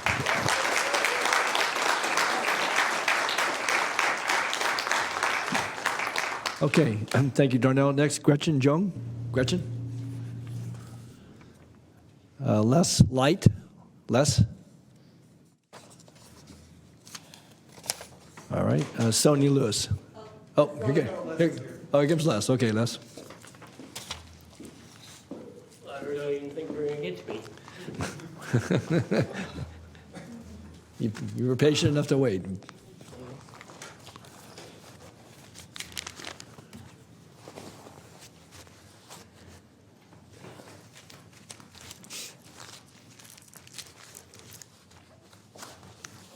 I seem to have lost my prepared statement. Waiting. You want to? I can call somebody and give you just a second. You want to see if we find your materials? Or you're welcome to proceed. I'll take you up on that. Okay, all right, okay. So I'm going to keep Les right over here, and I'll call you after 2. All right, come right back. Don't leave. Okay. Sonia Lewis? Yeah, Sonia, yes. And then we'll get Les after we get Les next. Okay. You want to say props for doing that. The city would never have done it, ever. Appreciate it. Yes, Sonia. It's been a very long time, and I don't miss this place. And so I just ask that you give me grace because it has been such a long time. Does grace mean more time? Yes. How much more, Sonia? I don't know. Okay. Okay, well, the clock's still going to run, though. Okay. So, fairness to everybody else is waiting, so, okay, go ahead. As a long-standing member of this community, there was a young lady who spoke earlier about Garden Block 29th Street. That is the community that I landed in Sacramento in 1985, a long, long time ago. And I'm much older than her, and for her to have those experiences that mirror my experiences is a shame. But as a long-standing community member, I stand here with other members who have been extremely diligent stewards of the care of this community in bringing not just experts, but facts supported by research that speaks to the need to not waste more money on expanding the very system that profits off of incarceration and fails to address the reason that cells and cages are the default in the first place. Let me not be remiss in this fact that California is the 4th largest economy in the world, and that this is not a state where we're talking about deficits. We are very resource rich. in that richness, we are still failing on so many levels. And to add a bill, and to not add a bill at the state level to take language like slavery and incarceration out of our state constitution speaks to why we are here today and the profits that are made off of specifically black bodies. We aren't as progressive of a state as our politics are blue. But I digress. I hope we can all agree that there's a problem with incarceration in this county and in this country. And with that acknowledgement, I am reminded of my great ancestor, Audre Lorde, who reminds me not to use the master's tools to destroy the master's house because it will only bring temporary, at best, solutions to deeper rooted problems of racism and poverty, and the cycle continues. So many experts have come before you urging you to consider more cost-efficient, more care-centered, more trauma-informed, more harm-reducing mechanisms to support and solve a deeper-rooted problem of racism and poverty. And I'm going to keep going back to racism and poverty because after the Emancipation Proclamation in 1865, laws were intentionally created to fight people who were freed from slavery, which were in poverty with nothing. Hence why the issue is highly connected to racism systemically and structurally. Many, like myself, have come to the conclusion that poverty forces people to consider actions that are deemed criminal, also subjectively criminal, that's up for debate, which oftentimes we can have that argument. Secondarily, we have to address the biggest false narrative that this county is exponentially wanting to address mental health crisis because you have not wanted to solve that problem for decades. Oppositionally, this county has intentionally continued to be a failure in addressing mental health crises in this county. And I just lift up the name Joseph Mann. I can only hope we can agree that people cannot get well in cages. I hope that because you haven't shown that. So I only can hope that. I am an expert in the field of education and equity. I've spent 17 and a half years in a traditional classroom teaching and watching kids get ushered into what was then called a prison to school pipeline, which has been replaced by a cradle to prison pipeline. You make the determination of why that is. But it is obvious that preventative approaches to spending our tax dollars to fund resources and programs that are have more positive impacts and outcomes on the most vulnerable in our community between the ages of 0 and 25. You are failing us. You are failing them. Since it seems you all aren't opposed to and are considering spending over $400 million on a jail facility, may I ask that you spend it on the most vulnerable and more valuable resources? See, the cradle to prison pipeline is real. Thus, an investment in jail facilities only increases and strengthens access to jail cells and cages. It perpetuates the norm and it commodifies the people continuing to historically be fed into a prison industrial complex, which is poverty pimping 101. My last point, and to tie this up with a pretty little bow, is that I further urge you all to address the systemic and structural racism that is foundationally part of the capitalism of Black and brown and poor and mentally challenged bodies that continue to end up in the revolving system of the carceral system. There is no humanity or equity in that, especially considering the bulk of folks incarcerated in our facilities are pretrial, people whom during COVID didn't run from their obligation to appear in court, fought their cases from home, able to work, access resources, and survive. Likewise, the large number of housed in those facilities are suffering from mental health crises, and addressing the crises is more sustainable approach with care. Finally, I would not be my authentic self if I didn't tell you about 18-year-old Sonia, who had a gun put to her head and told that she was going to have her brains blown out if I did not lie down on the ground, as officer at the time, who was current elect Sheriff Cooper, put a gun to my head at age 18 and told me he would blow my brains out. He is a terrorist. He is a harmful person to our community, and he has a record, a track record. I can bring a litany of people that would form a line out of this building of people he has terrorized in the Meadowview, the Oak Park, and the Del Paso Heights areas. But I digress. Let me wrap this up. Please.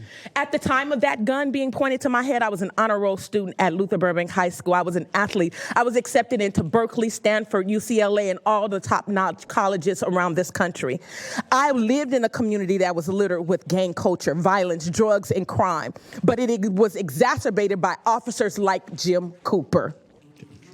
It's the trauma of racism and poverty. Imagine a world where you won't leave these seats right here that you occupy for another group of people needing to solve the same social ills. Facing these complex issues today, being better stewards of our resources and doing the job of elected officials to protect all of us today is important. My name is Sonia Williams Lewis, and I just wanted to remind you that Black women built this country. We fed it on our breast, and like my foremothers, I am highly educated. I have a BA in history and psychology, a master's degree in education, and I don't come to this podium ignorant of the fact that this is intentionally designed to keep the have-nots from having not.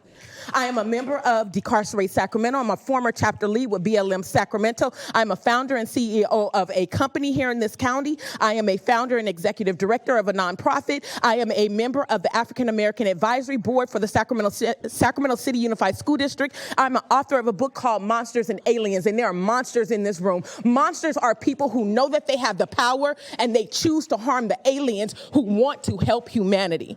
Based on all of these facts and data associated with incarceration, I beg you to act. And on this one last fact, I am the mother of 6 Black boys. And I want you in your hearts and minds to think about my youngest, who is 10. Make sure that he has every opportunity to thrive. Make sure that his education is prioritized. Make sure that his mental health is addressed. Make sure that the doors of opportunity are wide open for him to run through and be the best version of himself, living, if he chooses to, in the 4th largest economy in the world that is resource rich. Do me this favor, do this community that favor, exceed our expectations today, invest in the preventative measures and center equity and leverage humanity. No more billion-dollar Band-Aids. Don't give us shovels to continue killing ourselves at the roots. Okay, thank you, son.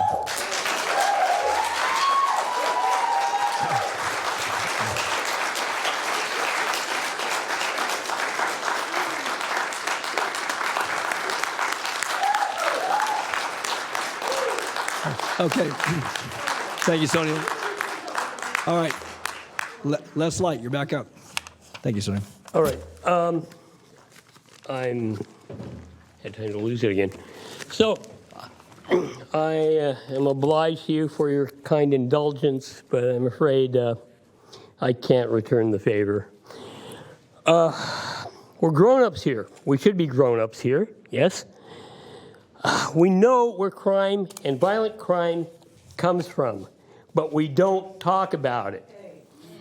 It is born of a maliciously generated poverty in a community characterized by cruel iniquity.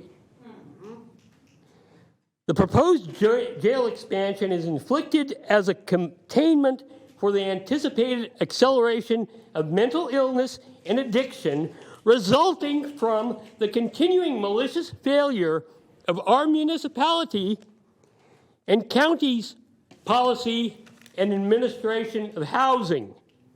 In Sacramento, policy of housing, like most else, is controlled by our dominant scale real estate, property development, investment, and corporate rental interests.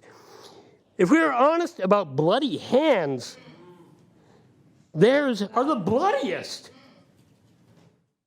If you have any role to protect the interests of the more general population, for these interests, you must fail.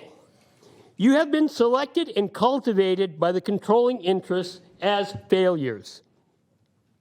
Examples for them of how government must fail. And that puts blood on your willingly bloody, failing hands. When the DA-elect, police uphold this order of things, they have very bloody hands indeed. Who holds them to accountability? who holds these interests I mentioned to accountability? The ever closer alliance of the dominant property interests and the sheriff and police is an alliance of sociopaths to more tightly control our local government.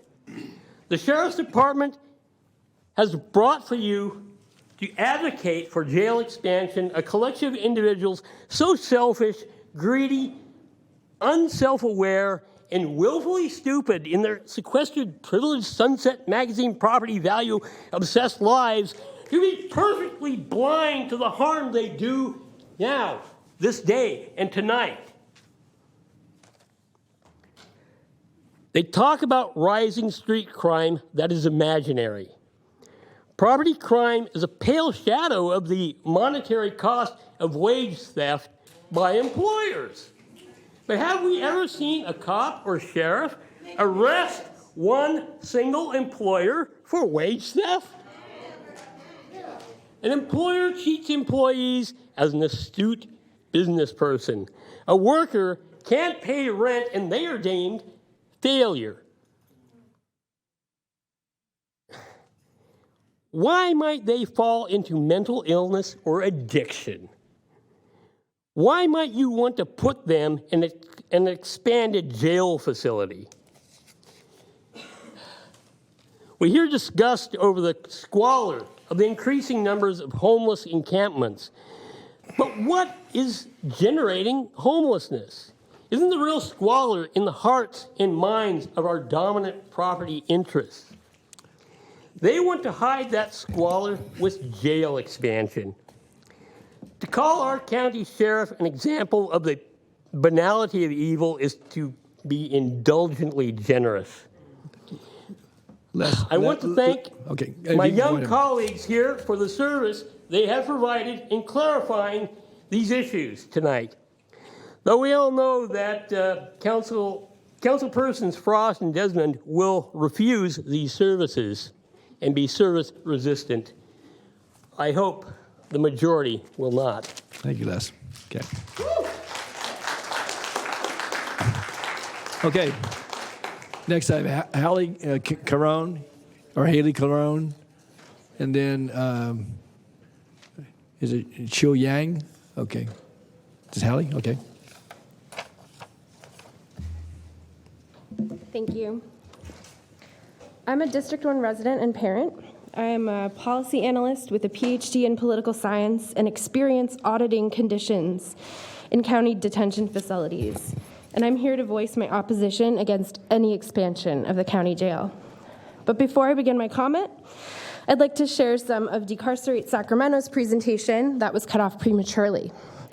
In 2018, Governor Brown created Mental Health Diversion AB 1810 to provide a method for defendants suffering from mental health diagnoses to avoid criminal records and punishment for crimes committed as a result of their mental health disorders. Sacramento County now has 4 mental health diversion programs, 3 of which serve people charged with felonies. The Empower program serves 100 people per year with a grant from the Department of State Hospitals.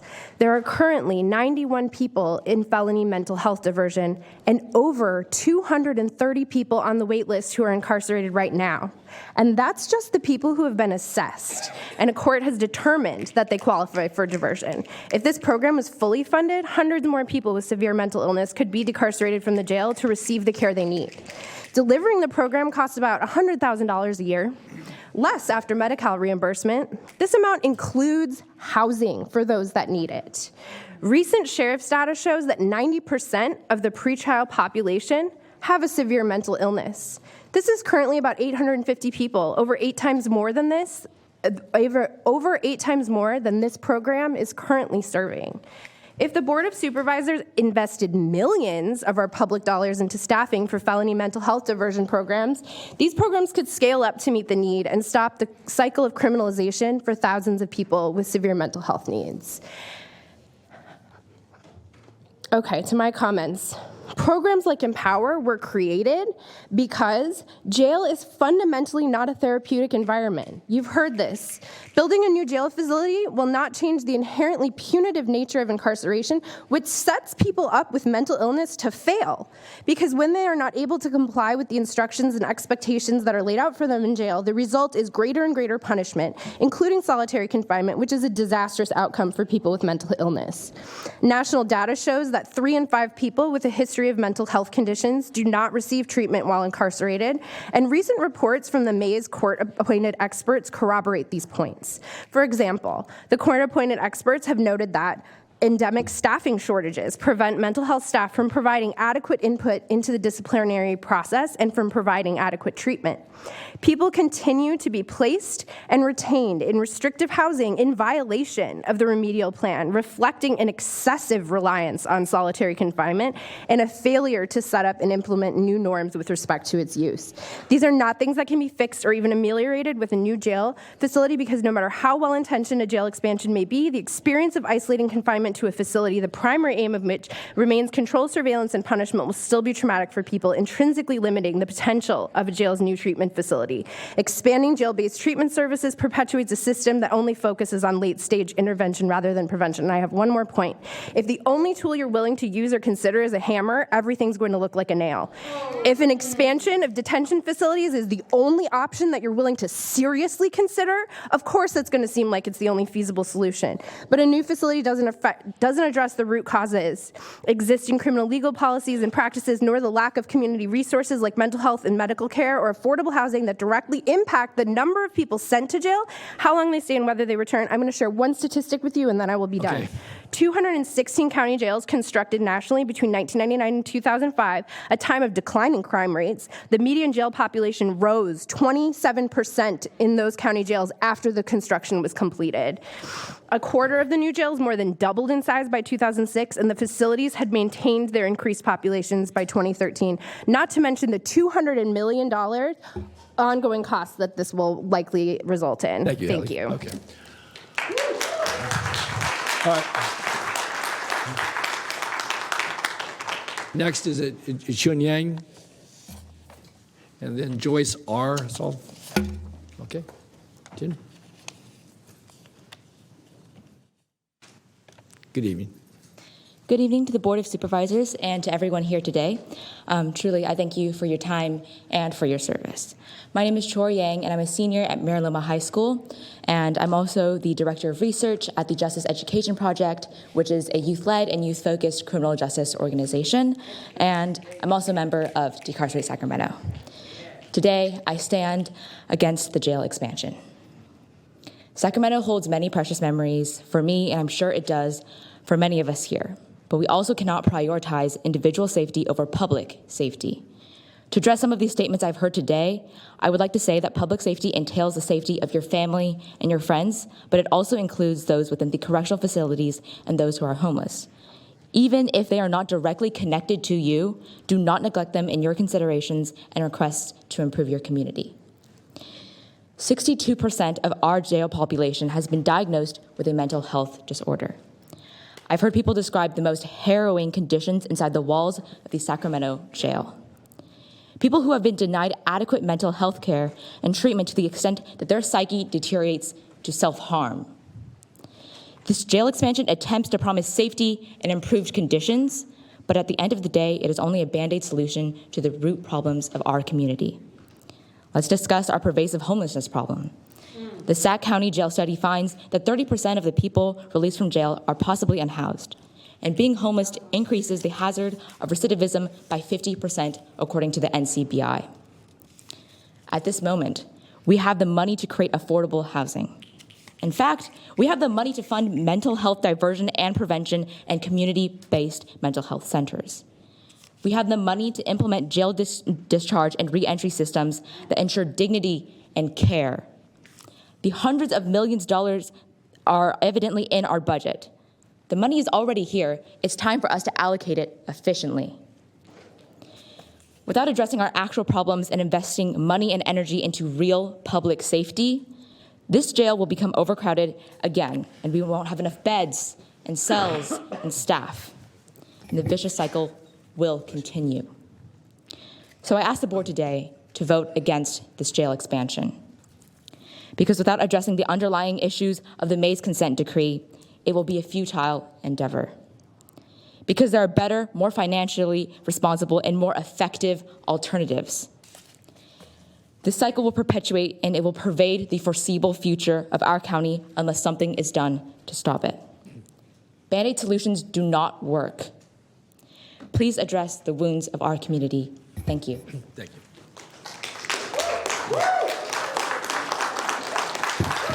Okay. Next, I have Joyce R. Joyce, last initial R. All right, then KZ Fritz, Fritz.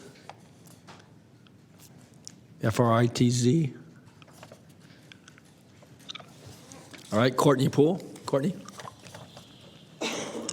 Followed by Sue, SOO. Hello, Courtney. Hello, my name is Courtney Poole, and I am here before you to urge you to vote no on the jail expansion. I come to you after spending a day working as a mental health specialist and social worker in a middle school in South Sacramento. Today, I supported students and families in navigating the complex county mental health care system in order to get connected to the supports they need on their healing journey. Many of them healing from the trauma of racism, poverty, and having a family member in the Sac County carceral system. I think about these 12 and 13-year-olds and the decision before you. Mental health services are tough to access as it is. It's devastating to think about these mental health jail beds as a potential future support for the students I work with, when instead we could use these funds for housing and more community-based mental health services, things that would benefit our young people and adults alike. I am also here to share the voice of Karen, who lives on the inside of the Sac County Jail and who I've been writing letters to as a volunteer with Decarcerate Sacramento. Karen writes, I am 33 years old and have breast cancer. The medical here at the main jail is not equipped to handle serious health issues, cancer, ADA, pregnancy, seizures. Mental health here is even bad. I have never in my life seen as many disturbing and tragic experiences with inmates while being incarcerated. How are we supposed to be rehabilitated if we are treated like animals locked in a cage? Doing a jail expansion isn't going to do anything but ruin more lives. I've seen so many people come in here normal and leave mentally not okay. The food here is old and outdated. We inmates are not fed good, proper balanced meal every day. Write a grievance is what us inmates are told to do, for us to always go unheard. We have so many people that hurt themselves in here. Due to short staffing, we are on lockdown in our cells, so we can't call home or shower, which makes people go crazy. We're so overpopulated in the jail that expanding isn't the answer.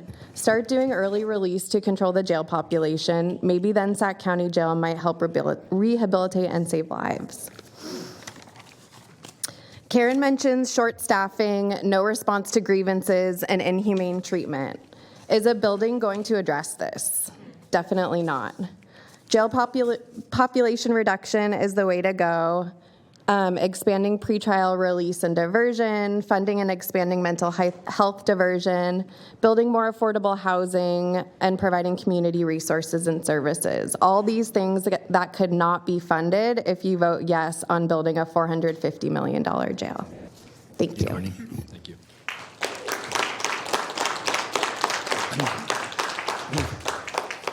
I have about 15 more speaker forms, and then we're going to go to the phones. So, and I'll go through them one more time. Sue, SOO. And it's about 15, yeah. And then Thongzi Fanasapa. Okay. Sue. Good evening. Good evening. Hello, my name is Sue, and I'm a public school teacher in South Sacramento. And as a civic constituent, particularly as a teacher, I'm here to demand your vote against jail expansion. It is my honor to be serving and working with students in South Sacramento. They're quirky, hilarious, and deep, but they're also deeply drenched in systematically perpetuated poverty. Our school consists of over 90% of students of color. The students coming to high school already been experienced with poverty, racism, lack of funding, and resources for various institutions. Further, I learned that much over half of my students has one or more immediate family members who have been incarcerated. Incarceration is precisely a poverty issue, mental health issue, racism issue, and gender issue. Let me assume that some folks here and some of you lack empathy to brutality and reality. Your refusal to prioritize the voice of community is based on your cushy privilege and lack of exposure and laziness and outright violence. Expanding cage is not care. The lawsuit against sex should be first and foremost thought about and moved with care, not checklist. Today, I asked students what could be some alternative to jail. 14-year-old students say therapy, rehab, and they said let them heal with their family. Here's to wrap it up. You must not, and you must not vote in favor of jail expansion. You must not vote for generational trauma. Thank you. Thank you, Sue.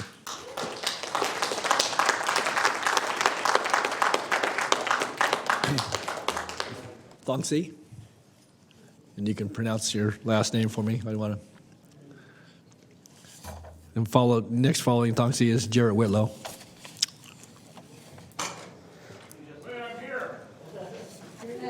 You're next. You're next, Jared. Okay, go, Thongsi. My name is Thongsi. I live here in Sacramento in District 1.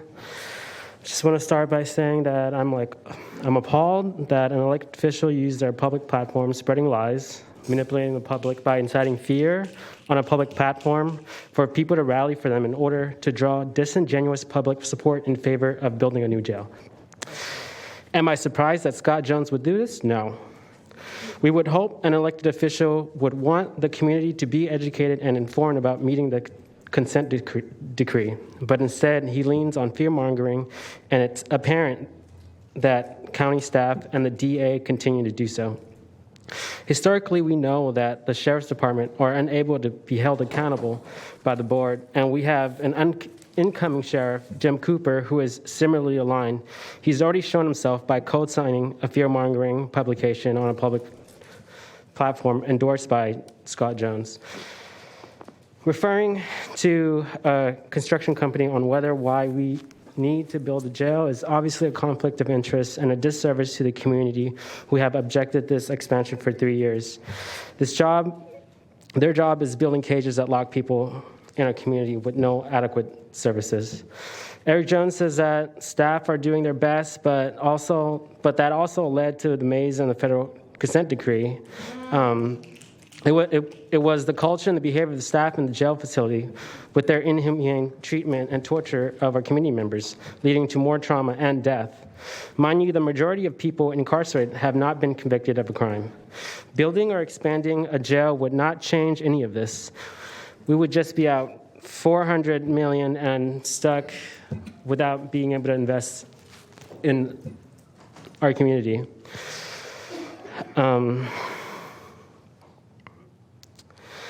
How would this create a thriving community for a future of Sacramento? What is being done to address the implicit bias and racial disparity in the incarceration system? The county has invested more into seeking the culture of incarceration over the past 3 years instead of alternatives such as thorough opinions of community experts and non-law enforcement approaches and more holistic ones. We need to build new mental health and housing facilities outside the hands of law enforcement. Otherwise, it's just an expansion of jails and the Sheriff's Department's power, which still does not address the culture of county staff that would bring more expensive lawsuits and deaths. I encourage you to take the recommendation of Decarcerate Sacramento on taking more time on meeting the consent decree. Take the recommendation of the Mental Health Board of Care First and Jail's last resolution. Although it may not be easy to adapt what other cities do to support their public health, I think it's worth pursuing as much so and more than this jail expansion. Let me wrap it up. I didn't realize I wrote so much. Okay, yeah, conclude, Councilor, please. I would just like to speak about also the families impacted of incarcerated people. We have little resources for support when we are already burdened financially by the fines of quote-unquote rehabilitation, when we barely have the money to make ends meet. And we are left to no resources to behavioral and mental health support. The cycle of people in poverty and crime needs to end, and the solution isn't more jails. We need affordable housing, access to health care at the very least. I am not an expert, but there are many experts in this room that have spoken. Okay. I'll just leave it at that. Okay, thank you, Thomas. Okay, Jared, and then AJ Anzaluz, and then Jeanette Carrera. Hello, hello, hello. Hello, okay. hello. Okay. Hi, my name is Jarrett. There have been a lot of people who have rolled up here and talked very much about the illustrious things they have done in all their organizations. That's great. I, however, have not done any of that. I am nothing more than a patriot who loves my city and my neighbors. I'm here today to urge you to vote no on the jail expansion and to not give another dime to the jackals that run law enforcement and the justice system here in Sacramento County. They are only concerned with putting people away and therefore securing their own living based on the suffering of my people, my neighbors, who have nothing. The jail expansion, this jail expansion, is merely the newest in a long line of escalations on their part, if the amount of money and advertising they spent on this vote is anything to go by. It is one more part of the war on the poor. We already know for a fact the people in the county jail as we speak are primarily those who have been charged with nothing, who are mentally ill or are homeless.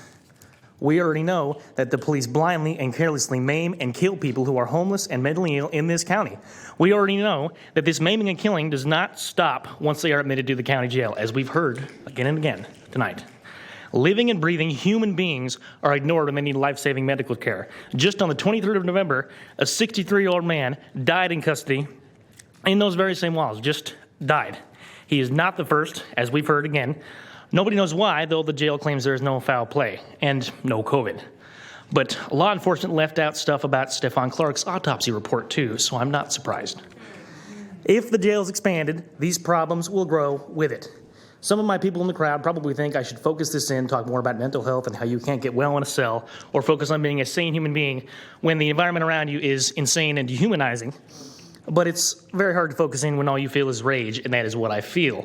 A chorus of fury that my neighbors in my city once again have their lives under siege by an ever-engorging octopus of state terror, the tentacles of which sit before you that you have the power to deny.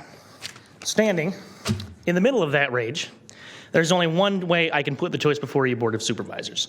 You can give your consent and your money towards those that terrorize the most crippled of us.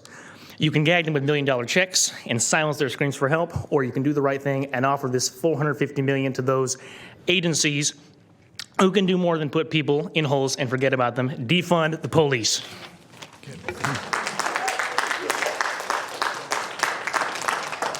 Okay, next, AJ, and then Jeanette Carrera. Before I start, I just want to say thank you. People don't usually pronounce my last name correctly. I'm honored to be here with Incarcerate Sacramento, and I'm going to use my time to actually read a letter that was sent in by Walter. So here I go.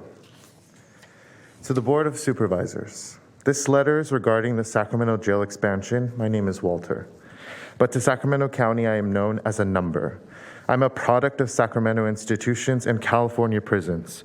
I've experienced every level of incarceration. I'm currently housed in RCC and have been here for over 2 years. I would like to discuss first what we experience in these jails. We are separated from our family and the community. We become divorced from reality. We become insecure, unworthy, inadequate, and lose our sense of self. These jails promote anger, and anger often leads to destructive behaviors. It destroys the body and sabotages our development. Everyone is angry. We want to be accepted by our community. We are social animals by nature, and the feeling of isolation or difference from our community is depressing and terrifying. Our brains were built for continual social interaction. When you separate someone from the community, it has a negative effect on the brain. Reality lessens and we are unable to connect with society. We feel abandoned, we become callous and emotionless. We react with rage, full of vengeance. We adopt this aggressive, violent language. The more violent, the better. The sheriffs are the worst. They rule with an iron fist and sustain order by being cold-hearted, violent and brutal. It becomes a game to them. The most violent inmates get the most respect.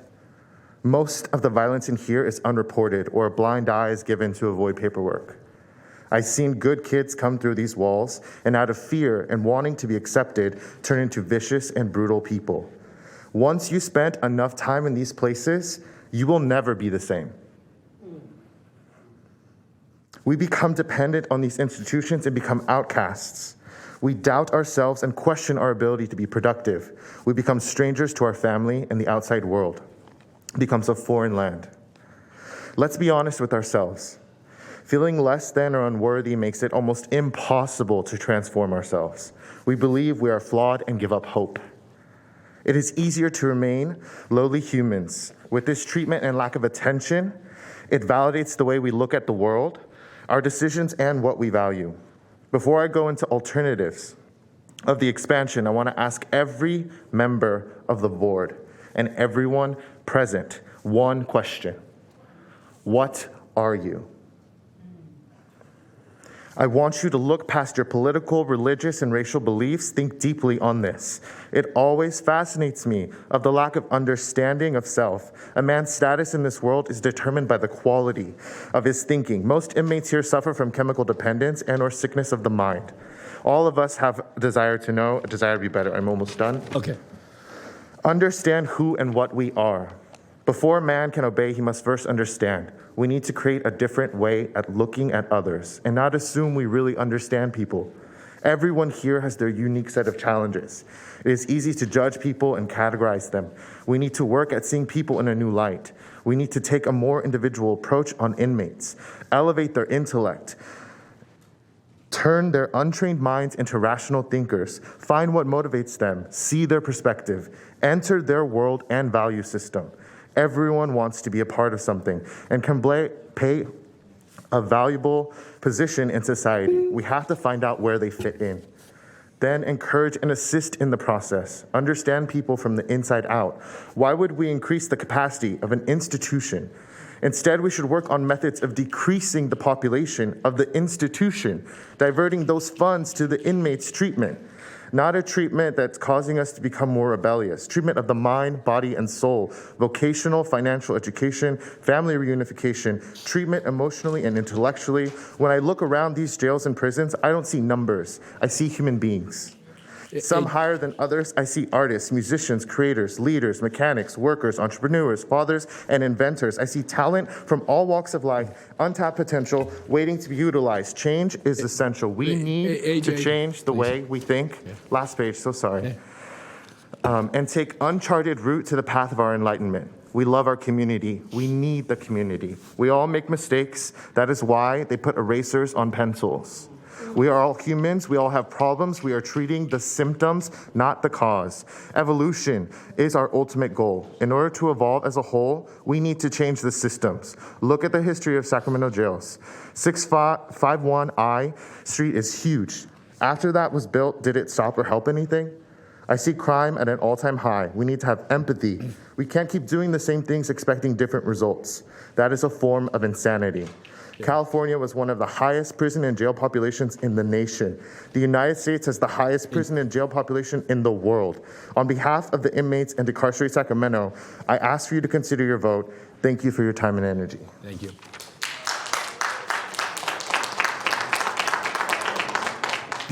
It's Case Fritz. You called them earlier. They came back to make their comment.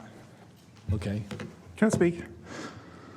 Yeah, as just said, I'm Case Fritz from District 1. Okay, Case.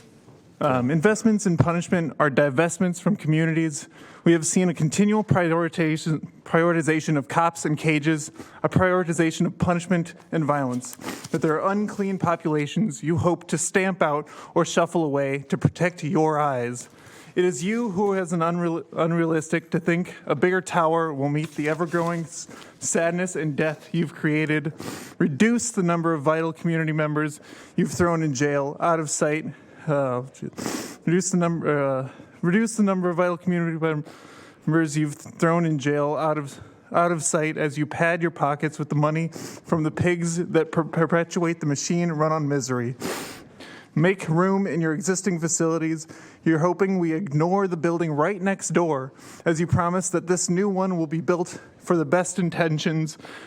This is a further expansion of the police state, but with better PR. How many times do you plan on lying to our faces when we can see the result of your projects and the revolving doors you put people on that ruins lives and don't build the Dark Tower? Thank you, Case. Okay, next I have Jeanette Jean Carrera, and she's followed by Mitch Austin, and then Joseph Marcus. Good evening. Thank you. Good evening. My name is Jeanette from District 5. I'm here to ask you guys to vote against expanding the jail. My question to you is, why would you choose to expand the jail when your goal should be to reduce the population of the jail you have now? The prison system itself has become an institution that strips people of their humanity little by little. And Sacramento has the opportunity to change that system and to truly make a difference in this city. I ask you, have you ever considered the best way to reduce the population of your prisons is to ensure that the same people that you let out of your prisons do not return to your prisons? I've heard a lot of my comrades here refer to it as a revolving door, and they're right. People go into these prisons, and they're the same people to come back to the same prisons. Or perhaps instead of providing cages for these people, we should provide clinics for these people who need it. If you are truly committed to decreasing the jail population, you need to ensure the success of the people upon their release and to reintegrate them into society. This can look like housing assistance for those who need it and experience homelessness after they're released from prison, helping them find jobs, helping them rehabilitate from alcohol and drug addictions. And instead of expanding the jail, you need to consider the resources it'll take to keep the people out of prisons. Your suggested budget is anywhere from $45 million to $1 billion in funding, and I ask you guys to spend that appropriately and to offer more support for sufficient public health programs, to invest the money in the people instead of the cages, and I promise that you will see the city improve. Thank you. Thank you, Jane. Okay, next, Mitch Austin. Is Mitch here? I think they're going to try and call in. Okay, put it up. All right, then Joseph Marcus. And then Joseph's followed by Michael Boyd Jr. Excuse me. Chairman Natoli, Board of Supervisors, first, thank you for your engagement and perseverance as we go on 10 hours. I think it's important to start with some grounding. Everyone here, everyone who's speaking both for and against wants safety. They want less victims, and they want thriving humans and communities. We also know there's a finite resources, and while our mental health services languish, you have to decide now which direction you want to take the county. Do you want to prevent crime or continue to react to it? I've worked with law enforcement for many years, and I continually heard them say, we can't arrest our way out of blank, whether it's homelessness, mental health issues, even simple robbery, right? Constant frustration from them. And they also would say, I'm not a social worker. Right, we agree, you're not social workers. Long-term So voting for the jail expansion would only cement those challenges and those issues. So do you vote for do you vote for long-term crime reduction, or do you continue the failed policies and approaches that law enforcement offers? We also want to prevent victims, but we want to prevent victims of the sheriff's office. Do you have to ask yourself, do you really think a expanded jail will address the fundamental rot and root causes that have led to the Mays Decree? I think not. If the answer is no, then I urge you to vote against the jail expansion and instead use those funds and direct the county staff to stop focusing on jail expansion and instead to focus on building ladders, as was mentioned previously, that reduce jail populations in the long term. Thank you.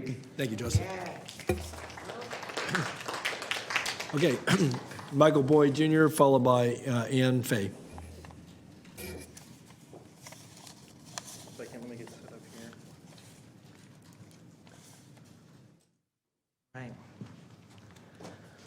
Hi, my name is Michael Boyd Jr. I'm a case manager at Nation's Finest, but my opinions are my own, not representative of my organization. I'm a direct service provider. I help homeless veterans get long-term supportive housing. We used to be known as the Veterans Resource Center. You know, we're a staple of South Sacramento. And I got to tell you, I experience a lot of interaction with their barriers that they hit with legal services. And I can't tell you how many times that I'm making progress with somebody and they get a violation and they get put away for a month, you know, maybe more if it's worse. And that's months off of their progress on their housing. That's months off of their stability.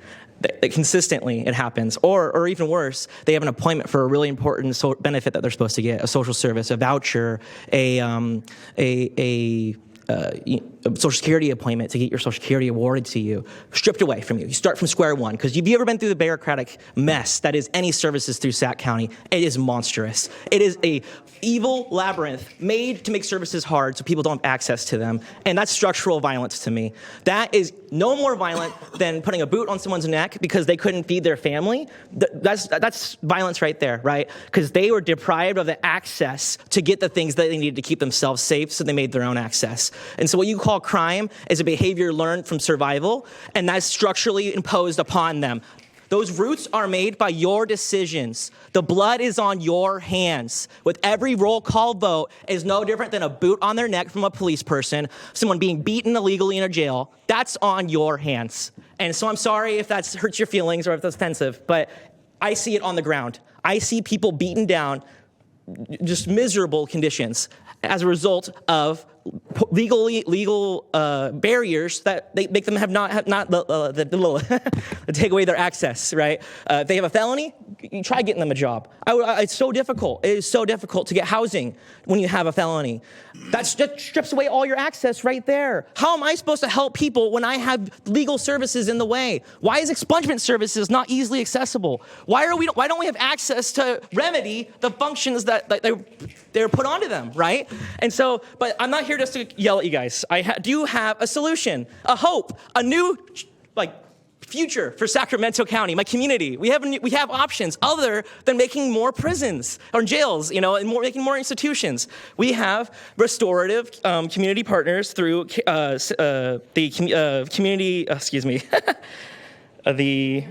the Community Care First, thank you.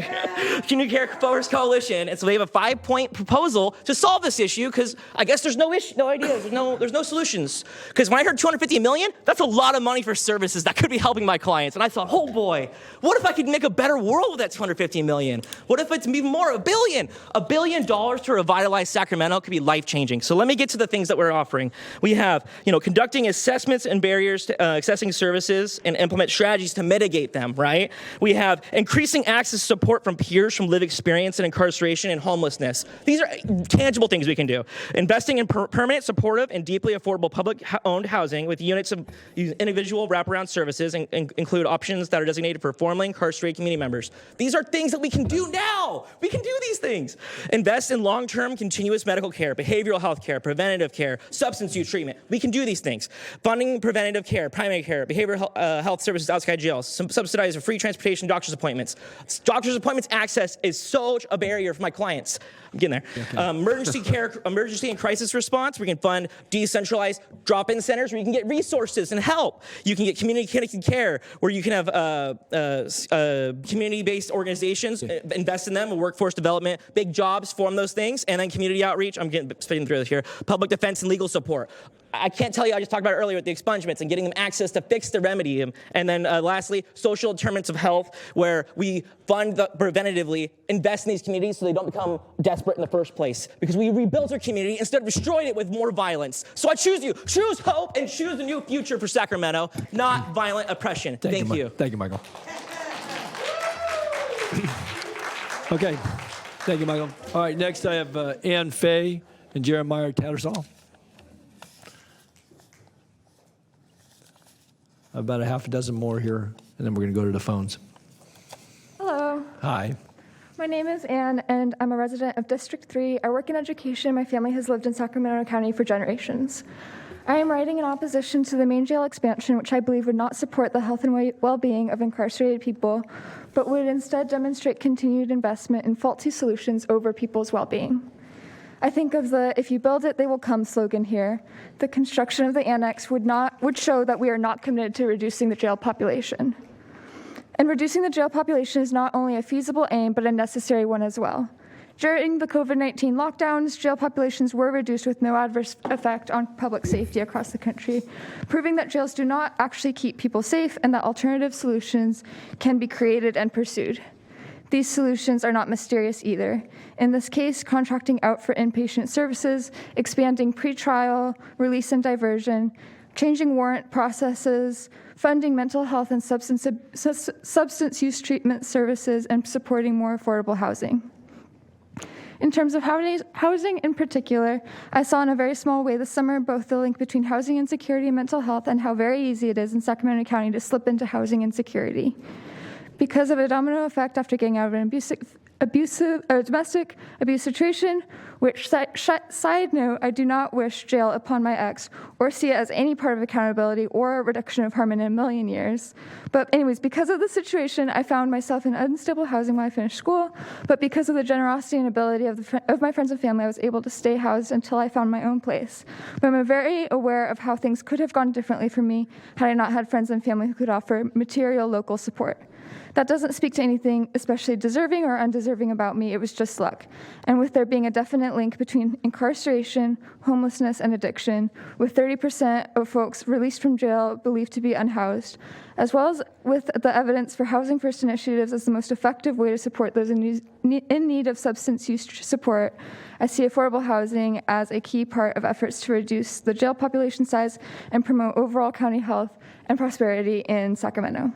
Housing and support are the answers, not building more jail buildings. I also have a friend whose family has been directly affected by jailing in Sacramento, which is not my story to tell, but I can say that I saw through her story how even a short stay can be traumatic and destabilizing, not only for the person experiencing jail, but also their loved ones and their loved ones' family members.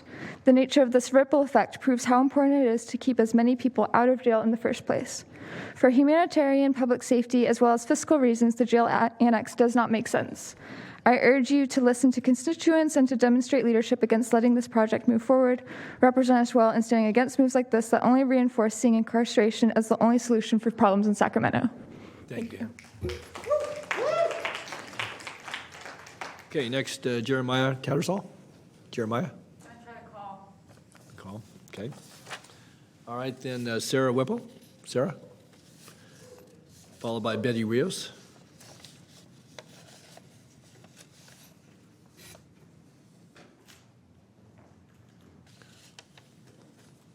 Good evening. Hi. My name is Sarah Whipple, District 3, and I'm an outreach worker at Harm Reduction Services.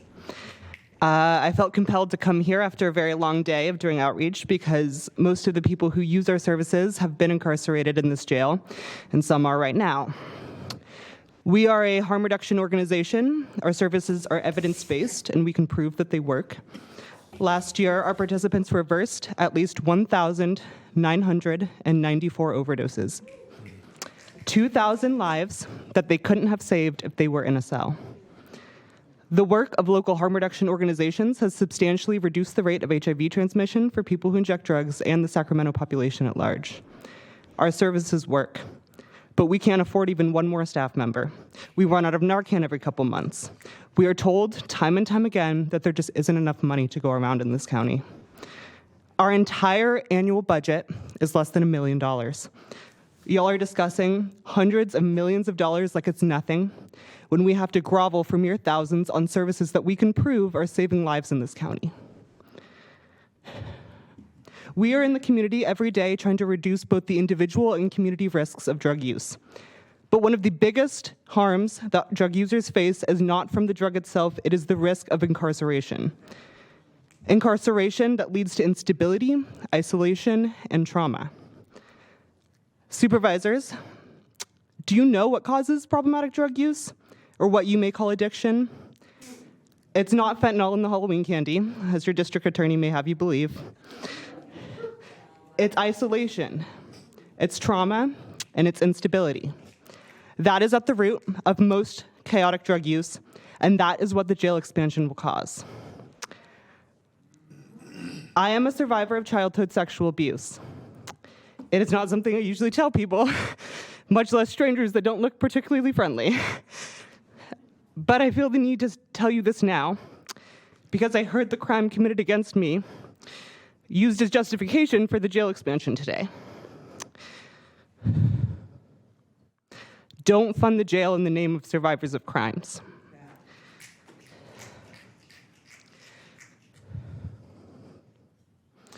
The Sacramento County Jail was well established when I was experiencing abuse here in this county, and it did nothing to help me. In fact, I chose not to seek services because even at the age of 12, I knew that services would lead to cops and that cops would be worse than the hell I was already experiencing. The drug habit that I developed to cope with this trauma kept me alive. Crystal meth did more to help me than all those people sitting over there. Most of the people in the jail right now for drug use are dealing with similar traumas, trying to cope and trying to stay alive. People who use meth and heroin and fentanyl and all of these scary drugs are trying to survive just like I was. And I know I need to say one more thing here. I've heard a lot of people today urge you to vote for the jail expansion because they want to feel safe in their neighborhoods and homes, and of course they do. That makes sense. We all deserve safety. And in fact, my sister-in-law's next-door neighbor was murdered this year in his own home. For decades, he has been a mentor and a father figure to her and so many of his neighbors and community members. He was a homeowner with no criminal history, and he was murdered on his doorstep in front of his wife. The murderer tore up his house afterwards, stole all his security cameras, and is still roaming the streets of Sacramento to this day.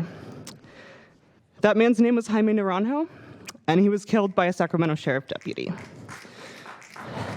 He was killed by a Sacramento sheriff deputy who he begged his wife to call to help him get through a mental health crisis that he was experiencing. And after killing him, this county sent mental health professionals to offer grief counseling to his family. But where were those counselors when he called in his time of crisis? This jail expansion is so much like Jaime's murder. It's mental health services offered too little, too late, after irreparable harm has already been done. Please vote no. Okay, thanks, sir.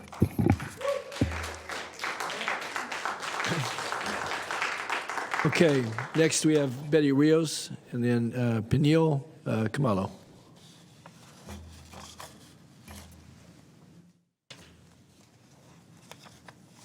Hi, I'm Betty Rios. I want to first say this county has done me wrong. I don't believe in this county no more. I don't believe anything you guys say anymore. You guys promised, because I was in Patrick Canini's district, still am. I was promised housing 3 years ago.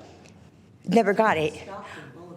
I'm from Stockton Boulevard eviction, okay? I still haven't got housing, but now you guys want to build a jailhouse, but we out there need housing. Most of the crimes out there is from people who do drugs because of the females, because they have to stay up at night, or they won't get raped like I did. Right now, I have a job. I'm doing real good, and I still have not having the housing.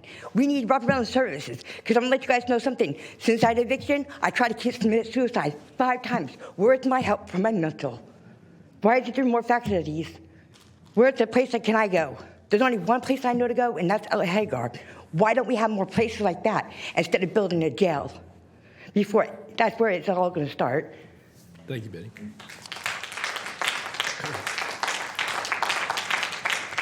Okay, Peniel, and then Nicholas McConnell.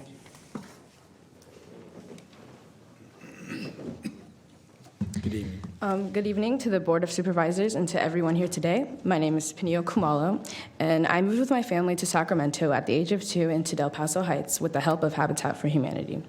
I am a senior at Mira Loma High School, and I'm on the outreach team for a youth-led criminal justice organization called the Justice Education Project. I'm here on behalf of Tiffany and hope some of us can reiterate her fire analysis that did not get its full shine. The purpose of the Americans with Disabilities Act is not to design buildings. It is not a piece of legislation designed with architects or construction administration in mind.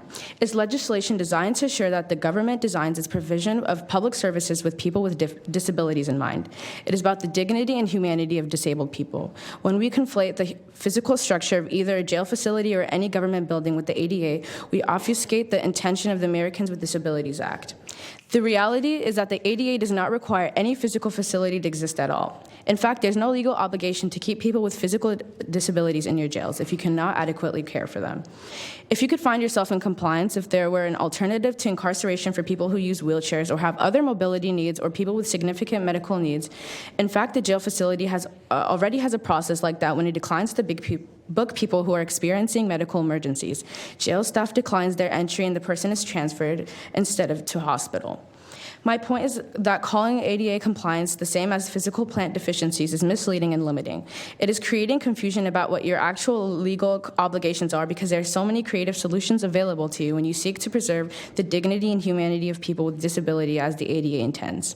So I plead with you, do the right thing and say no to the jail expansion. Thank you for your time. Thank you, Paul.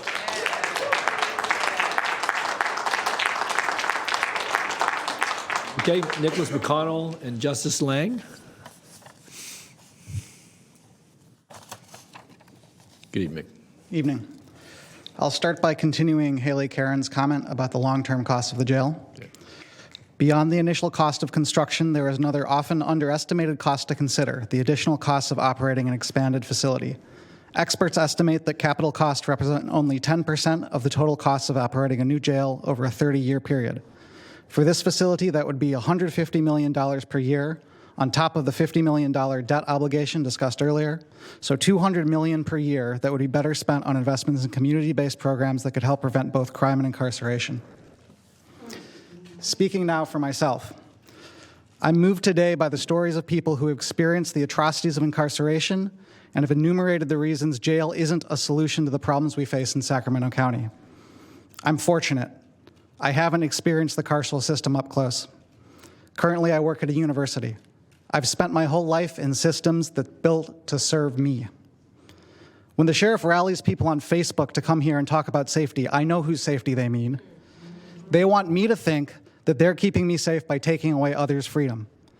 We've heard the conditions described today by people who have been there. That's the status quo. Expanding the jail is doubling down on that. Instead, we can reduce the jail population. Right now, 83% of people in the county jail are pre-trial. So when I think about safety, I think about the child who doesn't have a parent at home because they couldn't post bail. I think about the child who doesn't have a roof over their head because their parent is in jail instead of earning a paycheck. I don't need the county's millions to keep me safer than I already am. Invested in mental health services rooted in our communities, invested in restorative justice, invested in equity, and invested in opportunities. Thank you. Thank you, Nicholas. Okay, Justice Lang, followed by Mackenzie, followed by Carly Brannon, and then the last one I have is Reed. And those are the last 4 speakers I have signed up. Okay, all right, Monica's going to get the last word. Okay, go ahead. Howdy, y'all. I'm Justice Lang, Hi, Justice. District 4. I'm going to keep it relatively short because many of my peers have already given great alternatives to the jail expansion. There's a lot of people here worth listening to. But let's be real. Listening to a bail bondsman arguing for a bigger jail is like listening to a fox asking for a bigger hen house. I'm sure you've been overwhelmed with numbers and arguments from both sides today. Now tonight, maybe even in the morning if you don't get any sleep after this. But here's some very simple facts. We are the county of the capital in the wealthiest state in the wealthiest and most powerful nation in the history of planet Earth. And it is here in the United States that we grapple with mass incarceration and the largest prison population in the history of the world. And we have more people imprisoned in the United States than in China. Make no mistake, the May consent decree and all of the fallout surrounding it, the reason why we're here and you're not at home with your families, is a microcosm of the problems facing the state and federal government, problems that we all know about. So how the hell does doubling down on mass incarceration improve issues of overcrowding caused by mass incarceration? The answer is it doesn't. You have a simple choice. Wake up, acknowledge the facts, invest in helping communities through the many ways these folks have pointed out, through provenly effective methods such as mental health, substance abuse treatment, education, job opportunities, and reduce the population by helping people avoid incarceration. Or you can listen to the hucksters getting fat on the desperation of underserved communities and spend billions of dollars building a bigger building to bet against this community. You can listen to the hucksters or the people who work for next to nothing to help those who are treated like nothing. Voting for the jail expansion is a bet against your community and an investment against human potential. Thanks, Justice.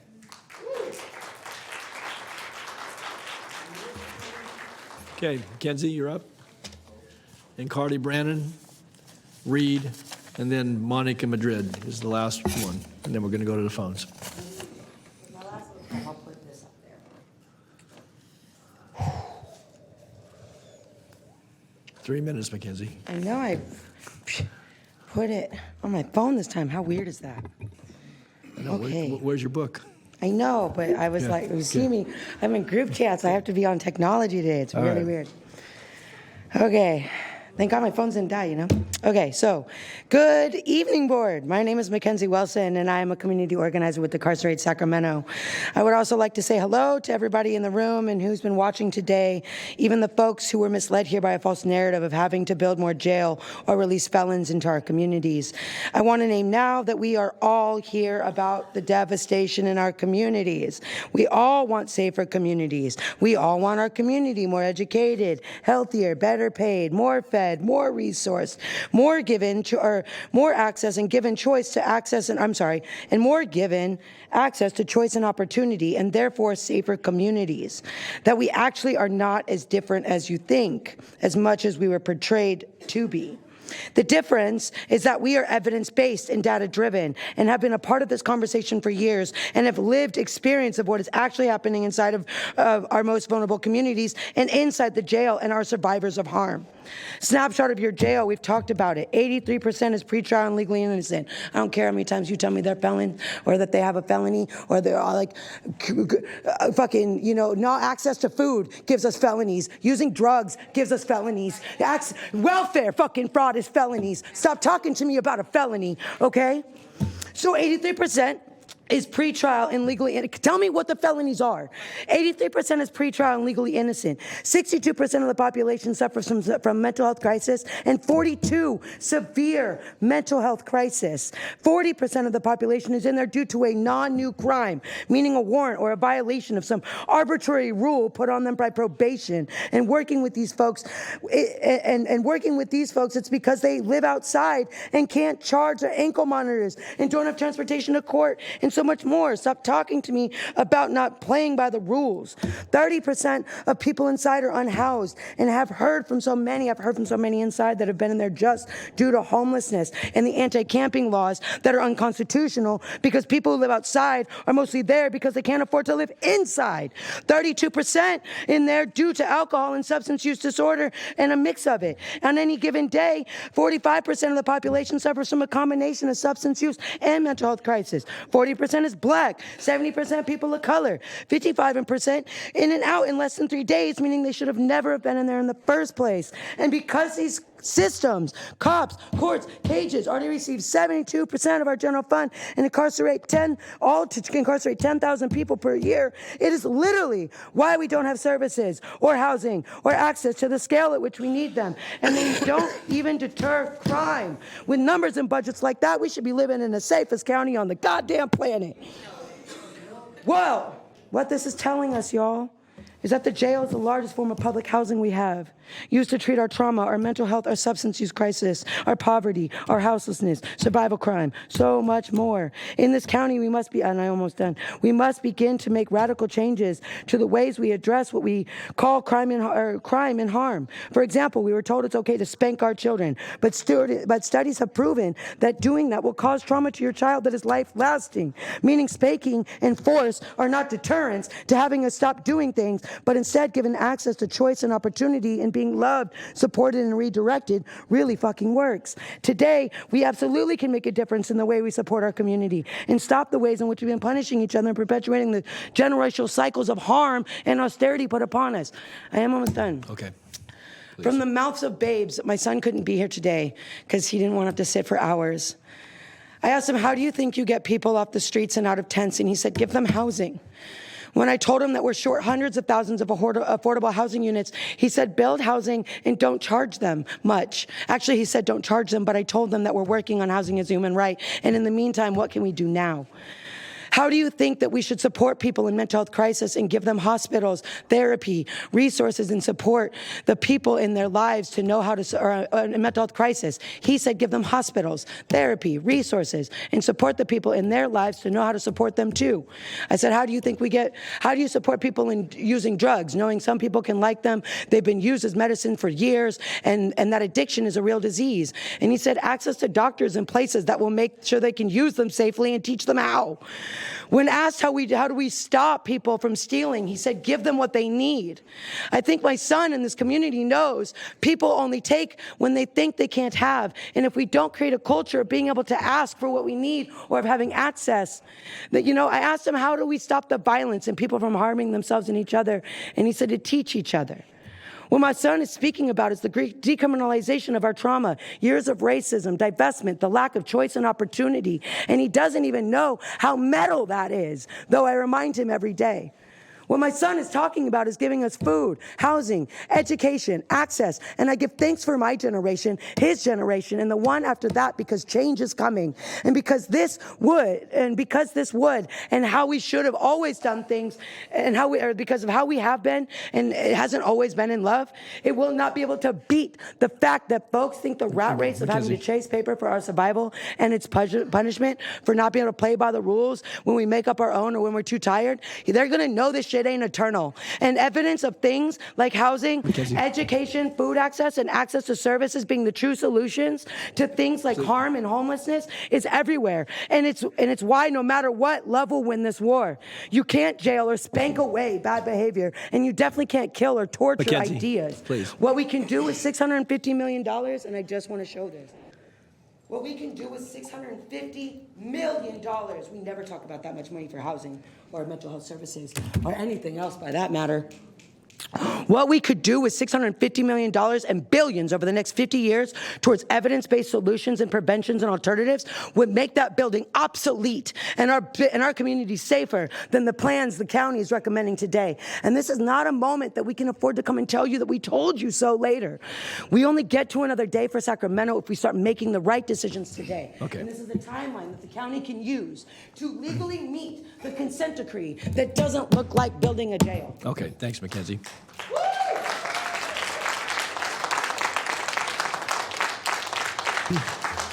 All right. if you can get it in 5 more minutes, the Incarcerate Sacramento would have been able to show it to you. Well, you can send it to us. You can send it to I will. us. Thank Okay, you. please. Okay. All right, Carly Brannon, Reed, and then Monica Madrid, and then I'm going to the phones. And legit, the point is having it on public record, in the meeting, on the videos, not just that it's emailed to all of you. Well, that's good. It's on the All right, record. so- It's on the record. And Yeah, I'm just saying what No, I know. And what they had said about. I allowed her 6 minutes as well, Carly. So, okay, it's important. So, Okay. all right. All right, so my name is Carly Brannon. I am a resident of District 1. My pronouns are they, them. And lots of folks here have already shared very important stats and facts. My loved ones have re-traumatized themselves here, telling their heartbreaking stories like Sonia's recollection of the new sheriff-elect pointing a gun at her head and threatening to blow her brains out, or another friend who is here who talked about not reporting her childhood sexual assault because she knew that she was equally as unsafe in the hands of law enforcement. So I'm going to share a little bit more about the stories of people who are inside or who have been inside. I kind of want to start off by asking, why are we here again? We've already had this conversation. You already know that this is not the right move to reduce crime and increase public safety. The ACLU person who was here earlier, I forget the gentleman's name, shared the stats around most charges being related to homelessness, substance use, and crimes of survival. We have been coming to you all for literally years. I've been in here many, not as many times as Mac and her book, or their book, but lots of times. But we've been coming to you guys for literally years, asking you to reimagine public safety, and it is time for you to listen and take action. Public safety means housing, and when I say housing, I do not mean congregate shelter. Public safety is comprehensive, accessible, individualized health care. Public safety is substance use disorder treatment for those who want to quit, and safe use centers for those who do not. Public safety is access to affordable and nutritious food. Public safety is free, accessible, and true education for everybody. Public safety is community. I am incredibly privileged to have the community that is in this room tonight. Sue has the Proud Boys, a white supremacist hate group. It's true. Look it up. There's video. I want to talk a little bit about some things that I have learned from the people I have served when doing jail support. I'm with the Anti-Police Terror Project, and once a month we go out to the county jail and we sit out front and provide snacks and coffee and phone calls to the people who are exiting the jail. One evening I encountered a man who had one leg, was in a wheelchair, and he was nonverbal. And he told me a story about how he had been in the jail, and he was just devastated by how it had impacted him, and he was feeling a significant amount of shame because while he was in jail, he tried to tell the correctional officers that he needed to use the restroom. And now I'm sure that those correctional officers would blame the fact that they did not help him on not being able to understand him because he is nonverbal, he is not able to speak. But his communication was very clear to me, and I am not a healthcare worker. He told them that he needed to use the restroom, and they didn't help him, and so he soiled himself. And he was feeling a significant amount of shame because he was still completely soiled when I was speaking to him days later. They didn't even help him clean up. So I don't know how expanding this place where these things happen is actually going to increase your regulatory compliance with the ADA. This is not, Okay. it's just absolutely Carly, asinine. you need to wrap it up, Carly, please. This is, vote no. Okay, thank you. Vote no. That is the only course of action Okay, tonight. thank you, Carly. All right. I have Reed, and then Monica Madrid. Last two.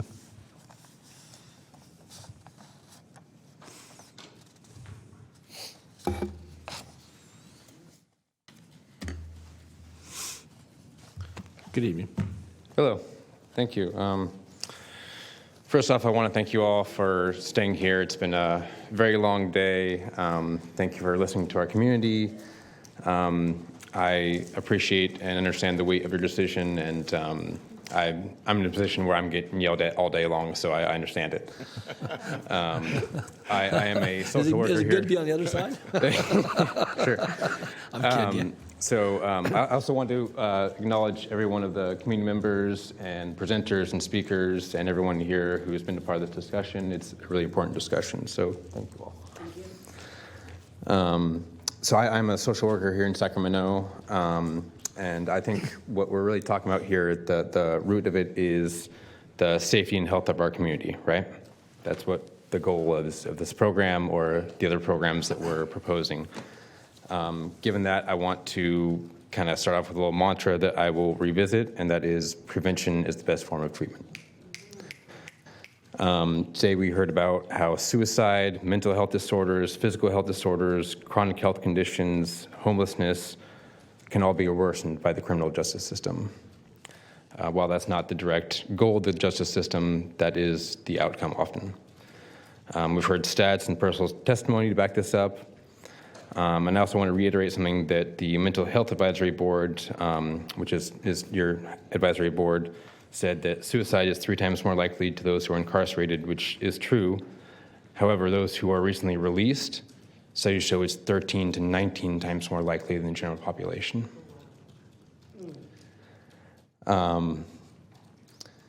As somebody who has gone through depression, as well as my partner, somebody who's in your district, Mr. Cerna, and actually wanting to apply for the open position for the Mental Health Advisory Board, I understand what that's like, and I understand what the system is like when you're going through those feelings. The organization that I work is a community-based organization here in Sacramento, and we work with folks who are unhoused mostly, at risk of homelessness, have chronic health conditions, and are often part of the reentry program. I'm a certified suicide prevention trainer, and I'm proud to have helped many of the folks here in Sacramento turn away from self-harm and back into helping our own community. As a recent juror, or potential juror, I had the opportunity to ask peace officers, as well as representatives of the district attorney's office and the court itself, if their arrest, convictions, and sentences reflect just the months and years they sentence, or do they take into account the suicide fact, the high risk of diabetes, of severe mental health, of depression, of addiction, of hypertension, all these different health risks, and they said no. We have our lane to go in. We arrest somebody if we've been acknowledged of a crime, and then we pursue a conviction if we're DA, and if we're a judge, we have a sentence. No part of that justice system takes into account the health issues that are affecting our community. So who takes on that? Who takes on that responsibility? It's our hospitals, our clinics, our social workers, teachers, citizens, businesses who employ these folks, the victims of crime when these folks aren't properly rehabilitated, and you, the board, have to stay here at all hours of the night to figure this out. It's not the justice system, it's us, collectively. This is the weight of your decision tonight and tomorrow morning. Do we spend $500 million in this system that we've been told is going to help us? And I'll say again, prevention is the best treatment. The PBIDs who spoke earlier spoke that we are an ecosystem and they want to get the root cause. So my sense is that our businesses also acknowledge all the testimony here, that the root cause is the healthcare system, the mental health, treatment, prevention. The district attorney says that the recidivism rate is 96%, but is asking for more jailing. And even the sheriff himself had said that, I'm sorry, I'm trying to find my quote. Yeah, I need to conclude if you could, though. Sure. He said that our facilities are not built for rehabilitation. Someone from the victims' crime unit said that victims of crime want reform. So if this is about reform, if this is about healthcare, this is not the answer. Please give that money back to our community, because we're the ones who are taking on that burden and helping out. Thank you. Thank you for your time very much. You too. Thank you for being here. Okay, thanks, Reed. Okay, thank you, Reed. And Monica Madrid. And then we're going to go to the phones. Hello, Monica. Hi, Supervisors. I'm Monica. I am a community organizer with the Alliance of Californians for Community Empowerment. We fight for renters' rights out here in Sacramento. I actually do a lot of work in unincorporated South Sacramento, so I've done some work with Supervisor Kennedy and his office. They've actually done a good job of actually helping our tenants, but I'm actually here as a resident of unincorporated District 5. And a community member, and as an organizer. And, you know, one of the things I see with this racist jail expansion, $450 million that we're spending on this jail expansion, when majority of the people that are going to be locked up are black and brown immigrant communities that are most directly affected, and they're not being helped. Just yesterday alone, I called the Sheriff's Department because a property manager in South Sacramento, unincorporated, tried to threaten to kick my ass, but she called the Sheriff's Department first and said I looked like I was Hispanic, and by the time I called the Sheriff's Department, they did not take me seriously. They did not follow up with me. And so similar situation with some of my Latino tenants. They've been threatened by their property manager. We've called Sheriff's Department. They send 2 white sheriffs to a Spanish-speaking neighborhood and that cannot communicate with them, and then when I'm there talking to them, they do not take my tenants, my members, seriously. Who is there? We're putting this to protect the tenants, to protect the people, the tenants, the people, but who's there to protect the tenants? Who is there to protect our black and brown community members? Throwing these people in, because those are the people that you're throwing in jail. You're not there to protect them. You're there to protect the white people who live in Land Park and East Sacramento, and even where I live in Rosemont. Those are the people that you're here to, that jail expansion is there to protect. And quite frankly, I even have another Latino tenant, and that he's currently unhoused. He lives in his truck after he was evicted from Florence Continental Terrace after his property manager physically assaulted him. And when he went to the Sheriff's Department to make a report, he did not fight back, yet it was somehow considered mutual combat, and they did not take him seriously. They did not even want to talk to the witnesses that he brought in to talk to him about it. So who is there to protect these people? And instead of spending $450 million on a jail expansion, why don't we focus on getting, tenant protections, a tenant anti-harassment policy passed that I've sent to all of your offices, specifically Supervisor Kennedy's office. Mostly we've been working with them on that, but I have sent some messages to every office. And so we want to make sure that these things get passed, and the people who are most directly affected, which are the black and brown community members in South Sacramento and also in Supervisor Desmond's district that we're working with, are feeling protected as well. Thank you. Thank you, Monica. Okay. I do have one other speaker, Flo Kofer, who had spoken to me earlier in the evening. I had to leave and return before we concluded the public testimony in chambers. So, Flo, you'll be the last one in chambers. So, okay. Good evening, or at this point, good night, I think is much more appropriate. My name is Flo Jean Kofer, and I am the Senior Director of Policy for Public Health Advocates. I also was Supervisor Cerna's appointee to the Sheriff's Outreach Community Advisory Board for 4 years. And I stand before you also as, a resident of Sacramento County, as an epidemiologist, as someone who submitted testimony about the conditions of Sacramento County Jail during the COVID pandemic, as well as about San Quentin Prison. So I come to this with both lived experience and professional experience. And part of what I heard during the parts of today's meeting that I could hear was, frustration from a lot of people about challenges that I think we all understand. And I think we're at a crossroads now where we have to start talking about solutions. And so part of what was really frustrating to me was to hear this conversation about people who do harm and people who are harmed. Because the truth of the matter is that when we understand trauma, when we understand the way that our institutions are interconnected, we recognize that many of the people who are sitting in our jails have been failed by other systems. And that all of these things are interconnected. We sit here, I have been both a victim of crime, and so I understand it from that perspective, but I also recognize that, these are all our community members. And so when we put ourselves in this position where we're talking about them versus us, I think we limit the quality of the discourse that we're able to have about what our options are. The truth is, for all the conversation about American dreams, I think the thing we struggle with most is to dream, is to get outside of what we always do and to think about what kind of world do we want to live in.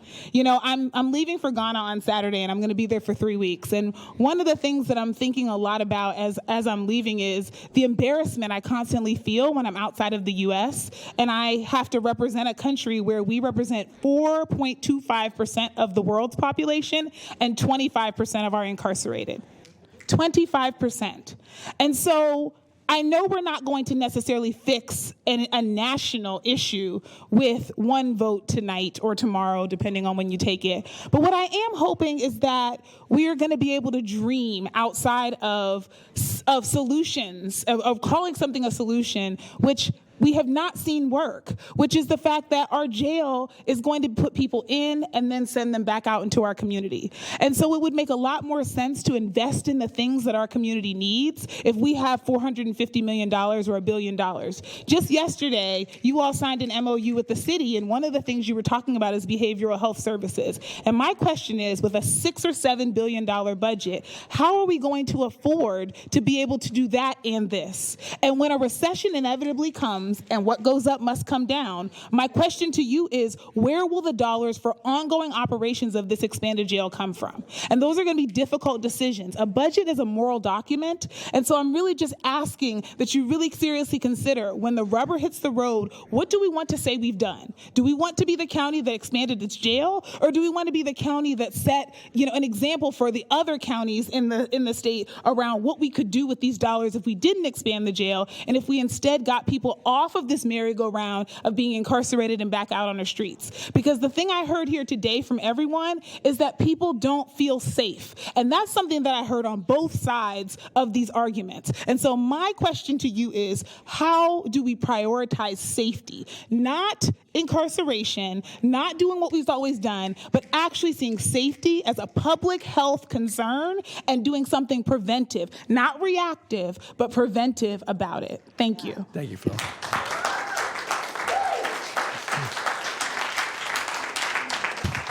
Okay. All right. We're going to go to our phones now, Flo, and I don't know how we have in the queue there. A couple dozen? So we have about 40 callers in queue, and just to let everybody know. Please transfer the first caller. Okay. And as we go into that, I'm going to, again, on the timer, 3 minutes. If you can do within less than that, we've heard a lot of good comments, and you can say you agree with comments you've heard. Certainly make your own statements as well. So, all right, we'll go to the... Okay. Hi, caller. Please start with your comments. You have 3 minutes. Hello, my name is Victoria Deal, and I used to be in the county in RCC. I have 18 aliases. I've been to prison 4 times, but I gave them their number back in 1992. I wrote a letter to the judge and asked to go into a rehab instead of do the rest of my time in jail because I wanted to change my ways, and I did. And today, I'm an artist. I own 3 businesses. And I don't think that building a new jail is going to do any good because I was in RCC when they rebuilt that, and then I was there when they built the jailhouse downtown, and nothing has changed. I have mental health issues, and I go to Sacramento Native American Center. My man was killed on August the 28th this year, and I've been trying to get in to see a psychiatrist, and you have to start out with a 5-point verification. Then you need a referral to your doctor. Then when my appointment came, they canceled it and put my next appointment out 2 months later when I'm a manic depressive paranoid schizophrenic with ADD and ADHD. And I think that the mental health is horrible here as far as getting assistance and being accessible. And I also know that mental health and drug addiction is a big part of the crime that's going on. So if that was focused on more than building a jail, Sacramento streets would be more safe. Okay. And I also know that the RCC is housing state incarcerated people that should be either in the state jail or a Napa State Hospital if they have mental issues. This doesn't have anything to do with their a crime or anything. There's alternatives that can be done. So please stop the expansion. Okay. Thank you. Thank you, Victoria. Next caller. Next caller.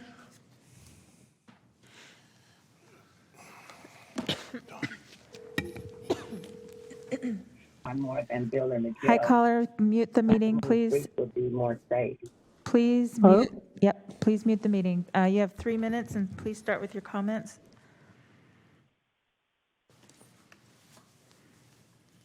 Hello, this is Megan Shumway. This has been an interesting, long day. I'm going to talk about something no one else has spoken to, and that is that you previously mentioned earlier in the day that when you get a bond that you have to pay, that takes priority over staff. Now, if you're going to do something about the Mays decision, I think that you really are going to put everything at risk if you expand the jail and have debts that have to be paid that will require you to then lay off the very people that are going to be providing the services that would help you meet your obligation in that regard. So I think we need to think seriously about not expanding the jail at this point in time and making more of an effort to get the mental health services that are needed and pay the workers, because workers are expensive, and you know that as you do budgets all the time, and the mental health workers or the social workers or the nurses or the doctors in the jail all take money to provide. And if you don't have that money and you have to lay those people off, you will be turning the jail into basically a pit of depravity with no recourse for many people. And I think that it's very necessary for you to consider that when making your decisions. Thank you. Thank you, Megan. Bye. Before we go to the next caller, I'm going to make an announcement. We're going to close the queue fairly shortly. I think we said we have 40 in the queue, so we're not having ongoing. So we get to a point here where we can get all the public testimony on the record, and it's clear we're going to come back tomorrow morning to deliberate this, but I want to give ample time. So I'm going to make the announcement now, and we're going to close the queue in 3 minutes. If there's, huh? 10 what? 10 o'clock. Close the queue at 10 o'clock. Well, if I get 80 more calls, it's like, well, it is a public space, but some people went. So I'm going to, again, we've got folks that have been here all day, and we've got folks that are in the queue. And you said we had about 40. We've taken 2 of those now, and I want to be fair to folks. So I'm going to give 5 minutes, and we're going to close the queue. So that'll be it. Again, I think that's more than fair. Okay, so with that, go to the next caller. All right. James, could you send the next caller, please?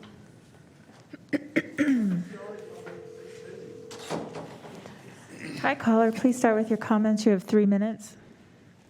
Hello, Supervisors. My name is Suzanne Georgie, and I'm a resident of District 3.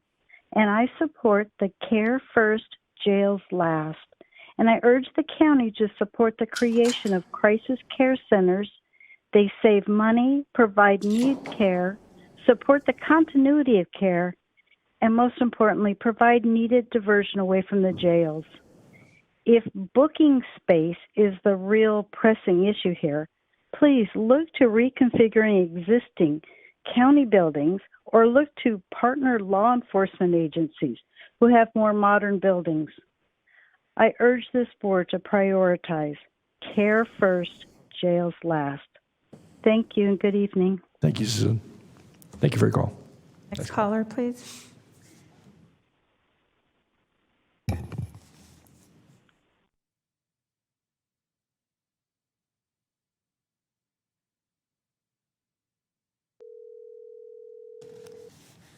Hi, caller. Please start with your comments. You have 3 minutes. Hi, my name is Dominic Gutierrez. I'm a homeowner in District 1 and a fourth generation Sacramento.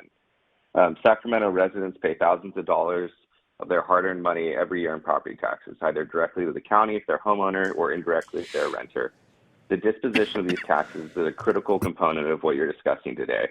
I was extremely concerned earlier today when I heard county staff nonchalantly discussing the expiration of county debt as an opportunity for taking on new debt to finance shell construction. With an impending recession, worsening housing shortage, and a heartbreaking homelessness crisis, now is not the time to take on more debt to fund county staff's vanity projects which you already voted against and directed staff to not pursue. Fiscal discipline and strong leadership are required to get us through these difficult times. I'm opposed to the construction of the new jail facility as it is not a cost-efficient, forward-looking, or effective option. I want the board to find the cheapest, most ethical option for meeting the Mayor's consent decree. You're not going to receive this from an architecture firm that stands to profit if the county goes forward with designing and building new jail structures. Please give county staff clear, unambiguous direction to go back to the drawing board, reach out to plaintiffs and get their perspective, and listen to the experts opposing jail construction who have presented today and who I believe are sharing the perspective of the majority of the residents here in Sacramento. I hope we don't end up back here in a year out of compliance with the consent decree and with county staff having wasted more time and money without tangible results. Thank you, and I trust and hope you will make the right decision. Thank you, Dominic. Next call. Caller.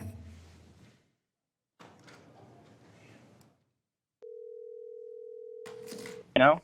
Hi, caller. Please start with your comments. You have 3 minutes. Thank you very much.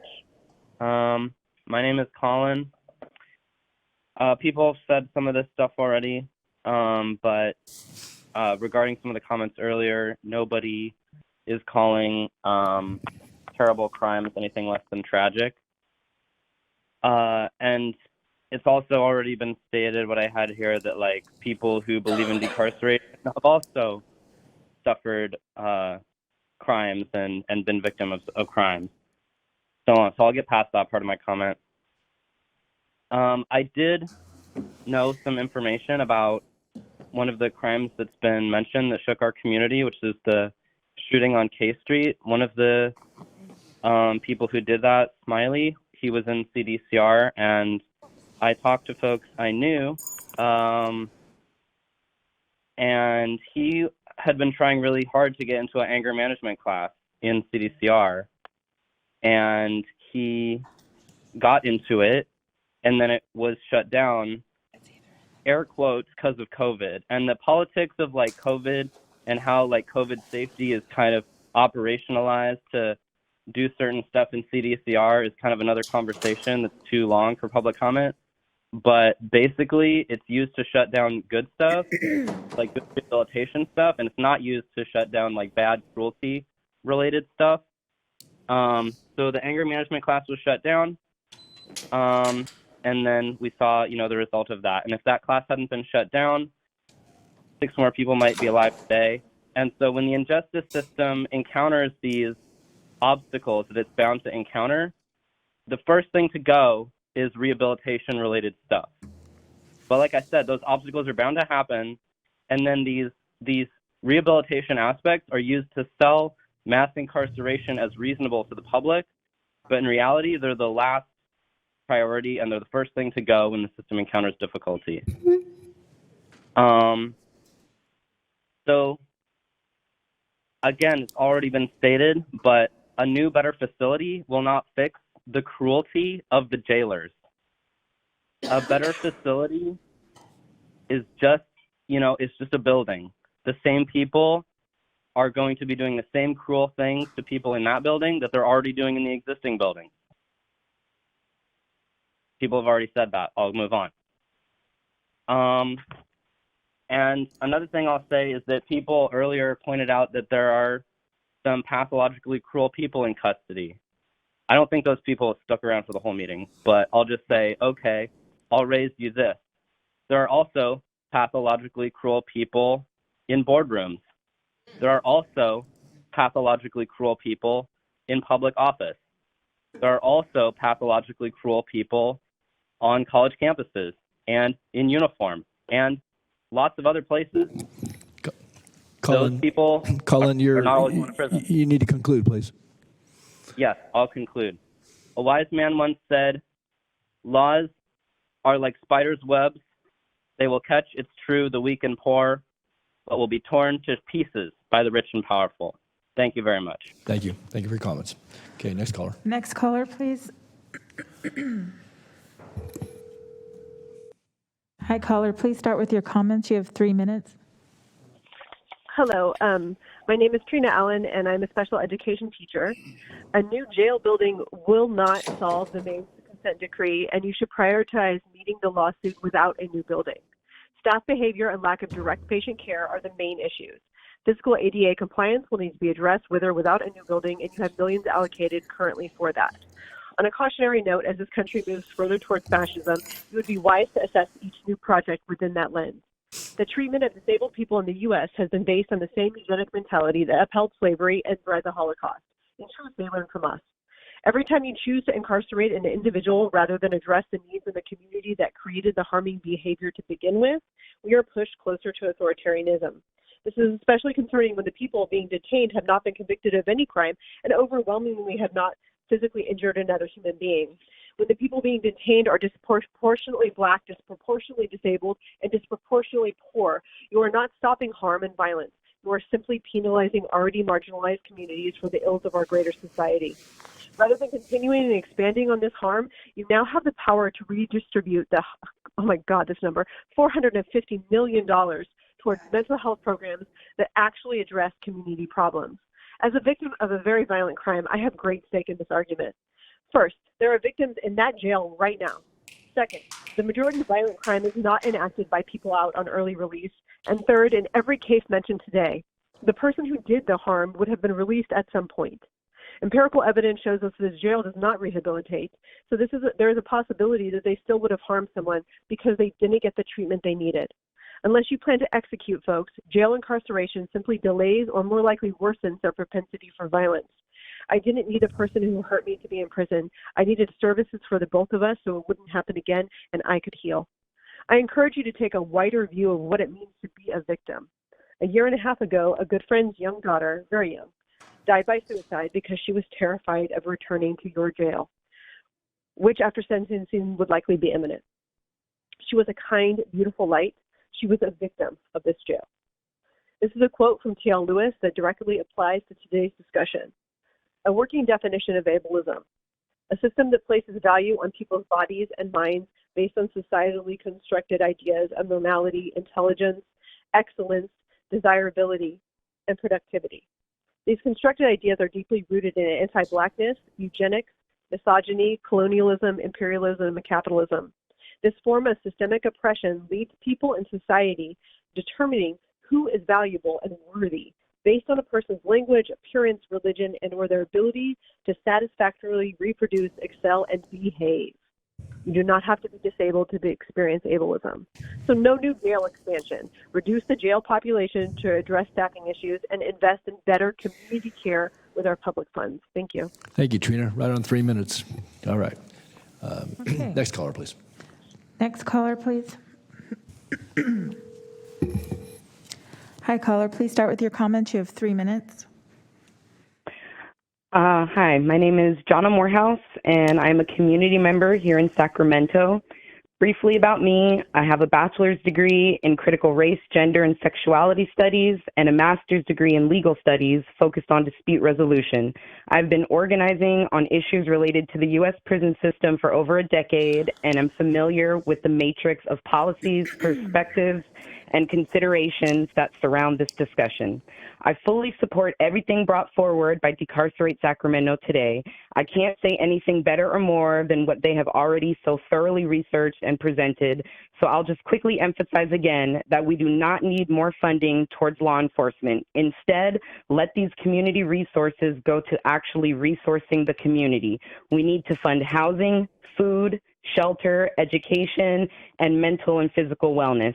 When people are housed, fed, have basic income, and have easy access to mental health services, These are the things that actually work to address the root causes of violence and harm. Providing these things prevents people from coming into contact with law enforcement in the first place.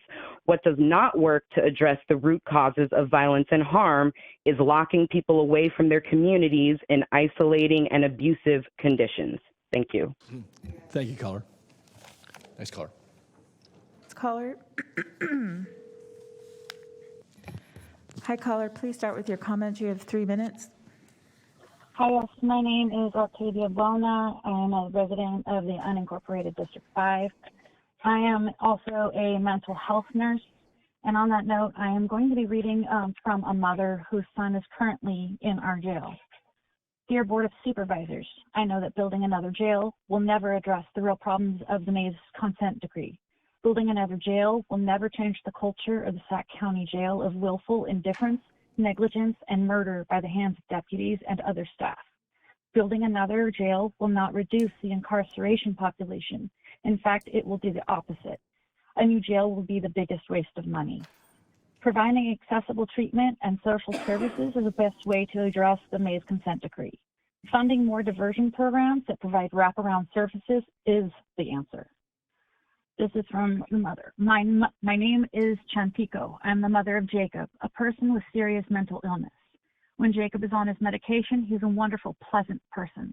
Jacob is a young man with real goals. My son Jacob is currently being held at the Sac County Jail, and having firsthand experience as his mother has taught me that Sac County Jail does not adequately fulfill the May's consent decree. It does not provide an environment with enough credentialed, skilled, and experienced staff to provide the services for the mentally ill. SAC deputies are not trained social workers, nurses, psych techs, psychologists who can assist with the needs of the mentally ill. In fact, my experience with the Sac County deputies has been indifference, apathy, and cruelty. My son was ignored and left with a severe eye and ear infection that was very obvious. And the only response to my concern was, he stays in his cell. The deputies actually blamed my son for his condition. This is the end of the letter, but as a psych nurse, I have seen firsthand the poor treatment from deputies on people who are coming in as mentally ill. The only way for mentally ill patients here in Sac County access to inpatient care is through a 5150 process, either through the ERs or through being picked up by Sac County sheriffs. This is unacceptable. We have an urgent care mental health clinic that does not have long enough hours. We do not have a 24-hour mental health line to access. It runs on an 8 a.m. to 5 p.m. bankers hours. It's unacceptable. People are not getting the help that they need, and in turn, these people are getting picked up for acts that are under no control because of their illnesses. Building a new jail is just going to transfer those same behaviors from the sheriff to a new facility. It will decrease security. It will reduce the amount of staff available in an already understaffed facility. This is a waste of money. This money needs to go to what we are promised, and that is increased mental health facilities, access, wraparound services like this mother had mentioned. I hope that you take this to heart, that as a mental health psychiatric nurse, I'm seeing this stuff firsthand, and it's unacceptable. Okay. That's all I have to say. Thank you, caller. Next caller. Next caller.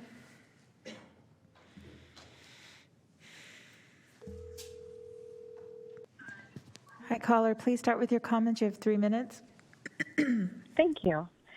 I've been listening for the past almost 11 hours now, and it seems to me that the whole purpose of this meeting was to discuss the facilities deficiencies and how to become in compliance with that. And we've heard a lot of passionate discussion about different ways that we can do this. However, the things that I have, to simplify, have gotten out of this is 1, a proposal to expand the jail, or 2, to let people out of jail.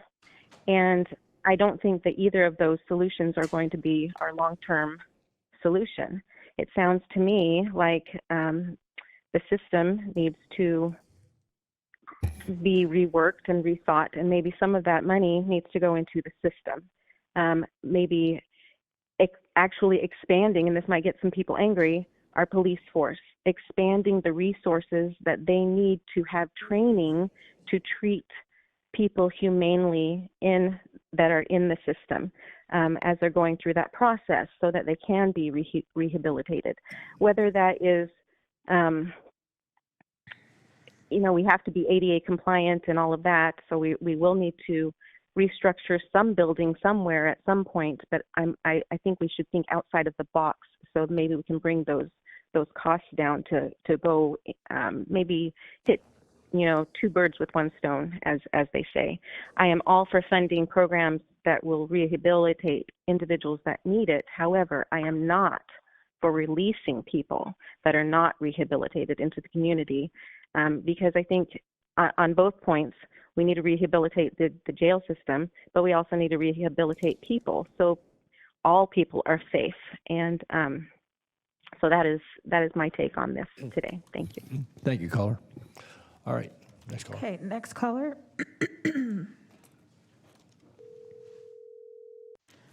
Hi, callers. Please start with your comments. You have 3 minutes.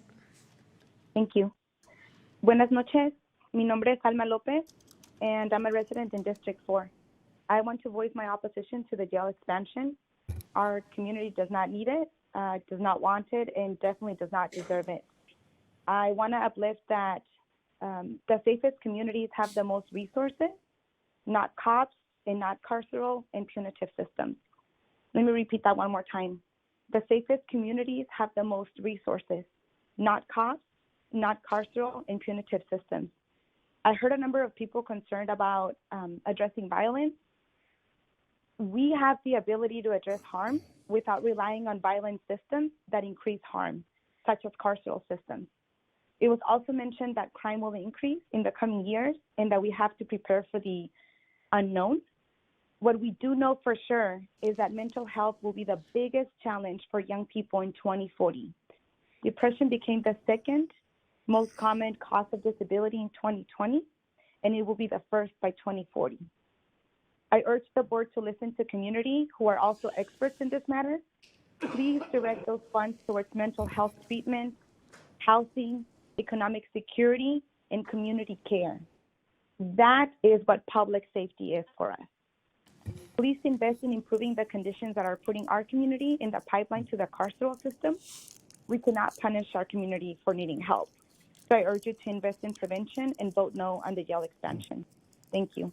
Thank you, caller. Next caller. Next caller.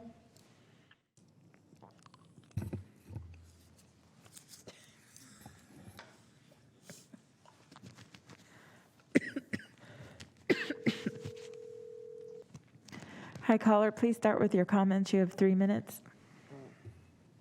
Hello, thank you very much. My name is James Jackson. I wanted to make these comments in public today, but unfortunately I had to leave at the last minute. Excuse me. I will do my best to keep this very short because there's very little that I could say right now.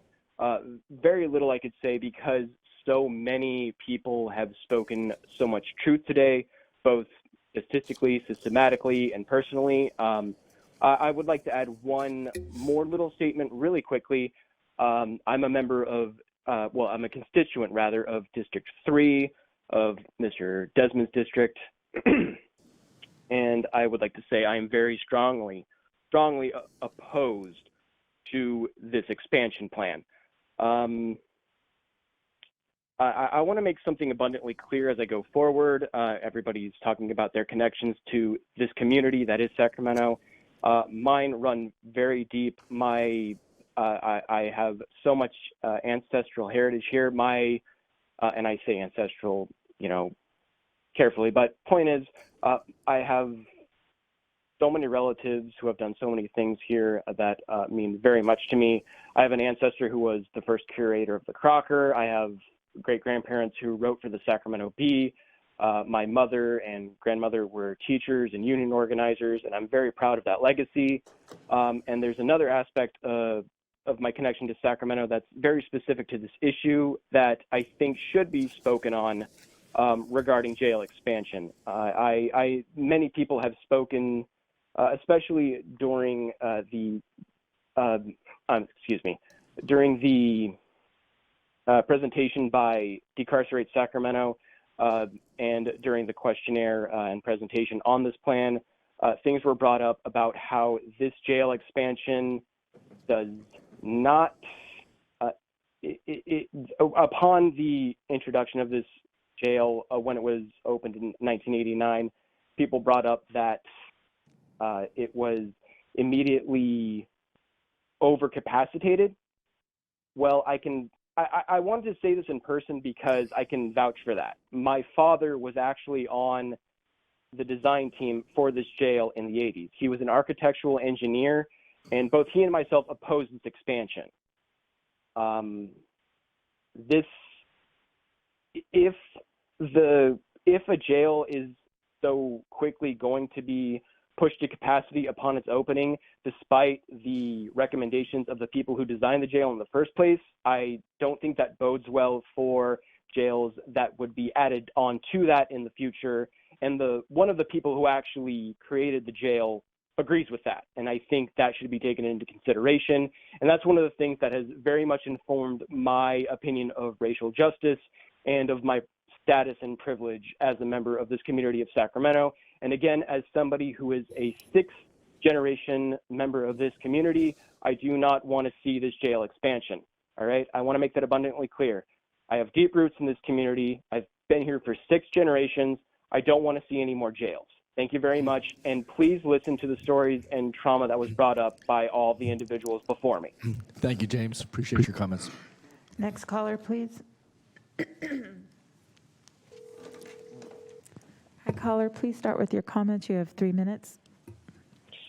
Good evening, supervisors. My name is Kristen Dobbin. I'm a resident of District 1, a professor and an environmental justice researcher, and I'm joining this meeting in all of these capacities to urge you to reject the proposal to build any new jail facilities in our county, whether or not they increase total beds. There's very little I can add that others haven't already said, and I know that all of us are really tired, so I'm going to make this short, but I'm also have been listening to your hold music since 11 a.m., so I'm also going to say my piece. Investing hundreds of millions in a jail annex or billions in a completely new jail would not solve the majority of the Mays consent decree requirements. It will not address the housing and mental health crises that underline our inflated jail population, and it will not make our community safer or healthier. The problem is, I think you already know this because this board rejected the annex proposal in 2021 and committed to pursuing real solutions. So it's really confusing that we're here yet again discussing it and talking about solutions many years out when the Mays decree necessitates solutions now. We, the people of Sacramento, elected you 5 people, and we need you to lead, not county staff. In the spirit of leadership, I ask you to believe in Sacramentans, believe that we're not criminals, believe that we have the expertise and vision to do something new. Believe that warehousing people in a shiny new building, most prior to any conviction of a crime, is not the best that we can be. You can take the money you would spend on a new building, invest in jail population reduction, invest in mental health services and housing throughout the whole county, develop interim and long-term measures to ensure privacy, confidentiality, and ADA compliance for inmates using existing space resources we already have. And if you do so, we'll both be closer to compliance with the Mays decree, as well as broader social welfare and environmental justice goals for our community. And that would be a true both and plan. And as a final note, because I heard it a lot today, the county didn't inherit this jail building, you built it. And you keep saying that it's outdated and people are questioning its lifespan, but the reality is it has been in violation of constitutional rights since its creation. And that's because the problem is not actually the building. The problem is the institution that administers it. And case in point, it's all good to say that the part of the plan is going to be to improve data sharing and transparency, but that doesn't square with the fact that the Sheriff's Department blankly refuses to report COVID data. Focusing on the building is a comfortable distraction from doing the hard and necessary work of looking at ourselves. I ask you to do that work with us. Thank you for your time. Thank you, Kristen. Thank you, Kristen. Next caller. Next caller. Hi, caller. Please start with your comments. You have 3 minutes. Hi, good evening. My name's Kimberly So. I'm calling from District 5. I'd just like to say that we need schools and not prisons, and we need affordable housing and not prisons. We need mental health care, not prisons. We need to invest in our youth and our community. Poverty and inequality need to be addressed. We are not out of the COVID pandemic, and there has been so much trauma and loss.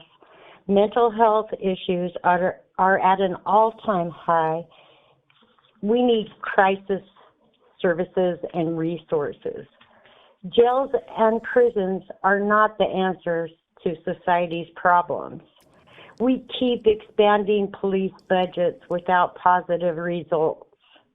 We need alternative therapies and programs for healing. Prevention is key, and we need to invest in preventative programs. And I can't say that enough. Prevention is key, and we need to invest in preventative programs from the youth to adults. We all want a safe environment to live in. We all need to participate in this safe environment, and we need to be responsible. We need responsible spending. Expanding the jail is irresponsible. Our budgets need to be spent investing in our communities to fight poverty, racism, and social injustice. We need to invest in affordable housing, health care, our youth, education, community resources. My brother was killed in San Francisco jail. These institutions are far, far, far from safe. And I'd also like to say that some inmates have been out there fighting fires across the states during these fire seasons, and we can invest in this population and we can lift them up. And we can preserve the dignity of our brothers and sisters who have been incarcerated. And I'd also like to just end this with saying season's greetings to you all, and now is the time of season, or giving, and I'd like to see giving to affordable housing, to our youth and healthcare, education, community resources, and I think we really need to pour our resources into mental health. So, thank you. Thank you, caller. Next caller.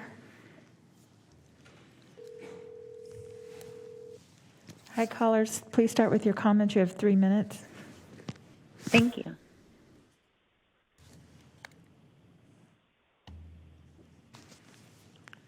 Go ahead, caller. Yes, hello. My name is Josie Morales. Normally, I do not list out all the organizations that I'm involved with, but I feel the need to do that to prove a point. I'm a native of Sacramento, resident of District 4. I'm the National Minister of Administration for the National Brown Berets, Capitana for the Sacramento unit. I'm a member of NorCal Resist, Anti-Police Terror Project Sacramento, Decarcerate Sacramento. I'm a committee member with Sacramento Investment Without Displacement. I am also the vice president, board member with United Latinos, as well as a board member with the Washington Neighborhood Center.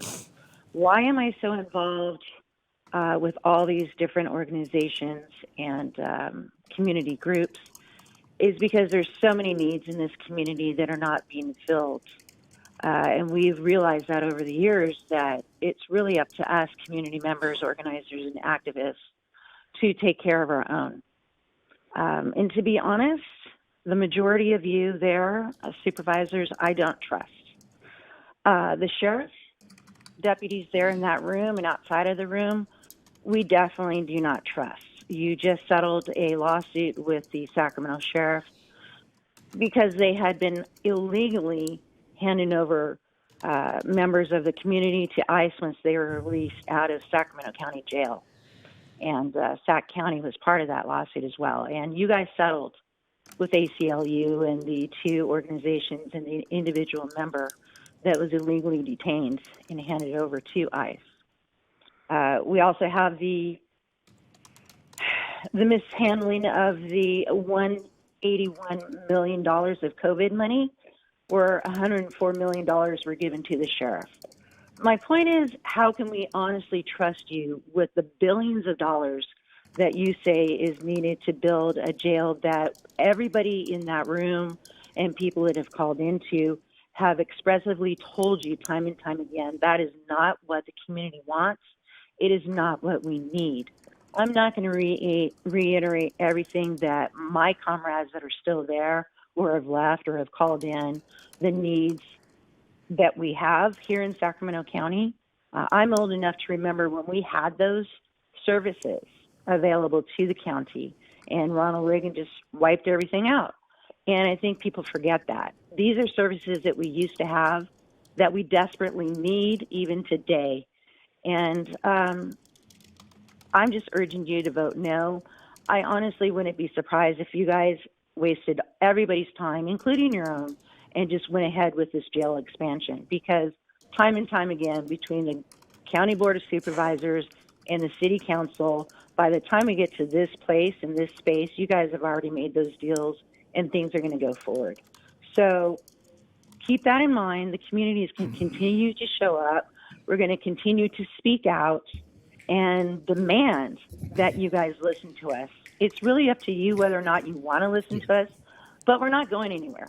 So just plan on that and know that. So Okay. I'm going to ask you not to vote on this, to vote no, but I really don't believe that you guys are even listening. Yeah. So Thank that's you, all I Josie. got to say. Thank you, Josie. Okay. Okay, next caller, please. Hi, caller, please start with your comment. You have 3 minutes. Thank you. My name is Hazel Watson, and I'm a relatively new employee of Sacramento Act. And our executive director, who spoke earlier today, Gabby, offered me a new definition of accountability. And accountability has been talked about a lot today. And the new definition that I received just recently was that accountability happens in partnership. Holding someone accountable means offering and asking them what they need to meet the objectives and the expectations set out for them. Decarcerate Sacramento has been a partner with the county offering solutions to the jail population problem, and now it is the county's turn to ask people of Sacramento what they truly need to meet the objectives and expectations of good citizens. And I would offer that they need things like health services and housing, education, and opportunities for job development, not a new jail. Thank you. Thank you, Kimmel. Okay, next caller. Hi, caller, please start with your comment. You have 3 minutes.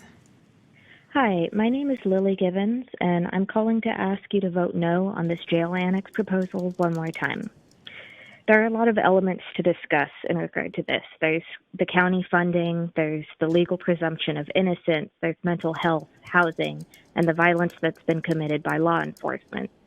But I want to talk a little bit about harm, and I want to talk about vision.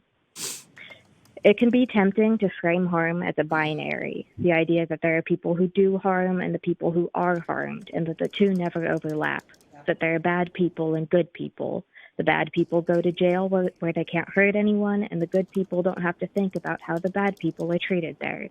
The good people are safe if the bad people are locked up. This narrative is comforting. It lets us believe that real safety is simple, that people who do harm are uncomplicated, irredeemable, sometimes even monsters. It lets us believe in our own inherent goodness. If you listen to the people who have shared tonight, you'll hear that no one is really happy with the status quo. Even the folks asking for a new jail, the very definition of the status quo, don't feel satisfied with current public safety. This means that what we've been doing isn't working.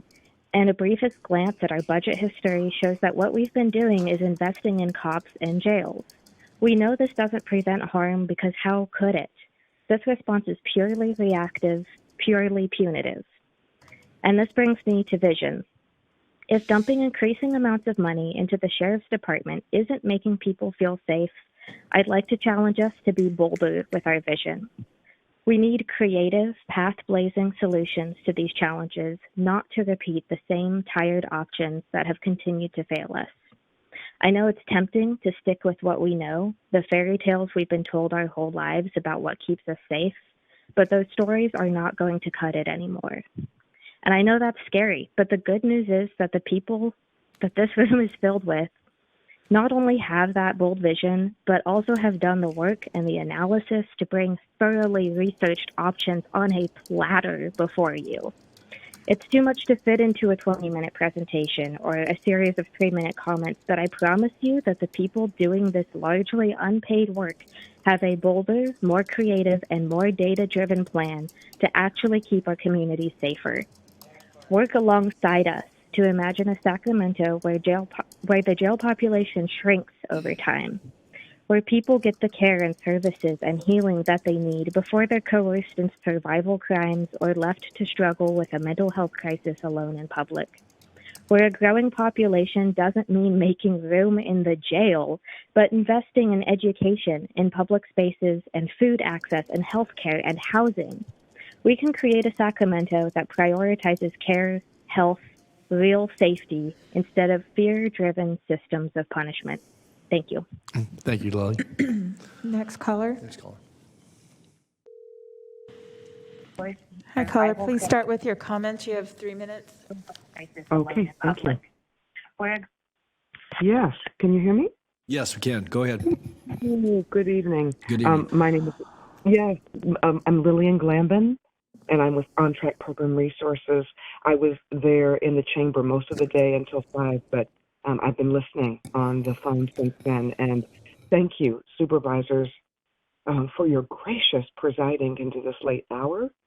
And thank you, everyone who has made public comment, both those against and for the jail expansion. I'm just really, I'm blown away by the genius of especially for those who share some of my same opinions, but even those who don't. Just really just blown away. My first remarks will be in my capacity as the coordinator for On Track Program Resources, a Community Health and Justice Project, which was launched this spring with the mission to transform the way Sacramento's criminal justice, behavioral health, and community stakeholders work together to improve collective outcomes for Black people, African Americans. There are several individuals who were in the space, many from leadership of criminal justice and behavioral health agencies, and Decarcerate Sacramento and a few others, but also thank you, Supervisor Kennedy, for having representation on this project. The project is producing a document, a blueprint, a plan that I wish would have been ready in time for this meeting, but it's actually going to be coming out in January. It'll be presented to the committee just this Monday, this upcoming Monday, for comment and input. And again, I wish it were available, but want to be sure to get it to you, hopefully in time before you make a decision. But I'm not clear what your timeline is going to be at this point. I know there's been such requests for you to not, to make a decision right away. So hopefully.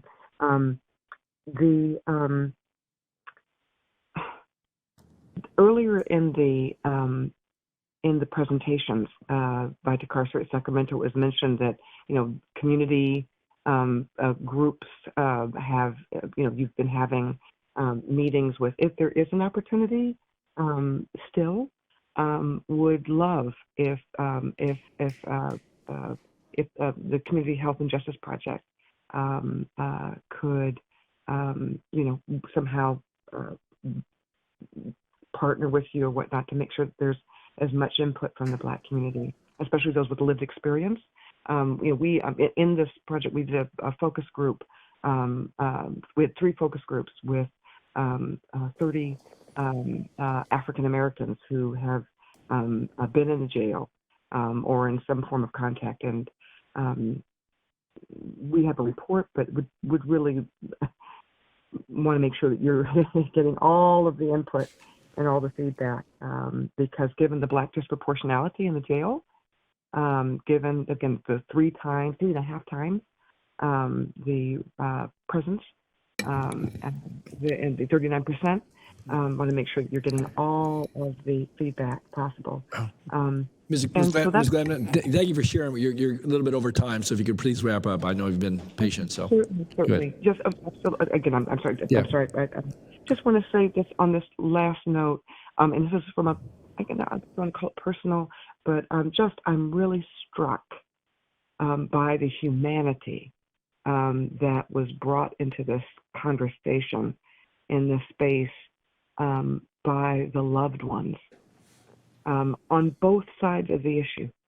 I'm struck by the families of victims or loved ones, friends of victims, but also those of us who have loved ones who have had this experience and that have brought the humanity.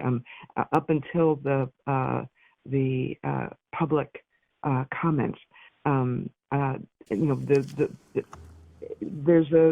there's a talking about human beings and people. You talking about beds, talking about like as if we're not talking. That wouldn't happen if we were talking about animals in the Front Street shelter. That wouldn't have happened. They would have been at least living souls or beings, and just want to in the future for just please, can we use language that talks about human beings? Okay. Who have been traumatized. Thank you so much. Thank you so much. You bet. Thank you for your points. Okay. Thank you. Next caller. Okay, next caller. Please start with your comments. You have 3 minutes. Sure. Hello. My name is Mia Carissa Dawson. I'm a resident of District 7 and a member of Decarcerate and Care First. I'm also a PhD student at UC Davis studying racial disparities in housing and wealth, and I'm a researcher with the UC Davis School of Public Health's Violence Prevention Research Program and an educator. I'm speaking tonight as an individual. So I want to urge the board in the strongest possible terms to reject this jail expansion and instead invest in public health, safety, and violence prevention through community care and social services that must by definition happen outside of jail cells. We could do an incredible amount of good with the $500 million to $1.5 billion that would be required for a jail expansion plan that wouldn't leave our community any safer. All of us are invested in safety. The people that I have the privilege to organize with here in Sacramento are deeply invested in the safety of our community, and we are most certainly not immune to violence. Seeing how the system has failed to protect or show care to us and our loved ones is what has pushed many of us to do this work. And it's our commitment to safety and keeping our community healthy that is motivating us to find a different path than the doomed and counterproductive pattern of incarcerating more and more individuals. So I want to quickly emphasize a few points to point out why increased incarceration will perpetuate harm in our community rather than preventing it. First, people leave prisons and jails worse off than they came in. This can happen in many ways, including worsened mental health and trauma, lost time that could have been spent working to support their families or save money, loss of their housing or belongings, or the difficulty or impossibility to find housing, employment, and health care after their release. This pushes individuals into even worse conditions of poor health and poverty when they come out the other side. When we incarcerate individuals in terrifying, dehumanizing, and traumatizing conditions, and when we jeopardize their ability to support themselves and their families, we do the opposite of addressing violence. Instead, we reproduce it. The two biggest predictors of violence are poverty and a history of having been victimized. Incarceration contributes to both of these, fueling a vicious cycle. The things we need to live healthy lives and reduce violence do not take rocket science to identify. We need to be able to take care of our basic needs, take care of our loved ones, engage meaningfully with each other, and shape our own lives and surroundings. To keep our community safe and healthy, our end goal should be to end poverty. But in the meantime, we have to work to ensure that people can live lives that are healthy and safe as possible, because that's how we keep everyone safe. I'll add that as a community organizer who's been active in Sacramento for years, I'm encouraged to see the power and growth that we've shown as a community to support our loved ones who are system impacted and to powerfully oppose the expansion of prisons and police power. I've also been encouraged to see some of our electeds open their minds and work with us to change ingrained ways of thinking and listening to the needs of community. I'm looking forward to working together to figure out what's next after we reject this jail expansion. because we have the resources and creativity to do so much better for everyone's benefit. For every person who has spoken up today and tonight, there are a wealth of ideas that we can implement tomorrow. Thank you. Thank you, caller. Okay, next caller.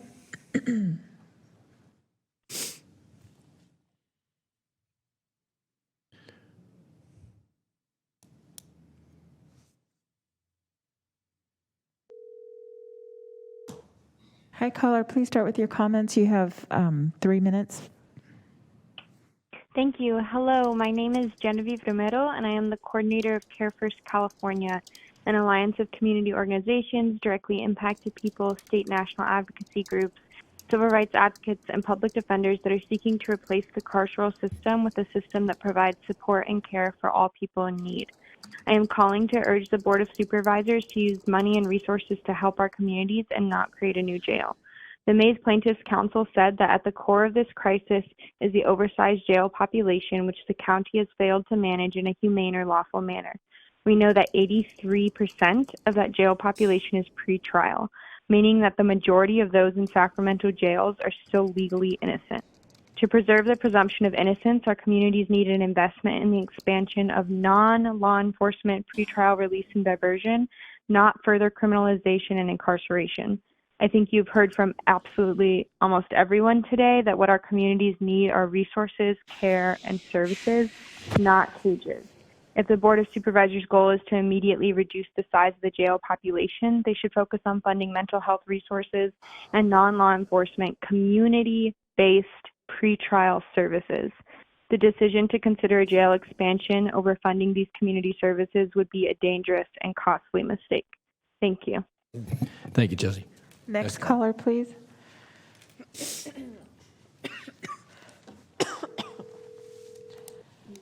Hello, please start with your comments. You have 3 minutes. Thank you. Good evening. My name is Patricia Wenzel. I'm a resident of District 2 and the helpline coordinator for the National Alliance on Mental Illness Sacramento affiliate. I'm speaking only for myself this evening, but I mention my job because it often gives me a window on the state of those who are incarcerated who have severe mental illness, and I feel compelled to speak about them and their families.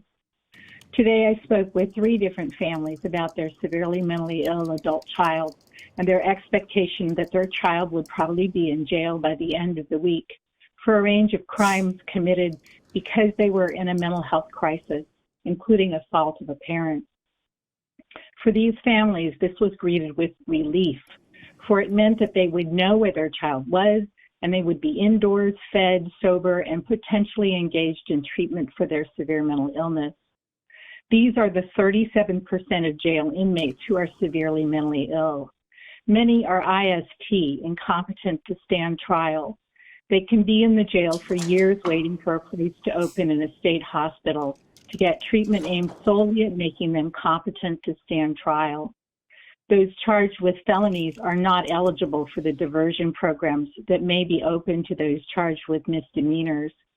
The incarceration of individuals with severe mental illness almost universally reflects the failure of the community to meet their needs, especially for supported housing that goes beyond the Housing First model to provide comprehensive long-term intensive services.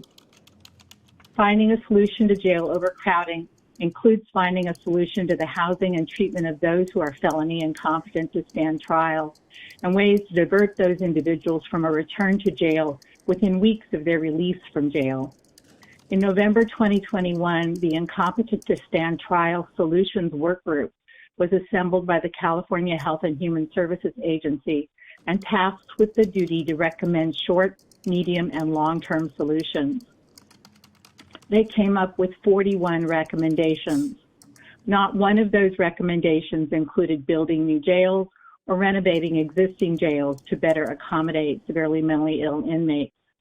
They also found that jail-based return to competency programs were not as effective as community-based programs and did not recommend the use of jail-based competency programs as one of their solutions.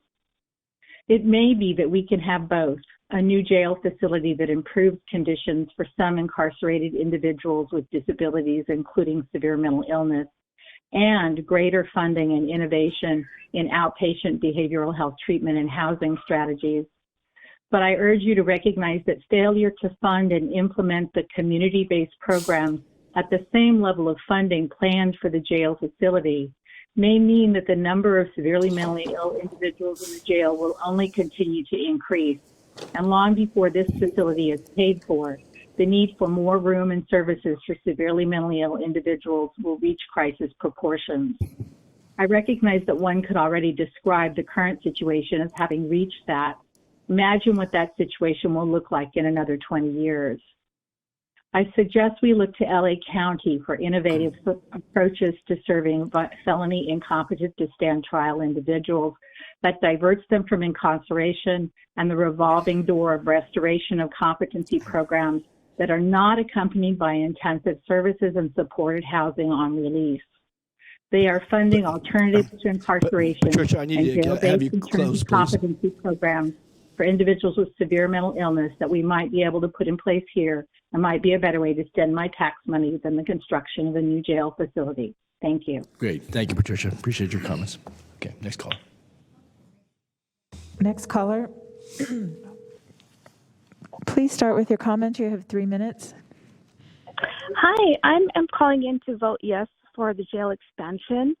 I have grown up in Sacramento and I'm raising my child here. I worked for Sacramento County Jail as well for many years. And I would just like to state how important it is for us to have safety for our children that are now growing up in Sacramento area. I would love to drop off my child in the morning and not have to worry whether he's going to be okay throughout the day. I have been on the other spectrum of this as well, where I have lost somebody in Sacramento County Jail, and I understand that we can increase the care needs, mental care needs, for the ones that actually need it. People that are addicted to drugs or alcohol, they can recover from it, but it's not meant for everybody.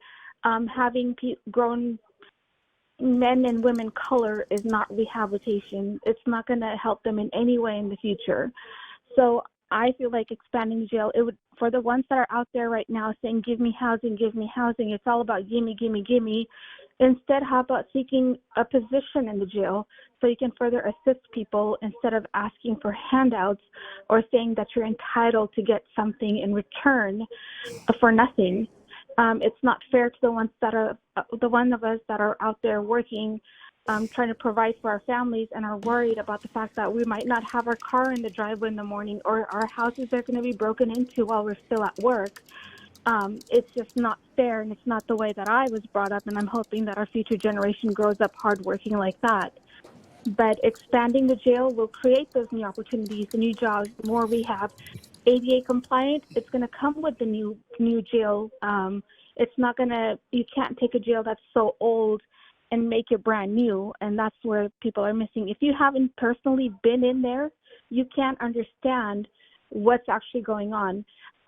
They portray inmates as innocent people that are locked up. I've had inmates curse at me, throw medications at me, disrespect me. There's no corrective behavior on their part, nothing showing that they want to come out and be responsible adults and spend time with their family. If that was the case, then they wouldn't be going back and forth in jail. They would actually try to raise their kids or do something better and get a job. So I'm definitely for it, and I hope it happens. I feel like we all have to teach our kids to respect law enforcement officers. They're putting their lives on the line for us, and they deserve all the respect we can possibly give them. Thank you. Thank you, caller. Next caller. Next caller.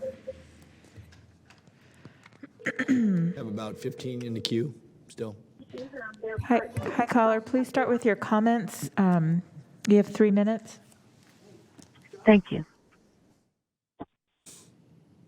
My name is Patty Gaynor. I live in a Supervisor Fairness District. My comments focus on people with disabilities and the ADA. Americans with Disabilities Act, the ADA, requirements will not be solved in a new jail building. Only 2 out of every 17 ADA requirements of the Mays Consent Decree call for modifications to the physical facility. The RCCC physical facility is already compliant. Even with the new building, the main jail would have to be retrofitted. Most issues are caused by jail staff behavior. The county has not implemented consent decree requirements designed to avoid or mitigate uses of force against people with mental health or intellectual disabilities. The county has also not met its legal obligation to incorporate comprehensive mental health input into the disciplinary process in order to ensure that people are not punished for behaviors that are manifestations of their mental illness or subjective to punitive measures that exacerbate their mental illness. People with mental health and intellectual disabilities are being punished for their disabilities in ways that worsen their mental health conditions. Insufficient staffing is inhibiting jail staff from completing evaluations for people with mental health or intellectual disabilities. Staffing shortages will remain a problem until the jail population is reduced. Those are my comments. Thank you for listening. Thank you for all your work today. It's been an enlightening discussion. Good night. Good night. Thank you, Patty. Okay. Next caller. Next caller. Hi, caller. Please start with your comments. You have 3 minutes. Thank you.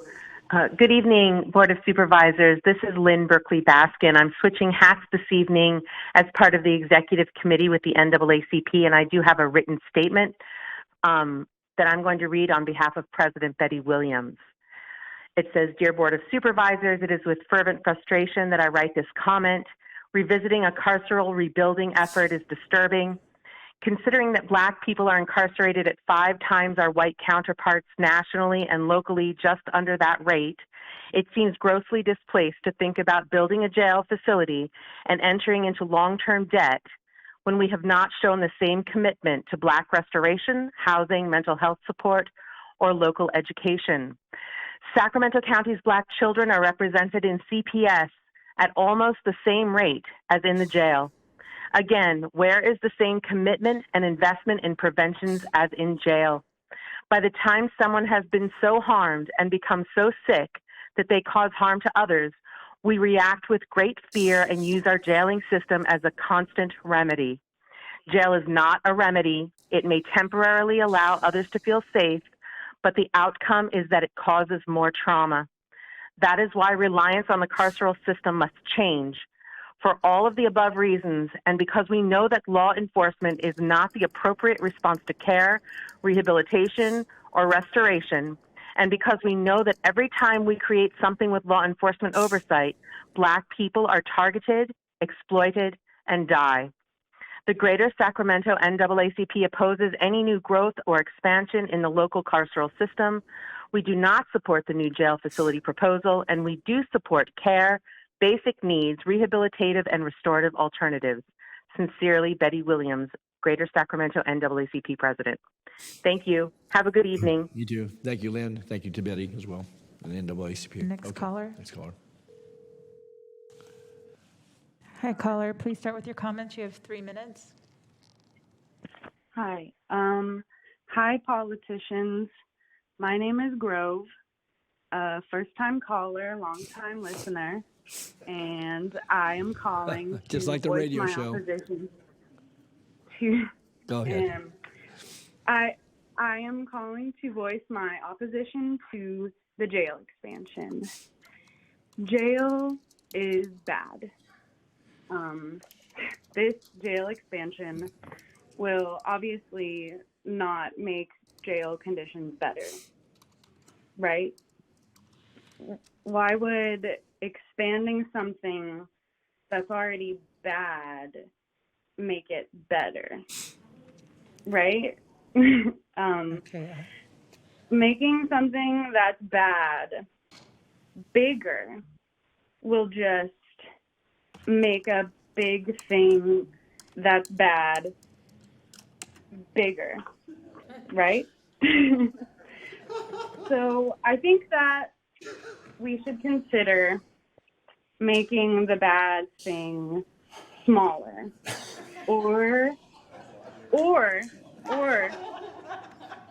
even not exist. That is all. Thank you. Thank you. Got it.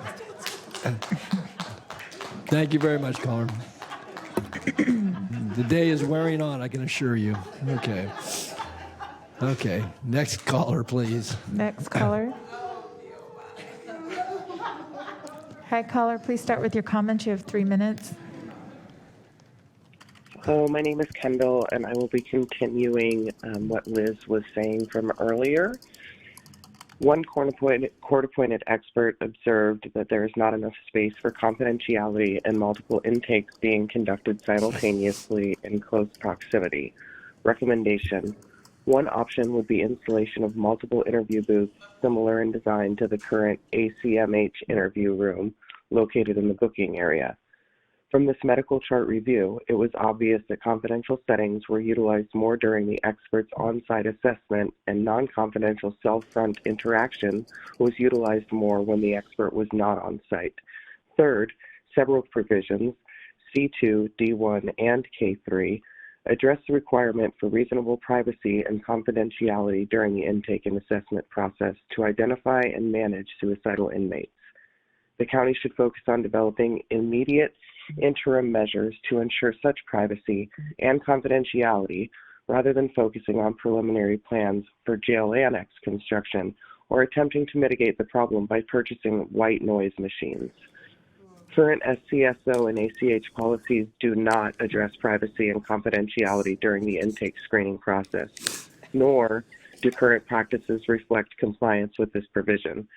This expert was informed that apart from preliminary plans for a jail annex, which would include a new booking and processing area, or purchasing white noise equipment in an attempt to mitigate the problem, current practices remain the same, and the county does not have any interim remedies to address the requirement for reasonable sound privacy and confidentiality during the intake screening process.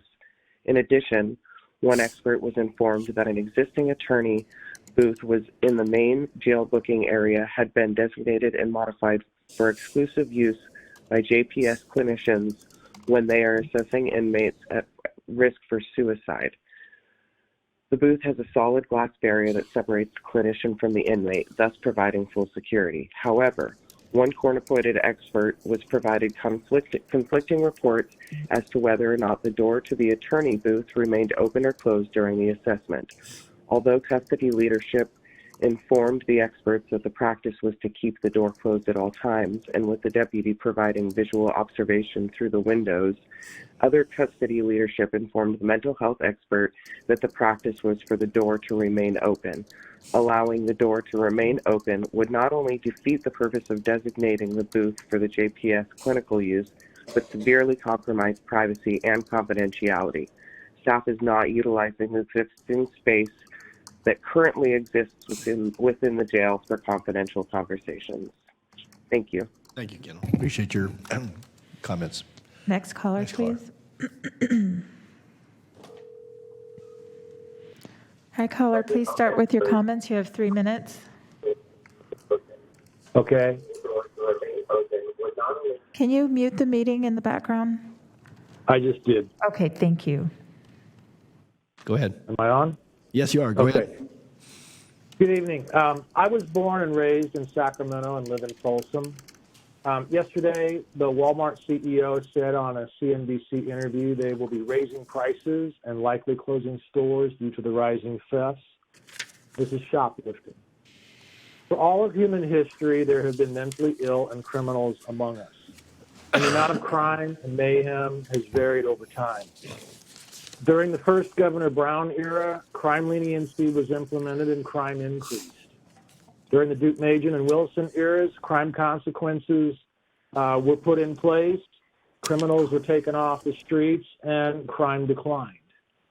Now our government reduced the number of police officers, removed criminal consequences, and DAs are often not enforcing many of our laws.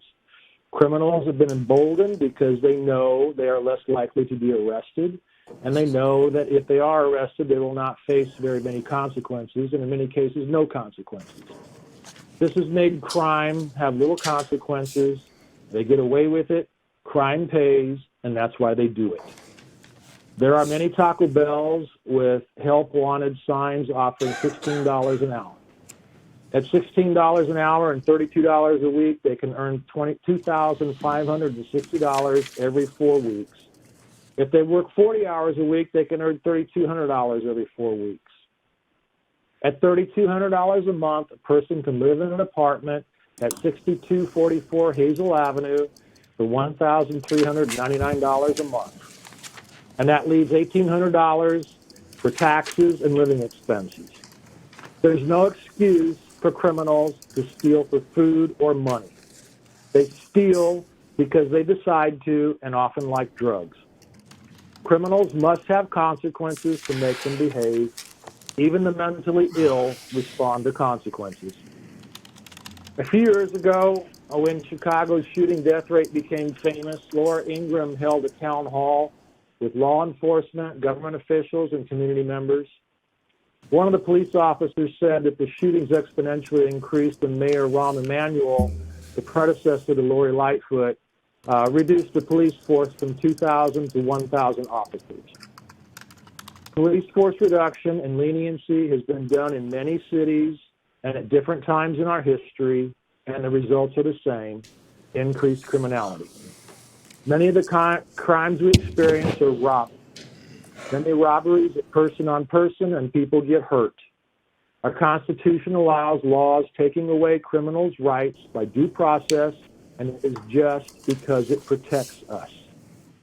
Feelings, good intentions, apologies, and erasers mentioned earlier will never protect us. It is unjust to unleash these criminals on us. We know they are repeat offenders, and they will repeat. If future victims knew who they are, they would be here tonight fighting for their right to not be beaten, stabbed, thrown on the concrete, and robbed. Their absence does not diminish their right to experience their God-given right to be unharmed. It is your duty to protect them, even though they are not here. Please build the jail and do not release criminals early. Thank you. Thank you, caller. Okay, next caller.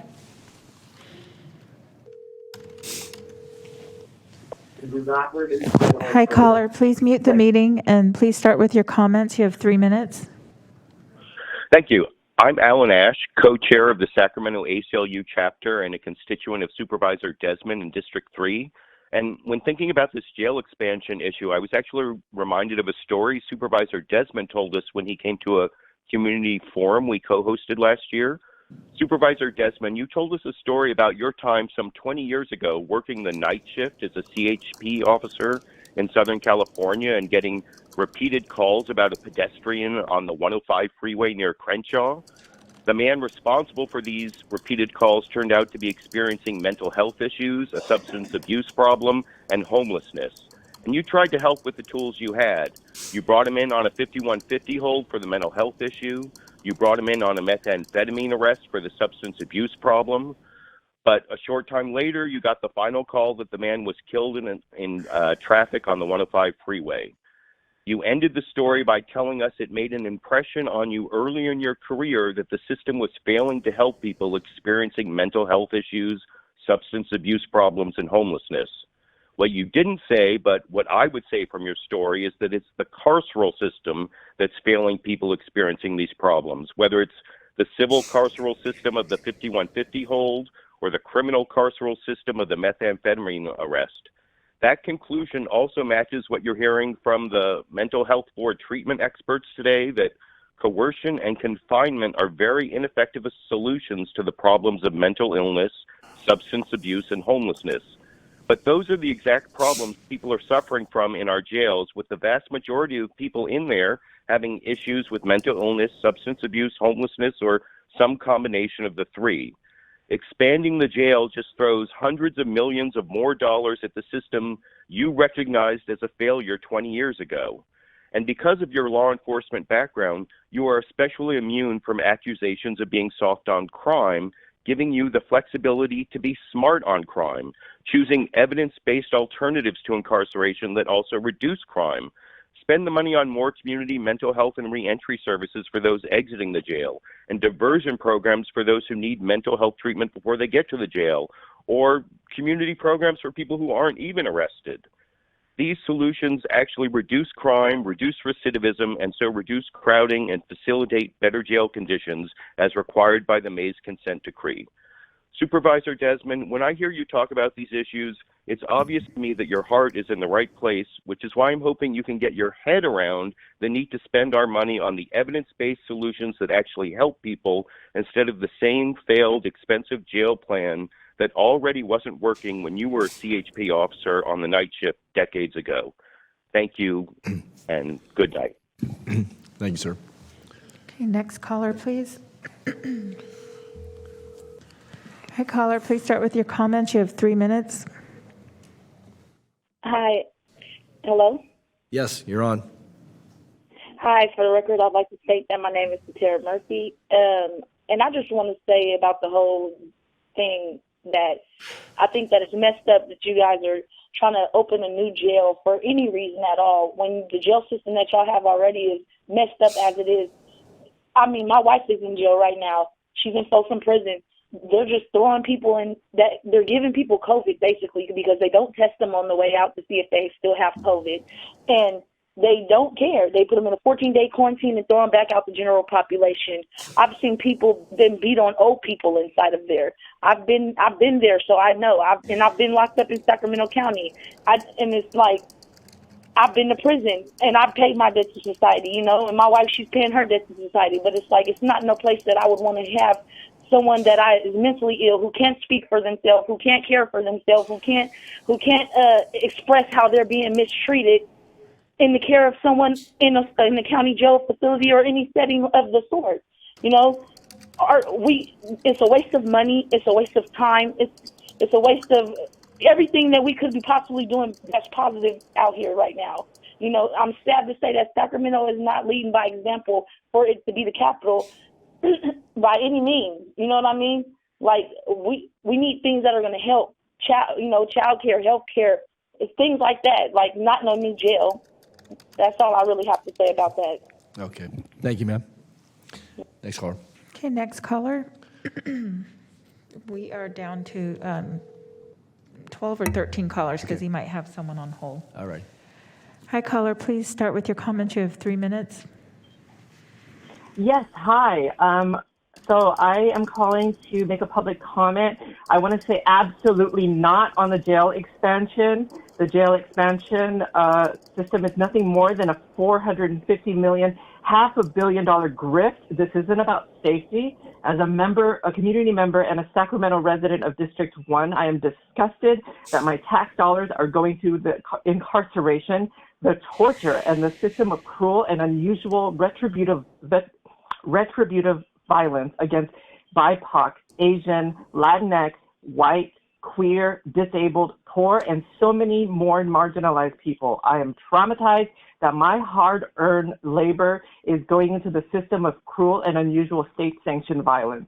I don't want my tax dollars paying for Sue Frost's Proud Boys friends to be full-time hires and pay for their health care benefits, their vacations, and especially paying for their time to incarcerate my community, friends, and family members. You don't deny the people the resources they need and criminalize them for it when they seek it out for themselves. This carceral system is torture. I'm speaking as an individual of District 1 today, but I want to uplift so many of the powerful voices of ideas and dreams in our community for this county and eventually a world without prisons. I want to echo the same points that were spoken by our Decarcerate Sacramento folks, but we don't have another 11 hours. So I urge you all, especially you, Phil Cerna, to vote no on this jail expansion. Good night. Good night. Thank you, caller. Next caller. Next caller, please. Hi, caller. Please start with your comments. You have 3 minutes. Hi, I'm Shelley Williams, District 1. I'm a parent. I'm a social worker, not currently practicing. So I'm usually coming before you all as an advocate, but tonight my most important qualifier is that I am a formerly incarcerated person. I was in the system for 7 years. I was jailed 5 times, and my longest stay being a month. And that's nothing compared to what so many endure in this system, but it was enough. It was enough for me to lose my housing. It was enough for me to lose my job and my entire stability, and to be qualified to come before you today to say stop. Stop investing into this backward system that literally breaks people. It broke me. I was sick and I needed help, and was instead warehoused into overcrowded jails over and over and treated like a piece of garbage. I heard a man earlier credit this system as what helped him change his life around, and I'm not here to, question anyone else's experiences, but I am here to say that was not my experience. My time in jail made me feel so worthless and demoralized that my behaviors only became worse and worse and more destructive every time I was released. I was sexually assaulted while incarcerated. I was tortured during one of my arrests when I begged to use the bathroom until I urinated on myself and was laughed at because it was clearly a fun game for people to pass the time on the clock. But what was worse was what I saw happening to the women around me in population. Diabetic women being denied their medication while being fed nothing but starchy foods. I saw pregnant women being neglected and underfed.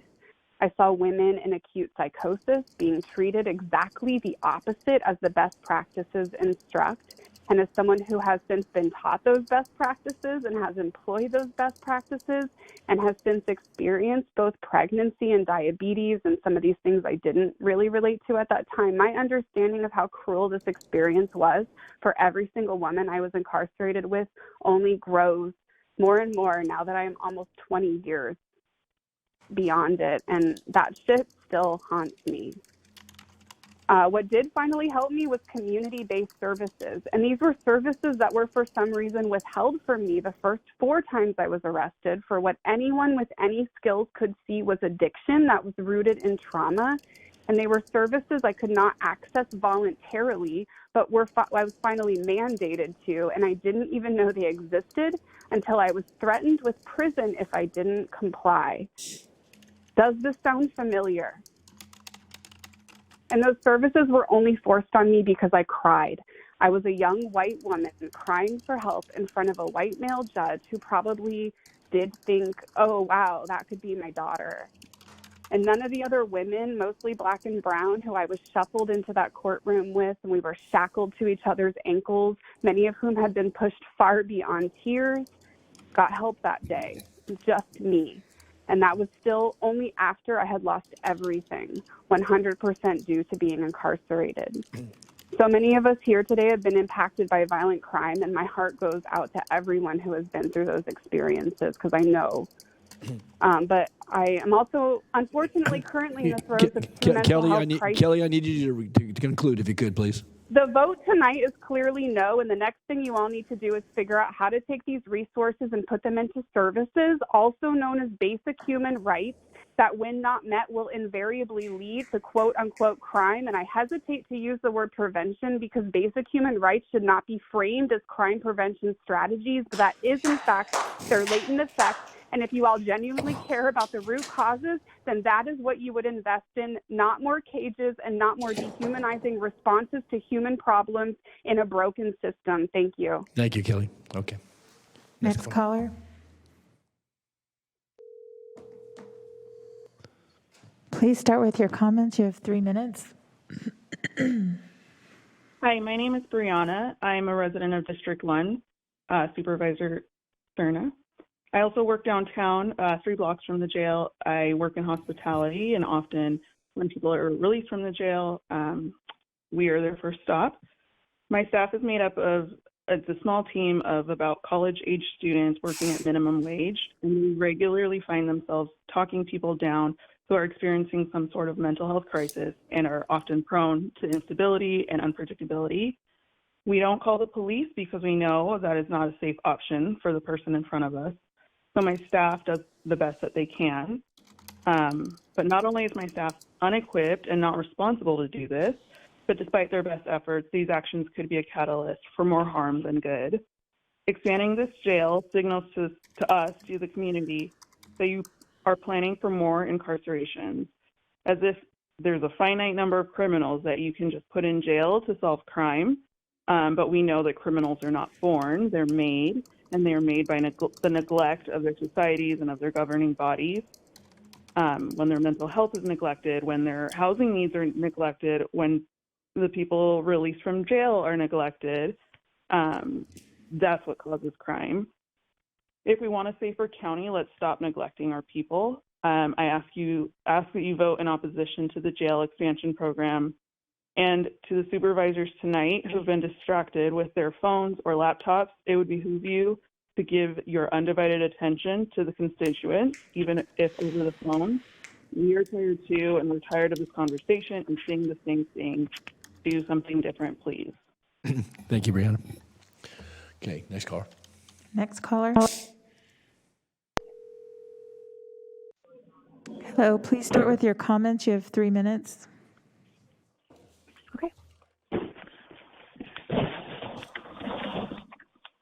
Go ahead.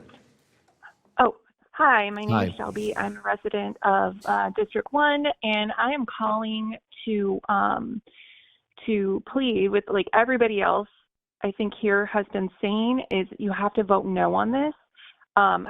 You have to think about, look yourself in the mirror, y'all. The jails traumatize every single person who go into them.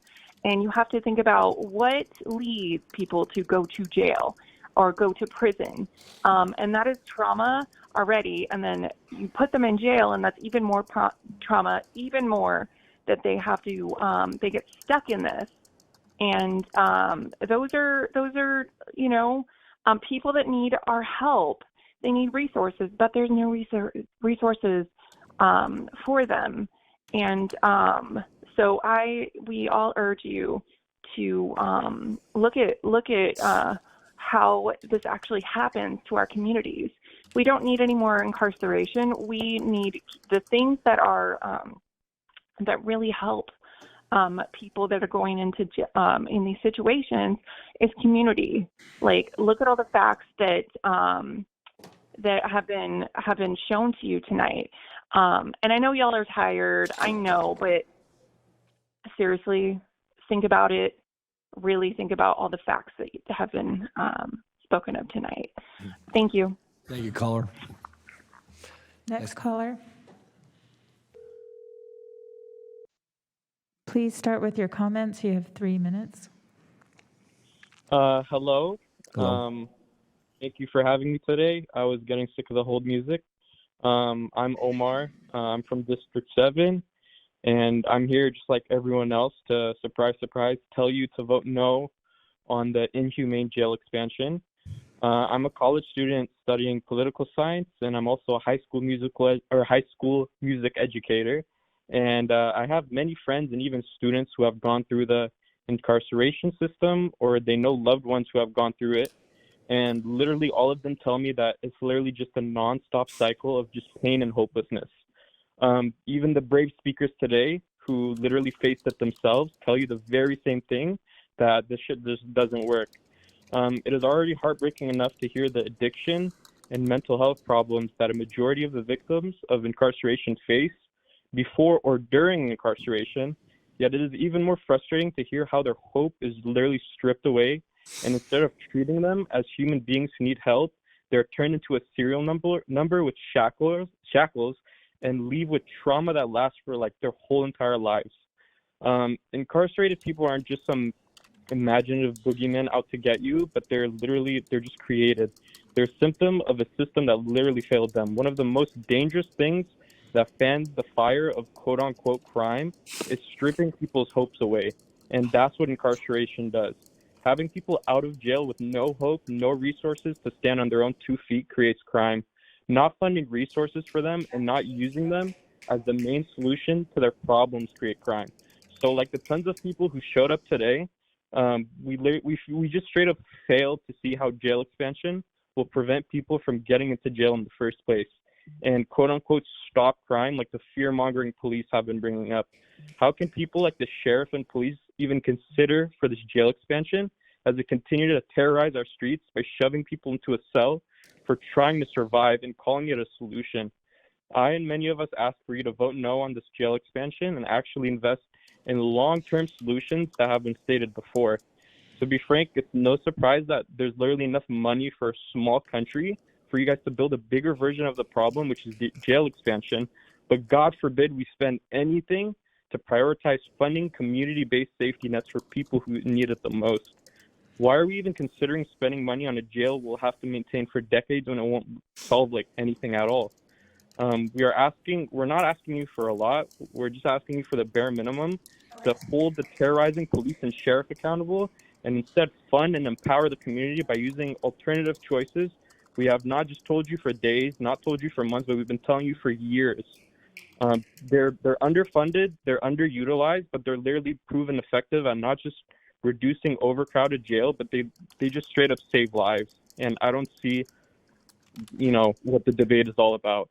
And, if not, we'll just keep showing up and drag this till late at night. Thank you. Good. Thank you, caller. Next caller. Hi, please start with your comments. You have 3 minutes.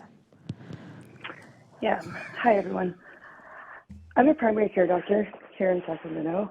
I've worked inside of the jail, and I'm against the jail expansion.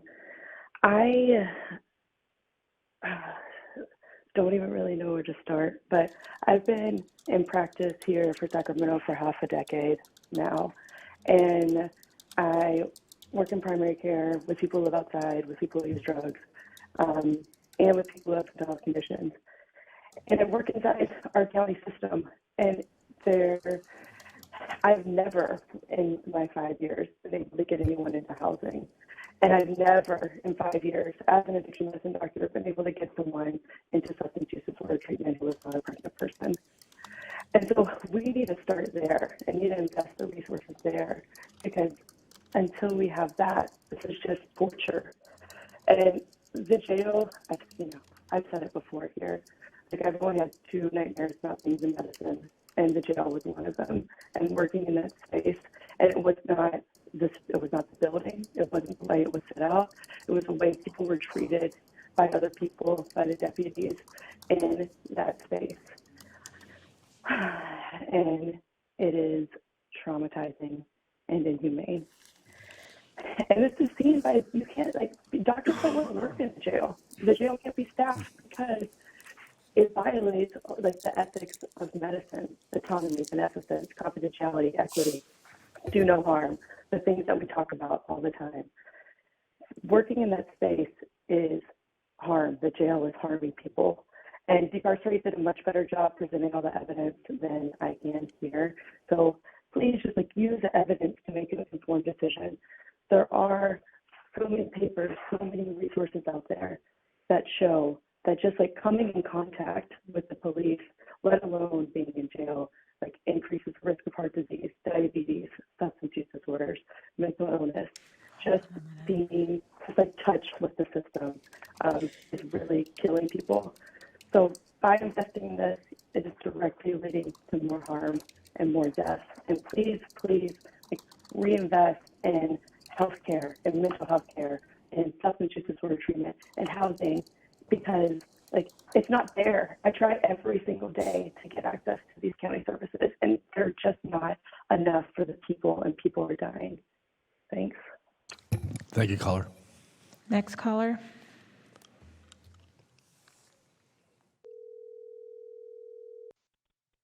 Hello, please start with your comments. You have 3 minutes. Hello. Is this the jail supervisor meeting?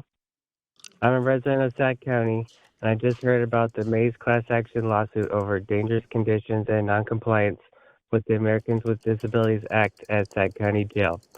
It was proven in court that Sac County failed to provide constitutionally required mental health and medical care to people in the jail, and has imposed harsh and extreme solitary confinement conditions that has disproportionately affected people with mental illness and has discriminated against people with disabilities. The plaintiff named in the lawsuit, Lorenzo Mays, spent nearly 8 years in solitary confinement. Why would spending $450 million on a new jail help with that? The county also agreed that reducing its jail population could help it comply with the consent decree and that a new facility was not necessary. A 100-page monitoring report filed in October 2022 said that this review showed that the access to care system is broken and that detainees do not have timely access to care following submission of health requests, resulting in harm to patients. The jail expansion is for 100 beds, but the Sac County's own jail study from May 2022 says the jail population can be reduced by 600 immediately. That's like 6 of these jail expansions. Why would a $450 million expansion be an option if 6 times more than that could be done immediately? And that is from the county's own study. Most of these are unsentenced people pre-trial, so it has not been determined if they are guilty of a crime. 37 days on average waiting for court in jail is not innocent until proven guilty. Also, 55% have a serious mental illness, and 50% are not charged with new crimes, but rule violations for old charges, and 70% are recidivists. That means the jail keeps seeing the same people over and over without addressing what is keeping them there. Maybe there could be more services available, like in a more responsible country like Norway, which has a recidivism rate of 20% due to their emphasis on rehabilitation during incarceration rather than on punishment. What a crazy idea. But why invest in what works, right, guys? Or why not is maybe the better question. It's almost as if this county wants to keep as many people in jail as possible. Is that how the jail gets funding per prisoner? Maybe these things shouldn't be connected. All these facts make it seem like wasting $500 million on a modest increase in jail capacity is not a real solution, but a deeply cynical attempt to steal away more tax money and budget by using the court ruling that revealed the failures of the county and the jail. Just remember, there's a lot of real people's lives at stake. It can't just be about having more jails to supervise. Thank you. Thank you, caller. Next caller. Okay, next caller. About a half a dozen callers still. Hi, caller. Please start with your comments. You have 3 minutes. Hello, my name is Claire, and I live in Rich Desmond's district. I want to start by just getting a little allegorical here and talk about why adding another lane to a highway basically never works. One of my least favorite strategies of government, but basically, if you don't actually do things to create walkable cities and public transit, which are basically primary and secondary prevention for traffic, then your highway expansion isn't going to do shit. Everybody has a car, and they're going to fill up that highway. I can say pretty much the same thing about this jail expansion. A lot of people commit crimes. I am sure that I have done something criminal in my past. I'm sure most of the people in that room, I'm sure many of the supervisors have done so. Crime is a very common thing in our society. A lot of things are criminalized. And we have a very well-funded law enforcement department. I can assure you that creating more space will not reduce the jail population because it'll just fill up very quickly because of the nature of this problem. And so when I look at your jail population reduction plan, it's a document I found on the county website. You go to the last page, there's something called the Sacramento County Adult Sequential Intercept Model. It's very fancy. There are 6 phases to it, and about 2/3 of that just goes directly to responding to crime. And there's 2 other, like basically 2/3 of these efforts are just responses to crime. There's no prevention at all. So it makes sense that you have an overpopulation problem. You're not doing any primary prevention that actually does things like build societies that don't exacerbate people in crisis or people who have mental illness who are impoverished. You're not doing secondary crime prevention, which is detection and early intervention of for people who are in crisis. That looks like robust community health and wellness services. This looks like youth detention or youth diversion programs, not youth detention programs. But just to get a little more into my personal and professional expertise here, I've seen the inside of the Sacramento County Mental Health Treatment Facility. I worked for a nonprofit that was tasked with fixing the county's problems and gaps in their continuum of care. And I helped plan a facility tour of what the public system offers. And it was terrifying.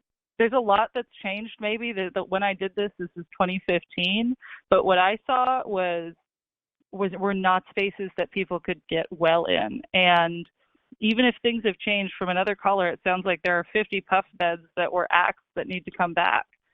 In terms of my personal expertise, like others here, I have had family members and friends harmed by Heritage Oaks, which is the private alternative to public services we have. My point here is that both private and public services for acute mental health crises are inadequate, and specifically, they're inaccessible to disabled people.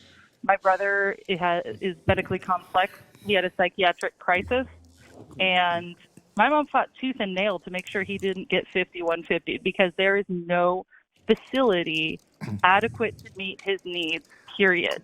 Claire, I need to ask you to conclude, please, if you could, please. Okay. Yes. Okay. My point is, if you want to meet this consent decree, there is no guarantee that building this new facility will meet it on a long-term basis. And if you want to be accessible to disabled people, stop incarcerating so many of them by making your early services actually accessible to disabled people, be they private or public. Thank you. Thank you, Claire. Okay. Next caller. Please start with your comments. You have 3 minutes. Please start with your comments. You have 3 minutes. Caller, you're on. Go ahead. Hi, my name is David Mandel. I'm a human rights attorney and a longtime resident of Southside Park and Supervisor of Sherna's district. So many others have already spoken eloquently and comprehensively about how we need more care and less jail. There's little I can add directly, but I do have another angle to share briefly. Among other local and national groups, I'm active with the Sacramento chapter of Jewish Voice for Peace. Our main focus as an organization is on demanding policy changes to promote peace and justice in Palestine, Israel. And an issue that crops up again and again in connection to that is prisons. Nearly 5,000 Palestinian political prisoners at last count, 160 of them children, more than 800 so-called administrative detainees held for months or years without charge, almost all of them contrary to international law in prisons inside Israel, and a great many suffering from mental health issues brought on by torture and other inhumane treatment behind bars. So what does that have to do with the Sacramento jail? Well, we consider Martin Luther King to have been one of our greatest honorary rabbis, and we embrace his statement that justice denied anywhere is a threat to justice everywhere. Everything is interconnected from our backyard to places halfway across the globe. So when we heard about the proposal for jail expansion here, we quickly agreed to join the call for stopping it. Cages are no way to address mental health challenges any more than occupation and punishing nonviolent resistance makes the occupiers safer. Just as we demand restorative justice for Palestinians whose land, freedom, and dignity have been taken, we insist that real safety for Sacramento's people and neighborhoods requires restorative justice, care, compassion, freedom, and dignity, not more incarceration. Thanks. Thank you, David. Next caller. Next caller.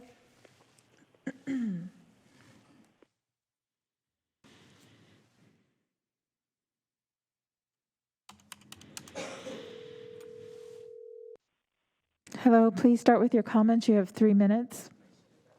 Hi, my name is Philip Kim, and I live in Southland Park, District 2, and I'm urging you to vote no on the jail expansion. This is a huge waste of money, $450 million plus additional operating costs, also in the millions. It's unnecessary and does not address the May's consent decree.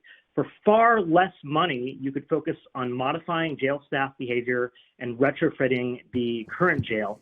And you can use the rest of the money for affordable public housing, mental health care and other healthcare services, educational programs and job training, youth programs. This could even be part of a local FDR-type jobs program where we can hire thousands of Sacramentans to provide useful services for the community. How many people can we employ and train with $450 million plus the millions of additional operating costs? How many homes can we build? How many healthcare clinics can we open and expand? How many social workers can we hire? How many community centers and local concerts and musical events could we fund? Instead of perpetuating and increasing the cycle of incarceration, we need housing, healthcare, good jobs, and useful community amenities. And we've done these things in the past. I live not too far from William Land Park, where I see the surviving legacy of the New Deal when I go for occasional walks. There's a publicly built Works Progress Administration rock garden with all kinds of beautiful plants and whatnot. And this came about because after years of class struggle, strikes, protests, and the possibility of revolution, government finally responded to the cries of the people. It was an unequal response that advantaged white people over people of color, but still millions of people were lifted out of poverty, and overall it advanced us closer to social and economic justice.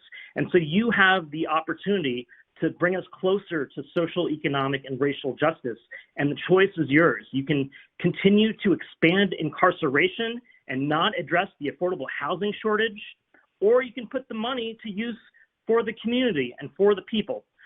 Finally, last thing I'll say is that we need a better healthcare system. We need single-payer guaranteed healthcare, CalCare in California. We need Medicare for all on the federal level, and this would lessen the burden on municipalities and the county as far as providing healthcare.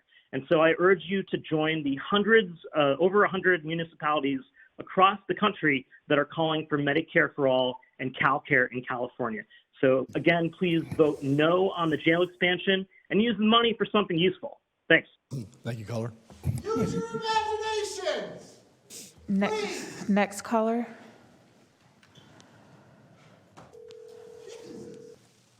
Please start with your comments. You have 3 minutes. Hello, my name's Kenny, and I'm calling tonight because I've been listening to this for hours now, and all I can say is that one thing is very clear, and that is that even the people that think they are for the jail are against the jail. They've just been brainwashed and programmed into thinking that police and prisons and jail are the answer to the problems that are created by police and prisons and jail. The more that we incarcerate folks, the more that people will be incarcerated. We need to invest in programs, in communities, in people before they get to the point of incarceration, because the whole point is prevention. Is it not? I come from a very personal place here. I have been struggling as a parent for a number of years now. And I started with the schools, and then I went to the doctors, and then I went to every community resource that I could find. And now my son, who is not even an adult yet, is being criminalized because there were no resources to get interventions and prevention before he got to that point. So I have a 16-year-old who's been arrested 4 times, has spent multiple nights in juvenile hall, and it all started with him needing help. And I sought that help, but it's not available. And now he's on probation, and they say, we can provide you with services. We have wraparound services. We have these. I've tried 3 programs for wraparound services through probation, and can I tell you that nothing has worked? Can I tell you that none of them have followed through? So if you think that putting more money into incarceration, into jails, into the sheriff is going to create safety, then you're wholly mistaken. And it's sad because I hear so many people are so close.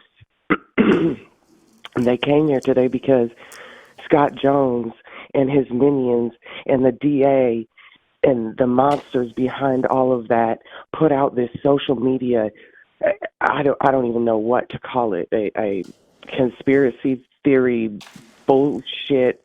Let's just fearmonger everybody into calling in and saying, I know that neighbors were murdered, so we need a jail.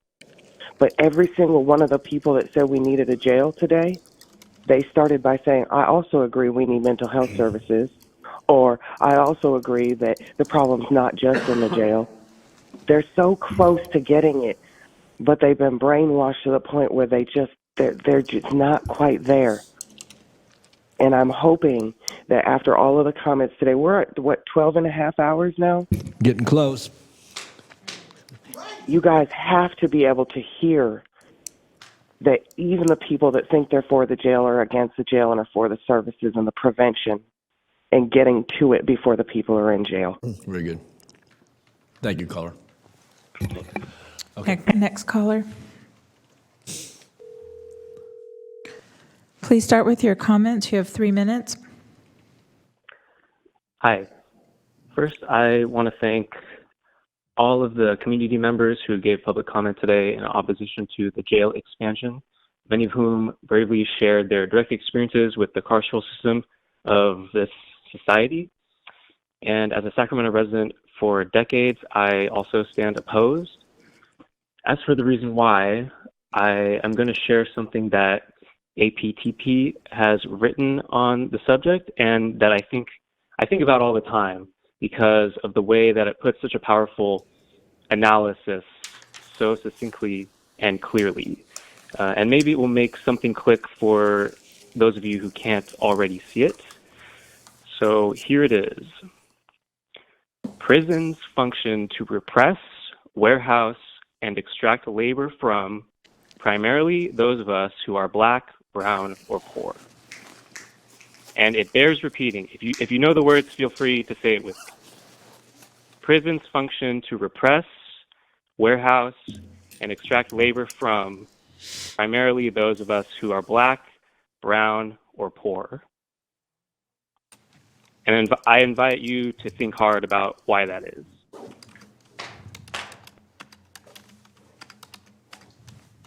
Okay. Thank Okay, you. next caller. Thank you, caller.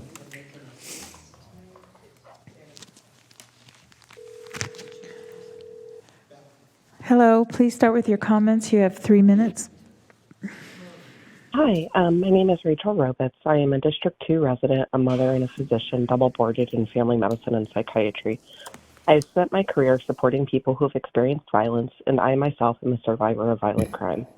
Working as a psychiatrist and a primary care physician in several of our county's safety net programs, I, on a daily basis, lament the brokenness of our system with both my clients, patients, and my colleagues. I will not reiterate much of what has already been said. I know I'm tired. I know all of you are very tired as well. But I did want to add my voice, and I do ask on behalf of myself, my patients, and for the future of my 2.5-year-old daughter to vote no on the jail expansion and instead put resources into improving our community's health, well-being, and ultimately safety. Thank you, caller. Okay, next caller.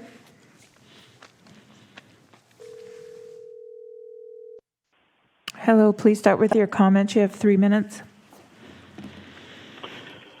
Thank you. This is Nathan Seeger. I am the current president of the Sacramento County Sheriff's Deputy Sheriff's Association and a 20-year employee with the Sheriff's Office.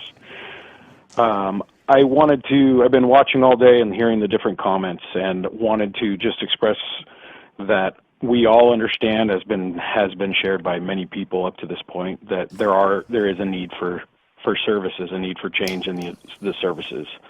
However, listening to the constant attack on the officers that work at these jails, I felt an obligation to call in and stand up for them and for the many men and women that I work with on a constant basis, and how kind they are and how often they treat people with respect. We have basically come to this meeting to address the facility deficiencies, and it's kind of digressed into something that is not what this meeting was meant to be for. Some would lead you to believe that the only choice is either to just make sure no one goes to jail or just build another jail and nothing else.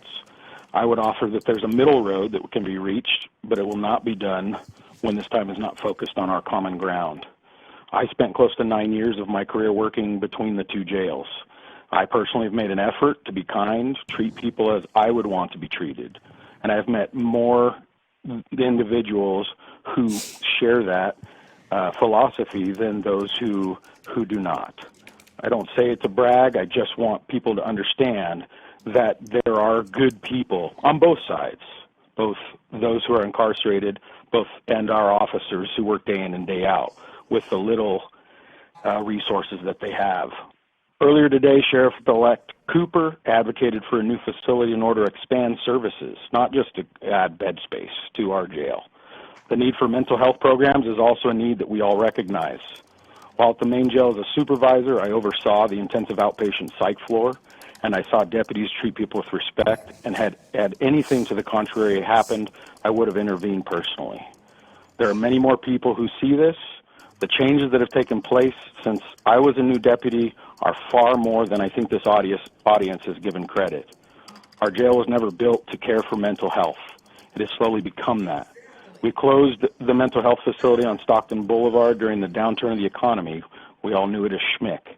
This was a place where our deputies in the field could take people who needed help to get their actual help. They had around-the-clock care from professionals, and they left with a plan. Please. We're almost done here. As mentioned by both sides, the plans just aren't there anymore, and the staffing for such plans is not there either. With the closure of a dedicated mental health facility, the burden of care fell upon law enforcement and emergency rooms across the county, who are both understaffed and work with minimal resources in order to accomplish a job they were never meant to do. We all need to help to do a better job. I wholeheartedly support Sheriff Cooper in his endeavor to have a better facility to provide better care, but I also know our community with mental health difficulties need a different kind of support than they have now. This means more people to provide these services other than deputies. I realize the burden placed upon our board this evening and on this issue is great, and I pray that we can find common ground to help Sacramento County be better all around. Thank you for your time. Thank you, Nathan. Okay, next caller, Okay. please. This is the last caller? the last caller. Okay, Mhm. all right. Hi, please start with your comments. You have 3 minutes. Can you mute the meeting, please? Yes. Thank you. Yes. Hi. My Hi. name is Norman. Hi. My name is Norman Nelson. Good evening. I was in the queue earlier. I'd like to start by saying that I appreciate the need to hold accountable and incarcerate violent offenders, as my disabled brother was violently murdered within 2 hours of being brought into a county jail. Jail staff placed him in harm's way and failed to keep him safe. Recently, the Sacramento Bee reported that the state is closing prisons, yet we have heard today that the state is placing a greater burden on counties to incarcerate people, and thus we need to build new jail facilities. I would say that that's not the case. Spending more money to construct jail facilities during a mental health and homeless crisis is not the answer. ADA and HIPAA laws have been in place since 1990s. The main jail was constructed in 1989 via design build method with Knock and Lewis. The design plan included a flexibility for expansion to the year 2025 through completion of a shelled-in space of a subsequent tower. I heard earlier today that there was supposed to be money set aside to build an annex. I also heard earlier today that $10 million has been allocated for ADA compliance, but not spent. So I wonder what happened to those plans to address the ADA compliance requirements. The main jail was never designed to be a mental health facility, which is best left to those specializing in mental and behavioral health. I think the comment before me said the same thing, even though he works for the Sheriff's Department. This, however, speaks to the need for independent and objective evidence-based solutions to comply with the May's consent decree, as it is not about construction of new jail facilities, but rather primarily about changing jail conditions that are mostly operational in nature. There are existing county and other facilities as well as resources that can be expanded and leveraged to meet the May's consent decree obligations. I also want to speak to the O'Connell report that cites the stark disparity of Black people representing at least 39% of the jail population, while representing only 13.48% of the total county population. There were no solutions proposed to address this disparity that impacts their quality of life. This, although the Board of Supervisors declared racism as a public health crisis in response to the anti-Black criminal justice system inequities in the national spotlight at the time, and that continues. I believe that more intense collaboration with the Community Corrections Partnership and other community input is needed to reduce the revolving jail population door and the racial disparities. Thank you so much for the opportunity to comment on this important matter of public interest. Thank you, caller. You got the last word for the evening, so thank you for your patience, along with everyone Thank else. you. Okay.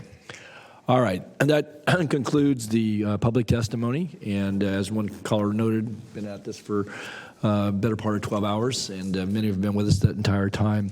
So the plan going forward, and certainly I'll seek any comments from our county executive, but would be to recess till tomorrow morning at 9:30. Is that correct, Lisa? And then we reconvene.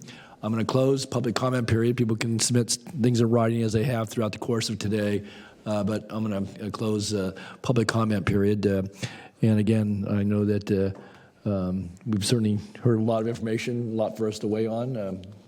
I don't know if we can sleep on or maybe not sleep at all tonight, but either way, a lot to think about. Any comments, Ann, or comment? A question. I saw on the, thank you, Mr. Chair, on the agenda for tomorrow that the item doesn't come up till 11 o'clock. So we convene at 9:30, but we can't take up the item till 11. I just was looking at the agenda. Was I reading that wrong? No, that's an oversight. We'll correct it right now. Okay, great. Thank you. Since it's a continuation, it doesn't need to be noticed at a specific time. Great. But we are reconvening at 9:30 when the matter will be taken up at that time. Right. Okay. I think the 11 o'clock was when it was taken up today. Oh, right. Okay. It was a clerical error on our part because they had to do it really quick, and so. Okay. I just didn't want to have to sit on our hands for the first that's time. a good point. So we will reconvene tomorrow morning at 9:30. Yep. Public comment period is closed. And any other comments from board members? Supervisor Cerna? Okay. Ian, anything else? All right. Again, thanks everyone who's participated today. Thank you to our staff, to all of our community members. And we will be back in chambers tomorrow morning, 9:30, to reconvene. We are in recess.